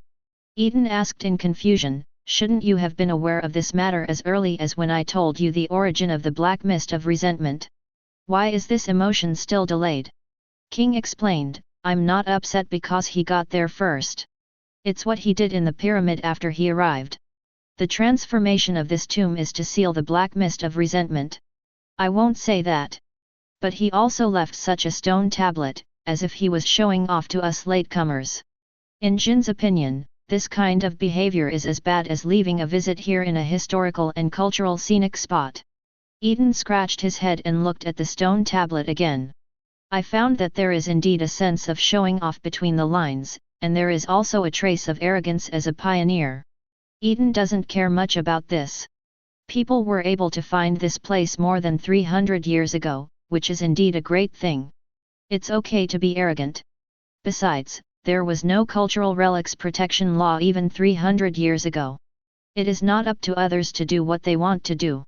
Jin continued, "Also, now that the tomb has been transformed into this, I don't know where he got the original contents of the tomb. There is not a single item from that era in the ruins, so what is he, the ruins hunter, hunting for? The heritage building itself? That is what ancient architects should study." Although Jin has also dabbled in it, it is obvious that he will not take this as his main business. Eaton suddenly realized and said, "I told you earlier, it turns out you were worried about this. Don't worry about this. Documentary records, antiques and relics are all in other places. There are other spaces above and below this tomb. Before this tomb was transformed, it was a place used to raise snakes. It was equivalent to a trap house. Tisk, tisk, should I say that I am worthy of being the lord of a country? It's such a luxury to let Nin people open up such a large space just to raise snakes. Jin was silent for a moment after listening, and then asked slowly, is this what you saw from the incomplete memory of the black mist of resentment? Yeah. Eaton nodded. Jin was in a somewhat complicated mood, as he was unhappy just now. What else did you see in your memory? That's a lot. Although most of it has been wiped away with the passage of time, it is still the memory of a country with millions of people. Give me some time to digest, maybe I will be better at ancient Ekot writing than you. King actually wanted to ask Eaton what other useful content he saw in those memories. But Jin thought about it and gave up and continued to ask. Because he doesn't know whether Eaton knows what content is useful to him. Although the words are a bit convoluted, that's what it means. Seeing that Jin didn't ask any more questions, Eaton concluded, okay, harvest all the Nitolami quickly, and let's leave it somewhere. Jin nodded and acted quickly. I don't know if it was because he learned from Eaton that there were other spaces in the pyramid, but Jin harvested Nitolami much faster than before. Nothing happened, Eaton also joined the harvest team. He condensed his thoughts into several whirling flying blades, and controlled them to pass through Nitolami's straw at low altitude. Pieces of rice ears then fell. Jin and Menchi on the side saw Eaton's operation, silently dispersed the sickle-shaped thought energy in their hands, and changed it to the same method as Eaton. The main reason is that the two of them are not non-users of transmutter, and they did not think of the harvesting method of mind energy leaving the body for a while. Although Eaton is not a transmutter, he has a lot of non himself. Moreover, Eaton has traveled through time from the era of information explosion and has more ideas in his mind. The harvesting time that originally took an hour was reduced to just a few minutes. A few minutes later, the three Eatons piled all the Nitolamis together.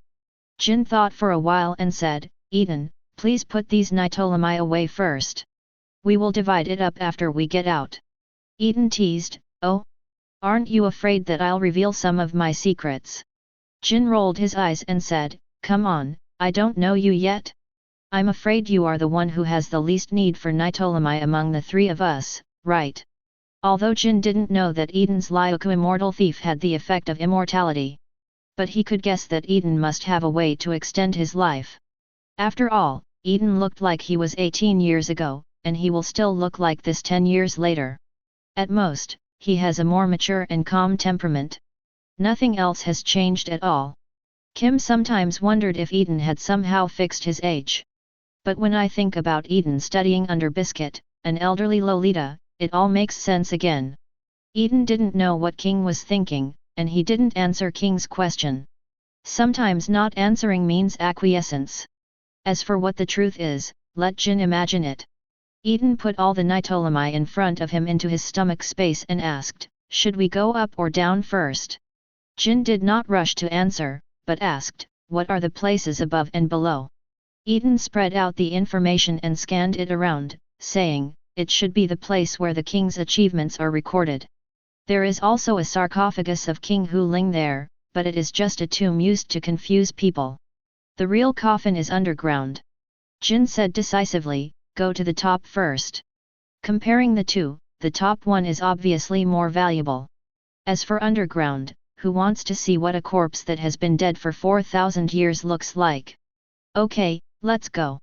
Eaton led Jin and Menchi straight to a corner of the tomb. After pushing a stone brick, the sound of a mechanism turning was heard. The wall on the side parted, revealing a passage leading upward. Jin watched with emotion, seeing and hearing that being domineering is indeed convenient. Usually when he finds a mechanism in the ruins, he still has to fumble around for a while. Finally, when we arrived at Eaton, everything became clear once we had seen, heard, and seen. UN is completely incomparable to seeing, hearing and color. The basic function of circle is to allow the mind energy to spread outward with itself as the center of the circle, so that intruders within the range covered by the mind energy can be detected. Just like the role of radar. But excluding some capable people who focus on the development of perception direction, Yuan can only perceive creatures within the range like Zongda. As for the Haki that sees and hears, it can sense all living and non-living things within the range covered by the Haki. In terms of actual use, the Haki of knowledge and information is obviously more widespread than Yuan. 0. Please ask for flowers. I don't know if the people who built the pyramid were confident enough and thought that no one could get through the traps ahead. Or maybe they think the two-tailed snake in the tomb is enough to deal with all intruders.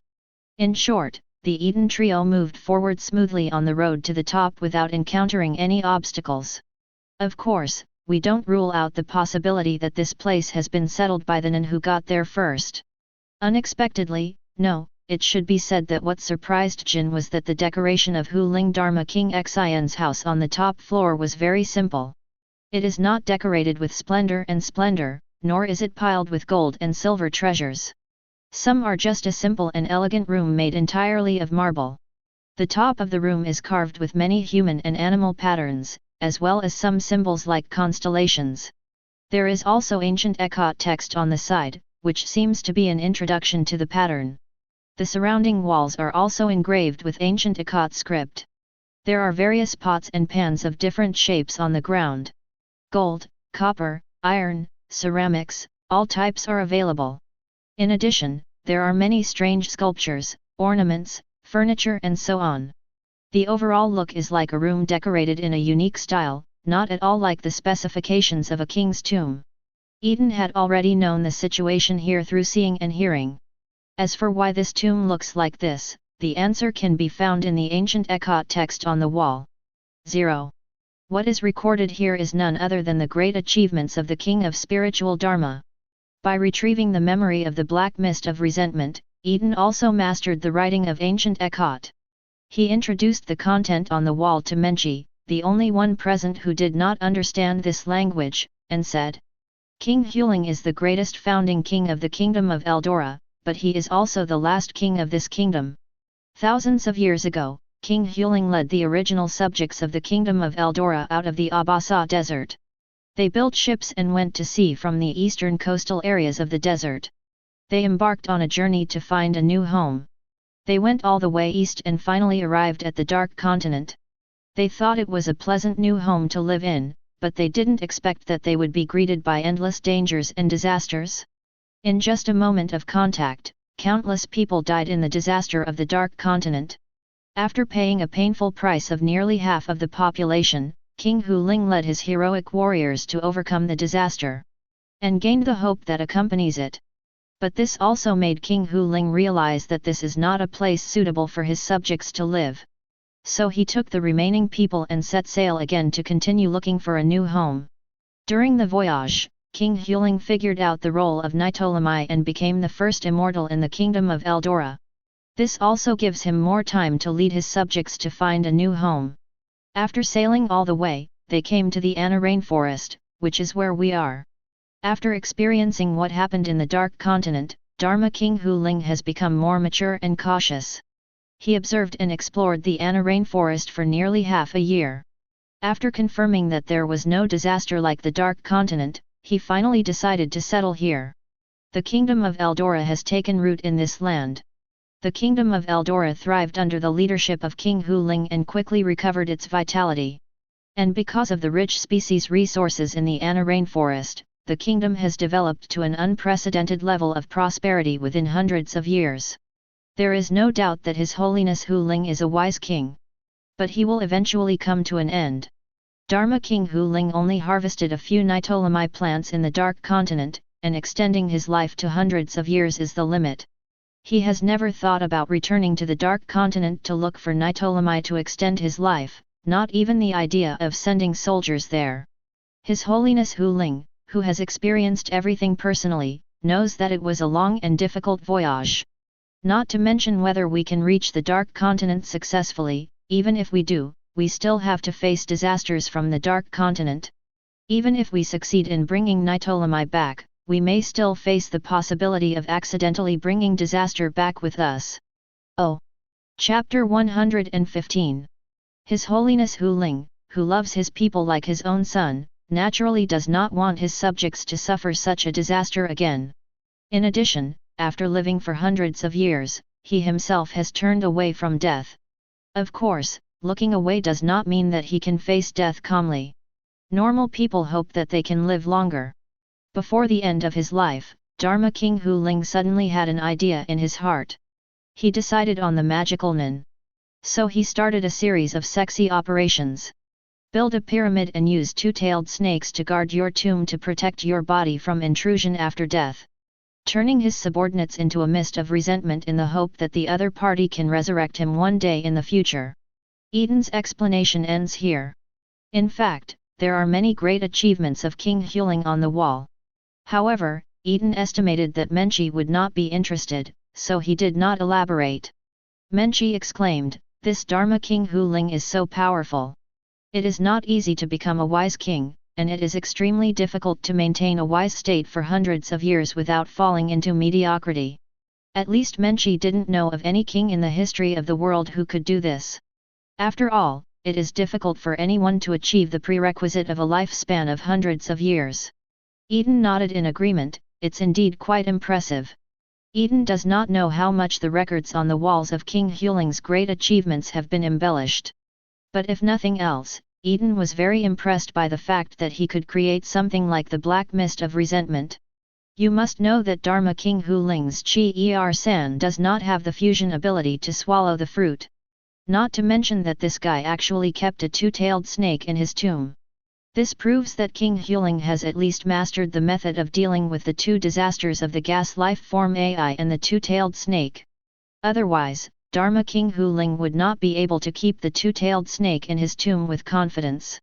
Do you really think that the two-tailed snake will not crawl out of the pyramid to look for food? Menchi said regretfully, it's a pity that he still became dim before he died. If he had not wanted to be resurrected, the country would not have perished like this. Don't get me wrong, Menchi is just regretting that the food culture of the Kingdom of Eldora has been cut off. If this country could develop to this day, its food culture would surely be extremely prosperous, right? You may have misunderstood Dharma King Huling. Eaton explained, the reason he wanted to be resurrected in the first place was simply to see what his country would look like hundreds or thousands of years from now. Menchi raised his eyebrows and asked, do you believe this? Eaton shook his head first, then nodded. The tacit understanding of getting along all year round allowed Menchi to understand what Eaton meant. It doesn't matter if you believe it or not, it won't have any impact on them anyway. Again, they don't know how much the great achievements of King Huling have been beautified. After all, history is written by the victors, and they are not historians, so why bother with this? Seeing that Jin was still carefully observing the ancient Ekot text on the wall, Eaton came to the center of the room, where the coffin of King Huling was. To be precise, it should be called a doubtful coffin. After all, the real King Huling is still buried underground. The sarcophagus in front of me is just an empty coffin to hide from others. No, it can't be said to be an empty coffin, there is still something in it. Eaton pushed open the lid of the sarcophagus, revealing its contents. Menchi came over to take a look and found that the entire sarcophagus was filled with stones of different sizes. The smallest one is one size smaller than a marble, and the largest one is probably larger than an adult's fist. She asked curiously, why did His Holiness Huling put a pile of stones in his coffin? This is no ordinary stone. Eaton could feel that these stones contained a lot of energy. He also had speculations about the origin of these stones. Eaton took out a glass bottle of water from the stomach space, picked up the smallest stone and threw it in. Then, it was as if a strong chemical reaction had occurred, releasing a steady stream of electric current that hit the inner wall of the glass bottle. Just like an ion ball. However, unlike the ion ball, the current in it is a real high-voltage electricity. Menchi exclaimed, is this the no man's stone? Eaton nodded and said, yes, it's most likely that thing. The unmanned stone also belongs to the Hope from the Dark Continent. The ore starts generating electricity once it sinks into the water. This kind of stone, which is usually the size of a bead, can release about 20,000 kilowatts of electricity in one day. What is the concept? The current level of technology in the hunter world is in many ways not as advanced as it was before Eaton's time travel. A first-tier city's daily electricity consumption is only about 20 million kilowatts. In other words, 1,000 bead-sized unmanned stones are enough to supply the electricity of an entire first-tier city. Assuming the size of a marble is 2.5 cubic centimeters, then 1,000 marbles are 2,500 cubic centimeters. Converting the unit into cubic meters is 0.0025. The total space taken up is not as large as a normal-sized fish tank. At this time, Eaton saw a coffin full of uninhabited stones in front of him. If you give this thing to Killua, it would be like putting an artifact in his hands. In the original story, Killua's Nen can control electricity, but every time Nen is activated, it needs to be stimulated by external electricity. This ability is somewhat similar to that of the mutant fireman in the Marvel Universe next door. The fireman cannot create his own flames, but he can control the flames within a wide range of his body. Even just a small flame from a lighter can turn it into a raging flame. The same goes for Killua, who only needs a small amount of electricity from the electric shock stick to use the electricity to strengthen himself or use it to attack. If he were given a few more unmanned stones, he might not be able to turn into a skin rat and use 100,000 volts on the spot. However, Eaton and Killua are not related, so it is unlikely that he would give the No Man's Stone to Killua. Unless he needs to use the Zaldik family for something. Where is the No Man's Stone? Let me see it. Jin was also attracted by Menchie's exclamation.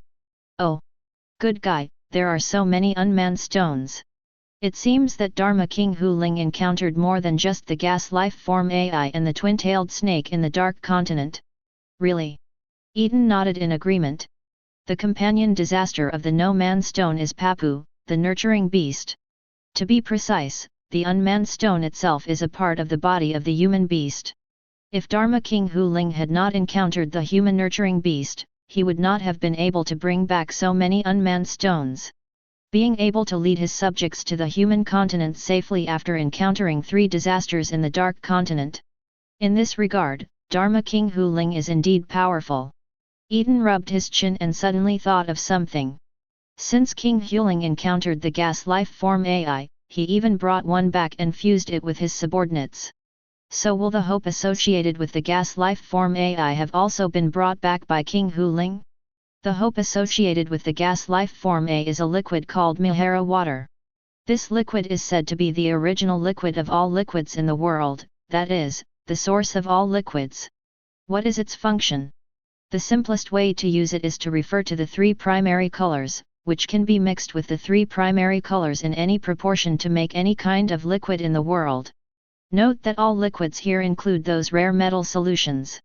If this group of Americans found out about this on Earth, they might not immediately send out troops to snatch it away. However, judging from the current situation, Eaton and the others have found no trace of Sanyuan water. If it really exists, it is probably in the last 10 places, the underground where Dharma King Hu Ling is buried. As usual, Jin asked Eaton to put away the unmanned stone first. Not only that, he also asked Eaton to take away some items of research value. As for those that couldn't be taken away, Jin gave them to them with his cell phone, taking photos and recording them. At this moment, Menchie suddenly thought of a question and asked Eaton. Speaking of which, if Dharma King Hu Ling has so many unmanned stones, why don't he use them instead of piling them up here? Eaton smiled, poked Menchie on the forehead, and asked, have you ever thought about a question, what did people in that era do with electricity? Menchie was stunned and realized that he seemed to have asked a stupid question. 0. People 3 or 4,000 years ago probably didn't understand what steam was, let alone electricity. It's somewhat unrealistic to expect them to make full use of No Man's Stone. In order to save his image, Menchie said, if it doesn't work out, he can use the unmanned stone to make a trap or something, right? Eaton still asked, do you think he didn't do it? As Eaton finished speaking, there was a sudden sound from the sarcophagus. Menchie looked back and saw that the sarcophagus was already filled with water. This is the mechanism installed by Dharma King Hu Ling on the sarcophagus. As long as someone opens the sarcophagus, the mechanism will be triggered, and the water arranged under the sarcophagus will rise up. The unmanned stone is used to release a large amount of electricity when soaked in water, causing high-voltage electric shock to the coffin opener.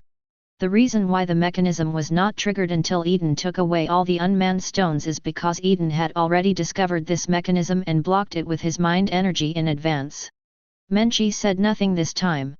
The wisdom of the ancients cannot be underestimated. Seeing this, Eaton rubbed Chi's head to comfort him.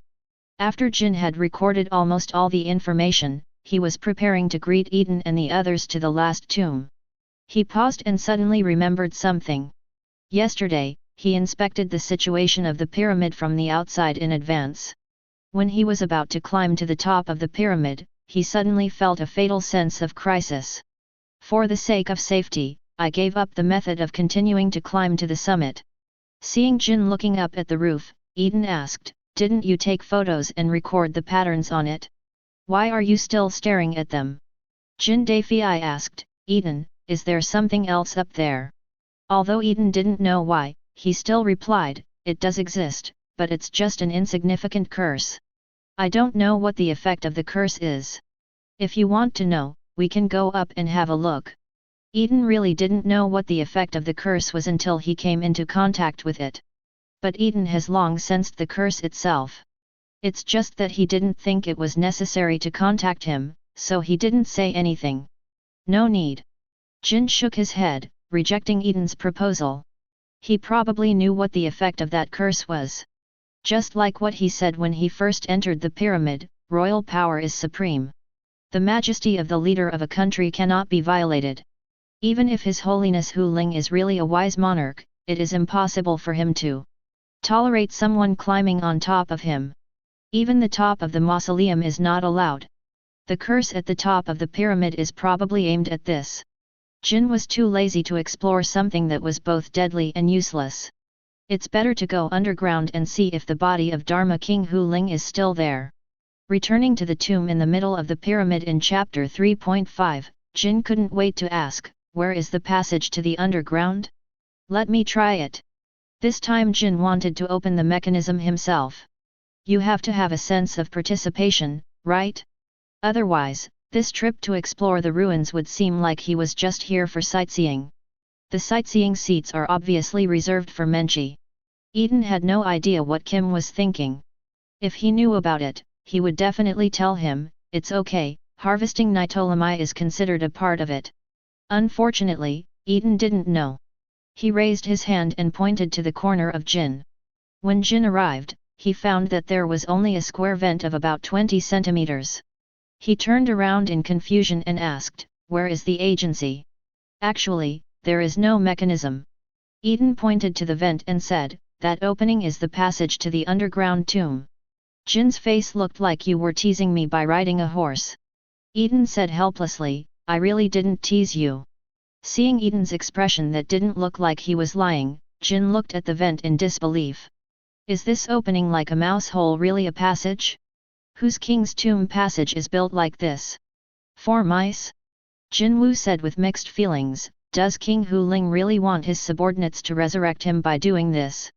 Let alone normal people, even babies may not be able to get through this hole, right? Eaton spread his hands and said, Dharma King Hu Ling and his men are not normal people. The black mist of resentment has no fixed shape. As long as there is a crack, it can't get through anywhere. Chapter 116. Of course, there is a high probability that it cannot drill through the cracks in the pyramid. The nun back then probably had some back UPS in places like vents. Otherwise, the black mist of resentment would have come out of the vents and continued to harm lives. Moreover, it is not unreasonable for Dharma King Hu Ling to build the passage like this. Compared with resurrection, it is equally important to ensure that one's body will not be destroyed by subsequent people before resurrection. The passage is built more concealed and is not so easy to be discovered. As for how to get out of it after resurrection, that's no longer a problem. For the nin, especially the powerful nin, it is not difficult to break mountains and rocks.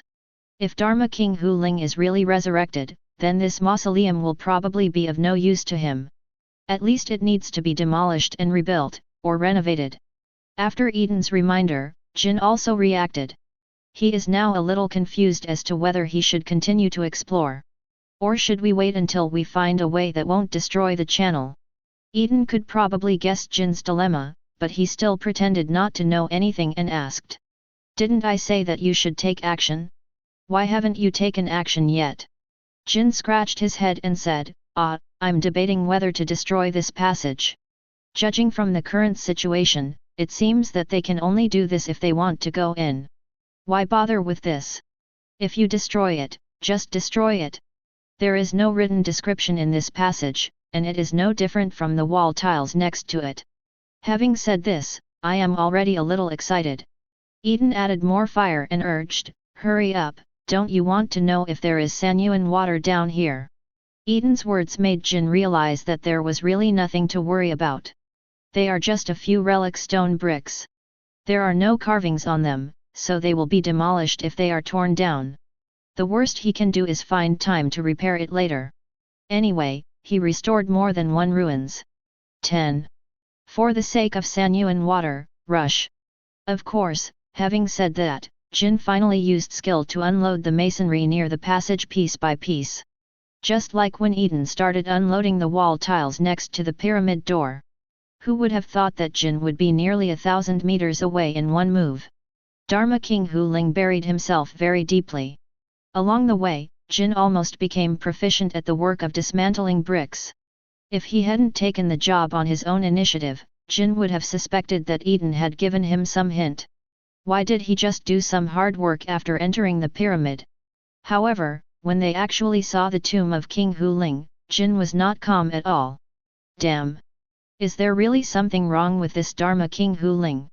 The reason why gold reflects like this is because there is nothing in this tomb except a gold coffin, and even the space is very narrow. The entire tomb is smaller than an ordinary college dormitory. Jin felt that there was something wrong with His Holiness Hu Ling's mind. Digging such a deep tunnel is just to bury his coffin deeper. But this is the mentality that ordinary people have. No one wants to have their sleep disturbed after death. In particular, Dharma King Hu Ling is planning to be resurrected. So to him, it really doesn't matter where his body is buried after he dies. The important thing is that your body cannot be found by outsiders, so at least it should be placed in a place that ordinary people cannot reach. It is estimated that only the subordinate responsible for resurrecting Dharma King Hu Ling knew about the existence of this underground tomb. Unfortunately, what Dharma King Hu Ling did not expect was that his subordinates would have problems immediately after his death. He also did not expect that in thousands of years 2 people ranked among the top 5 in the world would come and join forces to dig his grave. Eaton patted Jin on the shoulder and comforted him, "Be content, at least he still left a gold coffin, and the patterns engraved on it are enough for you to study for a long time. Even if it doesn't work, you can dig up his bones and study them." As Eaton was talking, the corner of his eye suddenly turned to what seemed to be a distinctive pattern on the golden coffin. To be precise, it's something like a palm print. Eaton came to the golden coffin in surprise. "Oh, what kind of aesthetics does King Hu Ling have? He actually likes to carve palm prints on his own coffin. Come on, this was obviously taken by someone else." Jin rolled his eyes, not believing Eaton couldn't see this. Jin guessed, this was probably left by the Nin person back then, but I don't know how the other party got in. And why did he leave such a slap mark? Eaton doesn't really care how the other party came in.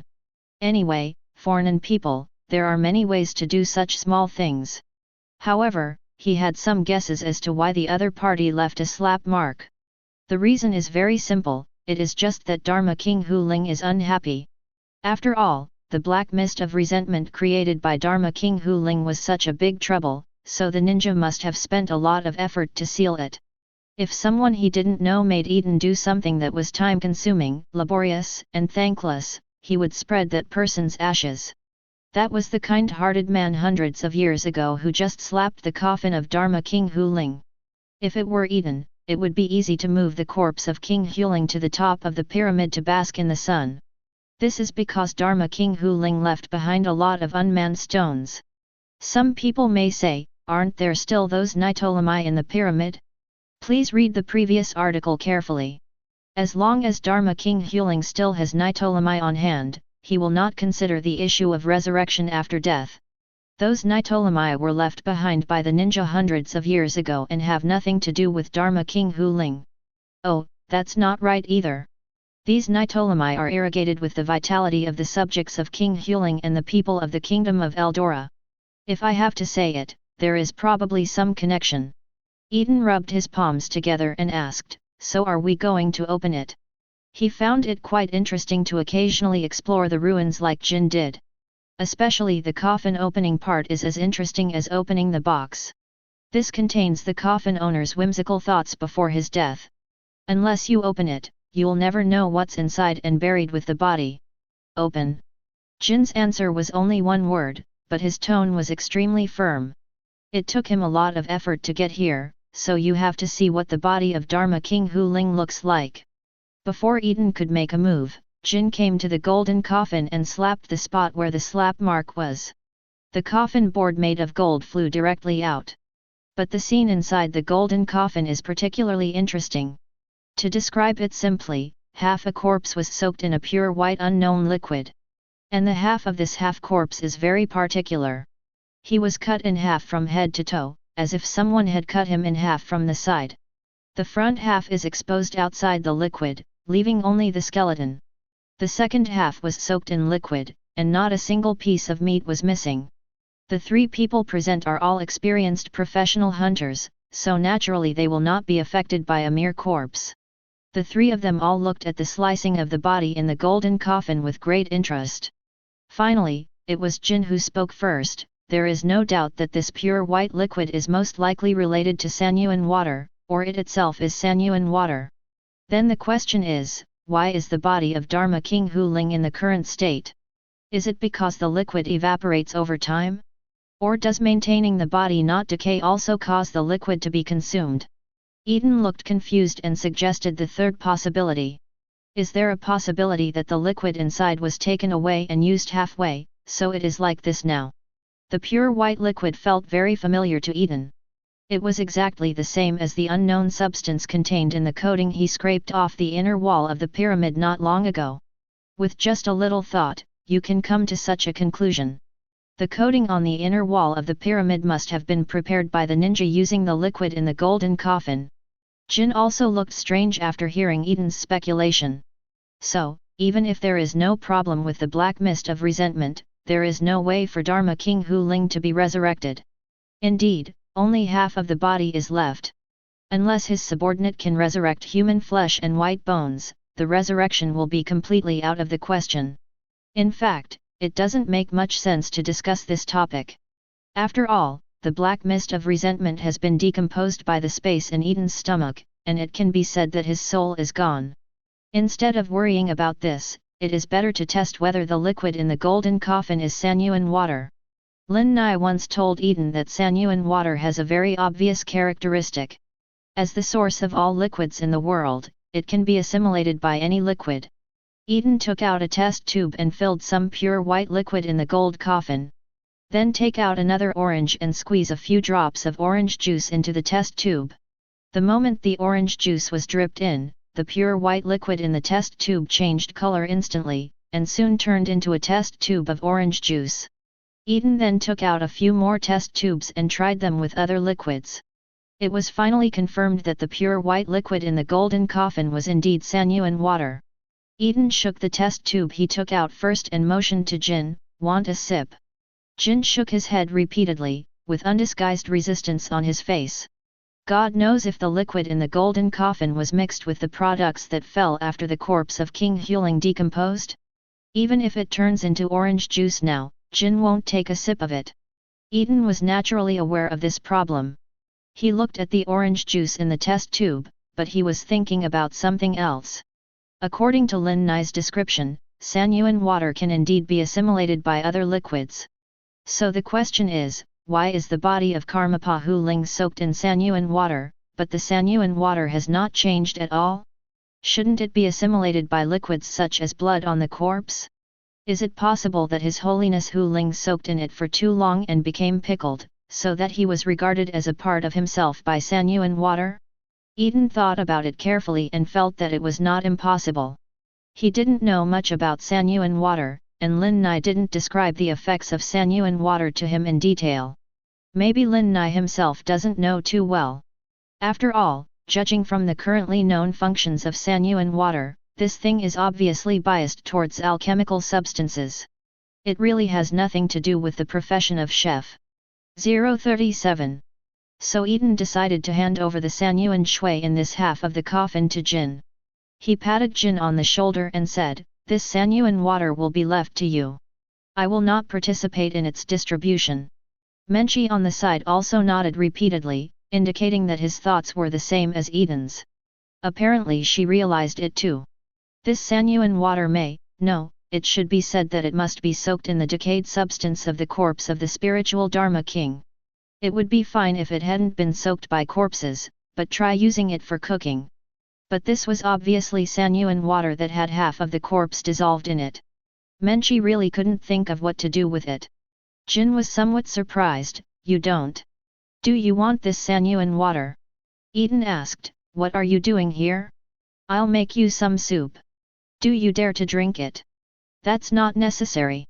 Jin waved his hands repeatedly, "But this Sanyuan water has so many uses, are you sure you don't want to use some to study it? It's better to avoid it." Eaton waved his hand and said, "The twin-tailed snakes and Nitolami alone are enough for me to study for a while. As for this Sanyuan water, if anyone in our team wants it, just give it to him. If the research yields any results, just let me know."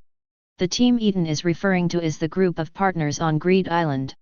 Judging from the characteristics of Sanyuan water, it can be regarded as a special universal solvent. Its function is biased toward chemical alchemy. Neither Eaton nor King are particularly good at this. In this case, it is better to leave it to professionals to study. Jin nodded and said, "Okay, I'll go back and ask them who needs it."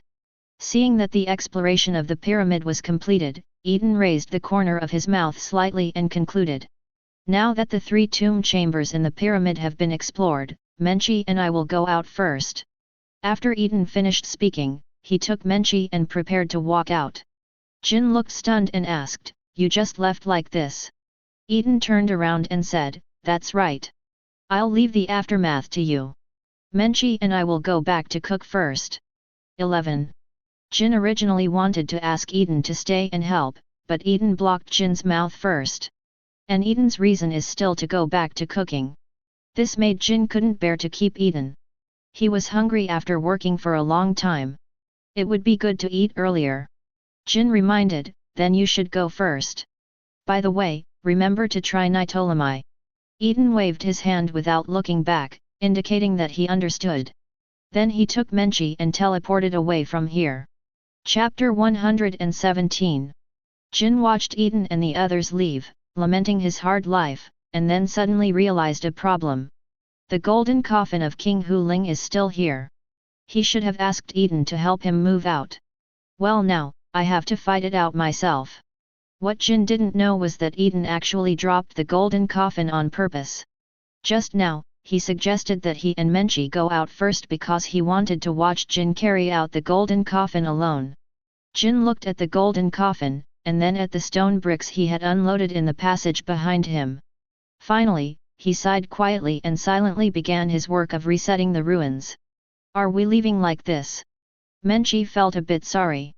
After all, with their current level of cooking skills and the cooperation between master and apprentice, it won't take too long to cook a meal. So she knew that Eaton's decision to go back and cook first was probably an excuse. Eaton said matter-of-factly, "Otherwise? Could it be that you are interested in the restoration of the ruins and want to stay there to help King?" Menchi's big eyes were full of doubts. "Aren't you talking about the aftermath? Why are you talking about the restoration of ruins again?" Eaton waved his hand and said, "It's almost the same. Based on my understanding of that guy, he is probably good at what he does, but his attention is attracted by the things in the ruins. It looks the same as when you are sorting out cookbooks and then unconsciously holding one of them. That guy Jin probably won't be able to get out all afternoon. This is because he considered that we are still outside." Menchi nodded in understanding. "Then are we still preparing lunch? What are you preparing for?" Let's prepare dinner in the evening. So what do we do now? Eaton thought for a while and said, just make some food, and then we'll figure out how to deal with Ptolemy. Originally, he used cooking as an excuse to leave first, just to study new dishes. In order not to wait for Jin to come out and say that he is not doing business. Eaton took out a handful of nitrolamine and handed it to Menchi. Although Menchi was very excited, he still held back his patience and asked, didn't you say that we will allocate them after they come out? It wouldn't be good for us to use it in advance now, right? Eaton said nonchalantly, it's not a big problem, just leave a portion of the dishes made with Ptolemy for Jin. He wants to eat anyway, so let's just take it as an opportunity to help him process it. After hearing this, Menchi no longer hesitated and decisively passed the Netero defeat in Eaton's hands. This is the ultimate longevity food. Anyone who sees her will be extremely moved, let alone she is a gourmet hunter who pursues gourmet food. It can be said that Ptolemy is the thing that he pays most attention to during this trip. After all, she couldn't understand the ancient Akkad text, and her understanding of the kingdom of Eldora stopped at Eaton's introduction. After the entire trip to the pyramid, it turned out that the ingredients from the Dark Continent were more interesting to her. Menchi took away a handful of Ptolemy, while Yi studied the two-tailed snake, which was relatively more difficult to handle. The two gourmet hunters worked together and began to try to create new dishes using ingredients from the Dark Continent. At dusk, when Jin came out of the pyramid and returned to the camp, he saw such a win. A bonfire was lit in the center of the camp, with bamboo sticks specially used for barbecues inserted diagonally on the edge. The bamboo skewers are strung with pieces of snake meat cut into sections. Menchi set up a small table not far away. On the table is a convenient cassette stove necessary for outdoor camping. There is a pot of milky white soup on the stove, and Menchi is stirring it with a spoon, seeming to be adjusting the taste. And another stove is set up here in Eaton. The two-tailed snakes that had been processed in advance were now in the shape of strips of meat, and were put into the pot with the lard of the wild boar. After lightly stir-frying, add the soup previously stewed with snake bones and cook with seasonings and spices. To do this, Eaton circulates his mental energy to move around in the pot. The soup stock that originally took at least 2 hours to simmer was reduced to just 5 minutes under the catalysis of the gas. 5 minutes later, Eaton opened the lid and added shredded shiitake mushrooms, shredded swamp kingfish ma, and fried shredded white phoenix pheasant tail chicken. After Eaton finished all this, Jin came up to him, took a deep breath and asked, "It tastes so good. This is our dinner tonight." Eaton glanced at Jin, who was hesitant to speak, and said bluntly, "If you have something to say, just say it, otherwise, don't get in the way here." What a cook hates most is someone coming into the kitchen and disturbing him while he is working. King didn't care about Eaton's attitude. He rubbed his hands and asked, "Do you think our dinner is a little too small? Not to mention anything else, he has been busy all day, and he will definitely have a lot to eat in a while." Although the dishes made by Eaton and Menchi are delicious, the total is only 2 soups and 1 grilled meat. There was more or less not enough food. Rest assured. Eaton raised his chin towards Menchi and said, "Tonight we are going to eat Nitolo rice porridge hot pot, the ingredients are all ready. It's just that I was afraid it wouldn't be fresh, so I didn't take it out before you came back." After being reminded by Eaton, Jin realized that the pot Menchi was cooking was not soup, but rice porridge. And it's Ptolemy porridge. No wonder he felt that the fragrance smelled very familiar. Immediately, Jin asked again, "It turns out that Menchi prepares hot pot with porridge base, so what do you have here?" Jin said, and curiously came to the pot and smelled it. Eaton pushed him away, picked up the spatula and said while stirring, "Two-tailed snake soup. I also added fish maw from the Swamp King and chicken from the White Phoenix pheasant." There is no doubt that these ingredients Eaton mentioned, except for the two-tailed snake, are the top ingredients in the human world. The two-tailed snake itself comes from the Dark Continent. After Eaton introduced them, Jin couldn't wait to taste them. Jin swallowed secretly and asked expectantly, "How long until we can eat it?" "It's almost done. Just wait until the fish maw and chicken are cooked. Eaton is not cheating, you can eat it quickly." Whether it is fish maw or chicken, he has cut it into shreds for convenience. After a while, Eaton poured the snake soup from the pot into a soup basin. Jin was about to reach out to pick it up, but was slapped away by Eaton. Eaton said angrily, "Go wash your hands first. Don't look at how many dirty things you touched in the pyramid." Jin smiled, not showing any embarrassment at all, but he still washed his hands obediently. When Jin came back after washing his hands, he found that Eaton had already laid out the ingredients. The table is filled with pork, beef, mutton, seafood, shrimps and crabs, vegetables, tofu, mushrooms and so on. In short, there are almost all the necessary dishes for eating hot pot. Even Eaton and Menchie are starting to eat it. Jin quickly took his seat and eagerly picked up a piece of barbecued meat from the two-tailed snake. Despite the small piece of double-tailed snake meat, when Jin picked it up with chopsticks, he found that it was quite substantial. Jin no longer hesitated and stuffed the whole piece of barbecue into his mouth. He wanted to taste the taste of the two-tailed snake that almost made him overturn. When he first took his mouth, the snake meat tasted soft and juicy to Jin. As he continued to chew, the lean snake meat gradually became chewy. The meat is firm, elastic and very textured. Coupled with Eaton's special barbecue ingredients and a hint of charcoal aroma, it makes Jin have endless aftertaste. After recovering from the delicious roasted snake meat, Jin put his chopsticks into the porridge-based hot pot again. He casually picked up a piece of beef that he had put down earlier, put it into his mouth and chewed it for a while, then swallowed it and said, "It does have a unique flavor when eaten this way, but isn't it too bland? Although Nitolamia has a light fragrance, it is somewhat boring to eat it all the time." Eaton glanced at the table in front of Jin and suddenly didn't want to care about this idiot. How delicious is it to eat hot pot without dipping sauce, especially if it is a clear soup pot like porridge-based hot pot. However, in order to prevent Jin from pestering him with questions, Eaton reminded him, "You didn't mix the sauce plate." Only then did Jin notice that both Eaton and Menchie had a small porcelain plate with sauce in front of them. On a small table not far away, there are garlic, chives, soy sauce, sesame sauce, chili sauce, and other sauces. Now he reacted. "Yes, how can you eat hot pot without dipping it in sauce?" The main reason is that his attention was attracted by the delicious food just now, plus this is his first time to eat hot pot with porridge base. Jin also thought that eating porridge-based hot pot was the original flavor of the ingredients themselves. So he hurriedly took a big mouthful of snake soup, savored the deliciousness, and prepared hot pot dipping sauce for himself.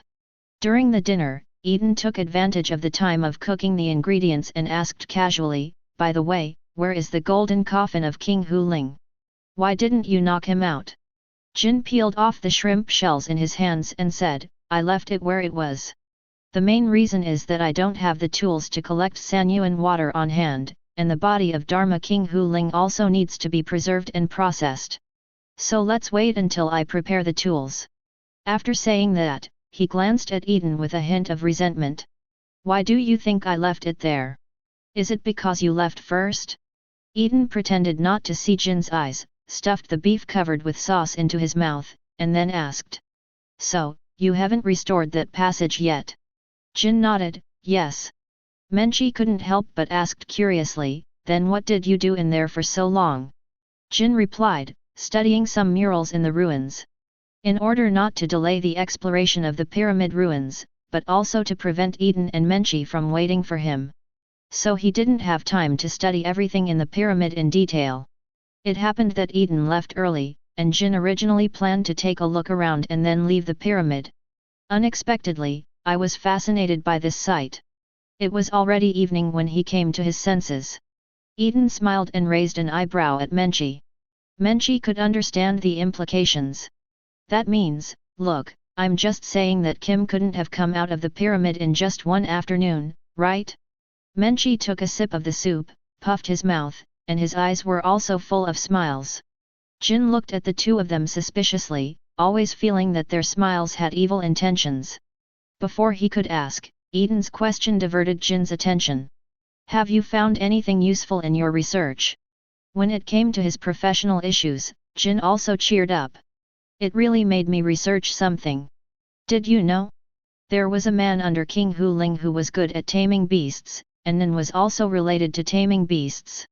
It is precisely because of this subordinate that they were able to cross several sea areas, from the Abasa Desert to the Dark Continent, and then from the Dark Continent to where they are now. Eaton was a little confused. This ability to tame animals is similar to. What does their sailing have to do with it? You can't just tame the fish in the sea to pull their boats, right? 11. After Eaton finished speaking, he found that Jin had a surprised expression on his face. The money was good. No way, is this really what they do? Jin nodded and said, as you guessed, they tamed the ocean overlord at that time, a kind of whale they called the cat whale. It was only by relying on the navigation of the cat whale that they safely survived one marine disaster after another. Eaton suddenly realized that it was no wonder that a ship built with the shipbuilding standards of that era could sail on the sea for so long. Tell me more about the cat whale. This was an animal Eaton had never heard of. Compared to how King Huling sailed in the first place, Eaton was indeed not more interested in the so-called cat whale. Jin had an expected expression on his face. Presumably he had already anticipated what Eaton would be interested in.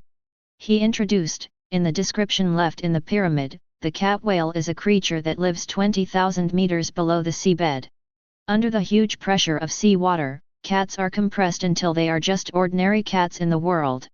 That's one of the reasons why they called it the cat whale. Although they are petite in size, the cat whale was the undisputed overlord of the sea at that time. As you once said, concentration is the essence. The cat whale has monster-like strength and sharp teeth that surpass steel.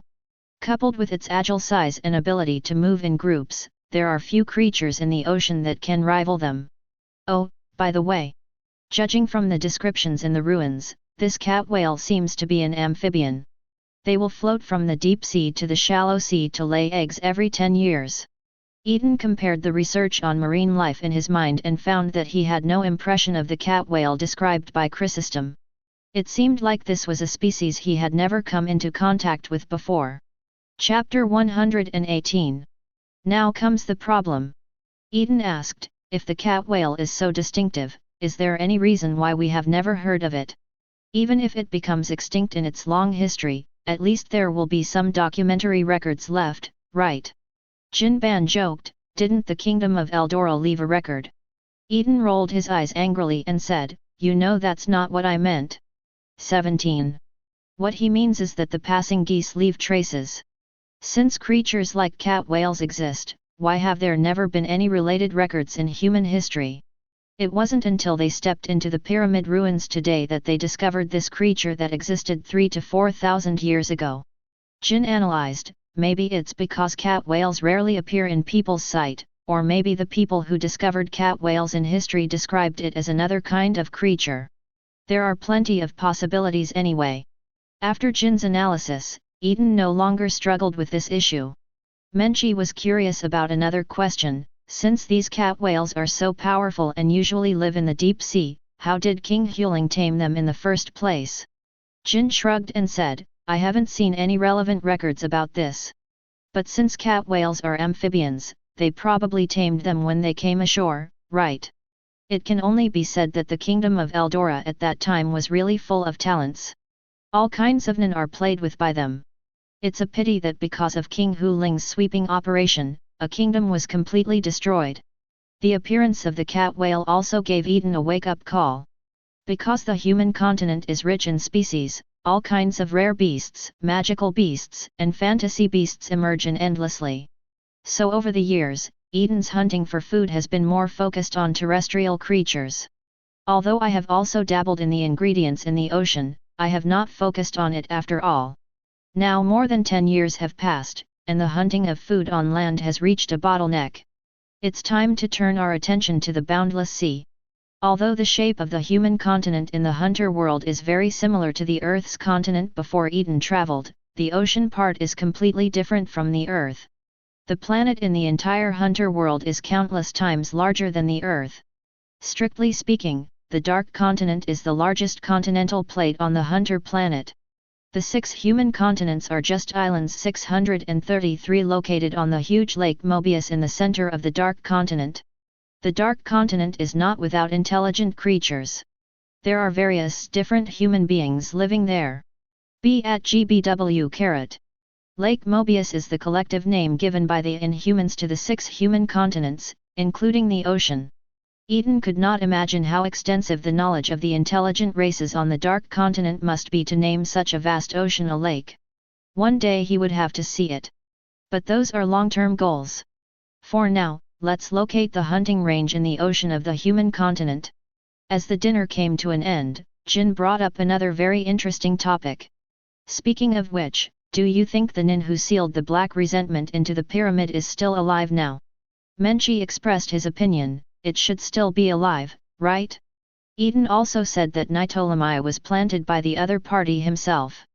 This means that the other party must still have extra Ptolemy, and it will definitely not be a problem to live for hundreds of years. Eaton smiled and nodded, and said, there is a high probability that the other party is still alive, and maybe I know the deposit money. Jin was a little confused by what Eaton said, and asked, how can I possibly know someone from more than 300 years ago? No, it's possible. Eaton reminded, since the other party has Ptolemy on hand, it means that he has been to the Dark Continent and returned safely. Jin vaguely guessed something, but he always felt that he was still a little short of getting the correct answer. Until he thought of what he just said. More than 300 years ago. This is a critical time. More than 300 years ago, a man named Dong Freaks created and published a travel diary called Journey to the New World, Eastern Chapter. Although the story in the book seems fanciful, its writing style is very vivid, as if such a new world really exists. And that is indeed the case. This person, who is suspected to be Jin's ancestor, once traveled to the Dark Continent and returned safely. And Journey to the New World, Eastern Chapter is his experience of traveling to the east of the Dark Continent. And he also said in the book that he would set sail again, heading to the west of the Dark Continent, and then write another book, Journey to the New World, Western Chapter. It's a pity that hundreds of years have passed, and there is still no follow-up to the Western Chapter. I don't know if Dong Freaks has fallen or is trapped in the Dark Continent.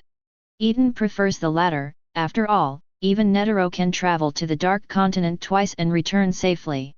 There is no reason why Freaks, which looks better than Netero, should die there. When Jin thought about that possibility, he stood up with excitement. You're saying that the mysterious ninja is probably my ancestor? Eaton nodded and said, I thought you had completely forgotten the contents of that book. He really thought so. After all, after today's actions, Jin seemed very unfamiliar with all disasters and hopes. Logically speaking, he had shown Journey to the New World, Eastern Chapter to Jin before. There's no reason why King couldn't recognize those catastrophes and hopes. In fact, this cannot be blamed on Jin. More than 200 years ago, V5 concluded an inviolable treaty on the Dark Continent. Disaster and hope began to have detailed definitions from that time, and only a few people were allowed to know them. In addition, the story of Journey to the New World, Eastern Chapter has been modified by Dong Freaks. Everything mentioned in the book does not have its real name. It's normal for King not to connect the dots. Eaton knows because he has read the original work and opened the perspective of God. In addition, I saw the other party's appearance from the memory of the resentful black mist, and it was somewhat similar to Jin's face shape. That's why I made a bold guess that the nin who came here more than 300 years ago was Dong Freaks. It doesn't matter if you guess wrong. They may not meet anyway. Even if we really see him in the Dark Continent in the future, it won't be a big problem. On the contrary, it just happened to clarify these guesses. Jin scratched his head in embarrassment at Eaton's words. Seeing Jin's expression, Eaton was surprised and said, isn't it right? Have you really forgotten that book? Jin nodded and explained, the main thing is that I haven't read that book for a long time, and I didn't think about it for a while. If you think about it carefully, it is true that it has been 11 or 12 years since Eaton handed over Journey to the New World, Eastern Chapter to King. If Eaton hadn't mentioned it today, he might not even remember clearly where he placed this book. Fortunately, I remember it now. Jin has decided to take Journey to the New World, Eastern Chapter with him when he returns. The best thing is to memorize everything by heart. To avoid being unable to recognize creatures from the Dark Continent and being laughed at by Eaton in the future. After dinner, the topic of dong freaks stopped. After cleaning up briefly, the three of them sat in front of the campfire and chatted. Eaton brought up a topic, by the way, how do you separate those nitrolamides and the like? He left the decision-making power to Jin. After all, this was the ruins that Jin first discovered. Eaton doesn't care much about how much nitolamia he earns. Don't forget that he also has an unnamed wood release. Eaton also tested it in the afternoon, and found that Wudun, Bakj, can indeed catalyze the growth of nitolamia. It's just that compared to catalyzing ordinary plants, catalyzing nitolamia requires more energy. What Eaton is most indispensable for is Nian Qi. This means that as long as Eaton is given one nitolamia, he can spawn countless nitolamia. Of course, Eaton also believed that Kim would not let him suffer. Just as Eaton expected, Jin said without hesitation, just like we agreed yesterday, 7 of you and 3 of us. Why? Yesterday, Jin proposed a deal to Eaton, using 20% of the proceeds from his trip to exchange Eaton's research data on storage space equipment. Menchie and Eaton are in the same team, so the harvest share is Eaton's 7 golds and 3. The only people in the world who can sit down and share nitolamia with peace of mind are probably Eaton and Jin, right? If it were anyone else, it would be considered a light thing to take someone's life in order to fight for nitolamia. Okay. Eaton was not polite to Jin, nodded and was about to take out Jin's share. As a result, he was stopped by Jin. Wait a minute, just give me a small bag for my share first, and you can help me collect the rest first. Jin Hui said this. On the one hand, it is not convenient for him to carry it now, and on the other hand, he does not need so much nitolamia now. Instead of holding it in your hands and not knowing how to place it, it is better to give it to Eaton to help keep it. After all, there is no safer place in the world than inside Eaton's storage space. Eaton probably understands Jin's idea and doesn't refuse. He took a small bag of nitolamia from the stomach pouch space and handed it to Kim. And asked casually, by the way, do you want the two-tailed snake? Strictly speaking, this thing is part of the harvest. Jin shook his head repeatedly, obviously still having some psychological shadow about the twin-tailed snake. He doesn't know how to cook, so why would he need this thing? If you accidentally shake it, you will cause trouble for yourself. Jin said that unless it was prepared double-tailed snake meat, he would not be grateful. Except for nitolamia and the two-tailed snake, the only thing they gained today was the grave goods of Dharma King Hu Ling. Regarding this part of the grave goods, Eaton and Menchie only selected a few interesting-looking small objects for their collection. Kim did the rest. Whether the gold medal will be auctioned or exhibited is not something Eaton cares about. However, King promised that Eaton would receive a portion of the proceeds from this. His name will also be on the list of discoverers of the ruins. Eaton did not refuse this. This was what he deserved. At night, Eaton lay in his tent summarizing today's harvest. First up is nitolamia.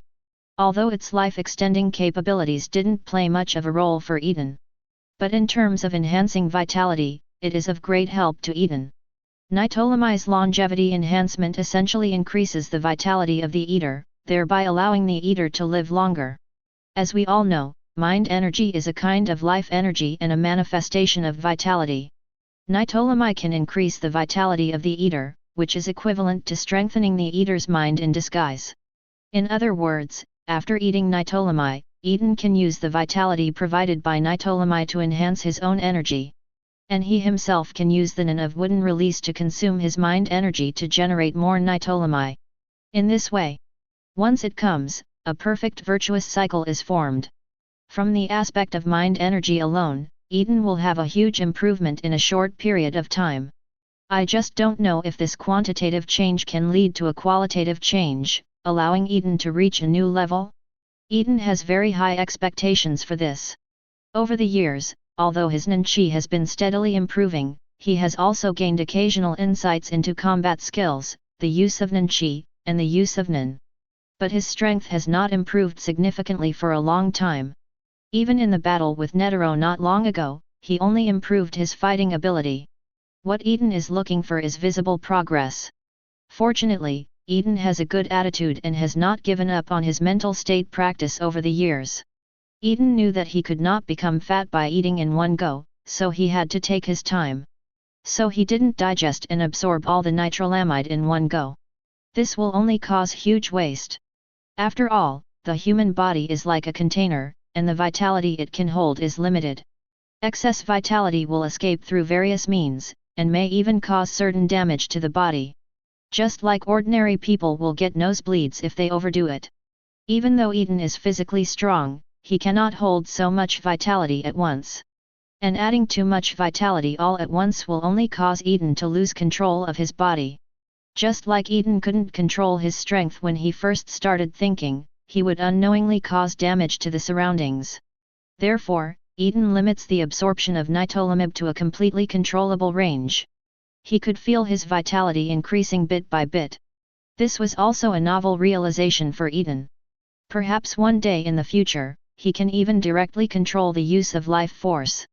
But this realization was quickly forgotten by Eaton. Because Menchie sneaked into his tent again.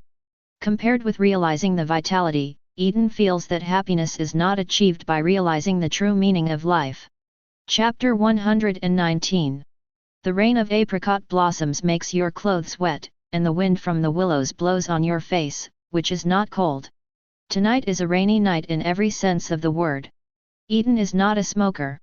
After the clouds and rain passed, he hugged Menchie, whose mind was blank, and his thoughts began to wander, and he unconsciously began to think about today's gains. Needless to say, nitro rice and double-tailed snake are both top-quality ingredients. The unmanned stone that can generate electricity is also very valuable.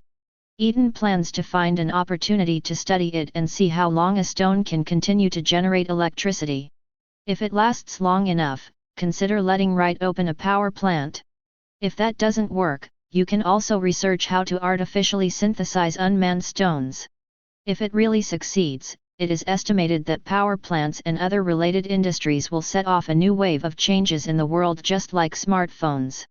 To be precise, this change will be even greater than the emergence of smartphones. After all, in today's world, most industries are inseparable from the demand for electricity. If a city loses power for a long time, it will be paralyzed. It can be said that strength is as important to the city as blood is to the human body. If Eaton really figures out how to artificially synthesize no man's stone, change is bound to happen. And Eaton will be the one leading the change. But that's all in the future. In addition to the no man stone, Eaton also analyzed the layer of coating on the inner walls of the pyramid that can isolate perception. Its core material is Sanyuan water from the Dark Continent. The Sanyuan water soaked the body of Dharma King Hu Ling. Eaton didn't want it because he didn't want it, so he gave it all in gold. Fortunately, during the day, Eaton treated the coating as an inedible substance. Otherwise, he might suffer a hidden loss. God knows if he accidentally digests and absorbs this coating, it will be considered a violation of the restrictions and oaths factory he set. Oh, right. In addition to these gains in the pyramid, there is also the black mist of resentment captured at the entrance of the pyramid. This thing was broken down by Eaton into three components: mind energy, life force, and spiritual force, and is now lying quietly in the space of the bag. Eaton plans to purify them and give them to Menchie, Shizuku and Nian to absorb. He definitely can't use it himself. God knows if these thoughts will be judged as cannibalism by constraint and oath when they pass through his digestive system. Eaton doesn't know and doesn't want to try. He does not lack such a little bit of mind energy and vitality, so there is no need to make himself uncomfortable. Menchie, who came down from the clouds, nuzzled into Eaton's arms and asked softly, "What are you thinking about?" Eaton replied softly, "Thinking about today's harvest." Strictly speaking, Menchie had nothing to gain today. Because she was brought here for a visit by Eaton. But she was already with Eaton, so there was no need to tell them so clearly. And even if he gets nothing, Menchie won't be upset. On the contrary, she was extremely happy today. Not only did he and Eaton see the remains of an ancient civilization 4,000 years ago, but he also came into contact with species from the Dark Continent. We even tasted delicious ingredients made from nitrolamide. Of course, the most important thing is the last point. That's the ultimate longevity food, Nitolamai. Since taking it, Menchi feels full of energy. Not only has the amount of chanting energy increased a lot, but the quality of the commanding energy has also increased a lot. The most important thing is that Menchi feels that his physical fitness in all aspects has improved significantly. Especially in terms of endurance and resilience. She was exhausted from the battle with Eaton's Nin just now. As a result, it wasn't long before Menchi regained a certain amount of strength. Before fully recovering, Menchi sent a signal to Eaton to fight again. She felt that her realm had become loose in the previous battle, and she would soon break through to the level of a 4th level ninja. Eaton also noticed this. So he gladly fought. And during the battle, pure mind energy and vitality were injected into Menchi's body to help him break through. Finally, when the battle was heating up, Menchi successfully entered the 4th level of Nin. She felt as if a new door had been opened, with new feelings in both her soul and body. It was an unprecedented experience. Before Menchi could fully appreciate this change, Eaton attacked her again. Wait. Let me slow down for a moment. No, you have just entered the 4th level of ninja. It is the time when you need to consolidate your realm through actual combat. Eaton didn't give Menchi a chance to refuse, and the violent attack hit Menchi again. It wasn't until the sky turned white that the battle between Nin and Nin came to an end. No matter how strong Menchi's recovery was, he couldn't last a whole night of fighting. Exhausted, she passed out. On the other hand, Eaton is still looking good. Physical fitness that has never stopped improving for more than a decade is no joke. Eaton's current physique is probably not much better than that of Whitebeard, the father-in-law of the pirate world next door. If you want him to fall into a state of exhaustion, you have to fight with someone of equal strength for at least 10 days and 10 nights. It's a pity that such a person has not yet appeared in the hunter world. Seeing that it was already dawn, Eaton did not intend to continue sleeping. I simply got up and made breakfast. Time passes until the sun rises completely. King walked out sleepily from his tent and spotted Eaton eating breakfast. He greeted, "Good morning, why did you get up so early today?" Eaton took a sip of porridge and nodded in response. Jin didn't notice anything, and took the bowl and put breakfast on his own. After he sat down, Eaton asked, "What are your plans today?" Jin thought for a while and said, "Today, I want to explore the pyramid completely. What about you? Are you leaving?" This time his exploration was similar to that of an archaeologist, who did not miss every inch of the ruins in detail. Jin Zinzi neither Eaton nor Menchi would be interested in this. So there was this question. Eaton nodded and said, "If there is nothing special, Menchi and I will leave first." Jin tried to persuade him to stay. "No, stay with me for a few more days? Just treat it as staying to help." Eaton rolled his eyes and said, "Why are you helping me? I think it's more like helping you cook." Don't think that he doesn't know Jin's little thoughts, it's just that he doesn't want to part with the food he cooks. Jin didn't feel embarrassed after being exposed. He smiled and changed the subject. "By the way, since you are leaving, can I ask you a favor?" Eaton did not rush to agree, but asked, "What is the medical source?" "These are the antiques we brought out from the pyramid yesterday. Can you please take them away first?" "Where are you taking it? If it's too far, I won't help you." "It's not far, not far. I have a place to live in Port Gasson. You can just help me take it there." "Okay, I'll help you with this." Eaton agreed. It just so happened that they were just on their way from Port Garzon and it wasn't too much trouble to go 10 times. Seeing Eaton agree, Jin smiled and said, "Thanks, this is the address of my residence." With that said, he took out a note from his arms and handed it to Eaton. Eaton took it and raised his eyebrows. "Oh, are you ready? If you were not prepared, how could you just grab a piece of paper with the address written on it?" Jinwei waved his hands and said, "Absolutely, but I only had this idea before going to bed last night. Otherwise, he wouldn't have taken over the antiques from Eaton yesterday. It would be better to just stay with Eaton and let him take him away directly." Jin picked up a fist-sized bun and stuffed it into his mouth, sighing secretly while chewing. The food Eaton made was indeed delicious, so delicious that he had to think about it. Sure enough, it was because dinner was so delicious last night that I didn't think of asking Eaton to take away the antiques first so that he could explore the pyramid later. But when he thought that he would no longer be able to eat such delicious food, Jin suddenly felt a little melancholy in his heart. That is to say, Eaton didn't know that while Jin was eating the food he made, he was mentally blaming the problem on the food he made. Otherwise, Jin would never be able to eat the food he cooked easily again in his life. Correct. Eaton suddenly remembered what Netero had asked him to do. Old man Netero asked me to tell you not to forget that you also have the identity of the 12 earthly branches. Jin was surprised and said, "Huh? President, is he old and confused? How can I not remember the things he remembers? 0 Please ask for flowers." Eaton looked at Jin with disdain. He didn't believe that Jin couldn't understand the meaning of this sentence. This is clearly a touch of gold, saying that he is not doing his job properly and reminding him to perform his duties. Thinking of his previous guess, Eaton looked at Jin suspiciously and asked, "You guy, have you never been to the 12 earthly branches meeting once? How is that possible?" Jin said excitedly, "I was clearly present when the 12 earthly branches were established." Eaton had a "keep talking, I'm here" look on his face. "So you never went there again after that?" "Who said that? I'm always present at every meeting, right?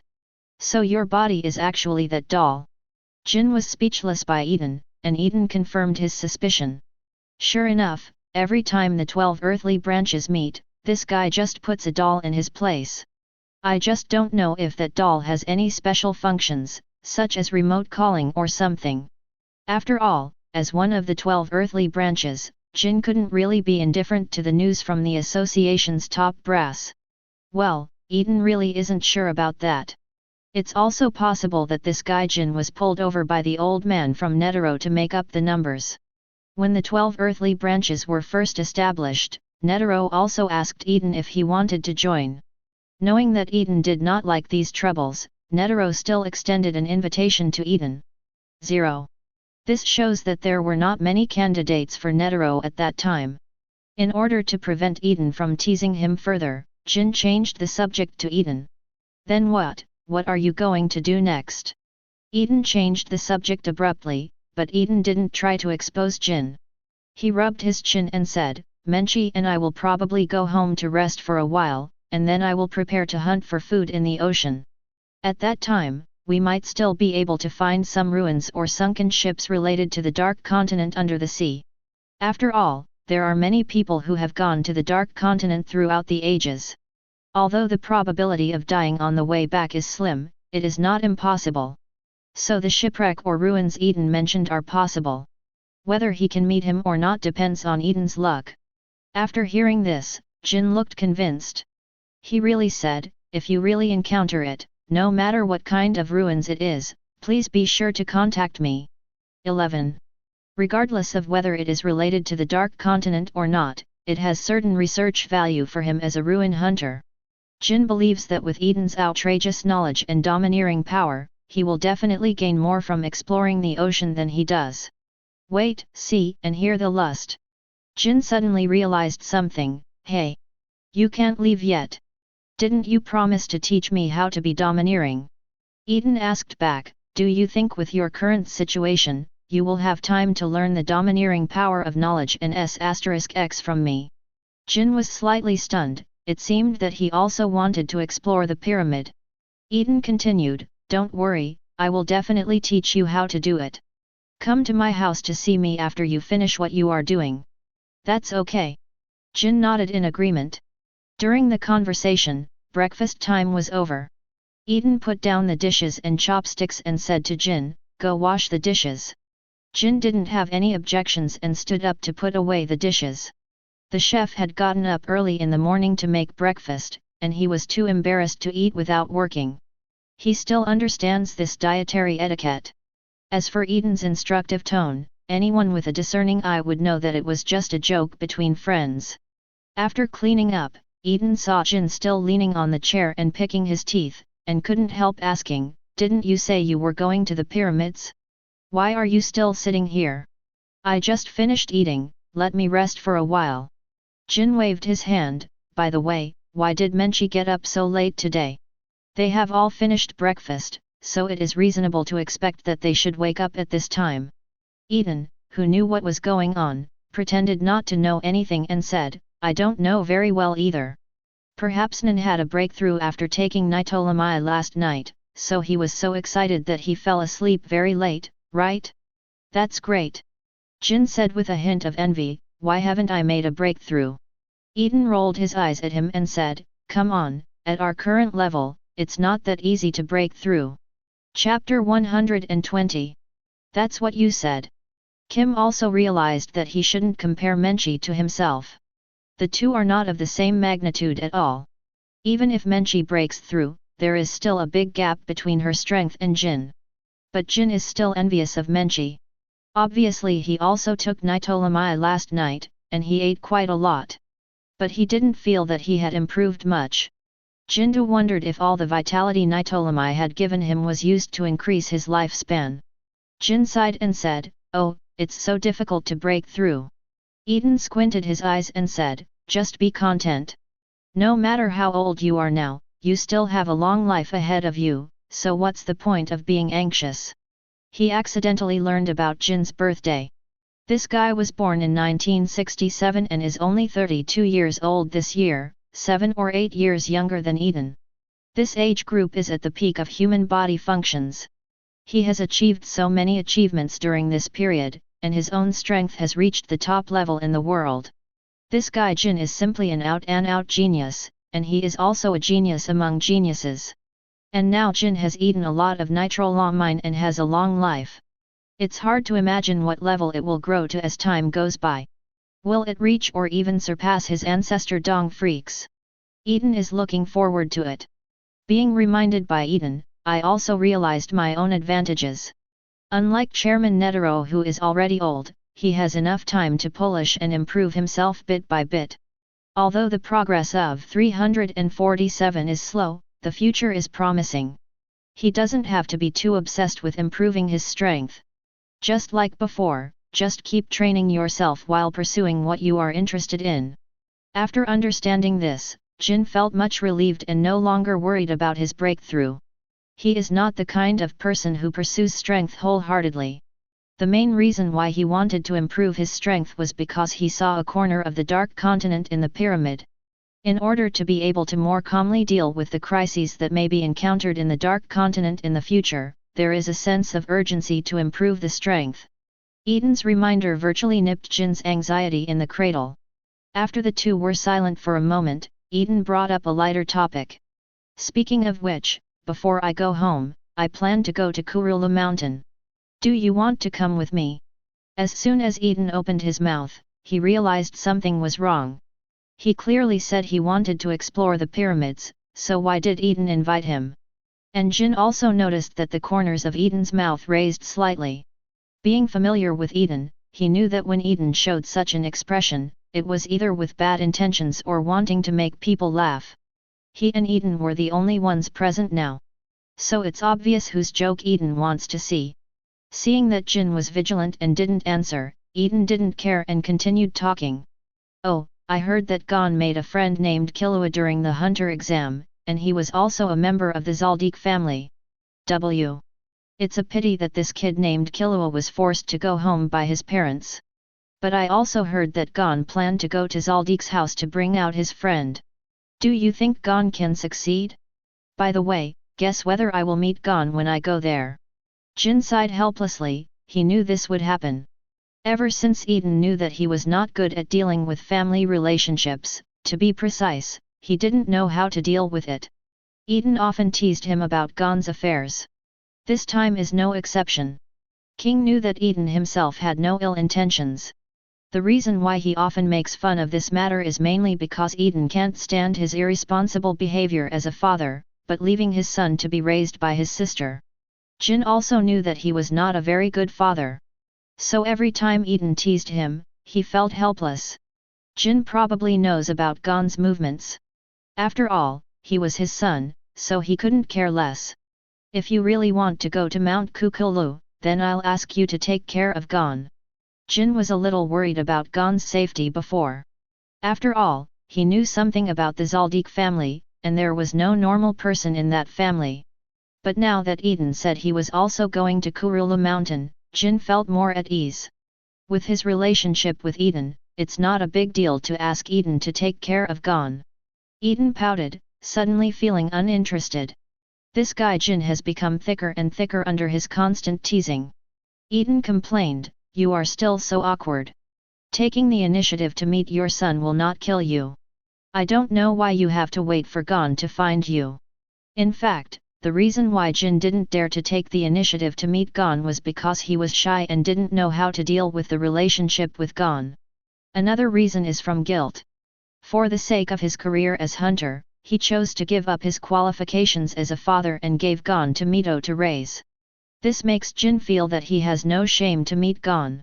To put it bluntly, a father can't let go of his own dignity and takes the initiative to find his son, so he chooses to wait for his son to find him. The game ring and Greed Island memory card left behind when Jin gave Gon to Mito to raise are proof of this. That was Jin's method of leading Gon to come to him, and it was also the compensation Jin left for Gon. He hopes that Gon will have a pleasant gaming experience in Greed Island after mastering Nin. Of course, given Jin's character, he would definitely not say these words. He would probably respond to Gon with the excuse, "I'm just showing you off the game I made with my friends." Jin opened his mouth, wanting to say something, but finally stopped talking. He changed his words, "Didn't Gon say this himself? He has to find me on his own. As a father, of course I have to support his decision." Eaton rolled his eyes. It was said that Gon was asked to find him on his own, but in fact it was not Jin who was the driving force behind the scenes. First, he arranged for Kate and Gon to meet on the pretext of testing his apprentice. Let Gon know his existence from Kate's mouth, and then he will yearn for the profession of hunter. Then Mito left the memory card and ring for logging into Greed Island. After Gon becomes a hunter and masters Nin, he can use these clues to pursue Jin. And because Jin was shy, there were outsiders when the father and son met. He also specially asked Elena to set up the two cards magnet and come together. If Gon uses magnetism after clearing the level, it means that only Gon has the same power. Then the magnetism will send Gon to Jin. And if Gon brings a friend, he uses person. Then the peers will send Gon and his friends to Kate. From Kate, Gon will get new clues and continue to catch up with Kim. In response, Eaton could only say, "As long as you are happy." Correct. Jin asked Eaton, "If you can, please give Gon a Nitolamia plant. Just take it from my share. Just let him eat it unconsciously. There is no need to tell him about the existence of Nitolamai." In order to improve Gon's strength, Jin specially asked Eaton to give Gon a piece of Nitolamia to eat. As for why I didn't give more, it was mainly because I was afraid that Gon wouldn't be able to absorb it. It can be seen that Jin still cares about Gon. This is the character. You are really an awkward person. Eaton first commented on Gon, and then continued, "I'm not sure whether I will meet Gon. If you encounter one, I can spray my hand to help you." "Thanks." Jin thanked him. Eaton's commitment is enough. Jin glanced at the time, stood up and said, "It's almost time to rest, it's time to start work. I'm going to the pyramid, please remember to say congratulations to Menchi for her breakthrough. I won't send you away after you leave." Eaton waved his hand, indicating that he understood, and at the same time saying goodbye to Jin. The farewell between hunters does not require the love of sons and daughters. Moreover, smartphones have been invented by Eaton, so if you want to meet, you can only make a video call. After Jin left, Eaton sat around the camp waiting for Menchi to wake up. 0. With nothing to do, Eaton also thought about a topic that he and Jin had talked about before. Of course, it's not the one about how father and son get along. What Eaton is thinking about is how to improve his own strength. Steady improvement of vitality with Nitolamai is one thing, but what Eaton wants is an all-round improvement. Otherwise, if you just increase your vitality, then when you go to the Dark Continent, if you encounter creatures that you can't defeat, won't you become their Tang monk meat? At that time, Eaton will not have Monkey King to bring in reinforcements to save him. Eaton thought about where he was lacking. The first is his strength, which is his strength. It's not Eaton's boast. There is absolutely no person in the entire human continent who can surpass him in mental capacity. And as his vitality increases, his energy will continue to rise. The second is the development of one's own nen. Eaton does fall short in this regard. Eaton has obtained a lot of nen from others over the years through his ability to swallow fruits. This led him to spend a lot of energy on the development of these nen. It's not that this is bad, after all, many of these nen are quite practical, such as invisible hand, wood release, etc. But because of this, Eaton has somewhat ignored the most fundamental nen originating from himself, Ryoku Immortal Thief. The Immortal Thief Ryoku in the alien world belongs to Kung Fu, while Eaton's Immortal Thief Ryoku belongs to his telekinesis. The technique can be modified and refined, and nen can naturally improve its effect and power through continuous development. However, over the years, Eaton has regarded Ryoku Immortal Thief more as a strengthening furnace. Use the perfect digestive system constructed by Ryoku Immortal Thief to continuously strengthen your physical fitness. Although it is continuously used, this nen has also made certain progress. But in terms of development level, it is ultimately not as good as those capabilities that Eaton actively spends a lot of energy developing. Realizing this, Eaton silently wrote it down and decided to focus more on the development of Ryoku Immortal Thief in the future practice. The next item is Eaton's physical skills, or his combat experience. This can only be accumulated through constant battles with people. The fight with Netero not long ago was good, and Eaton benefited a lot from it. It can only be said that Netero is worthy of being recognized as the best martial artist in the world. In addition to this, there is physical strength, which is physical fitness. Eaton doesn't need to worry too much about this either. Ryoku Immortal Thief will keep Eaton's physical shape perfect and strengthen his physical fitness in all directions without any blind spots. The so-called all-round nature also includes 0.7 the fragile organs inside the body, such as the internal organs. If not for this, when Eaton misused Ryoku Immortal Thief yesterday to digest and absorb the black mist of resentment, his digestive organs would not have simply suffered a burst of pain. Restrictions and oaths is one of the most fundamental rules in the hunter world. Once violated, losing nen as a punishment is considered light. Thinking of this, Eaton remembered yesterday's idea of eliminating restrictions and oaths. It's not that he wants to use the 6 immortal thieves to eat people after eliminating them. Eaton simply doesn't want these restrictions and oaths to be attached to him. This thing has a limit no matter what if it is accidentally triggered again like yesterday? If it is triggered while fighting an enemy, the situation will be even more serious. When he thought about that situation, Eaton decided to remove any restrictions he had. Dad, the master of air magic, once said, use magic to defeat magic. Since you want to eliminate restraints and oaths, it is better to try to use new restraints and oaths to achieve your goal. Thinking of this, Eaton changed to sitting cross-legged. Concentrate your mind and think about appropriate constraints. Eaton is already very familiar with restrictions and oaths. Not only because he used nen once when he developed it. Also, after Eaton joined Jin's team, he saw another use of constraint and oath. However, the constraint and oath that Eaton wants to use this time are not the 2 types mentioned above. But in the original work, Gon uses Kryptonian fate to avenge Kate. Chapter 121. Happy Mid-Autumn Festival. In the development of the original story, Gon blamed himself for causing Kate to suffer because of his own weakness. In order to avenge Kate, he longed to gain enough power to kill Catwoman. With pure faith and will, Gon unconsciously triggered restrictions and oaths. The content is, at the expense of everything, he is forced to grow up to an age enough to defeat Catwoman in a short period of time.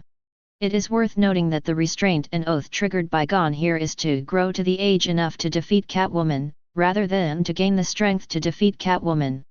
There is a difference between the two. The former is equivalent exchange, while the latter is more inclined to cheat out of thin air. Gon's restraint and oath is somewhat similar to alchemy. It cannot give you power out of thin air. If you want to get something, you have to pay the corresponding price. The reason why Gon's constraint and oath was successful is because he was really able to grow enough to defeat Catwoman. As long as Gon is given enough time to practice, he will definitely grow to that point over the years. If it were an ordinary person with mediocre talent, even if he paid the price with his life, he might only be able to gain the power of his peak period in advance. It's really not certain whether Catwoman can be defeated. Back to business. Let's return to Eaton. Eaton, who has had several experiences, is already very proficient in constraint and oath. Condensate your own will to a certain extent, firmly believe in your heart that you can fulfill your vows, and be willing to pay the corresponding price for it. This time the cost of Eaton's choice is his own life. Eradicate the restrictions and oaths you have made with the equivalent of your lifespan. In the dark, Eaton felt something inside his body passing quickly, that was his lifespan. But Eaton didn't care at all. Not to mention that the Lyoku immortal thief has been extending Eaton's lifespan, just with Nitolami's presence, he can make up for his lost lifespan in a short period of time. It is precisely for this reason that Eaton chose 10 years of life as the price. When the feeling of life passing by stopped, Eaton estimated that he had lost about 50 years of his life. Unexpectedly, I just made 3 oaths that were not too rigorous and not too harsh at the same time. Now it takes so much life to undo it. If Eaton didn't have Lyoku immortal thief and Nitolami, he would be turned into an old man in his 90s. Of course this assumption does not exist. Now Eaton still looks about 20 years old. In addition, Yi can feel that his Lyoku immortal thief seems to have unlocked some kind of shackles. Not only does it increase the speed of decomposition of ingested substances, but the efficiency of digesting and absorbing nutrients and converting them into qi to strengthen the body is also greatly improved. Eaton gave it a try. He took a Nitolamia pill from the space in his stomach pouch and popped it into his mouth. In almost less than a second, the entire process of digestion and absorption, transformation of thought energy, and strengthening of the body is completed. Eaton guessed, perhaps constraint and oath can allow the Nin to gain great power in a short period of time. But it also imposes certain restrictions on the growth of Nin itself. In severe cases, it may even limit the upper limit of the growth of Leng's ability. After all, restrictions inherently limit Nin's performance to a certain extent. Take Kurapika for example, the binding middle finger chain he developed to deal with brigade members in the future can only be used on brigade members. If it were used on anyone other than members of the brigade, his heart would burst in an instant. But now, after Eaton's constraint and oath is lifted, his whole body can play the role of Lyoku immortal thief. He can even use his pores or aura nodes to absorb the essence of heaven and earth. Feeling the special breathing rhythm formed throughout his body under the influence of Lyoku immortal thief, Eaton felt that his condition had never been better. This is probably because people feel refreshed during happy events. In this refreshing state, Eaton suddenly thought that there was another aspect in which he could improve his strength. That was his golden finger, the Tuntun fruit that traveled with him, or led him to this world. The devil fruit written by Oda has the concept of awakening, which is a higher level of power of devil fruit. Although Eaton has not watched One Piece in its entirety, he has understood the concepts in this area. After awakening, users with animal devil fruit abilities can greatly improve their recovery ability and combat effectiveness. The awakening of natural devil fruits is more of a guess. Reference: 10 days after the battle between Akainu and Aoki on Punk Acid Island, the entire island turned into Ice and Fire Island. As a result, netizens speculated that the natural devil fruit could permanently change the climate or environment of a region after awakening. There are even more examples of superhuman devil fruits awakening. After awakening Doflamingo's thread fruit ability, he can turn surrounding things into threads. After Charlotte Katakuri's glutinous fruit ability is awakened, she can turn everything around her, including herself, into glutinous rice balls. These are the effects of awakening the Superman devil fruit. Eaton's Tuntun fruit is also a superhuman devil fruit. So he has also studied this aspect. According to Eaton, superhuman devil fruits can be divided into 3 categories in a strict sense: superpowers, superhuman bodies, and created objects. The so-called superpowers are like Whitebeard's shocking fruit, Golden Lion's fluttering fruit, and the Empress's sweet fruit. Once eaten, you will gain related superpowers. The superhuman body is like Bucky's split fruit, quick slash fruit, and explosive fruit. After eating it, the body seems to have been transformed, gaining abilities far beyond those of ordinary people. As for the final created object, like the thread fruit and nyo-nyo fruit mentioned earlier, corresponding objects can be created to assist in combat. There are many types of Superman devil fruits, and the effects of awakening the fruit's abilities are naturally different. According to Eaton's speculation, the awakening of superpower-type devil fruits should greatly increase the power of the superpower itself. Specifically refer to Whitebeard and Golden Lion. One of these two people can set off a tsunami through vibration, and the other can lift the Emperor's Island into the sky. Eaton didn't believe it if these two people's devil fruits were not awakened. As for the fruit awakening of the superhuman body type, you can refer to Bartholomew Bear. Although it is unknown whether his meatball fruit ability has been awakened, judging from the fact that he can deflect fatigue and pain. If one is fully awakened, maybe even some conceptual things can be bounced off.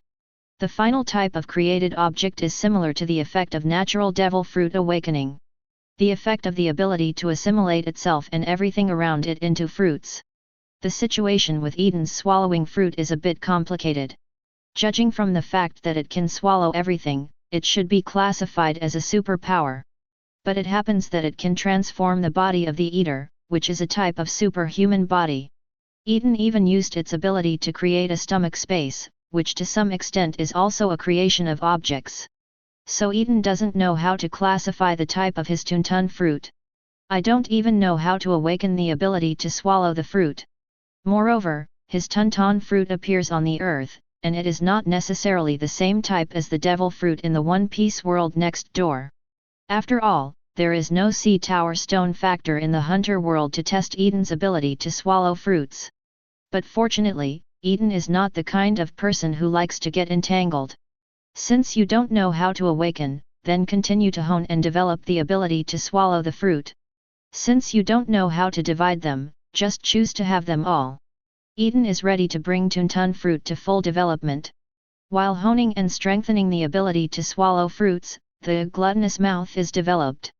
A long time ago, Eaton could open his gluttony mouth at any part of his body. His next goal is to develop it into a move similar to Blackbeard's Dark A-Cup Ointment. Dark A-Cup Ointment is a move that releases darkness to a large area on the ground, sucks people or objects touched by the darkness into the darkness, and compresses and crushes them. What Eaton wants to develop is to expand the gluttony mouth in a large area around itself and swallow all objects within the range into the devouring realm of the stomach space. In addition, the development of creating objects requires the assistance of devouring abilities. Eaton's development goal for the devouring ability is to enhance it enough to devour the concept. By then, will it not be easy to create something?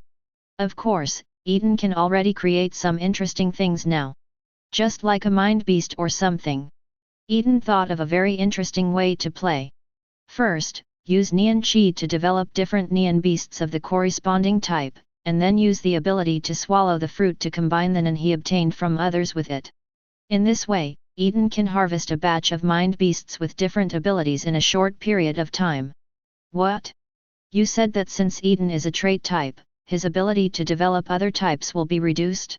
Indeed, the Nen developed by Eaton for emitter and manipulator is only 80% of the trait type, conjurer and transmutter are only 60%, and enhancer is only 40%. But that also depends on who you are comparing with. Even if the Nen beast developed by Eaton is only 40% of his own strength, it is not something that Sumito's 4th level Nen user can deal with. Unless the opponent's Nen Tien can defeat Eaton's Neon beast. Furthermore, the problem of the strength of the mind beast can also be easily solved.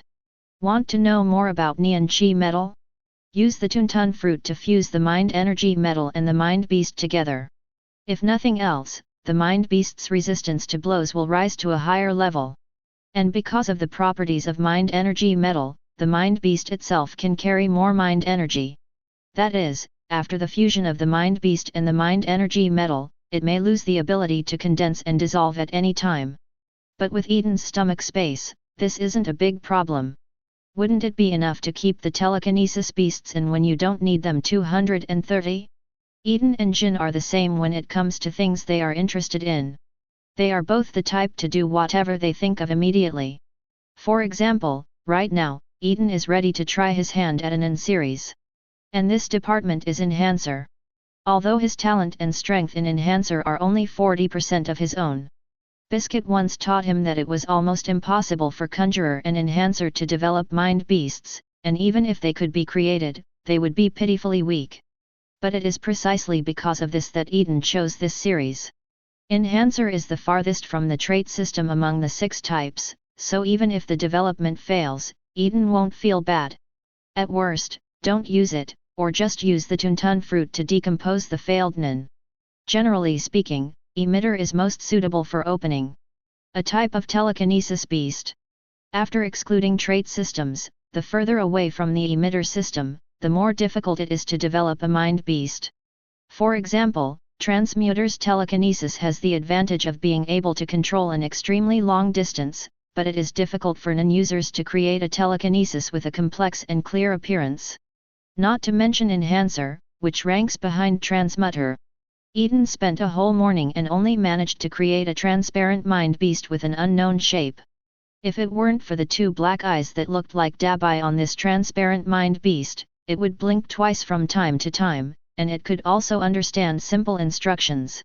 Eaton would have thought he had failed from the beginning. After preparing the mind beast, the natural next step is to select Nen for fusion. At this point, Eaton suddenly realized that he seemed to have not collected much in recent years, or that he had not collected useful Enhancer Nen. Those useless Enhancer Nen were decomposed by Eaton. Helpless, Eaton had no choice but to choose Conjurer Nen, which is adjacent to Enhancer. This Conjurer Nen was named Cage Flame by Eaton, and it was originally obtained by Eaton from one of the Cud robbers. The reason why it was retained by Eaton was partly because Eaton felt that having a flame-type Nen would be more convenient for making fires in the wild for cooking. On the other hand, Nen has certain development potential. When the flame temperature is developed to a high enough level, it is easy to burn everything. It's a pity that Eaton only uses it to ignite fire most of the time, and the degree of development is really limited. Now Cage Flame has been reduced to the point of becoming a synthetic material. In the stomach bag space, the newly born transparent mind beast and Yang Yan merged into one under the effect of swallowing the fruit. A new mind beast was born. Chapter 122. Eaton released the newly fused mind beast from the stomach space and experienced its changes carefully. First of all, in terms of appearance, the transparent mind beast that originally looked weak and could be blown away turned into the shape of a white flame. The only thing that hasn't changed is the 2 eyes that are the same as the robot Bimax. Lord, Master! Under Eaton's gaze, the mind beast in front of him suddenly made a childish sound. Eaton said in surprise, "Hi? You can speak." The mind beast floated in the air and swayed up and down, as if, "Yes, Master." It seems that after integrating Yang Yan, the intelligence of the mind beast has been greatly improved. The more he gets to know Nen, the more amazing Eaton finds it. It can actually give the mind beast wisdom and allow it to directly control the ability to speak. Since you can talk, it will be easier to communicate. Eaton asked directly, "What abilities have you mastered now?" The flame mind beast replied, "Master, I can now control flames of more than 6,000 degrees at most. And I also inherited the moves my master developed using Cage Flame. This is good news for Eaton. After the fusion of Neon Beast and Nen, both of them have been improved to a certain extent. The mind beast's intelligence level has increased. Not only has Nen been enhanced by the Neon Beast, but the developed moves have also been inherited. This saves Eaton the time to develop mind beast moves. The fusion of Nen and the mind beast was very successful this time. At this point, Eaton is no longer prepared to fuse it with mind energy metal. Because the flame mind beast is an incorporeal type. In other words, it itself is a flame powered by thought energy. If it is fused with mind energy metal, it will only give it an additional weakness that can be easily attacked. Even the existence of mind energy metal may affect its speed and reduce its flexibility. As for the supply of mind energy, it is not a big problem. As long as it is within Eaton's perception range, Eaton can continue to send thoughts to it. Unless there is a special Nin who cuts off the ability between Eaton and the flame mind beast. Eaton asked the flame mind beast a few more questions. For example, why is it obviously white, but it can control flames above 6,000 degrees? Even the flame mind beast couldn't answer this question. After understanding the situation, Eaton said, "Let me give you a name, how about Prometheus?" In Eaton's opinion, the flame mind beast in front of him looks very similar to Hamitz from the Yonko ant next door. They are also anthropomorphic creatures and also possess human intelligence. And Big Mom also has a Hamitz who can control fire, named Son Prometheus. Eaton couldn't think of a good name for a while, so he just used this name. Fortunately, the flame mind beast is not annoying. Rather, I like it very much. The flame mind beast, no, it should be called Prometheus now. It happily rubbed Eaton's face and said, "Thank you, Master, I love it." Feeling the feeling on his cheek, Eaton also felt a sense of novelty. It was obviously in direct contact with the flame, but there was only a faint feeling of warmth. It seems that Prometheus has a much higher degree of control over its own temperature than Eaton expected. Eaton was communicating with Prometheus, and Menchi in the tent just woke up from his deep sleep. Menchi gradually woke up and judged the time from the sunlight filtering through the tent. It was probably afternoon. Menchi secretly said something bad. If he goes out now and is seen by Jin, how can he respond? It's not that there's anything scandalous about her relationship with Eaton, it's mainly that Menchi finds it embarrassing for someone familiar with it to find out. Although she is usually carefree, when it comes to emotional matters, she is more shy than ordinary people. Just like when he confessed to Eaton a few days ago, Menchi might not have been able to say it out if he hadn't been drunk and emboldened. After some mental preparation, Menchi finally decided to walk out of Eaton's tent. She poked her head out first. After not seeing Jin's figure, Menchi breathed a sigh of relief. Then she noticed Prometheus, who was talking to Eaton in front of Eaton. Although he didn't know what this cute little thing was, Menchi could feel the energy in its body. It gave her a vague feeling of danger. You know, she just broke through to the level of the fourth order near last night. Now I feel a sense of danger in a little thing of unknown origin. Menchi was originally a little light-hearted because of his breakthrough, but suddenly he calmed down. But Menchi himself was not too worried or afraid. Since the other party can communicate with Eaton, it means that everything is under Eaton's control. At this time, Eaton also discovered Menchi with only one head exposed at the tent door. He said, "Come out as soon as you wake up. What are you doing there with your head and brain?" Menchi first looked around and found that Jin was indeed not there, then he walked out of the tent. She came to Prometheus and asked, "Where did you find this magical creature?" "I didn't discover Prometheus, I created it," Eaton explains. Menchi looked a little confused after hearing this. What happened? How come when she wakes up, her men can create life? Did she sleep for too long and travel through time? Also, even if Eaton wants to create life, shouldn't he create it with her? How come he accomplished it all by himself? Although Eaton didn't know what Menchi was thinking, he could tell from Menchi's expression that she might be thinking something wrong. So he went on to explain, "To be precise, Prometheus is a cold set created by me." At this point, Eaton introduced to Prometheus, "This is Menchi, she is my apprentice and also my lover." In the previous exchange, Eaton discovered that Prometheus had a very high level of intelligence. In addition to looking very simple and ignorant because he was just born, the wisdom shown by Prometheus is not comparable to that of normal people. So Eaton is happy to treat Prometheus as a real life. "Hello, Menchi." Although Prometheus didn't quite understand the meaning of apprentice and lover, he still said hello in a friendly manner. "Hello, your name is Prometheus, right?" "Yes, nice to meet you." "Me too." Although she found it incredible, Menchi believed that Eaton would not lie to her. However, she couldn't help but ask Eaton, "Is it really the mind beast you created?" Eaton nodded and said, "Yeah, what's the problem?" "Indeed, isn't it too smart?" Menchi couldn't find the right words to describe it. According to common sense, the newly created Hanzang cannot learn to speak immediately. Because all newly created mind beasts, here specifically refers to those mind beasts with independent consciousness, their consciousness is ignorant. The Nin needs to continue to develop, fight, and experience various things before the mind beast can grow to have wisdom that is no different from ordinary people. Eaton apparently skipped these processes. Eaton said, "Actually, I was very surprised. But I did create it." He can probably guess that Prometheus' wisdom should come from Nan Sun Flame. Nan is a very magical existence.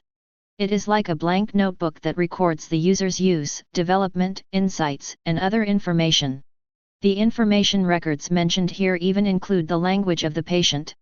When Eaton fused Nan Sun Flame with Prometheus, Prometheus naturally inherited everything from Sun Flame. This can be proven by the fact that Prometheus also mastered the moves Eaton developed based on Sun Flame. Prometheus incorporates Sunfire, thus omitting Eaton's development process. Eaton told Menchie nothing about these speculations. On the one hand, it is too complicated to explain, and Eaton is too lazy to explain. On the other hand, Menchie herself has no need for these inferences, and she did not swallow the fruit to complete this operation. Even Menchie doesn't have a second Nan for fusion. In any case, Menchie finally accepted the existence of Prometheus. Not only did she accept it, she also liked Prometheus very much. By now Menchie had become very familiar with Prometheus. Those who didn't know thought they had known each other for a long time. Eaton watched from the side and sighed secretly. As expected, girls have absolutely no resistance to such cute things. Who doesn't like a ball of fire with big white eyes, which can warm your hands at ordinary times, and can turn into flames to assist you in battle, and has intelligence? That's right, Uncle. Menchie still prefers to call him Uncle Eaton when they are alone. That's what she called Eaton when she first met him. In Menchie's opinion, this is her unique title for Eaton. Menchie asked, "What is Prometheus' power?" She almost forgot to ask this question as she was busy chatting with Prometheus just now. "Since you asked, let's just show it. Prometheus, heat up the food over there." In fact, Eaton can direct various actions of Prometheus with just a thought. But to show Menchie, he still spoke out. Prometheus received the order, and his body turned into a long snake, entwining the food on the table. These meals were prepared by Eaton for Menchie at noon. Unexpectedly, she slept until the afternoon and the food was already cold. "Menchie, do you think why I slept until the afternoon was not caused by someone?" In just a few seconds, the dishes that had gone cold became steaming hot again.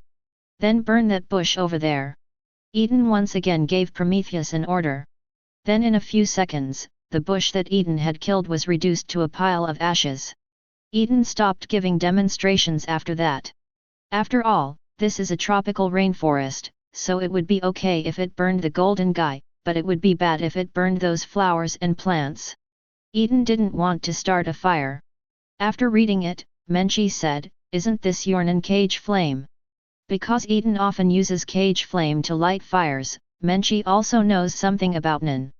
Menchie subconsciously thought of this after seeing the abilities displayed by Prometheus. Eaton nodded and said, "Yes, Prometheus is the mind beast I created by combining Yang Yan. Menchie blinked and asked in surprise, "Can Nan still be developed like this?" This was the first time she heard that the already developed Nan could be further developed and transformed into a mind beast.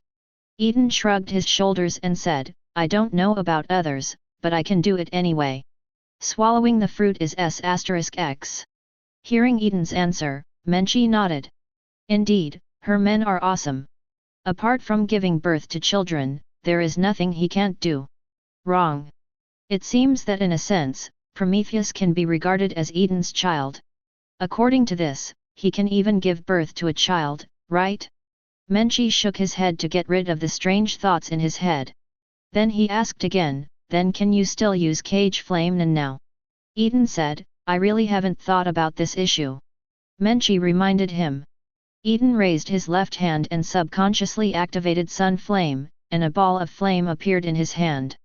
It seems it can still be used.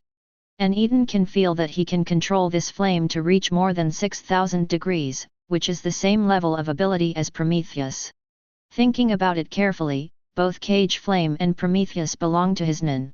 There is no reason why Prometheus wouldn't be able to use Sun Flame after fusion. After understanding the doubts in his heart, Menchie chatted with Prometheus again. At this moment, she was discussing with Prometheus whether he could be her hand warmer in winter. The simple Prometheus knew that Menchi was one of his own, and agreed without hesitation. Fortunately, Prometheus has no gender, and his voice is a child's voice with a female orientation. Otherwise, Eaton would never agree to such a thing. Seeing that Menchi and Prometheus were chatting more and more passionately, Eaton interrupted. Okay, let's have something to eat first. After being reminded by Eaton, Menchi also noticed the feeling of hunger coming from his empty stomach. After washing up briefly, she came to the dining table and began to feast on the fire. Tips: the colors of flames at different temperatures are red and orange, 3000 degrees, yellow and white, 4000 degrees, cyan and blue, 5000 6000 degree, purple, above 7000. The above description is not absolute, after all, the color of the flame is also affected by other factors. Chapter 123. At the dinner table, Menchi, who was a little full, slowed down her eating speed. While eating, she asked, Prometheus, can you eat? Prometheus nodded and said, yes. But my body is made entirely of flames, so there is no such thing as taste. But I can replenish a certain amount of energy by eating. Eaton has asked Prometheus about this before. Eaton speculates that this ability of Prometheus should be derived from the characteristics of his telekinesis. The existence of Nanlyoku Immortal Thief allows Eaton's mental energy to have a fatal corrosive effect on all objects, especially organic matter. This corrosive effect is like a super-enhanced version of stomach acid, able to decompose all objects it comes into contact with into nutrients to strengthen itself. Apparently Prometheus also inherited this trait. Don't underestimate this ability. Since it is said to work on all objects, it naturally includes water. In other words, even water can be swallowed by Prometheus as food. Even because water is inorganic, it cannot provide Prometheus with much energy. But this ability at least prevents Prometheus from being easily restrained by water. Of course, if there is a lot of water or enough ice, it will still have an impact. Although he knew that Prometheus had no sense of taste, Menchi did not happily share the food with him. After eating and drinking, Menchi remembered to ask about Jin's whereabouts. Eaton replied, that guy Kim went to work in the pyramid. Menchi nodded and continued to ask, then what should we do next? Leave professional matters to professionals. Menchi, who knew nothing about archaeology, obviously had no intention of helping Jin. He simply asked about the next trip. Eaton said, I plan to go to the Kurula mountain, and I need to confirm something with the Zaldik family. After we deal with this matter, we will go home. I got a lot of Nitolami this time. If I don't share it with Niang Shizuku and the others, Niang will definitely accuse me of being partial. Among the three girls, the one who likes to compete for favor the most is Niang. What this willful young lady focuses on is that she wants to have what others have, and she wants to have even more what others don't have. Of course, under the guidance of Eaton over the years, Niang also knows what's appropriate. She often behaves well-behaved and cute in front of Eaton, and will use coquettish ways to win more favors. And the degree of control is very good, and it will never be boring. Although Menchi sometimes doesn't get along with Niang, she actually loves her sister who is 4 years younger than her. Every time Niang asked her for something to eat, Menchi would do it while bickering with Niang. Of course, Shizuku is no exception. Rather, Shizuku is the family favorite. For this naturally silly girl, Eaton, Menchi, and Niang all take great care of her. Although Eaton successfully cured Shizuku's forgetfulness through dietary supplements in the early years. But she still looks innocent at ordinary times, even looking a little dull. So much so that no one would have the heart to bully her. Even Niang, who is 3 years younger than her, takes great care of her. Naturally, Eaton did not forget the share of these two girls with the Nitolami he obtained from the pyramid this time. Menchi had no objections to Eaton's schedule. Not to mention that she had just confirmed her relationship with Eaton and was reluctant to separate like this. She followed Eaton wherever he went. What's more, she hasn't been back for a while, and she misses Niang and Shizuku a little. After resting for a while, Menchi accompanied Eaton to pack his things. The two first returned to Gaston Port and placed the antiques and cultural relics that Jin had asked Eaton to take away at his residence.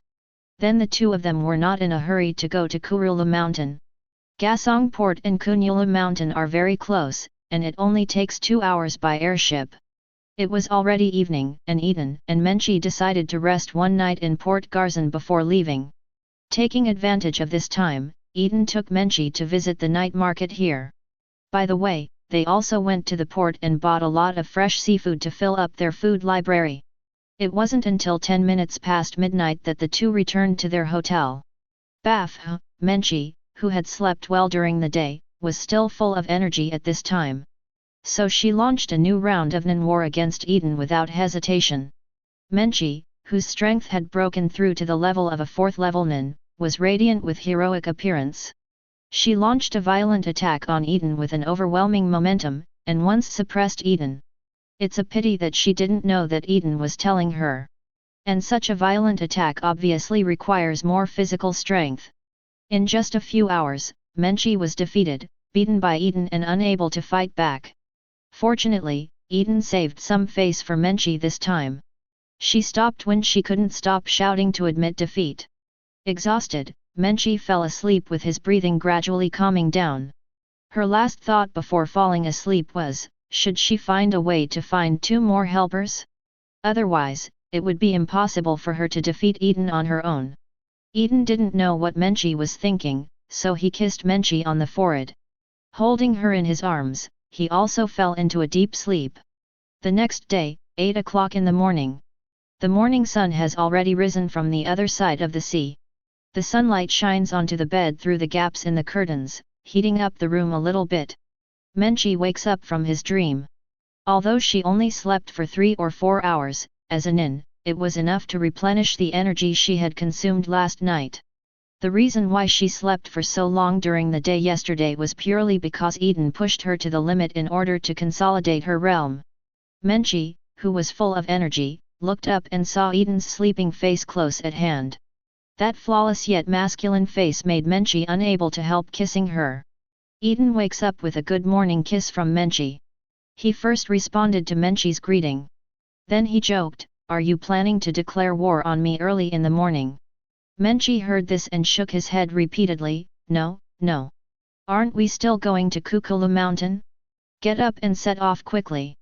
After saying that, Menchie decisively left the bed, got up and washed up. Eaton watched Menchie walk into the bathroom without stopping him. He was just joking with Menchie. If we really want to continue the battle last night, there is no way this hotel will have to be extended for another day. After a simple breakfast, Yi and Menchie boarded the airship to Kuka Mountain. On the other side, Gon, Leorio and Karapika also arrived at the city at the foot of Mount Kurula via airship. Even in the city, you can see the tall peaks of Mount Kukulu not far away. Leorio looked up at Mount Kukulu and sighed, "Is it the headquarters of the killer family? Now that I see it with my own eyes, it's really a bit disgusting." Obviously the Zaldik family didn't have a good impression of him. Karapika suggested, "How about asking for relevant information nearby?" Leorio nodded and agreed, "Well, let's find a place to live first and then make long-term plans." Only Gon held a different view, "Relax, we are just here to meet friends." As Gon spoke, he looked around at the scenery around him. These were things he had never seen on Whale Island. Gon, who has no sense of crisis at all, is full of curiosity about everything. According to the plan, the 3 of them first found a place to stay, and then went out to inquire about the news about Kunyula Mountain. What they didn't expect was that they got the information they wanted from a fruit shop right next to their residence. The fruit shop owner mistook the 3 people for tourists. And tell them that if they want to visit the Zaldik family, there is a scheduled bus tour every day. There are even tour guides on the bus. And the starting point is not far from them. Everything is such a coincidence. The 3 of them lined up to buy tickets and get on the bus, listening to the introduction of the beautiful tour guide. Leorio and Karapika, who were smart, were keenly aware that there were a few guys on the bus who didn't look like good people. They all had weapons covered with strips of cloth. But this obviously has nothing to do with Karapika and the others, so just pay some attention to it. Gon, on the other hand, listened to the explanation of the beautiful tour guide with great interest. Dear passengers, look to your left. That's the dry mountains where the infamous Zaldik family lives. It is said that their house is somewhere in this extinct volcano at an altitude of 3,722 meters, surrounded by a sea of trees, but no one has actually seen it. There are 10 people in the Zaldik family, including great-grandfather, grandparents, parents, and 5 brothers, all of whom are Hans. Next we're going to get closer and visit. It's hard to imagine that a tour guide would know how many members there are in the killer's family. Either the number of people in the Zaldik family is also publicly known, or simply the tour guide, including the bus, is actually the property of the Zaldik family. On the one hand, it is convenient to pack up people who are seeking revenge and deal with them at your doorstep. On the other hand, you can make a fortune by developing the tourism industry in Kula Mountain. Then everything makes sense. The bus moved forward slowly and came to a city wall that was estimated to be hundreds of meters high, and stopped here briefly. The beautiful tour guide introduced, "This is the main entrance of the Zaldik family, also known as the Gate of the Underworld. Because no intruder has ever been able to get in and come out alive. People from the Zaldik family usually use the small door of the guardhouse over there. Since the gate is the private property of the Zaldik family, it is not possible to visit inside. We will stay here for a while to give tourists time to take photos." "What?" Leorio asked loudly in surprise. "Cuckoo Mountain is still far away from here. Why does it end here? If the bus couldn't get in, wouldn't they have to walk there for the rest of the journey?" Although his mind is better than Gon's, it's not much better. Leorio doesn't seem to have thought about it. Can they really go in through the front entrance? The beautiful tour guide nodded and said, "Yes. The sea of trees and Mount Kukulu in front of us are the private land of the Zaldik family." The 3 of them looked up at the top of the mountain, which seemed not far away but actually took a long time to reach. He lamented, "Such a large piece of land is completely their back garden." At this time, Gon suddenly raised his hand and asked, "Miss Tour Guide, how can we get in?"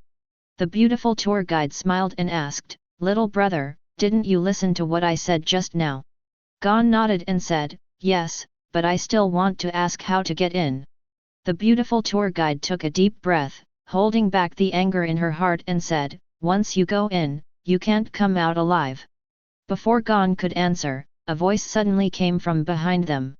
"I think it's just a pretense, right?"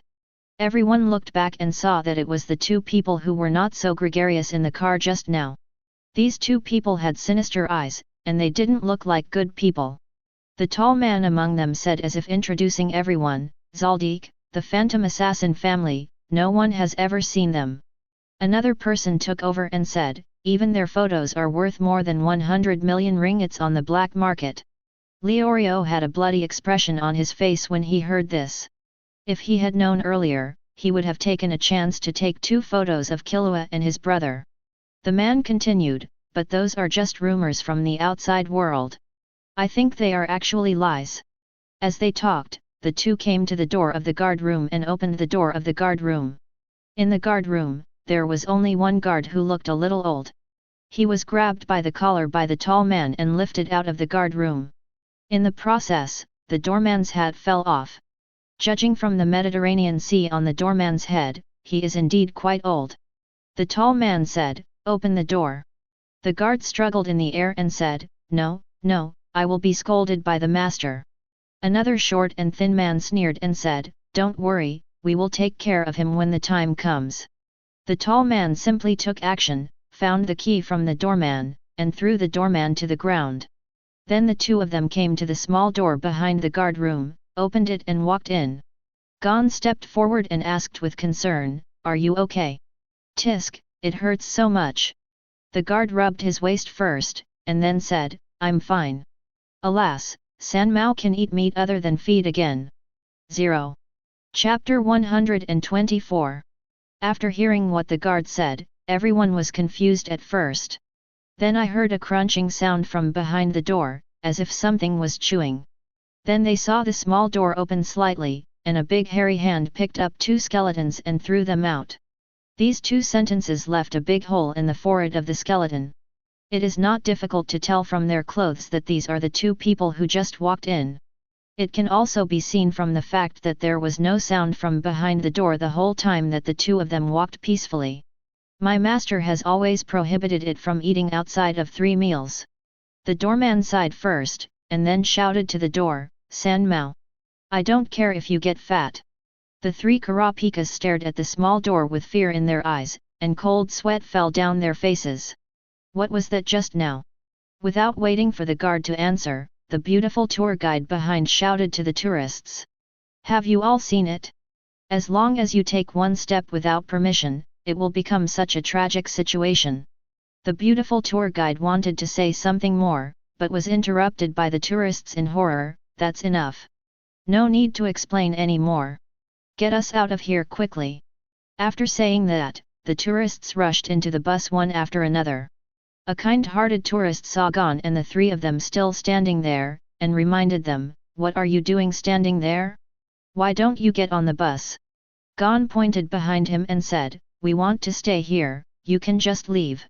The tourists were shocked when they heard Gon's words and immediately ignored them. It's hard to persuade the hell to die.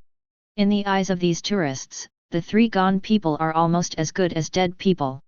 The bus drove away, leaving Gon and the other 3 behind. After some communication, the guard also learned the purpose of the 3 people's visit. "I see, you are Master Chi's friends. It's really nice that you can come all the way to find him. I have worked here for 20 years, and this is the first time I have come here to find friends." The guard uncle pondered, "Actually, as a servant, I shouldn't say this, but this family is really a lonely family. No one ever comes here for a simple visit without any ill intentions. There is an endless stream of people coming to die." Having said this, the doorman pointed to the large trash can next to him. There were 2 skeletons there that he had just packed in. The guard uncle took a sip of tea and continued, "There is no way, they are a rare family of killers, and they are in an unfortunate industry. I really appreciate you guys coming." After that, the guard even stood up and bowed to Gon and the others. Then the topic changed, "But, I won't let you in just because of this. Did you also see the hand of that giant beast just now? That's San Mao, the Zaldik family's guard dog.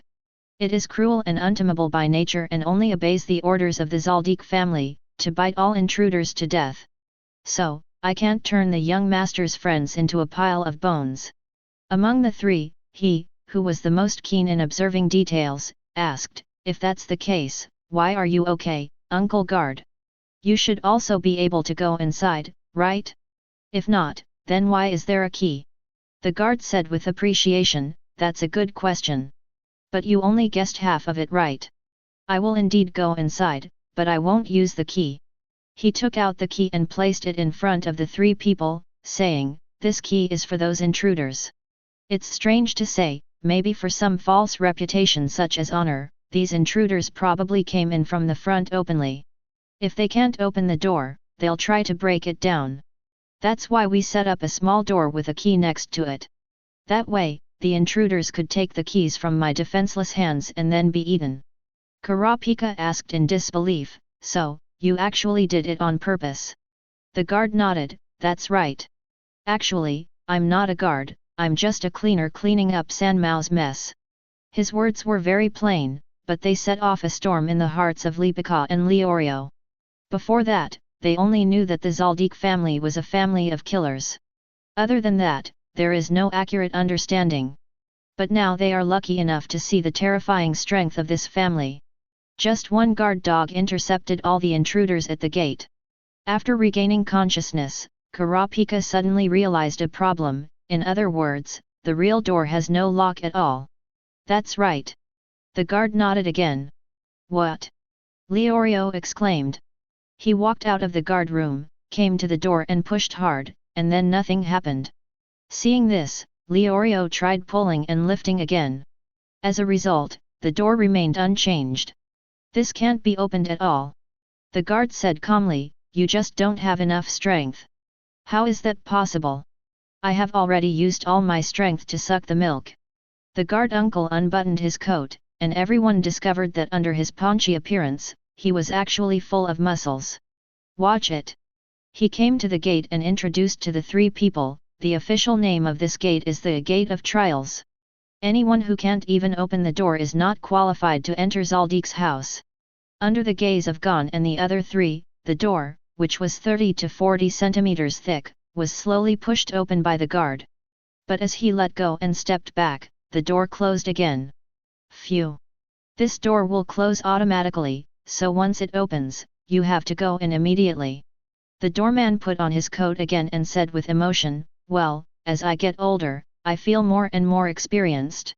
If one day I can't open this door, I'm afraid I will be fired.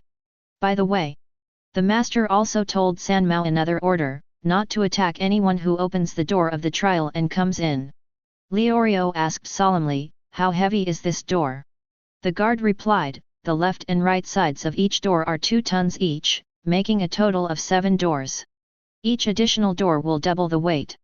The greater your power, the more doors you can open, and the more you will be valued by the Zaldik family. It's just that this kind of attention is generally not a good thing.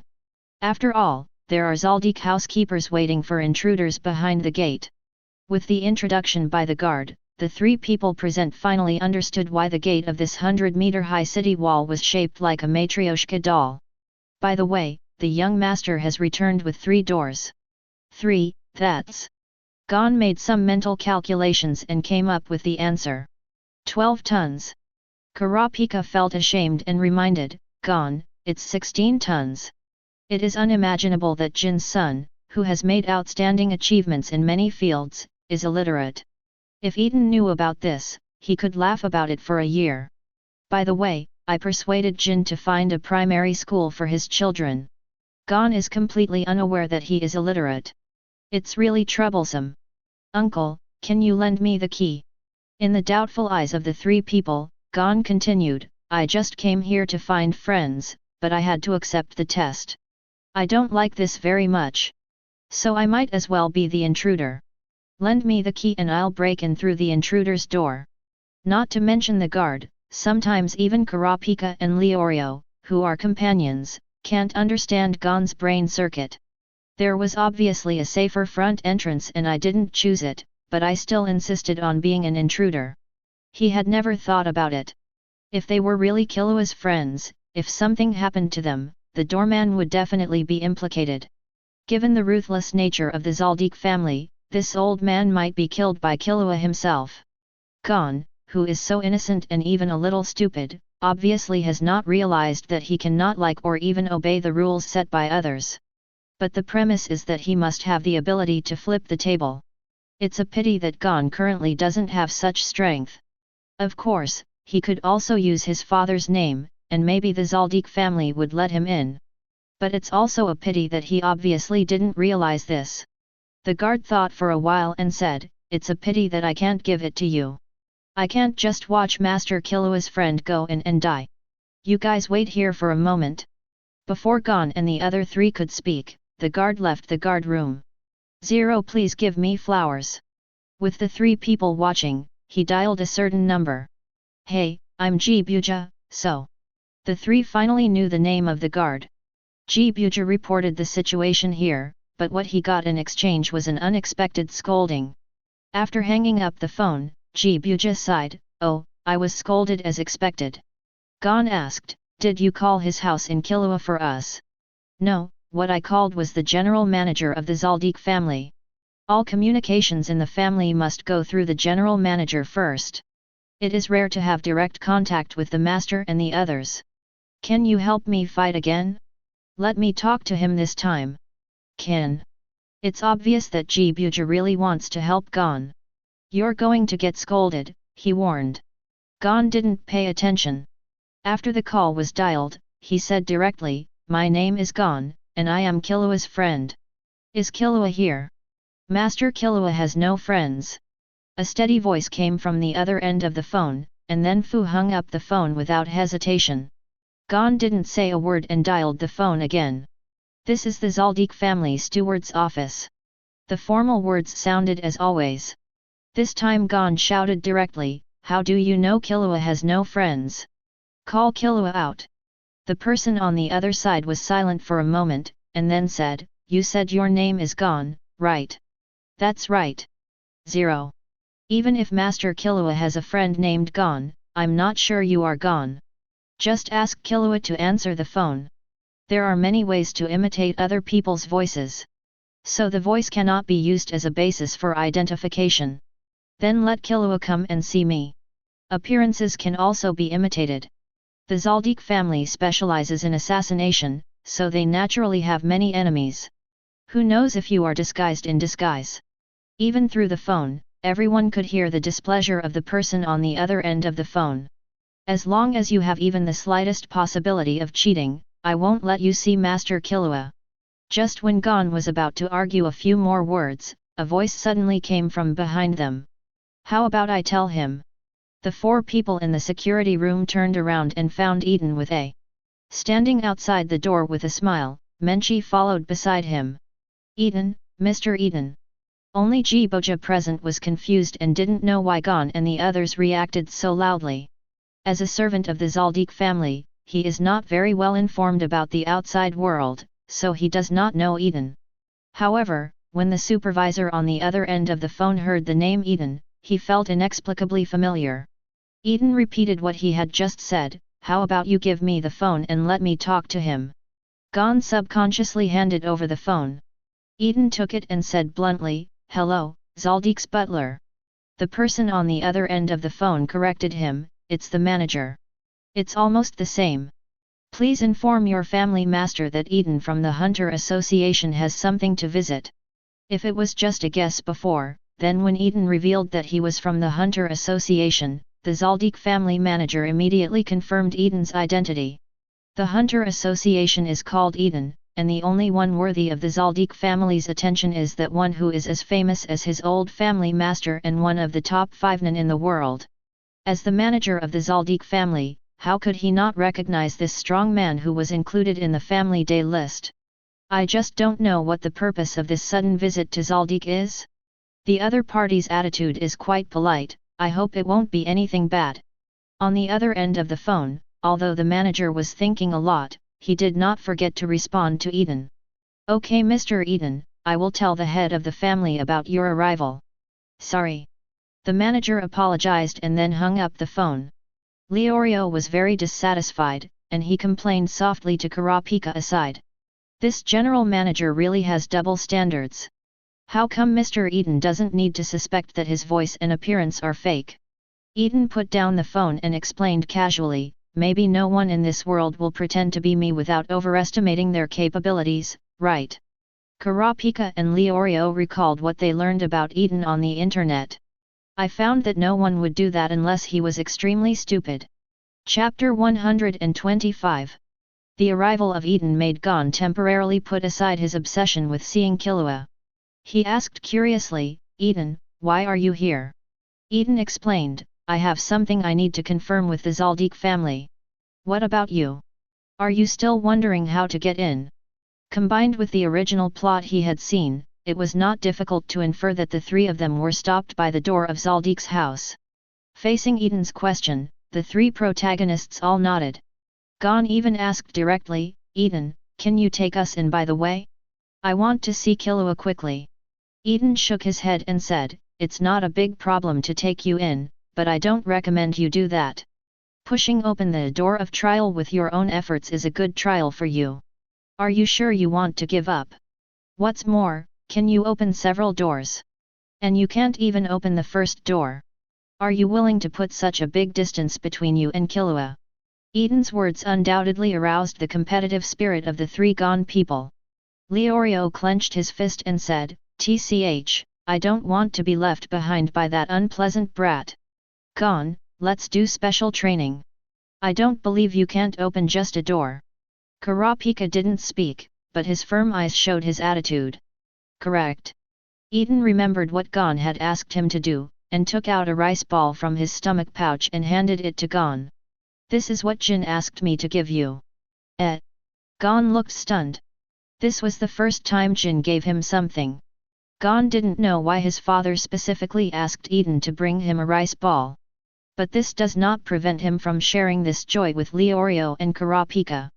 Leorio, Kurapika, look, this is the rice ball Jin gave me. Do you want to taste it? No, you'd better eat it yourself.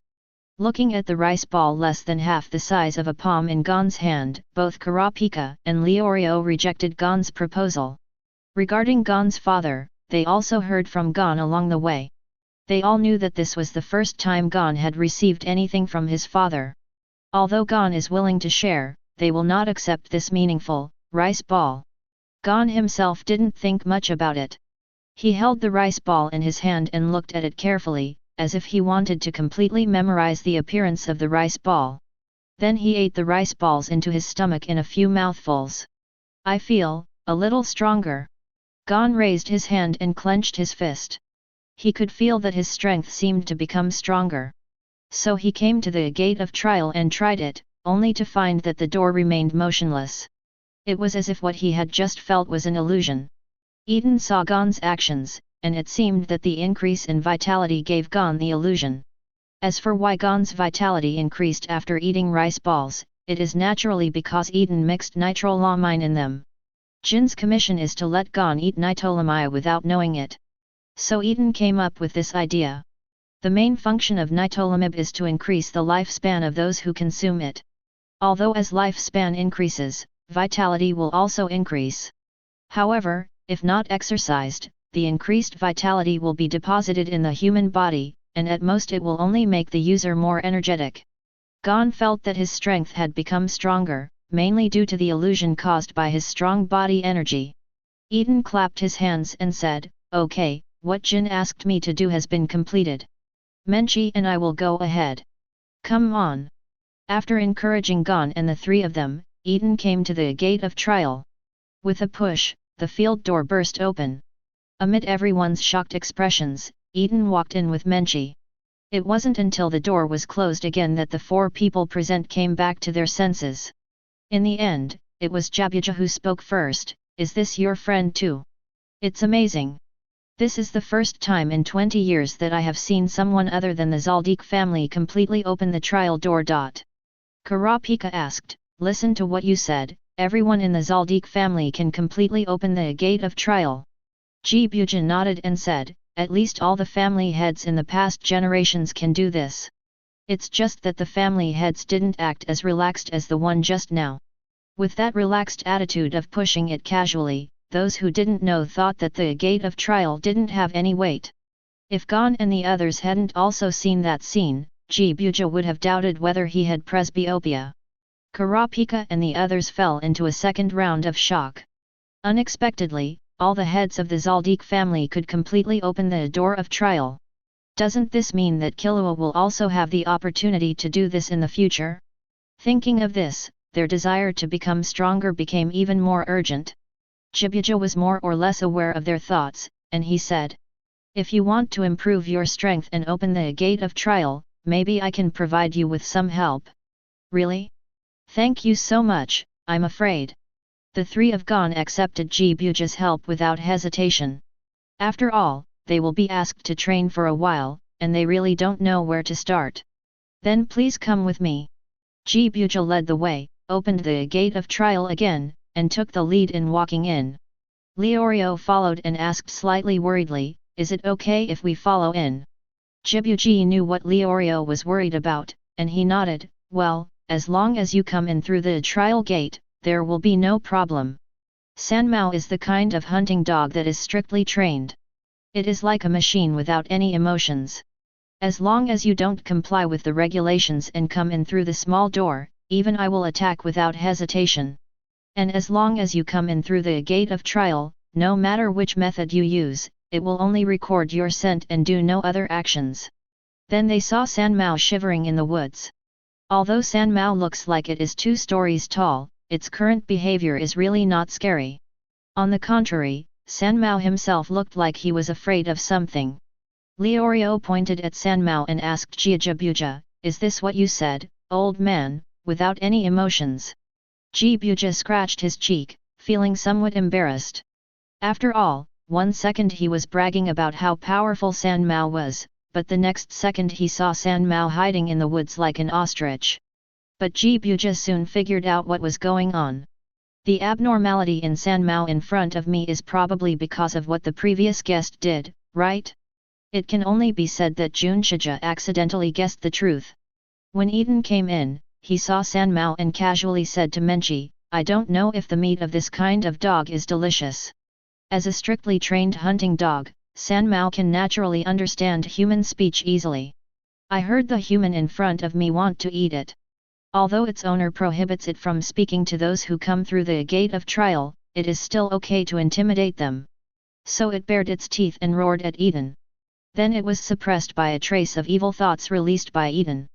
Poor San Mao seemed to have seen his breasts at that moment. It didn't recover until Gon and the others came in. Ji Buja was only curious about San Mao's experience for a moment, and then he forgot about it. Just report San Mao's situation later. He is just a garbage shoveler for San Mao, why does he care so much? Okay, please go this way. Jaburing did not take Gon and the others up the mountain, but went another way. As he walked, he introduced, ahead is the dormitory for us servants. If nothing else, you will live there next. The group of 4 people didn't walk long before they came to a fairly large wooden house. At this time, a middle-aged bearded man wearing a turban walked out of the door of the wooden house. The other person lowered his eyes and looked unmotivated. Ji Buja stepped forward and said hello, it's time to change shifts. The bearded man nodded and suddenly noticed Gon and others behind Ji Buja. It's so rare that we have guests here.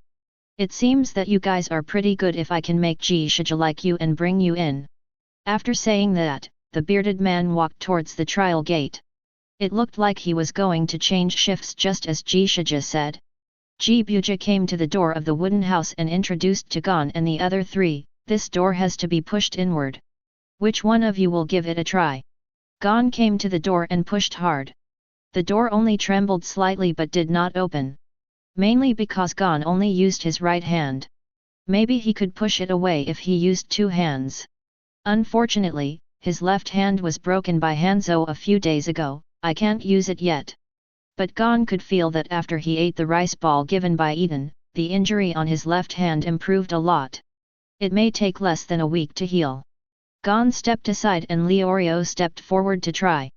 This time, although it was very difficult, the door was still pushed open by Leorio.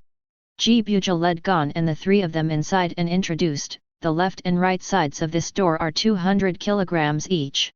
Since we must exercise regularly to keep our physical fitness from declining, everything in this wooden house has been specially designed.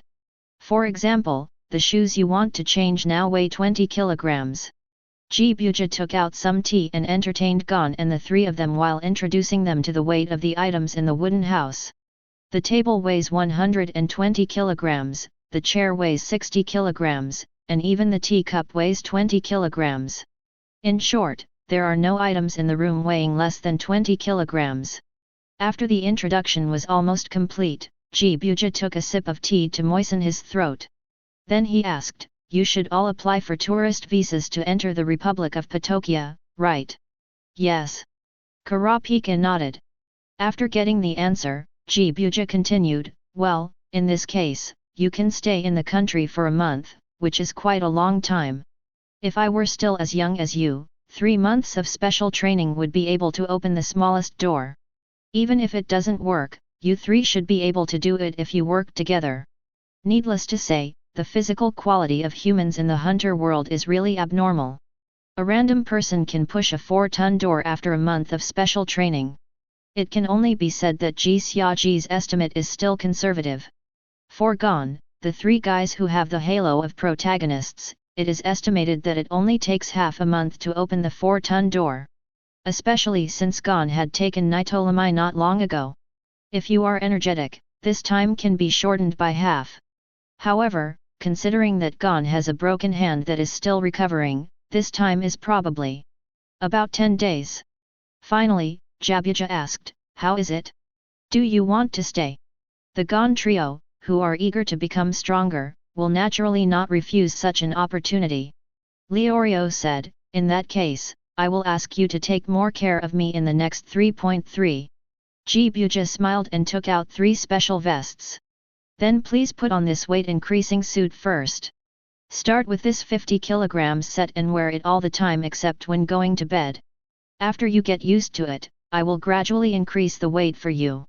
Gon and the other three took over the weight-increasing suit and put it on the outermost layer. After putting on the weight-increasing clothes, they all felt that their bodies were heavy, but it was still within the acceptable range. At least it won't affect their normal activities. Leorio even had enough energy left to jump up and down twice. This caused Jabuja to pat him on the shoulder and praise him, "You have a very good physique. Maybe in a month you will be able to push away the trials alone." Leorio raised the corners of his mouth and said confidently, "Just look at it, I can do it in less than a month." Time goes back slightly and the camera pans to Eaton's side.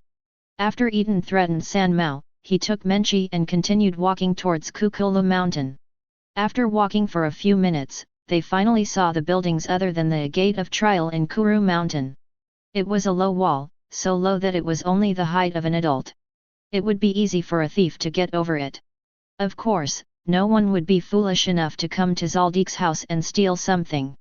Behind the wall is a seemingly magnificent manor. The reason why I added so many pre-modifications is because the manor in front of me is less than 3% of Eaton's own manor. Chapter 126. As the world's leading hidden rich man, Eaton does not pursue material comforts other than gourmet food, but he will not wrong himself either.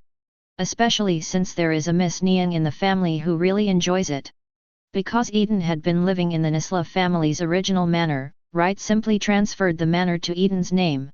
Anyway, since Eaton subdued him and let him start a company, Leshy has had very little time to go back. And because it is a suburb, the entire estate has now been expanded to more than 40,000 acres. It would be an understatement to say that the Zaldik family's estate is less than 1% of the Eaton family's. Of course, with the assets of the Zaldik family, it is impossible to even build a better manor. It's just that they don't pay attention to this. And this manor is not for direct members of the Zaldik family. Strictly speaking, this is just a place where the Zaldik family usually entertains ordinary guests. The so-called ordinary guests are not worthy of Zaldik's attention, so they are left to the guests entertained by the Zaldik family manager. However, as a family of killers, the Zaldik family has far more enemies than guests. Therefore, this manor was mostly used as a residence for Zaldik's butlers. Eaton is naturally not an ordinary customer. So when they came to the manor, all the available housekeepers were already waiting here. The leader was none other than the manager of the Zaldik family, a serious man with short hair and glasses who looked a little sad. Eaton has some impression of him. His name should be Wutong. People often say Fenki Wutong. The name is a good one, but it's a pity that the person with this name can't hold it back. Eaton remembered that the other party seemed to be killed by Hisoka not long after. And it was still under the instigation of Yimi. Later, in order to prevent Killua from finding out, a fierce fox was specially found to transform into a sycamore. I don't know how the vicious fox managed to hide Killua's sense of being a killer. The moment Wutong saw Eaton, he realized that there was no way the person in front of him could be someone else pretending to be him. Because Wutong discovered that within his 10 senses, Eaton seemed to not exist. But the other party was really standing in front of him. And when he looked directly into Eaton's eyes, he could feel a vague sense of oppression. This feeling of oppression was very similar to the feeling he had when facing Zeno Zaldik, the old head of the Zaldik family, but it was fundamentally different. If I have to say it, one is the awe that has been cultivated after seeing the strength of the old family master. The other is the shock that humans experience when facing towering mountain peaks. This kind of shock comes from instinct and comes from the heart. Wutong withdrew his gaze and no longer tried to explore the authenticity of Eaton. "Sir Eaton, welcome to your arrival. The master of the family has hosted a banquet at home. Please allow me to lead you and your companions to the bunker." Eaton gathered his thoughts, and he roughly knew where the bunker Wutong mentioned was. Just now, he used his sense of sight to perceive a castle that was almost completely embedded in the Kuru mountain. That should be where the Zaldik family usually lives. "Then I'll trouble you. This is what I should do, please come this way." As expected by Eaton, under the leadership of Wutong, they came to a mountain wall in Kuku Mountain. There is a door on the mountain wall, and behind the door is the castle that Eaton had previously sensed. Wuyutong opened the door and made an inviting gesture to Eaton and the other two. After entering the door, there is a slightly dark corridor. The upper, lower, left, and right sides of the corridor are covered with flat but irregular stone bricks. People walking on it can clearly hear the echo of their own footsteps. This environment is very similar to scenes in those horror movies. Walking through the long and narrow corridor, Eaton saw many doors along the way. But obviously that's not their destination. Finally, Wuyutong stopped in front of a door that looked obviously larger. "This is it, Lord Eaton. The master of the house is in the room behind the door. I have not received the order to enter, so I apologize that I cannot continue to accompany you." "Thanks." Eaton thanked him and suggested casually, "By the way, the name Wuyutong may not suit you. If possible, you should change your name. In this world of extraordinary abilities, if people are not strong enough to control their own destiny, they still have to trust their fate. Maybe letting Wuyutong change his name can avoid his future death." Of course, Eaton just gave a casual suggestion. Whether Wuyutong listens or not is none of his business. After Eaton finished speaking, he opened the door and walked in under Wuyutong's unclear eyes. Behind the door is a living room with a very interesting style. If I had to describe it, I would probably describe it as classical and technological, weird and scary. First of all, the room itself, like the corridor outside, is made of granite. But unlike the corridor, it has been transformed to a certain extent and many punk-style technological products have been embedded. In addition, there are many specimens of different shapes placed in the room. From what Eaton saw, there was even a subhuman species that looked like an alien among the specimens. I don't know if it's the trophy Zaldik brought back from the Dark Continent.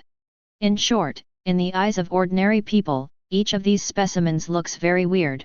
As for the horror, it is mainly reflected in the furniture in the room. Each of these furniture has some bones, skulls, etc., and some are combined with punk style.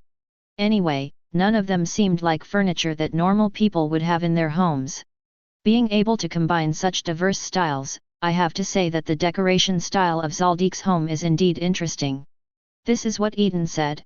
After looking at the room, Eaton turned his attention to the people in the room. There were 3 members of the Zaldik family in the room, namely Zeno Zaldik, Silva Zaldik, and Maggie Zaldik. Neither Maha Zaldik nor Jaeger Zaldik, the oldest, were present. Yimi is probably running a mission outside. After all, he said before that he was taking the hunter exam for the next job. Kikyo, a perverted pedophile, will most likely not be interested in Eaton's arrival.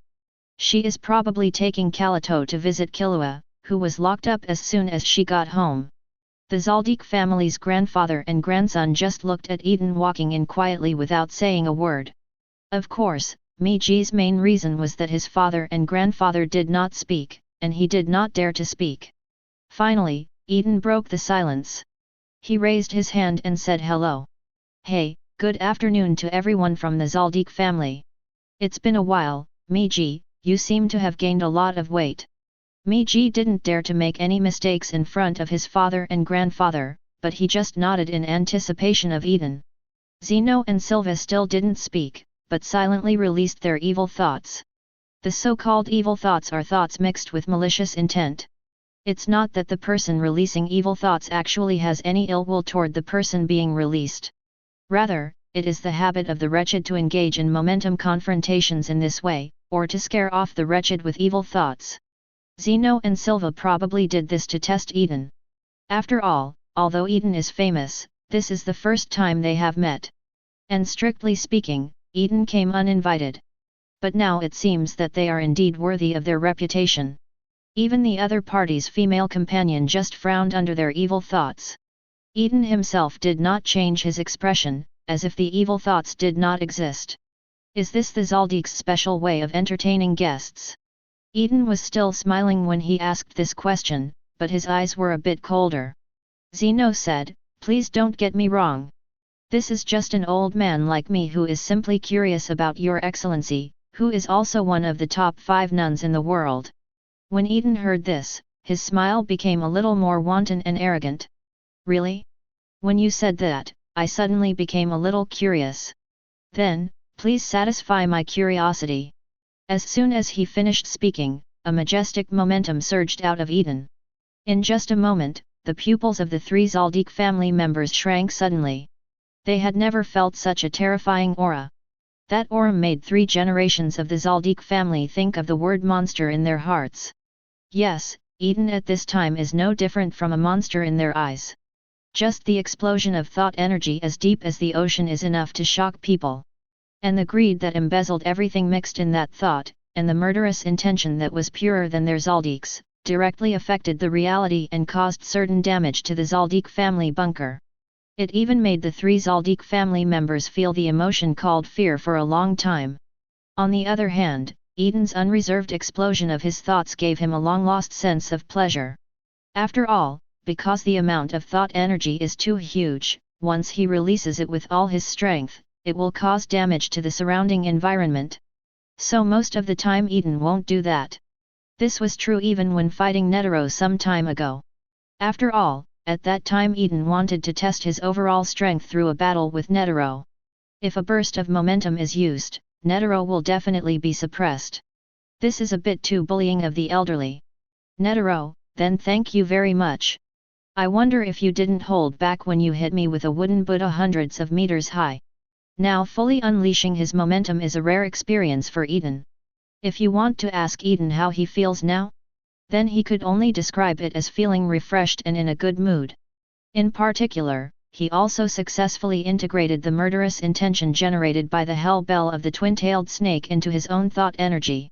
Otherwise, how do you think his murderous intention, which is purer than that of the Zaldik family, comes from? Is it made by killing food? Seeing that the 3 Zaldik family members were already sweating, Eaton regained his momentum with satisfaction. The 3 Zaldik family members felt relaxed, and then they all let out a long sigh of relief. Zeno secretly scolded Netero, the world's strongest, for being unreliable. 850 didn't know how he assessed it, but such a monster was only classified into the level of the world's top 5 Nephiles. Is it possible that Netero itself is more perverted? It's not right. His father told him at the beginning that Netero was only a little stronger than his father, Jaeger, at best. And Zeno also witnessed the battle between Netero and his grandfather Maha. As the only person who was still alive after fighting his grandfather, Zonyo also knew what kind of strength Netero was. He was certain that in terms of mental energy and momentum alone, not to mention Netero, even his grandfather Maha was no match for Eaton. It's hard to imagine how the other party reached such a state at such a young age. Convergence. After the momentum, Eaton still had a smiling expression. As expected of a family of killers. Eaton first praised, and then said, "I'm very sorry, I accidentally caused damage to your castle, I will pay a certain amount of compensation." Only then did the Zeno trio notice that their castle had many cracks. Silva said, "This is the consequence we should have for testing you for no reason, so we don't have to ask you to compensate us. Your Excellency, please take a seat. I have asked the butler to prepare lunch. We will talk while eating." The hidden meaning of this statement is that the Zaldik family has suffered this secret loss. After all, it was them who started it. The matter of the temptation ended here, and Zaldik did not want to provoke a strong enemy for themselves. "Then we won't be polite." Eaton nodded, looked at Menchi and sat down. Since Zaldik is willing to give him face, he will not hold on to the matter. There is no need for a little friction to escalate to the point of enmity. The Zaldiks are not the kind of people who like to be conceited, so they went straight to the topic after Eaton sat down. Silva asked, "I wonder why you came to visit us." He knew that Eaton would most likely not come here to commission a murder. With Eaton's strength, there is no one in the world that he cannot solve on his own. No need for Zaldik's help at all. Even if it is really necessary, the Zaldik family usually receives commissions through the internet, and Eaton also knows this. And he also has Miji's contact information, so there is no need to make a special trip to Kuka Mountain. Eaton waved his hands and said, "It's not a big deal. The main thing is that I want to ask your old man, that is, Senior Jij, about something about that continent." Chapter 127. Although Eaton didn't say it clearly, everyone present except Miji understood his purpose. Zeno said to Maggie, who was standing aside. Maggie, go and comfort the rest of the family. By the way, please ask your great-grandfather to come over. Anyone can see that this is an excuse to get rid of Maggie. After all, it had been a while since Eaton exploded, and the rest of the Zaldik family probably knew what was going on here. If you didn't know, someone would have come to investigate by now. Obviously Zeno didn't want Maggie to know, or didn't want Maggie to know too much about the Dark Continent so early. He knew that although his grandson was smart, he was often out of line. For example, some time ago, Maggie made a miniature bomb that can be bound to female mosquitoes. As soon as the female mosquito sucks blood, the bomb will detonate. Not to mention why this bomb can only be bound to the female mosquito, the power of the bomb, even though it is a bomb, is actually about the same as a firecracker. Moreover, it is still impossible to control mosquitoes to identify blood-sucking targets. Although it seems very good that it can detonate by sucking blood from mosquitoes, what is the use of such a bomb that cannot kill people? Zaldik is a family of killers, not a family of fireworks. If you have that time, you might as well think more about how to develop his nin. In order to prevent Maggie from having unnecessary thoughts after knowing too much about the Dark Continent, Zeno decisively sent him away. Silva has no problem with that either. Therefore, Maggie could only leave the scene with a face full of reluctance. Of course this is just what he pretends to be. If his father and grandfather didn't let him know, wouldn't he ask Eaton? Although the relationship between him and Eaton is not that good, it is still possible to get information from Eaton at a certain cost. After Maggie walked out of everyone's sight, he showed a clear planned expression. Little did he know that Silva and Zeno had already blocked his way. Silva said, I can make the decision to let my grandfather tell you the information you want to know, but I hope you will not reveal this information to my sons. In Eaton's opinion, the word they should refer more to Killua. This careless heir to the family head had already started running away from home without knowing about the Dark Continent. If Killua were to know about the existence of the Dark Continent again, Silva would probably have to work harder to give birth to a son with white hair to be his heir. Don't doubt it, this is indeed something Killua might be able to do. Although Maggie is very curious, he only focuses on things that interest him. Killua is different, he is a cat, and he will pick up and play with anything he likes. Eaton has no doubt that when Killua learns about the wonders of the Dark Continent, he will definitely try his best to go there. Maybe even rope in Gon. Eaton was thinking about how curious Killua was, and the conversation with Silva was not delayed on the surface. Don't worry, they don't have the qualifications in that area yet, I won't tell them. Of course, if they find out through other means, it's none of my business. Silva nodded, unfazed by this. People who can know the Dark Continent are either powerful or have a noble status. As long as Eaton doesn't say anything, Killua and the others won't have access to this. Little did they know that more than a year later, the Dark Continent became known to everyone in the world. The reception is not good, please bear with me. During the conversation, Silva asked the butler to FK yet. For Eaton, a gourmet hunter, the food at Zaldik's house was indeed a poor treat.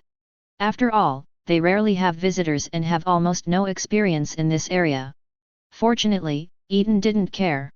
He didn't come here specifically to eat. Not long after, Jaeger Zaldik, the target of Eaton's trip, arrived. This is a guy who looks like he's not much taller than Killua, a little old man? The reason why Eaton hesitated was because the other person looked younger than Yano. There are no wrinkles on the face, and there is a healthy smile on the face. His bright eyes widened. And since the heads of the Zaldik family are all born with white hair, it's even impossible to tell whether Jaeger is really fair-haired and childlike. After all, the prerequisite for grey hair is senile grey hair. Looking at the opponent's spiky head that looked even more gone than Killua, Eaton wondered for a moment if this was Silva's illegitimate child. Of course, this is just to express that Jaeger is too young, and Eaton cannot really recognize his experience that way. He knew that the reason why Jaeger looked like this was most likely because he had eaten nitolamai.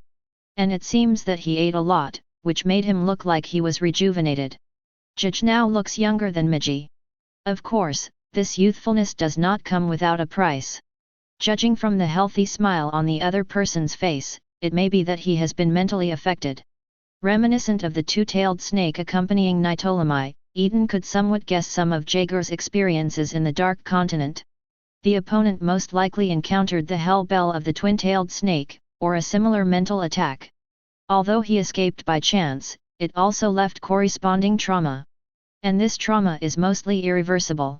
Otherwise, it would be difficult to explain why Jaeger is the most mysterious member of the Zaldik family. Even Jaeger's father, Maha, was described in the original work as going on a mission with Ilmi and the others to assassinate the 10 old men. Only Jaeger, apart from being mentioned as a companion who went to the Dark Continent with Netero, has only appeared once in the comics. And there is only one close-up of the head. Other than that, there is nothing relevant. Even Eaton's impression of him comes from Netero and Lin's descriptions. It can't be that the old thief Togashi is too lazy to draw, so he didn't create this character in detail, right? This would indeed make sense on Earth, but now Eaton has come to the real hunter world. The reason why Jaeger was so mysterious at Zaldik's house and didn't even carry out killer activities was naturally not as mentioned above.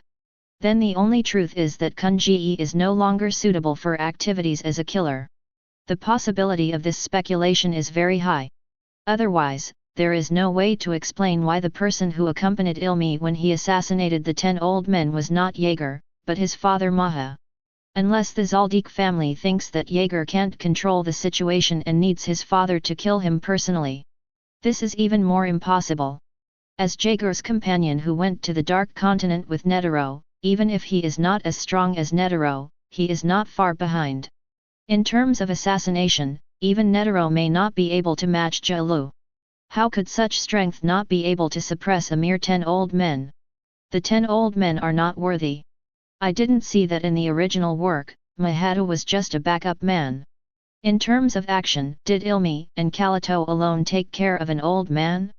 Therefore, based on all the information Eaton knows, we can draw a conclusion that Jaeger most likely cannot take action easily. But Eaton didn't come to Jaeger just to fight him. To be precise, Eaton didn't come to Zaldik's house just to find Jaeger. His real target is the imprisoned fourth son of the Zaldik family, Aluka Zaldik. But Eaton knew that the Zaldik family might not let him see Aluka easily. Eaton had already realized this before visiting Zaldik's house. Not to mention that he had no friendship with the Zaldik family, at most he had some contact with Maggie before this. What's more, Aluka is a closely guarded secret of the Zaldik family and has never been revealed to outsiders. Even the servants who once knew Aluka's secrets were dealt with by the Zaldik family. If Eaton suddenly asked to see Aluka, what would the successive heads of the Zaldik family think? First of all, I wonder if the original people didn't clean it up. Then I began to wonder if someone in the family had betrayed the family. In the end, the 3 generations of Jaeger, Zeno, and Silva may directly attack Eaton at all costs. Of course, it is also possible to skip the first 2 steps and proceed directly to the last step. There may be a senior Mahar joining the battlefield later. Although Eaton is confident enough in his own strength, he is not confident enough to think that he can face the siege of 4 generations of the Zaldik family at the same time without falling into a disadvantage. Although he has the ability to teleport, it is not a problem to leave with Menchi calmly. But what about after leaving? The pursuit of the Zaldik family is definitely inevitable. Yes, Zaldik most likely can't do anything to Eaton, but they can attack the people around Eaton. Eaton can't always be on guard against Zaldik. If you can only be a thief for 1,000 days, how can you prevent a thief for 1,000 days? So Eaton plans to be a thief now. Ahem, of course it doesn't mean that he wants to steal Aluka quietly. Eaton just wanted to study Aluka and Nanaka who coexisted with him. See if you can figure out the reason behind the other person's ability to fulfill other people's wishes. None of this can be done openly and needs to be done secretly. Because once the Zaldik family finds out, they will definitely fall out with Eaton. At first, Eaton was still worried about how to meet Aluka, but he didn't expect that the Zaldik family took the initiative to give him this opportunity. That is, when Zeno and Silva unleashed their evil thoughts on Eaton, Eaton took advantage of the situation and unleashed his own anger. At that time, the entire Zaldik family in the castle was shocked by Eaton's vast mental energy and abyss-like momentum. At that time, Eaton had already taken the opportunity to unleash his power of seeing and hearing, and found a place deep in the bunker that could isolate his perception. If nothing else, that should be the room where Aluka is kept. In order to confirm his guess, Eaton used an imperceptible stream of thought energy to open a slit in the corner of the room, allowing the eye to penetrate. Eaton is not afraid that the Zaldik family will find out that his outburst of mental energy has already caused damage to the entire castle. It's not even that small of a gap.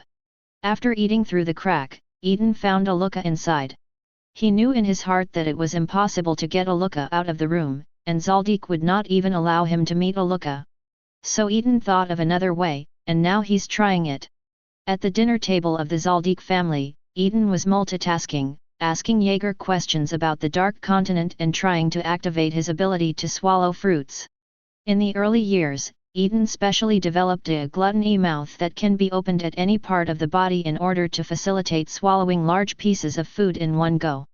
Now he wants to try to go one step further and make the gluttony mouth open anywhere within his range of perception. The Tuntun fruit does not belong to the power system of the hunter world. So Eaton doesn't need to worry about being discovered by the Zaldik family. In a corner where Jaeger and others couldn't see, Eaton's gluttony mouth kept opening and closing. Until a certain moment. The gluttony mouth kept a certain distance from his body. Although it was less than a centimeter, Eaton could feel that the gluttony mouth was no longer attached to his body. He can freely control the gluttony mouth to move to any location, as long as that place is within his perception range. Since it is only a rough development, Eaton needs to maintain the yaw of gluttony during the process. Once it is cancelled, he will open the gluttony mouth from the surface of his body again. Although this was a little different from what he had originally imagined, it didn't hurt. These flaws can all be improved upon, and it is enough for now. Eaton controlled the gluttony mouth that only opened less than 1 millimeter, all the way down along the route he just sensed. He came to Aluka's room and slipped in through the crack. Gluttony's mouth came in and got straight to the point.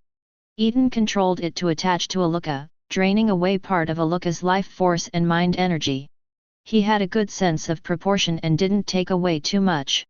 Aluka's lost vitality and mind energy will only make him weak for a few days at most.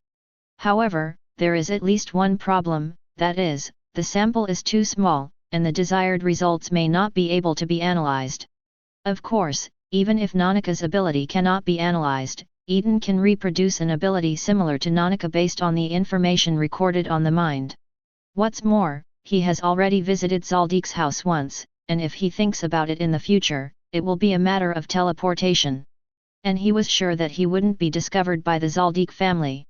The effect of Lyoku Immortal Thief in eliminating one's own smell and breath is no joke. It can be said that as long as Eaton wants to, he can become a better assassin than the Zaldik family. P.S. I don't remember whether Killua's generation in the original novel knew about the Dark Continent at this time, so just pretend they don't know. After all, even Netero kept secret about the Dark Continent, and the Zaldik family probably would not take the initiative to tell their juniors about it. Chapter 128. After Eaton finished everything, lunch was almost in progress. After eating and chatting for a while, Eaton said goodbye to Zaldik. Thank you, Senior Judge, for the news. This is a small thank you gift. Eaton took out a small wooden box and placed it on the table, and continued, the purpose of this trip has been achieved, so we will leave first. Come visit again when we have the opportunity. Well, I'll ask the butler to see you off. As the current head of the family, Silva did not say any words of apology. He wanted Eaton to leave as soon as possible. With such an unbeatable evil star staying in his home, Silva has no sense of security at all. After watching Eaton and Menchi leave, 3 generations of Zaldik's grandparents turned their attention to the wooden box left by Eaton. The caution derived from the killer made Silva first examine the wooden box. After discovering that there was no trap, he slowly stopped. It is worth mentioning that when Silva opened the wooden box, both Zeno and Jaeger kept a certain distance from Silva. They all stand at a distance where they can respond immediately if an accident occurs. However, it turns out that they have all done nothing. Eaton left nothing dangerous behind. What was placed in the wooden box was just an ordinary ear of rice. At most, the rice grains on the ear were a bit too big. Yes, the thank you gift Eaton left was none other than Nidus. Of course, the so-called mediocre is only relative to Eaton. For Zaldik, this is a treasure that cannot be exchanged for hundreds of billions of nuns. Oh, right. We need to exclude Jaeger first. Nitolamai is not a treasure to him, but a nightmare. The previous discussion with Eaton about information about the Dark Continent had already made Jaeger very mentally unstable. Seeing Nitolamai now reminded him of those bad experiences he had in the Dark Continent. Seeing that Jaeger was about to fall into a state of mental confusion, Silva quickly closed the wooden box again. Jaeger also left here quickly while he still had sense, and went to my place to calm down. Zeno and Silva were not too happy to get the ultimate longevity food that many people dream of. People in their profession of killers usually believe that everything you gain has a price. The reason why I didn't mention the reward after telling Eaton the news about the Dark Continent was because I wanted to hand over the initiative to Eaton. Zaldik believes that Eaton, as one of the top 5 nin in the world, will not do something so dishonest as defaulting on his debt. And as the uncrowned king of today's food hunters, they also believe that Eaton has a lot of good things. It turns out that Eaton did come up with good stuff, but it was a bit too good. So good that the information Jaeger provided was not enough to compare with it. Some people may object and think that the information provided by Jaeger is more precious. After all, if you take a trip to the Dark Continent based on this information, you might gain more Nitolamai. But that's not how things work. Not to mention that traveling to the Dark Continent requires meeting conditions such as permission, means, qualifications, and contracts. What's more, Jaeger didn't tell Eaton all the information. After all, Eaton and the Zaldik family have nothing to do with each other. Why should the Zaldik family want to show their heart to Eaton? In the opinion of Jaeger and Silva, Eaton's reward far exceeded the value of the information Jaeger provided. So they felt a little uneasy about it, worried that he had some bad plans for Zaldik. But Zeno and Silva have no intention of returning it. Is there any reason not to eat the meat that is brought to your mouth? So what if it might be poisonous? People in the Zaldik family have been cultivating their body's resistance to various toxins and injuries since they were born. This is the confidence that comes from the world's #1 killer family. Although their self-confidence has taken a certain hit today. Finally, Zeno decided, take half of this Nitolamia plant and give it to my grandfather. Put the rest in the Zaldik family's treasure house and take it out when needed. The grandfather Zeno is talking about is naturally Maha Zaldik. Maha is the oldest person in the Zaldik family. Although he maintains good health, he is already over 100 years old. Much older than Netero. Although Jaeger ate a lot of Nitolamai in the Dark Continent, he was unable to bring back even a single one. So Maha has survived to this age entirely by relying on his own strength. In order to maintain life and slow down the loss of vitality, he even used his mind energy to compress his body size to an extent smaller than Killua. The hair is also controlled to stop growing, and even the nose is compressed. His whole body was wrinkled and he looked like a dry little old man. Those who didn't know better thought Maha was Voldemort's grandfather. Now with this strain of Nitolamai, the Zaldik family's Dingai Shenzhen can continue to serve for at least another 50 years. Jaeger's account is considered useless. But for at least 50 years, it will definitely not be a problem for Zeno to become the new mainstay. By then, I'm afraid Killua will have already grown up. Menchi also couldn't figure out why Eaton gave Nitolamib to Zaldik. Rather, when Eaton visited Zaldik's operation, she was a little confused from beginning to end. It wasn't until she walked out of the Zaldik's house that she asked, "Uncle, what are you doing here at the Zaldik's house? Why did you even give away such precious Nitolamai?" She also listened to the information about the Dark Continent that Jaeger provided at that time. Menchi's evaluation was that, except for a few more details about the expedition, the information provided by the other party was less than what Eaton had told her. It's not worth it at all. Eaton used Nitolamib in return. Menchi, who knows Eaton well, knows that Eaton must have another purpose for his trip. When Eaton heard this, he remembered that he hadn't told Menchi that he could mass-produce nitolamib. First of all, you have to know that nitolamide is not precious to me. Having said this, Eaton simply took out an unshelled nitro rice and activated his wood release ability in front of Menchi. Then Menchi saw the process of nitolamide sprouting, growing, and maturing in Eaton's hands. Looking at the new ears of rice in Eaton's hand, Menchi remembered that Eaton also had an N that could induce the growth of plants. But what she didn't expect was that this N could even induce the birth of a precious plant like electric tolomy. Oh, no.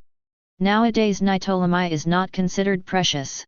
After enjoying Menchi's look of shock and admiration, Eaton casually put away the nitolamide in his hand. He continued, I do have another purpose in coming to the Zaldik family this time. After scanning the surrounding area with his hacky and confirming that no one was around, Eaton introduced Aluka's existence to Menchi. Menchi was shocked again after hearing this. I didn't expect that the Zaldik family actually has a universal wishing machine. It can't be said to be omnipotent. At most, it can only satisfy most of human beings' wishes, or desires. There must be a certain upper limit to Nanaka's ability. For example, it would be impossible for Nanaka to realize his wish to destroy the world. Of course things are not absolute.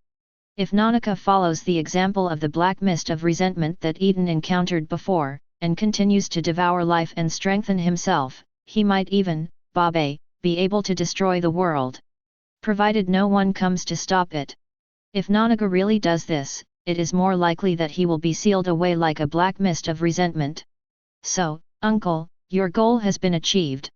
Although Menchi used a question, his tone was very affirmative.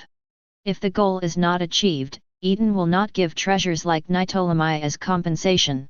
Yes, it is compensation. Menchi thought he knew Eaton. She knows that Eaton's Lyoku immortal thief Nin can obtain the other person's Nin by absorbing other people's mind energy. So when Eaton introduced Aluka to her, Menchi knew what the purpose of his trip was. There is no doubt that Eaton came here to gain Aluka's abilities. But before at Zaldik's house, Menchi didn't notice any signs of Eaton taking action.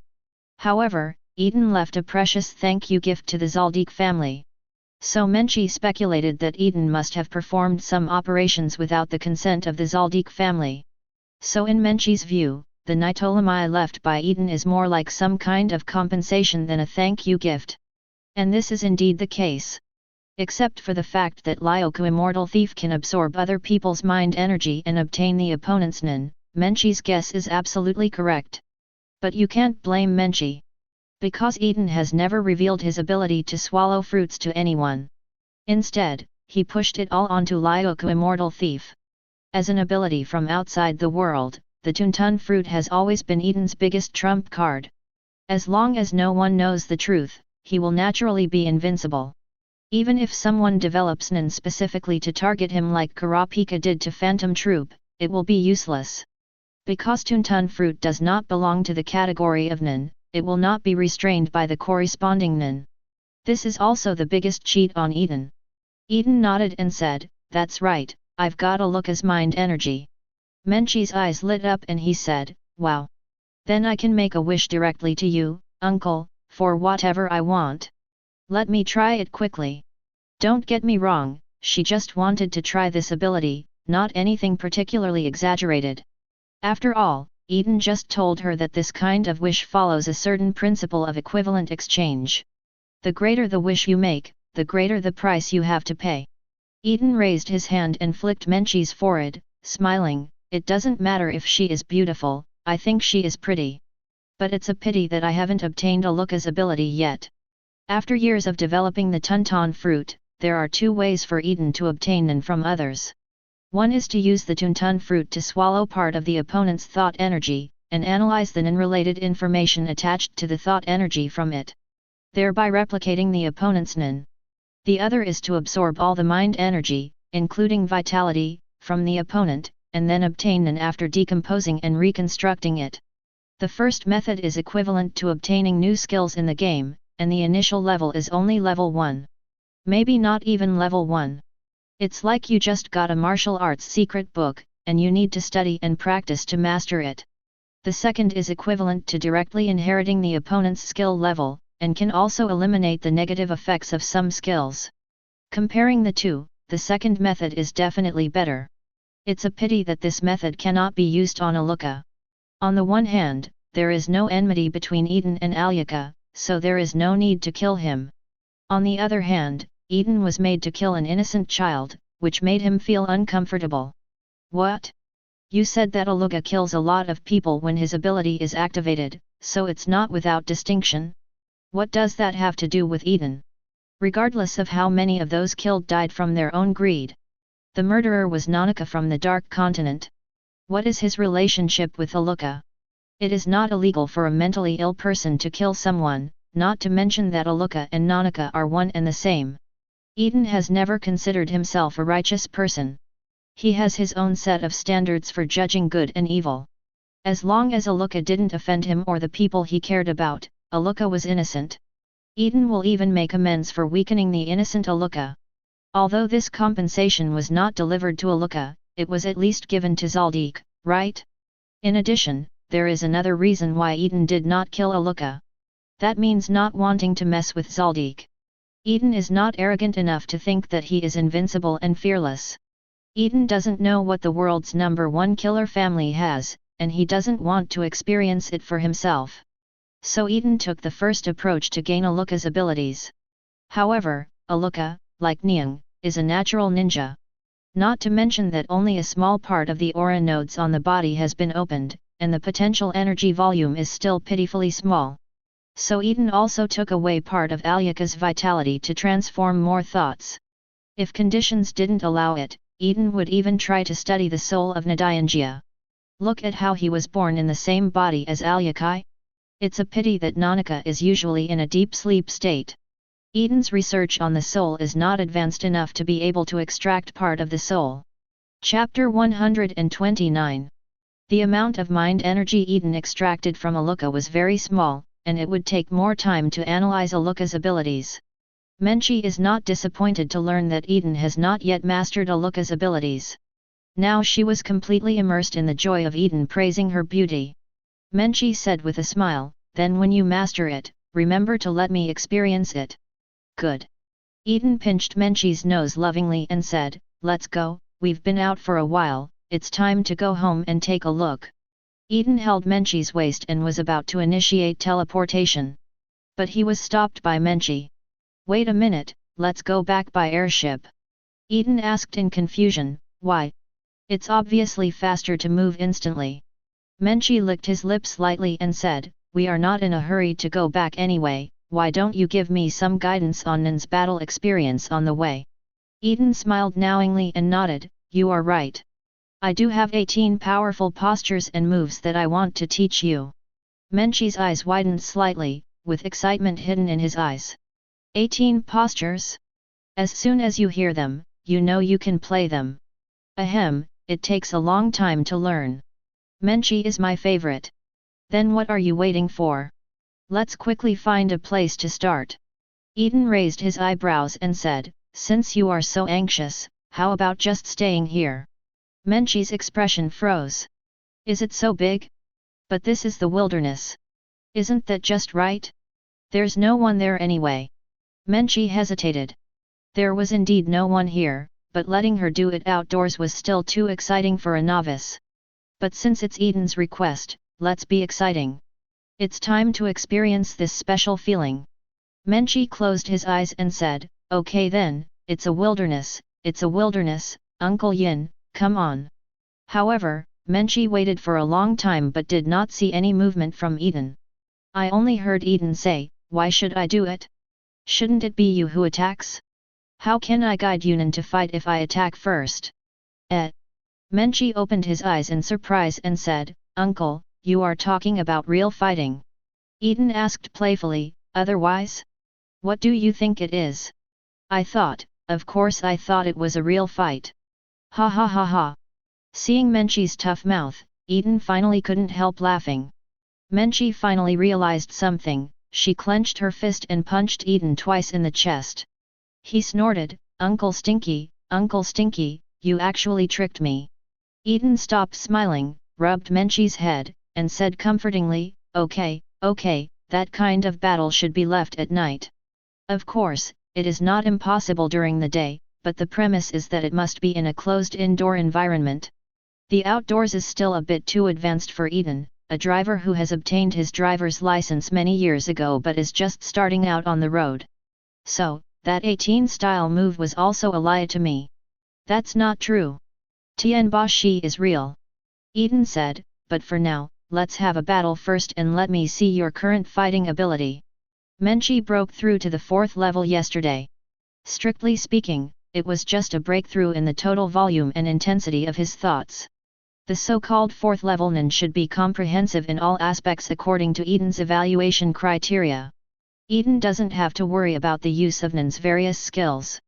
From the beginning of Menchi's teaching, Eaton has given her a solid foundation. What Menchi lacks now is combat experience.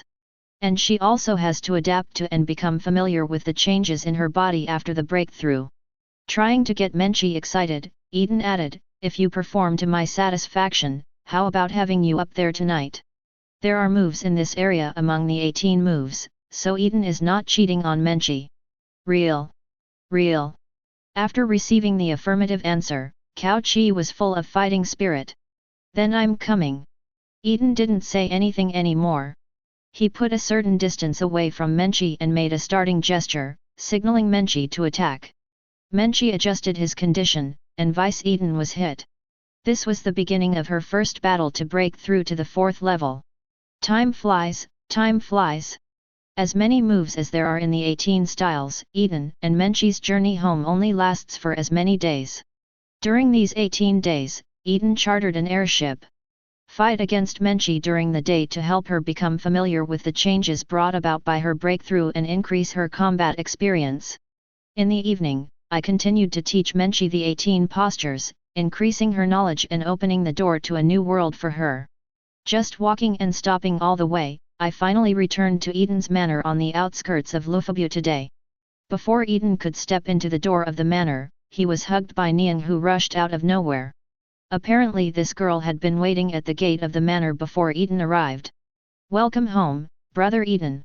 Niang buried herself in Eaton's arms and kept rubbing against her, as if she wanted to get Eaton's scent all over her body. Menchi was not jealous at all about Niang's intimate behavior. Not to mention that she and Eaton had eaten and drank enough during their 18-day honeymoon period.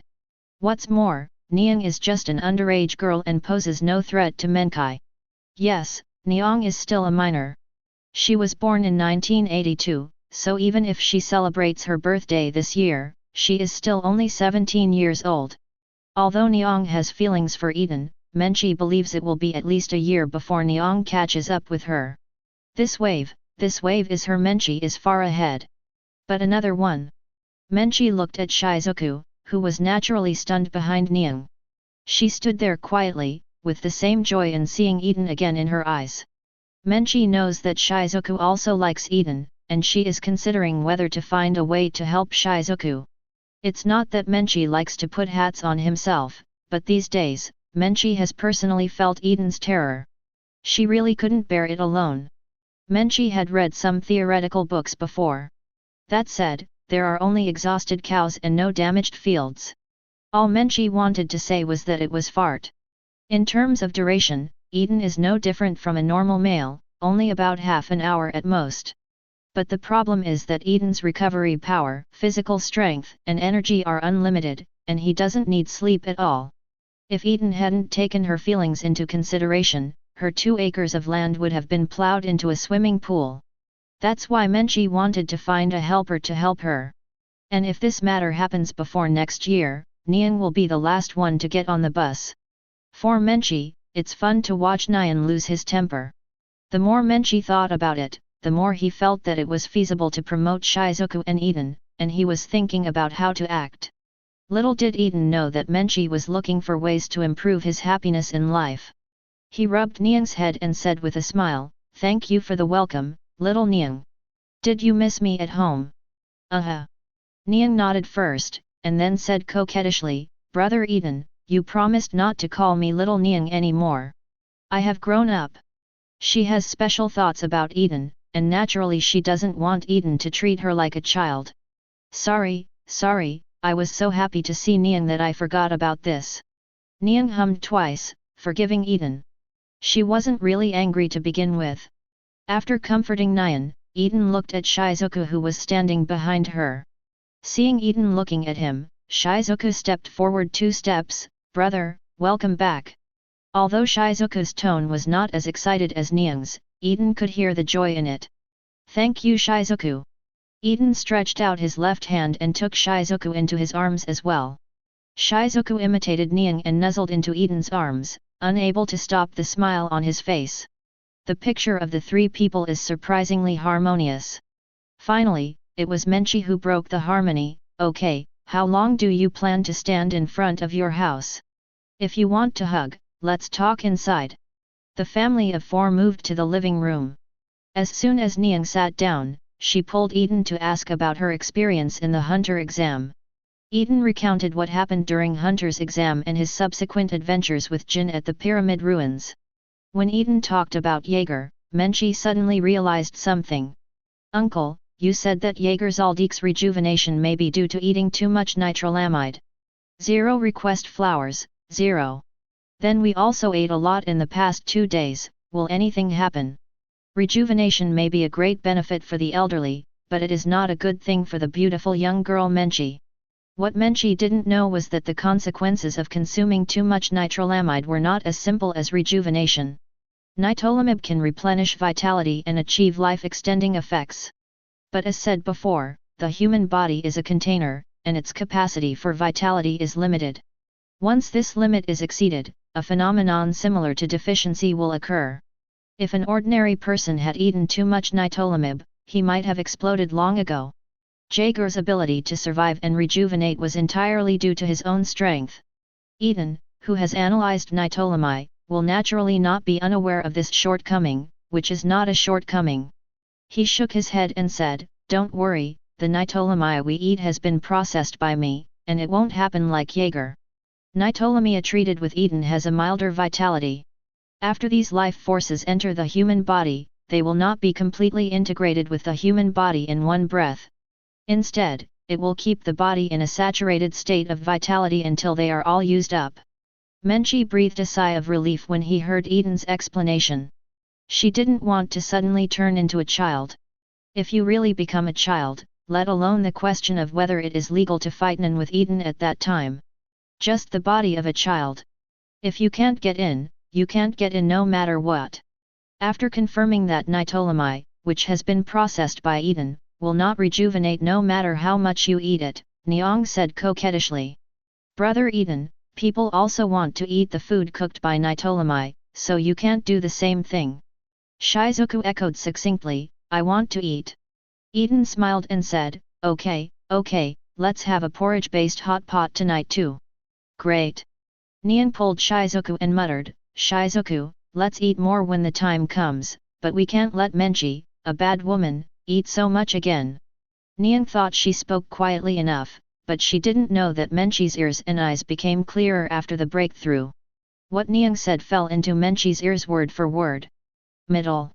Menchi pretended to be angry and said, "Okay. You are saying bad things about me behind my back, right? You see if I will make delicious food for you in the future." Niang was not embarrassed about being caught. She hugged Eaton's hand and stuck out her tongue at Menchi. "If you don't do it, don't do it. I still have brother Eaton to help me." "Oh, is it so?" Menchi said, raising an eyebrow at Eaton. Eaton understood and cooperated, "No, this is a matter between your sisters, and it is not convenient for me to help." When Niang heard this, the smile on her face stopped, and she looked at Eaton with a pitiful expression and said, "Brother Eaton, can you bear to see Niang starving because you can't eat what you want?" Eaton shook his head and smiled, "Of course I couldn't bear it, so I chose not to watch it." Seeing Niang's disbelieving expression, Menchi smiled maliciously and said, Hey, wasn't Xiao Niang quite arrogant just now? You are so arrogant, you should have improved in strength, right? It just so happens that I have made a breakthrough recently, let me test your progress." After Menchi finished speaking, he pulled Niang up to the martial arts gym in the manner without any explanation. Niang looked horrified, "No. I was wrong Menchi. Sister, can't I call you sister? Seeing that Menchi was unmoved, Ni Wenguan looked at Eaton and shouted, Brother Eaton, please help. Menchi is going to kill someone. However, Eaton had no intention of stepping forward to rescue him. He just shook his fist towards Niang. Encouragement, come on. Then he watched Niang being dragged away by Menchi with a look of despair on his face. After the two girls left, Eaton smiled and shook his head. Little drama queen. The person I'm talking about here is of course Niang. Both Eaton and Shizuka knew that Menchi would not be able to hit Niang hard, and at most they would just spar with each other as usual. Even Niang herself knows this, but she just likes to add drama to herself. And he also likes to tease Menchi and bicker with Menchi. Maybe the bad words about Menchi she whispered to Shizuka just now were all intentional. Chapter 130. But Niang can't beat Menchi, who is a typical good-looking and fun-loving person. But Eaton doesn't object to Niang's fuss. On the contrary, it was because of Ni Wang's fuss that the family had more life. Just as Eaton was sighing, a soft touch suddenly came from his arms. He looked down and saw that it was Shizuka who had jumped into his arms again. Eaton smiled lightly and hugged Shizuka with his backhand. Feeling the soft touch on his chest, Eaton sighed secretly. I thought Menchi was old enough, but it turned out that Shizuka was still hiding it. Shizuka didn't know what Eaton was thinking. She just felt that Eaton's arms were warm and she felt happy being held by Eaton. So sometimes it's good to be a natural. You can get what you want without fighting or grabbing. Menchi and Niang, who had just arrived at the martial arts gym, suddenly felt a little heavier on their heads for some unknown reason. It was late in the evening, and the doorman came to the kitchen refreshed to help Eaton who was cooking. Niang limped behind Menchi. In fact, she was not seriously injured. She was just exhausted from fighting with Menchi for a day. Niang didn't say anything when she came to Eaton, she just looked at Eaton pitifully. Eaton helplessly patted Niang's head and gave her an archangel's breath to restore her state. As for why not use the next level healing breath? Eaton can only say that having too much thoughts is being willful. Afterwards, Eaton said, okay, let's go take a shower. After the shower, 330, it's almost time to eat. Ni Wang nodded obediently and turned to wash up. What? You asked her why she didn't continue to investigate Eaton's fear of death during the day? That's all Menchi's conspiracy. What does it have to do with her beloved brother Eaton? At dinner time, the staple food is the hot pot with rice porridge as mentioned before. Niang also fulfilled her promise during the day and pulled Shizuka and Menchi to grab food. Even when her father Wright came, she didn't bother to say hello. Wright was called by Eaton, and he also had a share in Nitolamaya tonight. Eaton is not the kind of person who wants his horse to run and not eat grass. He has always been very generous to his subordinates, especially Wright who is Nian's father. Moreover, since Wright became his subordinate, he has been working hard for more than 10 years and has meticulously completed the tasks he assigned. There are not many such loyal subordinates. Eaton gave Wright a brief introduction to the role of Nitolamib. Then Wright sat down gratefully and picked up the dishes. The opportunity to extend your life is just around the corner, and now is not the time for pleasantries. Wright was eating the hot pot ingredients in his mouth, but he was sighing in his heart. He really made the right decision to follow the Eaton boss. Who would have thought that the boss of a local gang would now be the boss of one of the top 10 companies in the world? Although he is only the apparent boss, the real person in charge is Eaton. But Wright had no dissatisfaction, and he had no intention of finding a way to get Eaton's share. Wright knew in his heart that if Eaton hadn't valued him at the beginning, the most he could do now would be relying on his daughter Nan to develop the gang to a certain extent. Even because of his daughter's Nan, he may be targeted by people he can't deal with, which may eventually lead to the demise of the entire gang. This is inevitable. Wright knew himself. If Eaton hadn't come to him, he wouldn't have known what Ling ability was. After learning that her daughter has the ability to predict prophecies, she will definitely use this ability to reach various deals with other gangs. By then, it is inevitable that the daughter's prophetic ability will be revealed. It's different now. Nowadays, Late is a large gang, and even the 10 old men can't get into his eyes. He's just a gang leader, but it's hard to say whether he can defeat the security forces under his company. Over the years, under Eaton's instructions, Wright went to Meteor Street several times and brought out some children with good qualifications. They are all trained as the company's security force. With Eaton's resource supply and systematic training methods, these children can at least grow to the level of third-level nin.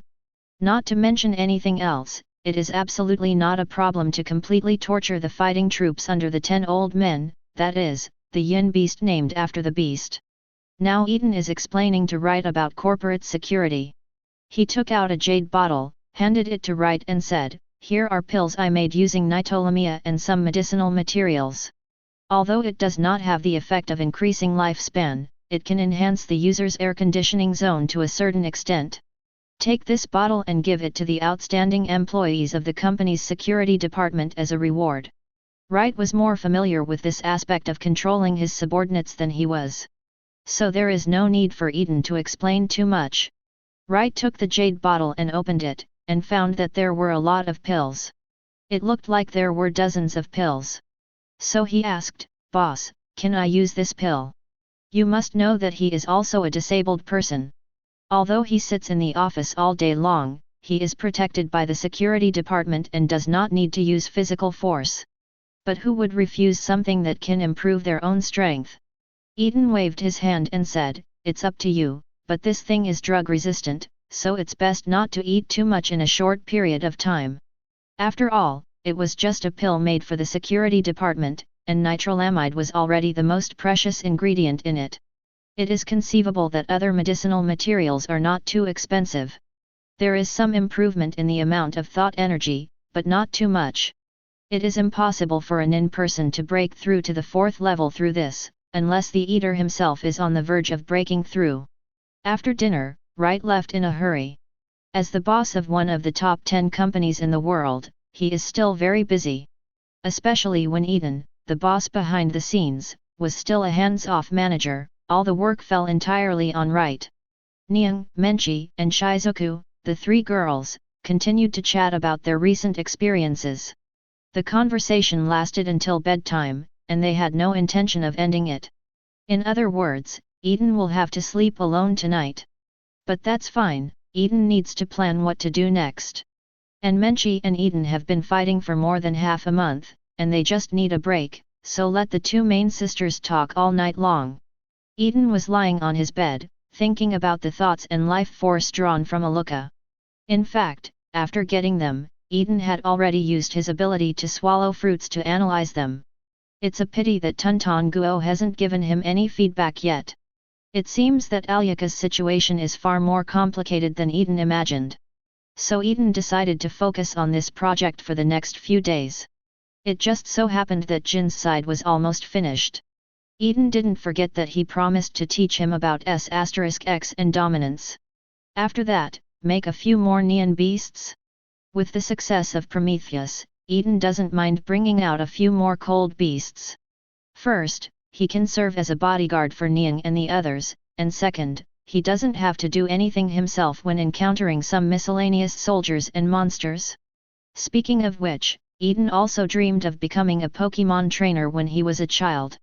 However, if you want to create more Nin beasts, you need Nin of the corresponding type. So Eaton still has to find a way to get a few useful Nin. This was no problem for Eaton. The Hunter Association has an average number of members per capita, and almost all of them have records. All Eaton needs is this Hunter Nin file. Although the records in these archives may not be as detailed, they are enough for Eaton. It's not like he has to be a 100% replica of the other person's Nin. For example, a Nin is very useful for Eaton, but its activation conditions are very harsh. Then Eaton must find a way to remove this condition. If it doesn't work, just kill it. In short, what Eaton pursues is rather lack than excess. But besides getting a copy of Nin information from the Hunter Association, Eaton has other options. This method suddenly occurred to him just now. That is to go to the Sky Arena. As a paradise for fighting fans from all over the world, there are also many Nin fighters above the 200th floor. And it's concentrated in the Sky Arena. 0. Unlike the hunters in the Hunter Association who run around the world, Eaton still has to spend time finding them. In addition, there is another advantage to finding a suitable nin in Sky Arena. That is, you can directly win away the opponent's nin through gambling or deathmatch. Unlike going to those hunters, Eaton can only take away part of their mental energy, and the nin obtained has to be developed on its own to gain proficiency. It's really convenient in one step. But if Eaton kills him, Mr. Netero will definitely fall out with him. After all, he is still a disciple of Shinjin Ryu, and Eaton does not want to bring bad luck to Biscuit. Speaking of Biscuit, Eaton suddenly remembered that he seemed to have forgotten to give his master a piece of Nitolami. Speaking of which, Biscuit seems to be the one who cares about his age the most among all the people he knows. If she receives Nitolami, she will be very happy, right? Eaton silently kept this matter in mind and planned to find an opportunity to send Nitolami to Biscuit. Then continue to think about the feasibility of going to the Sky Arena to find nin who is suitable for creating the monk. In terms of quantity, the nin in the Sky Arena is definitely not as good as the Hunter Association. However, it is convenient to collect nin in the Sky Arena. Moreover, there are casualties every day in the Sky Arena, and there is even a special room for parking corpses. Eaton wants to go there and have a look, maybe there will be some unexpected gains. In addition, Eaton plans to take Jin with him. If I remember correctly, Gon should have almost brought Killua out of Zaldik's house, right? Just bring Jin with you to see if the father and son will meet in the Sky Arena. Eaton is always happy to make Kim suffer. Of course, Eaton's desire to bring Kim with him was not just a joke about Kim.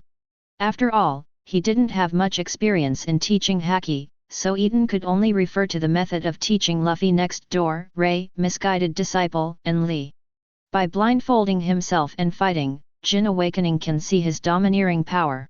The Sky Arena is undoubtedly a good place to fight. Climbing up step by step from the weakest bottom, there is no need for Eaton to specifically set the training difficulty for Jin. I just hope that Rayleigh's method is really useful. Otherwise, Jin will have no choice but to be beaten in vain in the Sky Arena. In this way, Eaton gradually fell asleep with his thoughts swirling. Going back in time a little, it was 4 days before Eaton arrived home. The residence of the servants of the Zaldik family in Drunken Mountain. Leorio did indeed open the door of trial in just half a month, as he had said to Jagzaija. 4.4 In fact, Gon had already achieved his goal a few days ago. After all, he ate the nitrolamine Eaton gave him. And Kurapika also accomplished this a day ago. But Gon decided to wait for Leorio, so he didn't move on yet. Now that Leorio finally did it, they can finally go to see Killua. The fact that Gon was training at the Zaldik family's servants' residence these days has already reached the ears of the Zaldik family. Since Eaton revealed Gon's identity during Hunter's exam, the Zaldik family also knew that he was Kim's son. So naturally there is no more plot in the original book, where Gon wanted to see Killua, but was stopped and beaten by the intern butler of the Zaldik family. The Zaldik family didn't want to be resented by Jin for such a reason. Especially since they also learned that Eaton and Kim had a good relationship. This made Zaldik even less willing to mess with him. However, Gon and the others were blocked by Killua's mother, Kikyo, on the road. This son-in-law seems to be worried that Gon will take away Killua's love from her, so he pretends to bring Killua's letter. Said that Killua could not meet Gon for the time being. Unfortunately, Gon didn't believe this and insisted on seeing Killua. Just when Kikyo wanted to continue arguing with Gon and tried to persuade Gon to leave, Kikyo saw through the high-tech glasses on his head that Killua was released from the cell. So she immediately turned around and hurried home, complaining about her husband and father-in-law. Chapter 131. Wait a minute, Killua's mother. Gon called out to Kikyo who was about to leave. Please help me tell Killua that we will wait for him here for about 10 days. Kikyo was stunned for a moment, she suddenly felt that this guy was quite interesting. She had spoken harshly to this boy before, but she didn't expect that he would ask her to give Killua a message. Is this Kim Freaks' son too innocent, or is he really a little stupid? I understand, I'll tell him. So, goodbye. After Kikyo finished speaking, he hurried away with Kalito. As for what Gon asked her to tell Killua, she would not tell Killua a word. On the other side, in the castle of the enemy Haka. Killua was finally released from his cell after so many days since returning home. Of course, what he said was that Killua knew that he was in a bad situation by running away from home, so he entered the cell voluntarily. If he really wanted to get out, a mere cell would not be able to trap him. This is what Killua is like at this time. After learning from his grandfather that his father wanted to see him, Killua casually broke the handcuffs and anklets on himself. In Silva's room at Zaldik's house, the father and son met and had a long-lost family conversation. In other words, this is the first time that father and son have chatted like this. Of course, Killua was talking more about his experiences when he went out this time. 9 out of 10 sentences are inseparable from Gon. It can be seen that Killua really cares about Gon as a friend.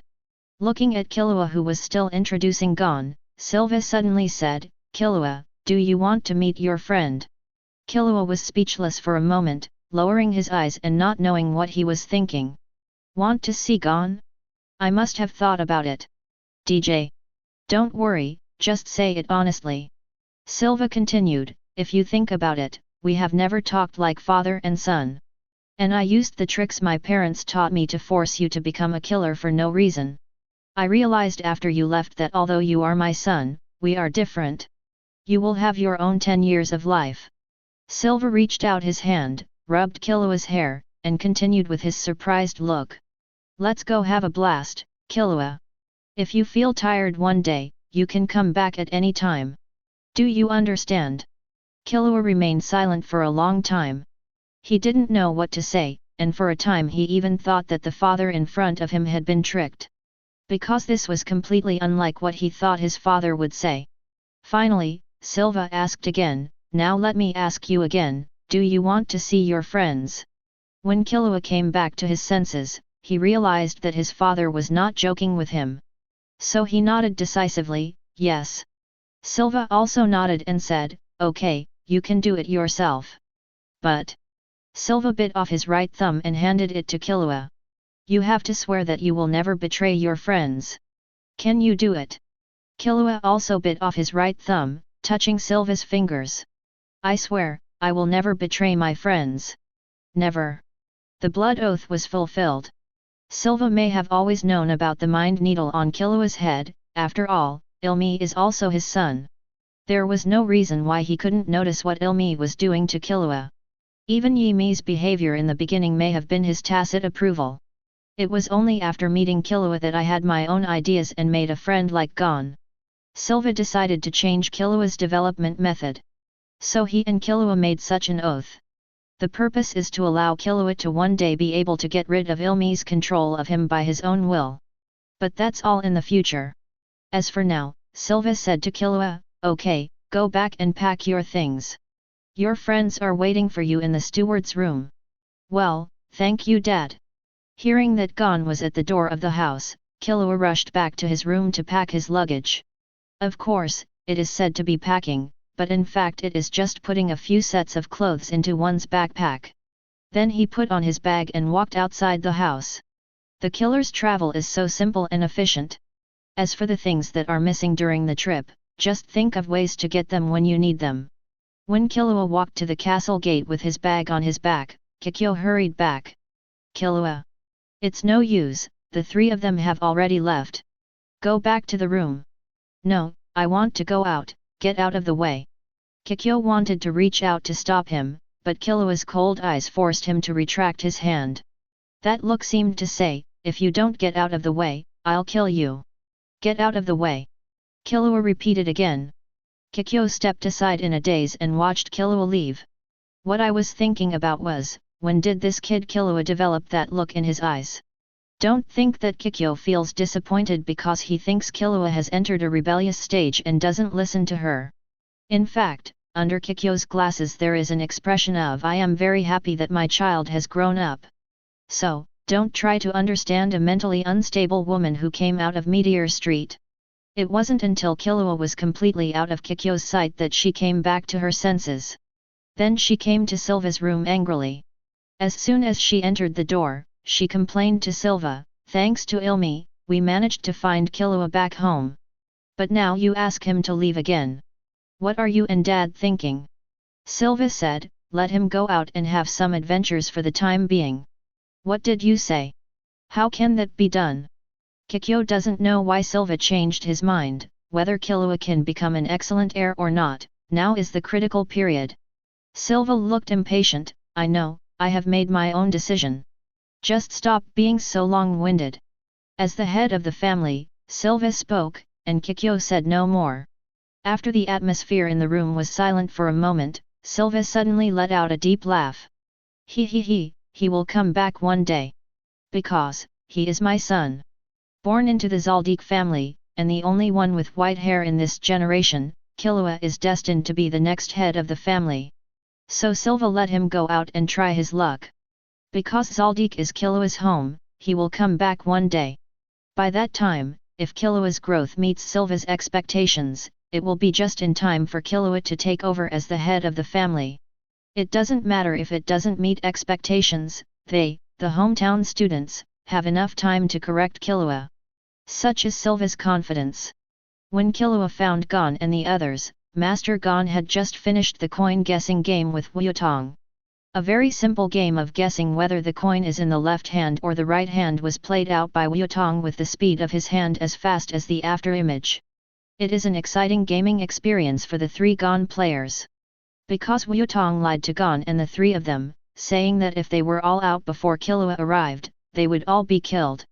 Since Gon's strength has been greatly improved in the previous training, coupled with Wuyutong's letting go, Gon's side naturally won the game in the end. Gon. When Killua walked into the steward's office, the first thing he saw was Gon, his peer. Then there are Kurapika and Leorio. Ah! And Kurapika and Alito. My name is Leorio. Leorio tightened his fists. If it weren't for the fact that this was Zaldik's house, he would have let Killua see his fists. As for now, the opponent has a large number of people, so he will remember this grudge for the time being. Killua, long time no see. Why is your face so miserable? It's okay, they are all minor injuries caused by my second brother.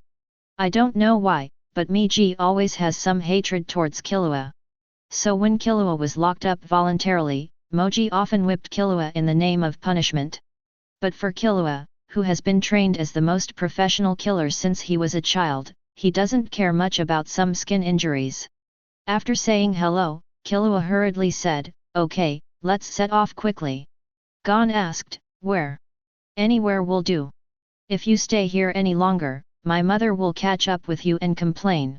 Killua said and was about to walk out. When he walked to the door, Killua turned back to Wuyutong and said, by the way, Wuyutong, no matter what my mother says, don't follow me. Wuyutong bent down and saluted, as commanded, Master Killua, please walk slowly. Killua greeted the three friends and walked outside the manager's room. Gon walked at the end and suddenly stopped. He said to Wuyutong, Wuyutong, you will be lonely without Killua. Wuyutong lowered his head and said, no, we housekeepers don't have any special feelings for our employer. Gon stuck out his tongue, liar. When we were playing coin guessing just now, who said that they grew up watching Killua? He also said that he has a father-son feeling towards Killua. Gon. Wuyutong raised his head and tossed a coin again. At a speed that normal people can see, he grasped his left and right hands in the air. Then asked, which side? Gon could see clearly, left hand. Wuyutong opened his hands, and the coin lay in his right hand. Liar. Wuyutong affirmed, yes, this is a trick. In this world, what you see with your own eyes may not be true. So, you must be cautious. Master Killua, I leave it to you. After Wuyutong finished speaking, he bowed again. Only, this time the person he bowed to was gone. This is a request from a housekeeper to the friend of the young master whom he watched grow up. I hope the other party can take good care of his young master. Gon didn't speak, just nodded heavily. A small town at the foot of Mount Kurulu. Gon and his team of 4 walked here. Kurapika also finally figured out Wuyutong's coin scam. He demonstrated it to the other 3. The principle is very simple, just prepare 2 coins in your right hand. Hide one, pop the other into the air, and then hold the coin with your left hand as it falls. When raising your hand to ask others which side the coin is on, gently let go of your left hand, and the coin in your hand slides down your arm and into your sleeve. A simple deception was completed just like this. Gon suddenly understood and said, "That's it." No wonder that coin appeared in Wutong's right hand. Killua explained to his housekeeper, "But I think Wutong only used deception in the last time. Because he usually hates cheating when playing games." The four of them were walking and chatting, and the topic suddenly came to Gon's hunter license. Killua poked Gon's forehead and said, "Speaking of which, you are really stubborn." Gon didn't understand why. "Huh? Why are you so sudden? Are you talking about me like that? Didn't you pass the hunter exam? Why don't you use a hunter license? If you use it, there will be no restriction on tourist visas that only allow you to stay in the country for 1 month. It is for this reason that Gon told Kikyo before that they would wait here for about 10 days. Originally, Killua wanted to take Gon to play around in his country.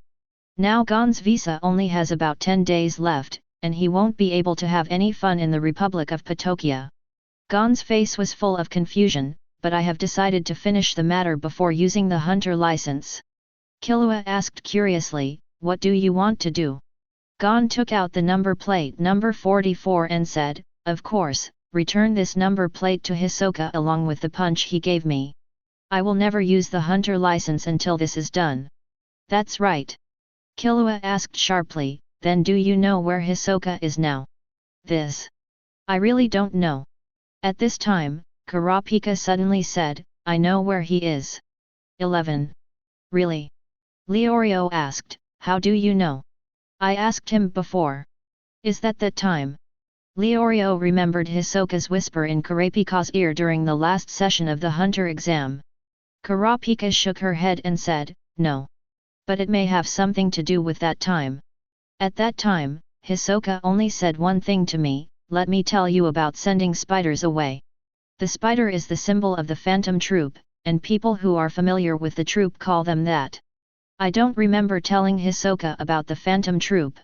Maybe he heard our conversation during the first exam. I was curious about why Hisoka knew about the phantom troop, so after the hunter license was issued, I went to find him again. But he didn't tell me anything. He just told me that on September 1st, he would be waiting for me in Yukiksen City. 0. Chapter 132. It's still more than half a year until September 1st. Gon estimated the time, and this time he was right. Killua asked, "Is there anything special about September 1st?" Leorio raised his index finger and said, "Yes, there is the largest auction in the world." "That's right." Kurapika nodded and introduced to Killua and Gon, "From the 1st to the 10th of September, there will be rare treasures from all over the world in the auction. Of course, there are dozens or hundreds of times more fakes than genuine ones. 11. All in all, there will be thousands of wealthy people going to Yukiksen City to satisfy their own selfish desires.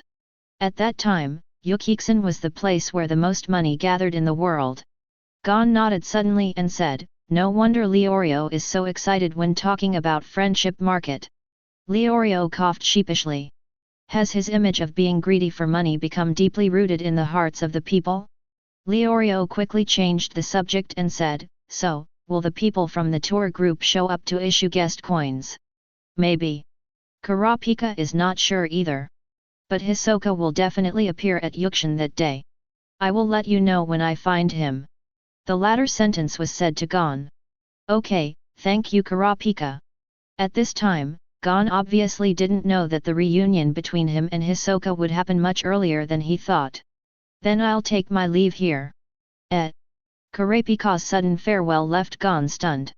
Kurapika said, "Anyway, I have already met Killua, and the purpose of this trip has been achieved. Besides, participating in auctions also requires money. So next I will officially start making money as a hunter."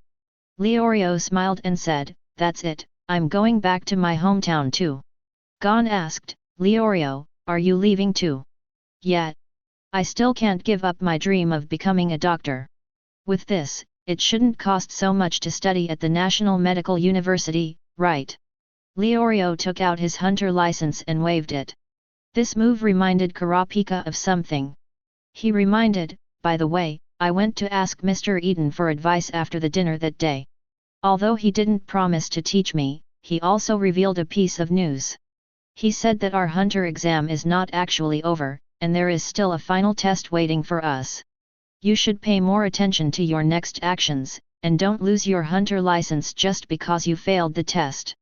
Speaking of this, Kurapika also has some expectations. Because Eaton said at the beginning that as long as he passed the test, he could have the power he wanted. Don't worry, this little test will definitely not defeat me, Uncle Leorio. Obviously, after half a month of special training at Zaldik's house, RF's self-confidence has increased a lot. I hope he can remain so confident after meeting the nin sent by the Hunter Association. Well, everyone should work hard. See you later. Then we will see you in Xin City on September 1 St. After bidding farewell to Leorio and Kurapika at the airship platform, Gon and Killua finally lived in a world of two. Gon lamented, suddenly we are the only two left. What should we do next? Killua said, of course it's special training. Special training? Aren't we going to play? Killua took a deep breath, pointed at Gon's head and said loudly, didn't you hear what Kurapika said just now? The hunter exam is not over yet, there is still a final test waiting for you. What's more, do you think you can defeat Hisoka in half a year with your current status? Don't say half a year, you won't be able to do it in 10 years. Gon scratched his head and asked, well, Killua, what do you think I should do? He is really not good at using his brain, so he can only give him advice from Killua. Killua thought for a while and asked, Gon, do you still have money? Well, it's actually almost gone. I don't have much money left. Killua suggested, why don't we go to a place where we can get money just by fighting? It just so happens that you can improve your strength through fighting. All right. It can both make money and improve your strength. Gon will naturally not refuse such a place. Killua, what's the name of that place? Sky Arena. The camera returns to Eaton again. It's been a few days since Eaton returned home. This morning, Yi finally analyzed Aluka's ability. The main reason why it took so long was because Aluka's ability operation mechanism was too complicated. This involves Nanaka, another soul in Aluka's body. In addition, the amount of mind energy Eaton extracted from Aluka's body was too small. Later, Eaton sneaked into Zaldik's house to solve the problem. This time, the compensation given by Eaton was directly handed over to Aluka. In order to obtain enough vitality, Eaton directly fed Aluka a plant of Nitolamai. After the converted vitality was extracted by Eaton, there was still a lot left in Aluka's body, so there would definitely be no problem in ensuring that he grows up healthily. Don't think this is a small matter. Although the physical fitness of humans in the hunter world is far superior to that of people on Earth, it does not mean that they will not get sick. Aluka was kept underground and was not exposed to the sun for a long time, which would also affect the absorption of calcium and vitamin D. If this continues, it is possible to suffer from diseases such as osteoporosis, rickets, and rickets. Eaton only realized this after personally contacting Aluka. Back to topic. Aluka's abilities have been analyzed, but Eaton feels that the settings for requests and demands are too complicated. So he decided to transform it based on Aluka's template and create a brand new nin. After spending a whole morning deleting, and modifying, Eaton finally built the ability he wanted. Absolute Equivalent Exchange Balance. This is the ability that Eaton created based on request and force. You can roughly guess its function from the name. As the name suggests, this scale completely follows the law of equivalent exchange. The user makes a wish to the left side of the scale, and the desired item will appear on the left side of the scale. But at this time, the thing on the scale on the left is just a shadow. The user needs to put the price he is willing to pay on the right side of the scale until both sides of the scale are balanced. Only then can the things on the left side of the scale be materialized and removed. Throughout the process, the value of things at both ends of the scale is completely defined by the rules of the world. Yes, you read that right. Eaton's nin involves the rules of the world. This is another reason why it took so long to analyze the ability of the Tuntun fruit on Aluka. Not only that, Eaton also tried to add restraints and oaths when constructing the absolute equivalent exchange balance. It is precisely because of this that Nen was developed, and it has the same effect on non-substantial objects. For example, if there is a housekeeper who wants to sacrifice his life in exchange for 10 or 3 golds, or even 4, 5, 6, or 7 golds. These can all be done. Currently, the premise is that you have to have enough lifespan. Also, it's okay to use other people's lifespans for Krypton. But there is also a prerequisite, which is to obtain the consent of the other party. Well, just make the other party agree, no matter what method you use, laugh sinisterly. Let me try your effect. Looking at the golden scale in front of him, Eaton rubbed his hands. He made his first wish, bring me a cat whale. Suddenly, a fish-shaped shadow appeared on the left side of the scale. If you pay the price, just use Nian Qi. Eaton raised his hand and placed it on the right side of the scale, and a steady stream of Ling Qi came from his hand. Until both ends of the scale are balanced. Eaton stopped instilling his mind energy and reached out to grab the shadow on the left side of the scale. A cat whale came into his hands, and it was still alive. It has a very similar appearance to an ordinary whale, but its mouth full of sharp teeth looks more aggressive than an ordinary whale. The cat whale left the water and began to struggle. Eaton could feel a huge force coming from his hands. It seems that the records in the pyramid are not lying. This cat whale does have the power of a monster. If it were to push the trial door of the Zaldik family, it would probably not be able to open all 7 doors with just one swing of its tail. After carefully observing the appearance of the cat whale, Eaton breathed a sigh of relief. Fortunately, the name cat whale comes from just because it is about the same size as a cat and has a pair of cat ear-shaped horns on its head. Other than that, cat whales have nothing in common with cats. If faced with a fish that looks like a cat, Yu Buzhen may not have the heart to treat it as food. After all, Eaton can be considered a cat lover. He usually keeps many stray cats brought back from the city in the manor. If an ordinary marine biologist encounters an unknown species like a cat whale, he will definitely protect it and observe its living habits from all aspects. However, Eaton is not a biologist, he is a food hunter. He has a unique way of dealing with unknown creatures. That is to dissect it first and try it out in one piece. If it can be eaten, it will be easy to handle. Just heat the pot and start cooking. If you can't eat it or it doesn't taste good, then it depends on whether it tastes good or not. If it tastes good, use the Tuntun fruit ability to process it and transform it into high-quality ingredients. If the taste is not that good, then I'm sorry, or should I say lucky. This creature will be eaten by Eaton for his recipe. In short, Eaton will explore the potential of every living thing as food to the greatest extent. This is Eaton's attitude as a food hunter. Obviously, catwool does not live up to its reputation as a concentrated product. The pressure of the deep sea not only compresses the body of the cat whale to the size of a cat, but also compresses the deliciousness of its meat in equal proportions. Eaton only cut a piece of cat whale fish raw, but he ate the deliciousness that can only be found in a whole tuna. No, it should be said that it is more than that. This small piece of yusheng gives Eaton the feeling that the 5 most suitable flavors in the world for yusheng have been gathered together. Not only did the individual flavors not get ruined by mixing. Instead, it went a step further and reached a new level that cannot be described in words. Translated into adult language, the author's cultural level is limited and he cannot write it. Hey, what are you going to get something delicious here? At this time, Jin's voice came from behind Eaton. The sudden voice seemed to be trying to scare Eaton. However, Eaton already knew about Jin's arrival.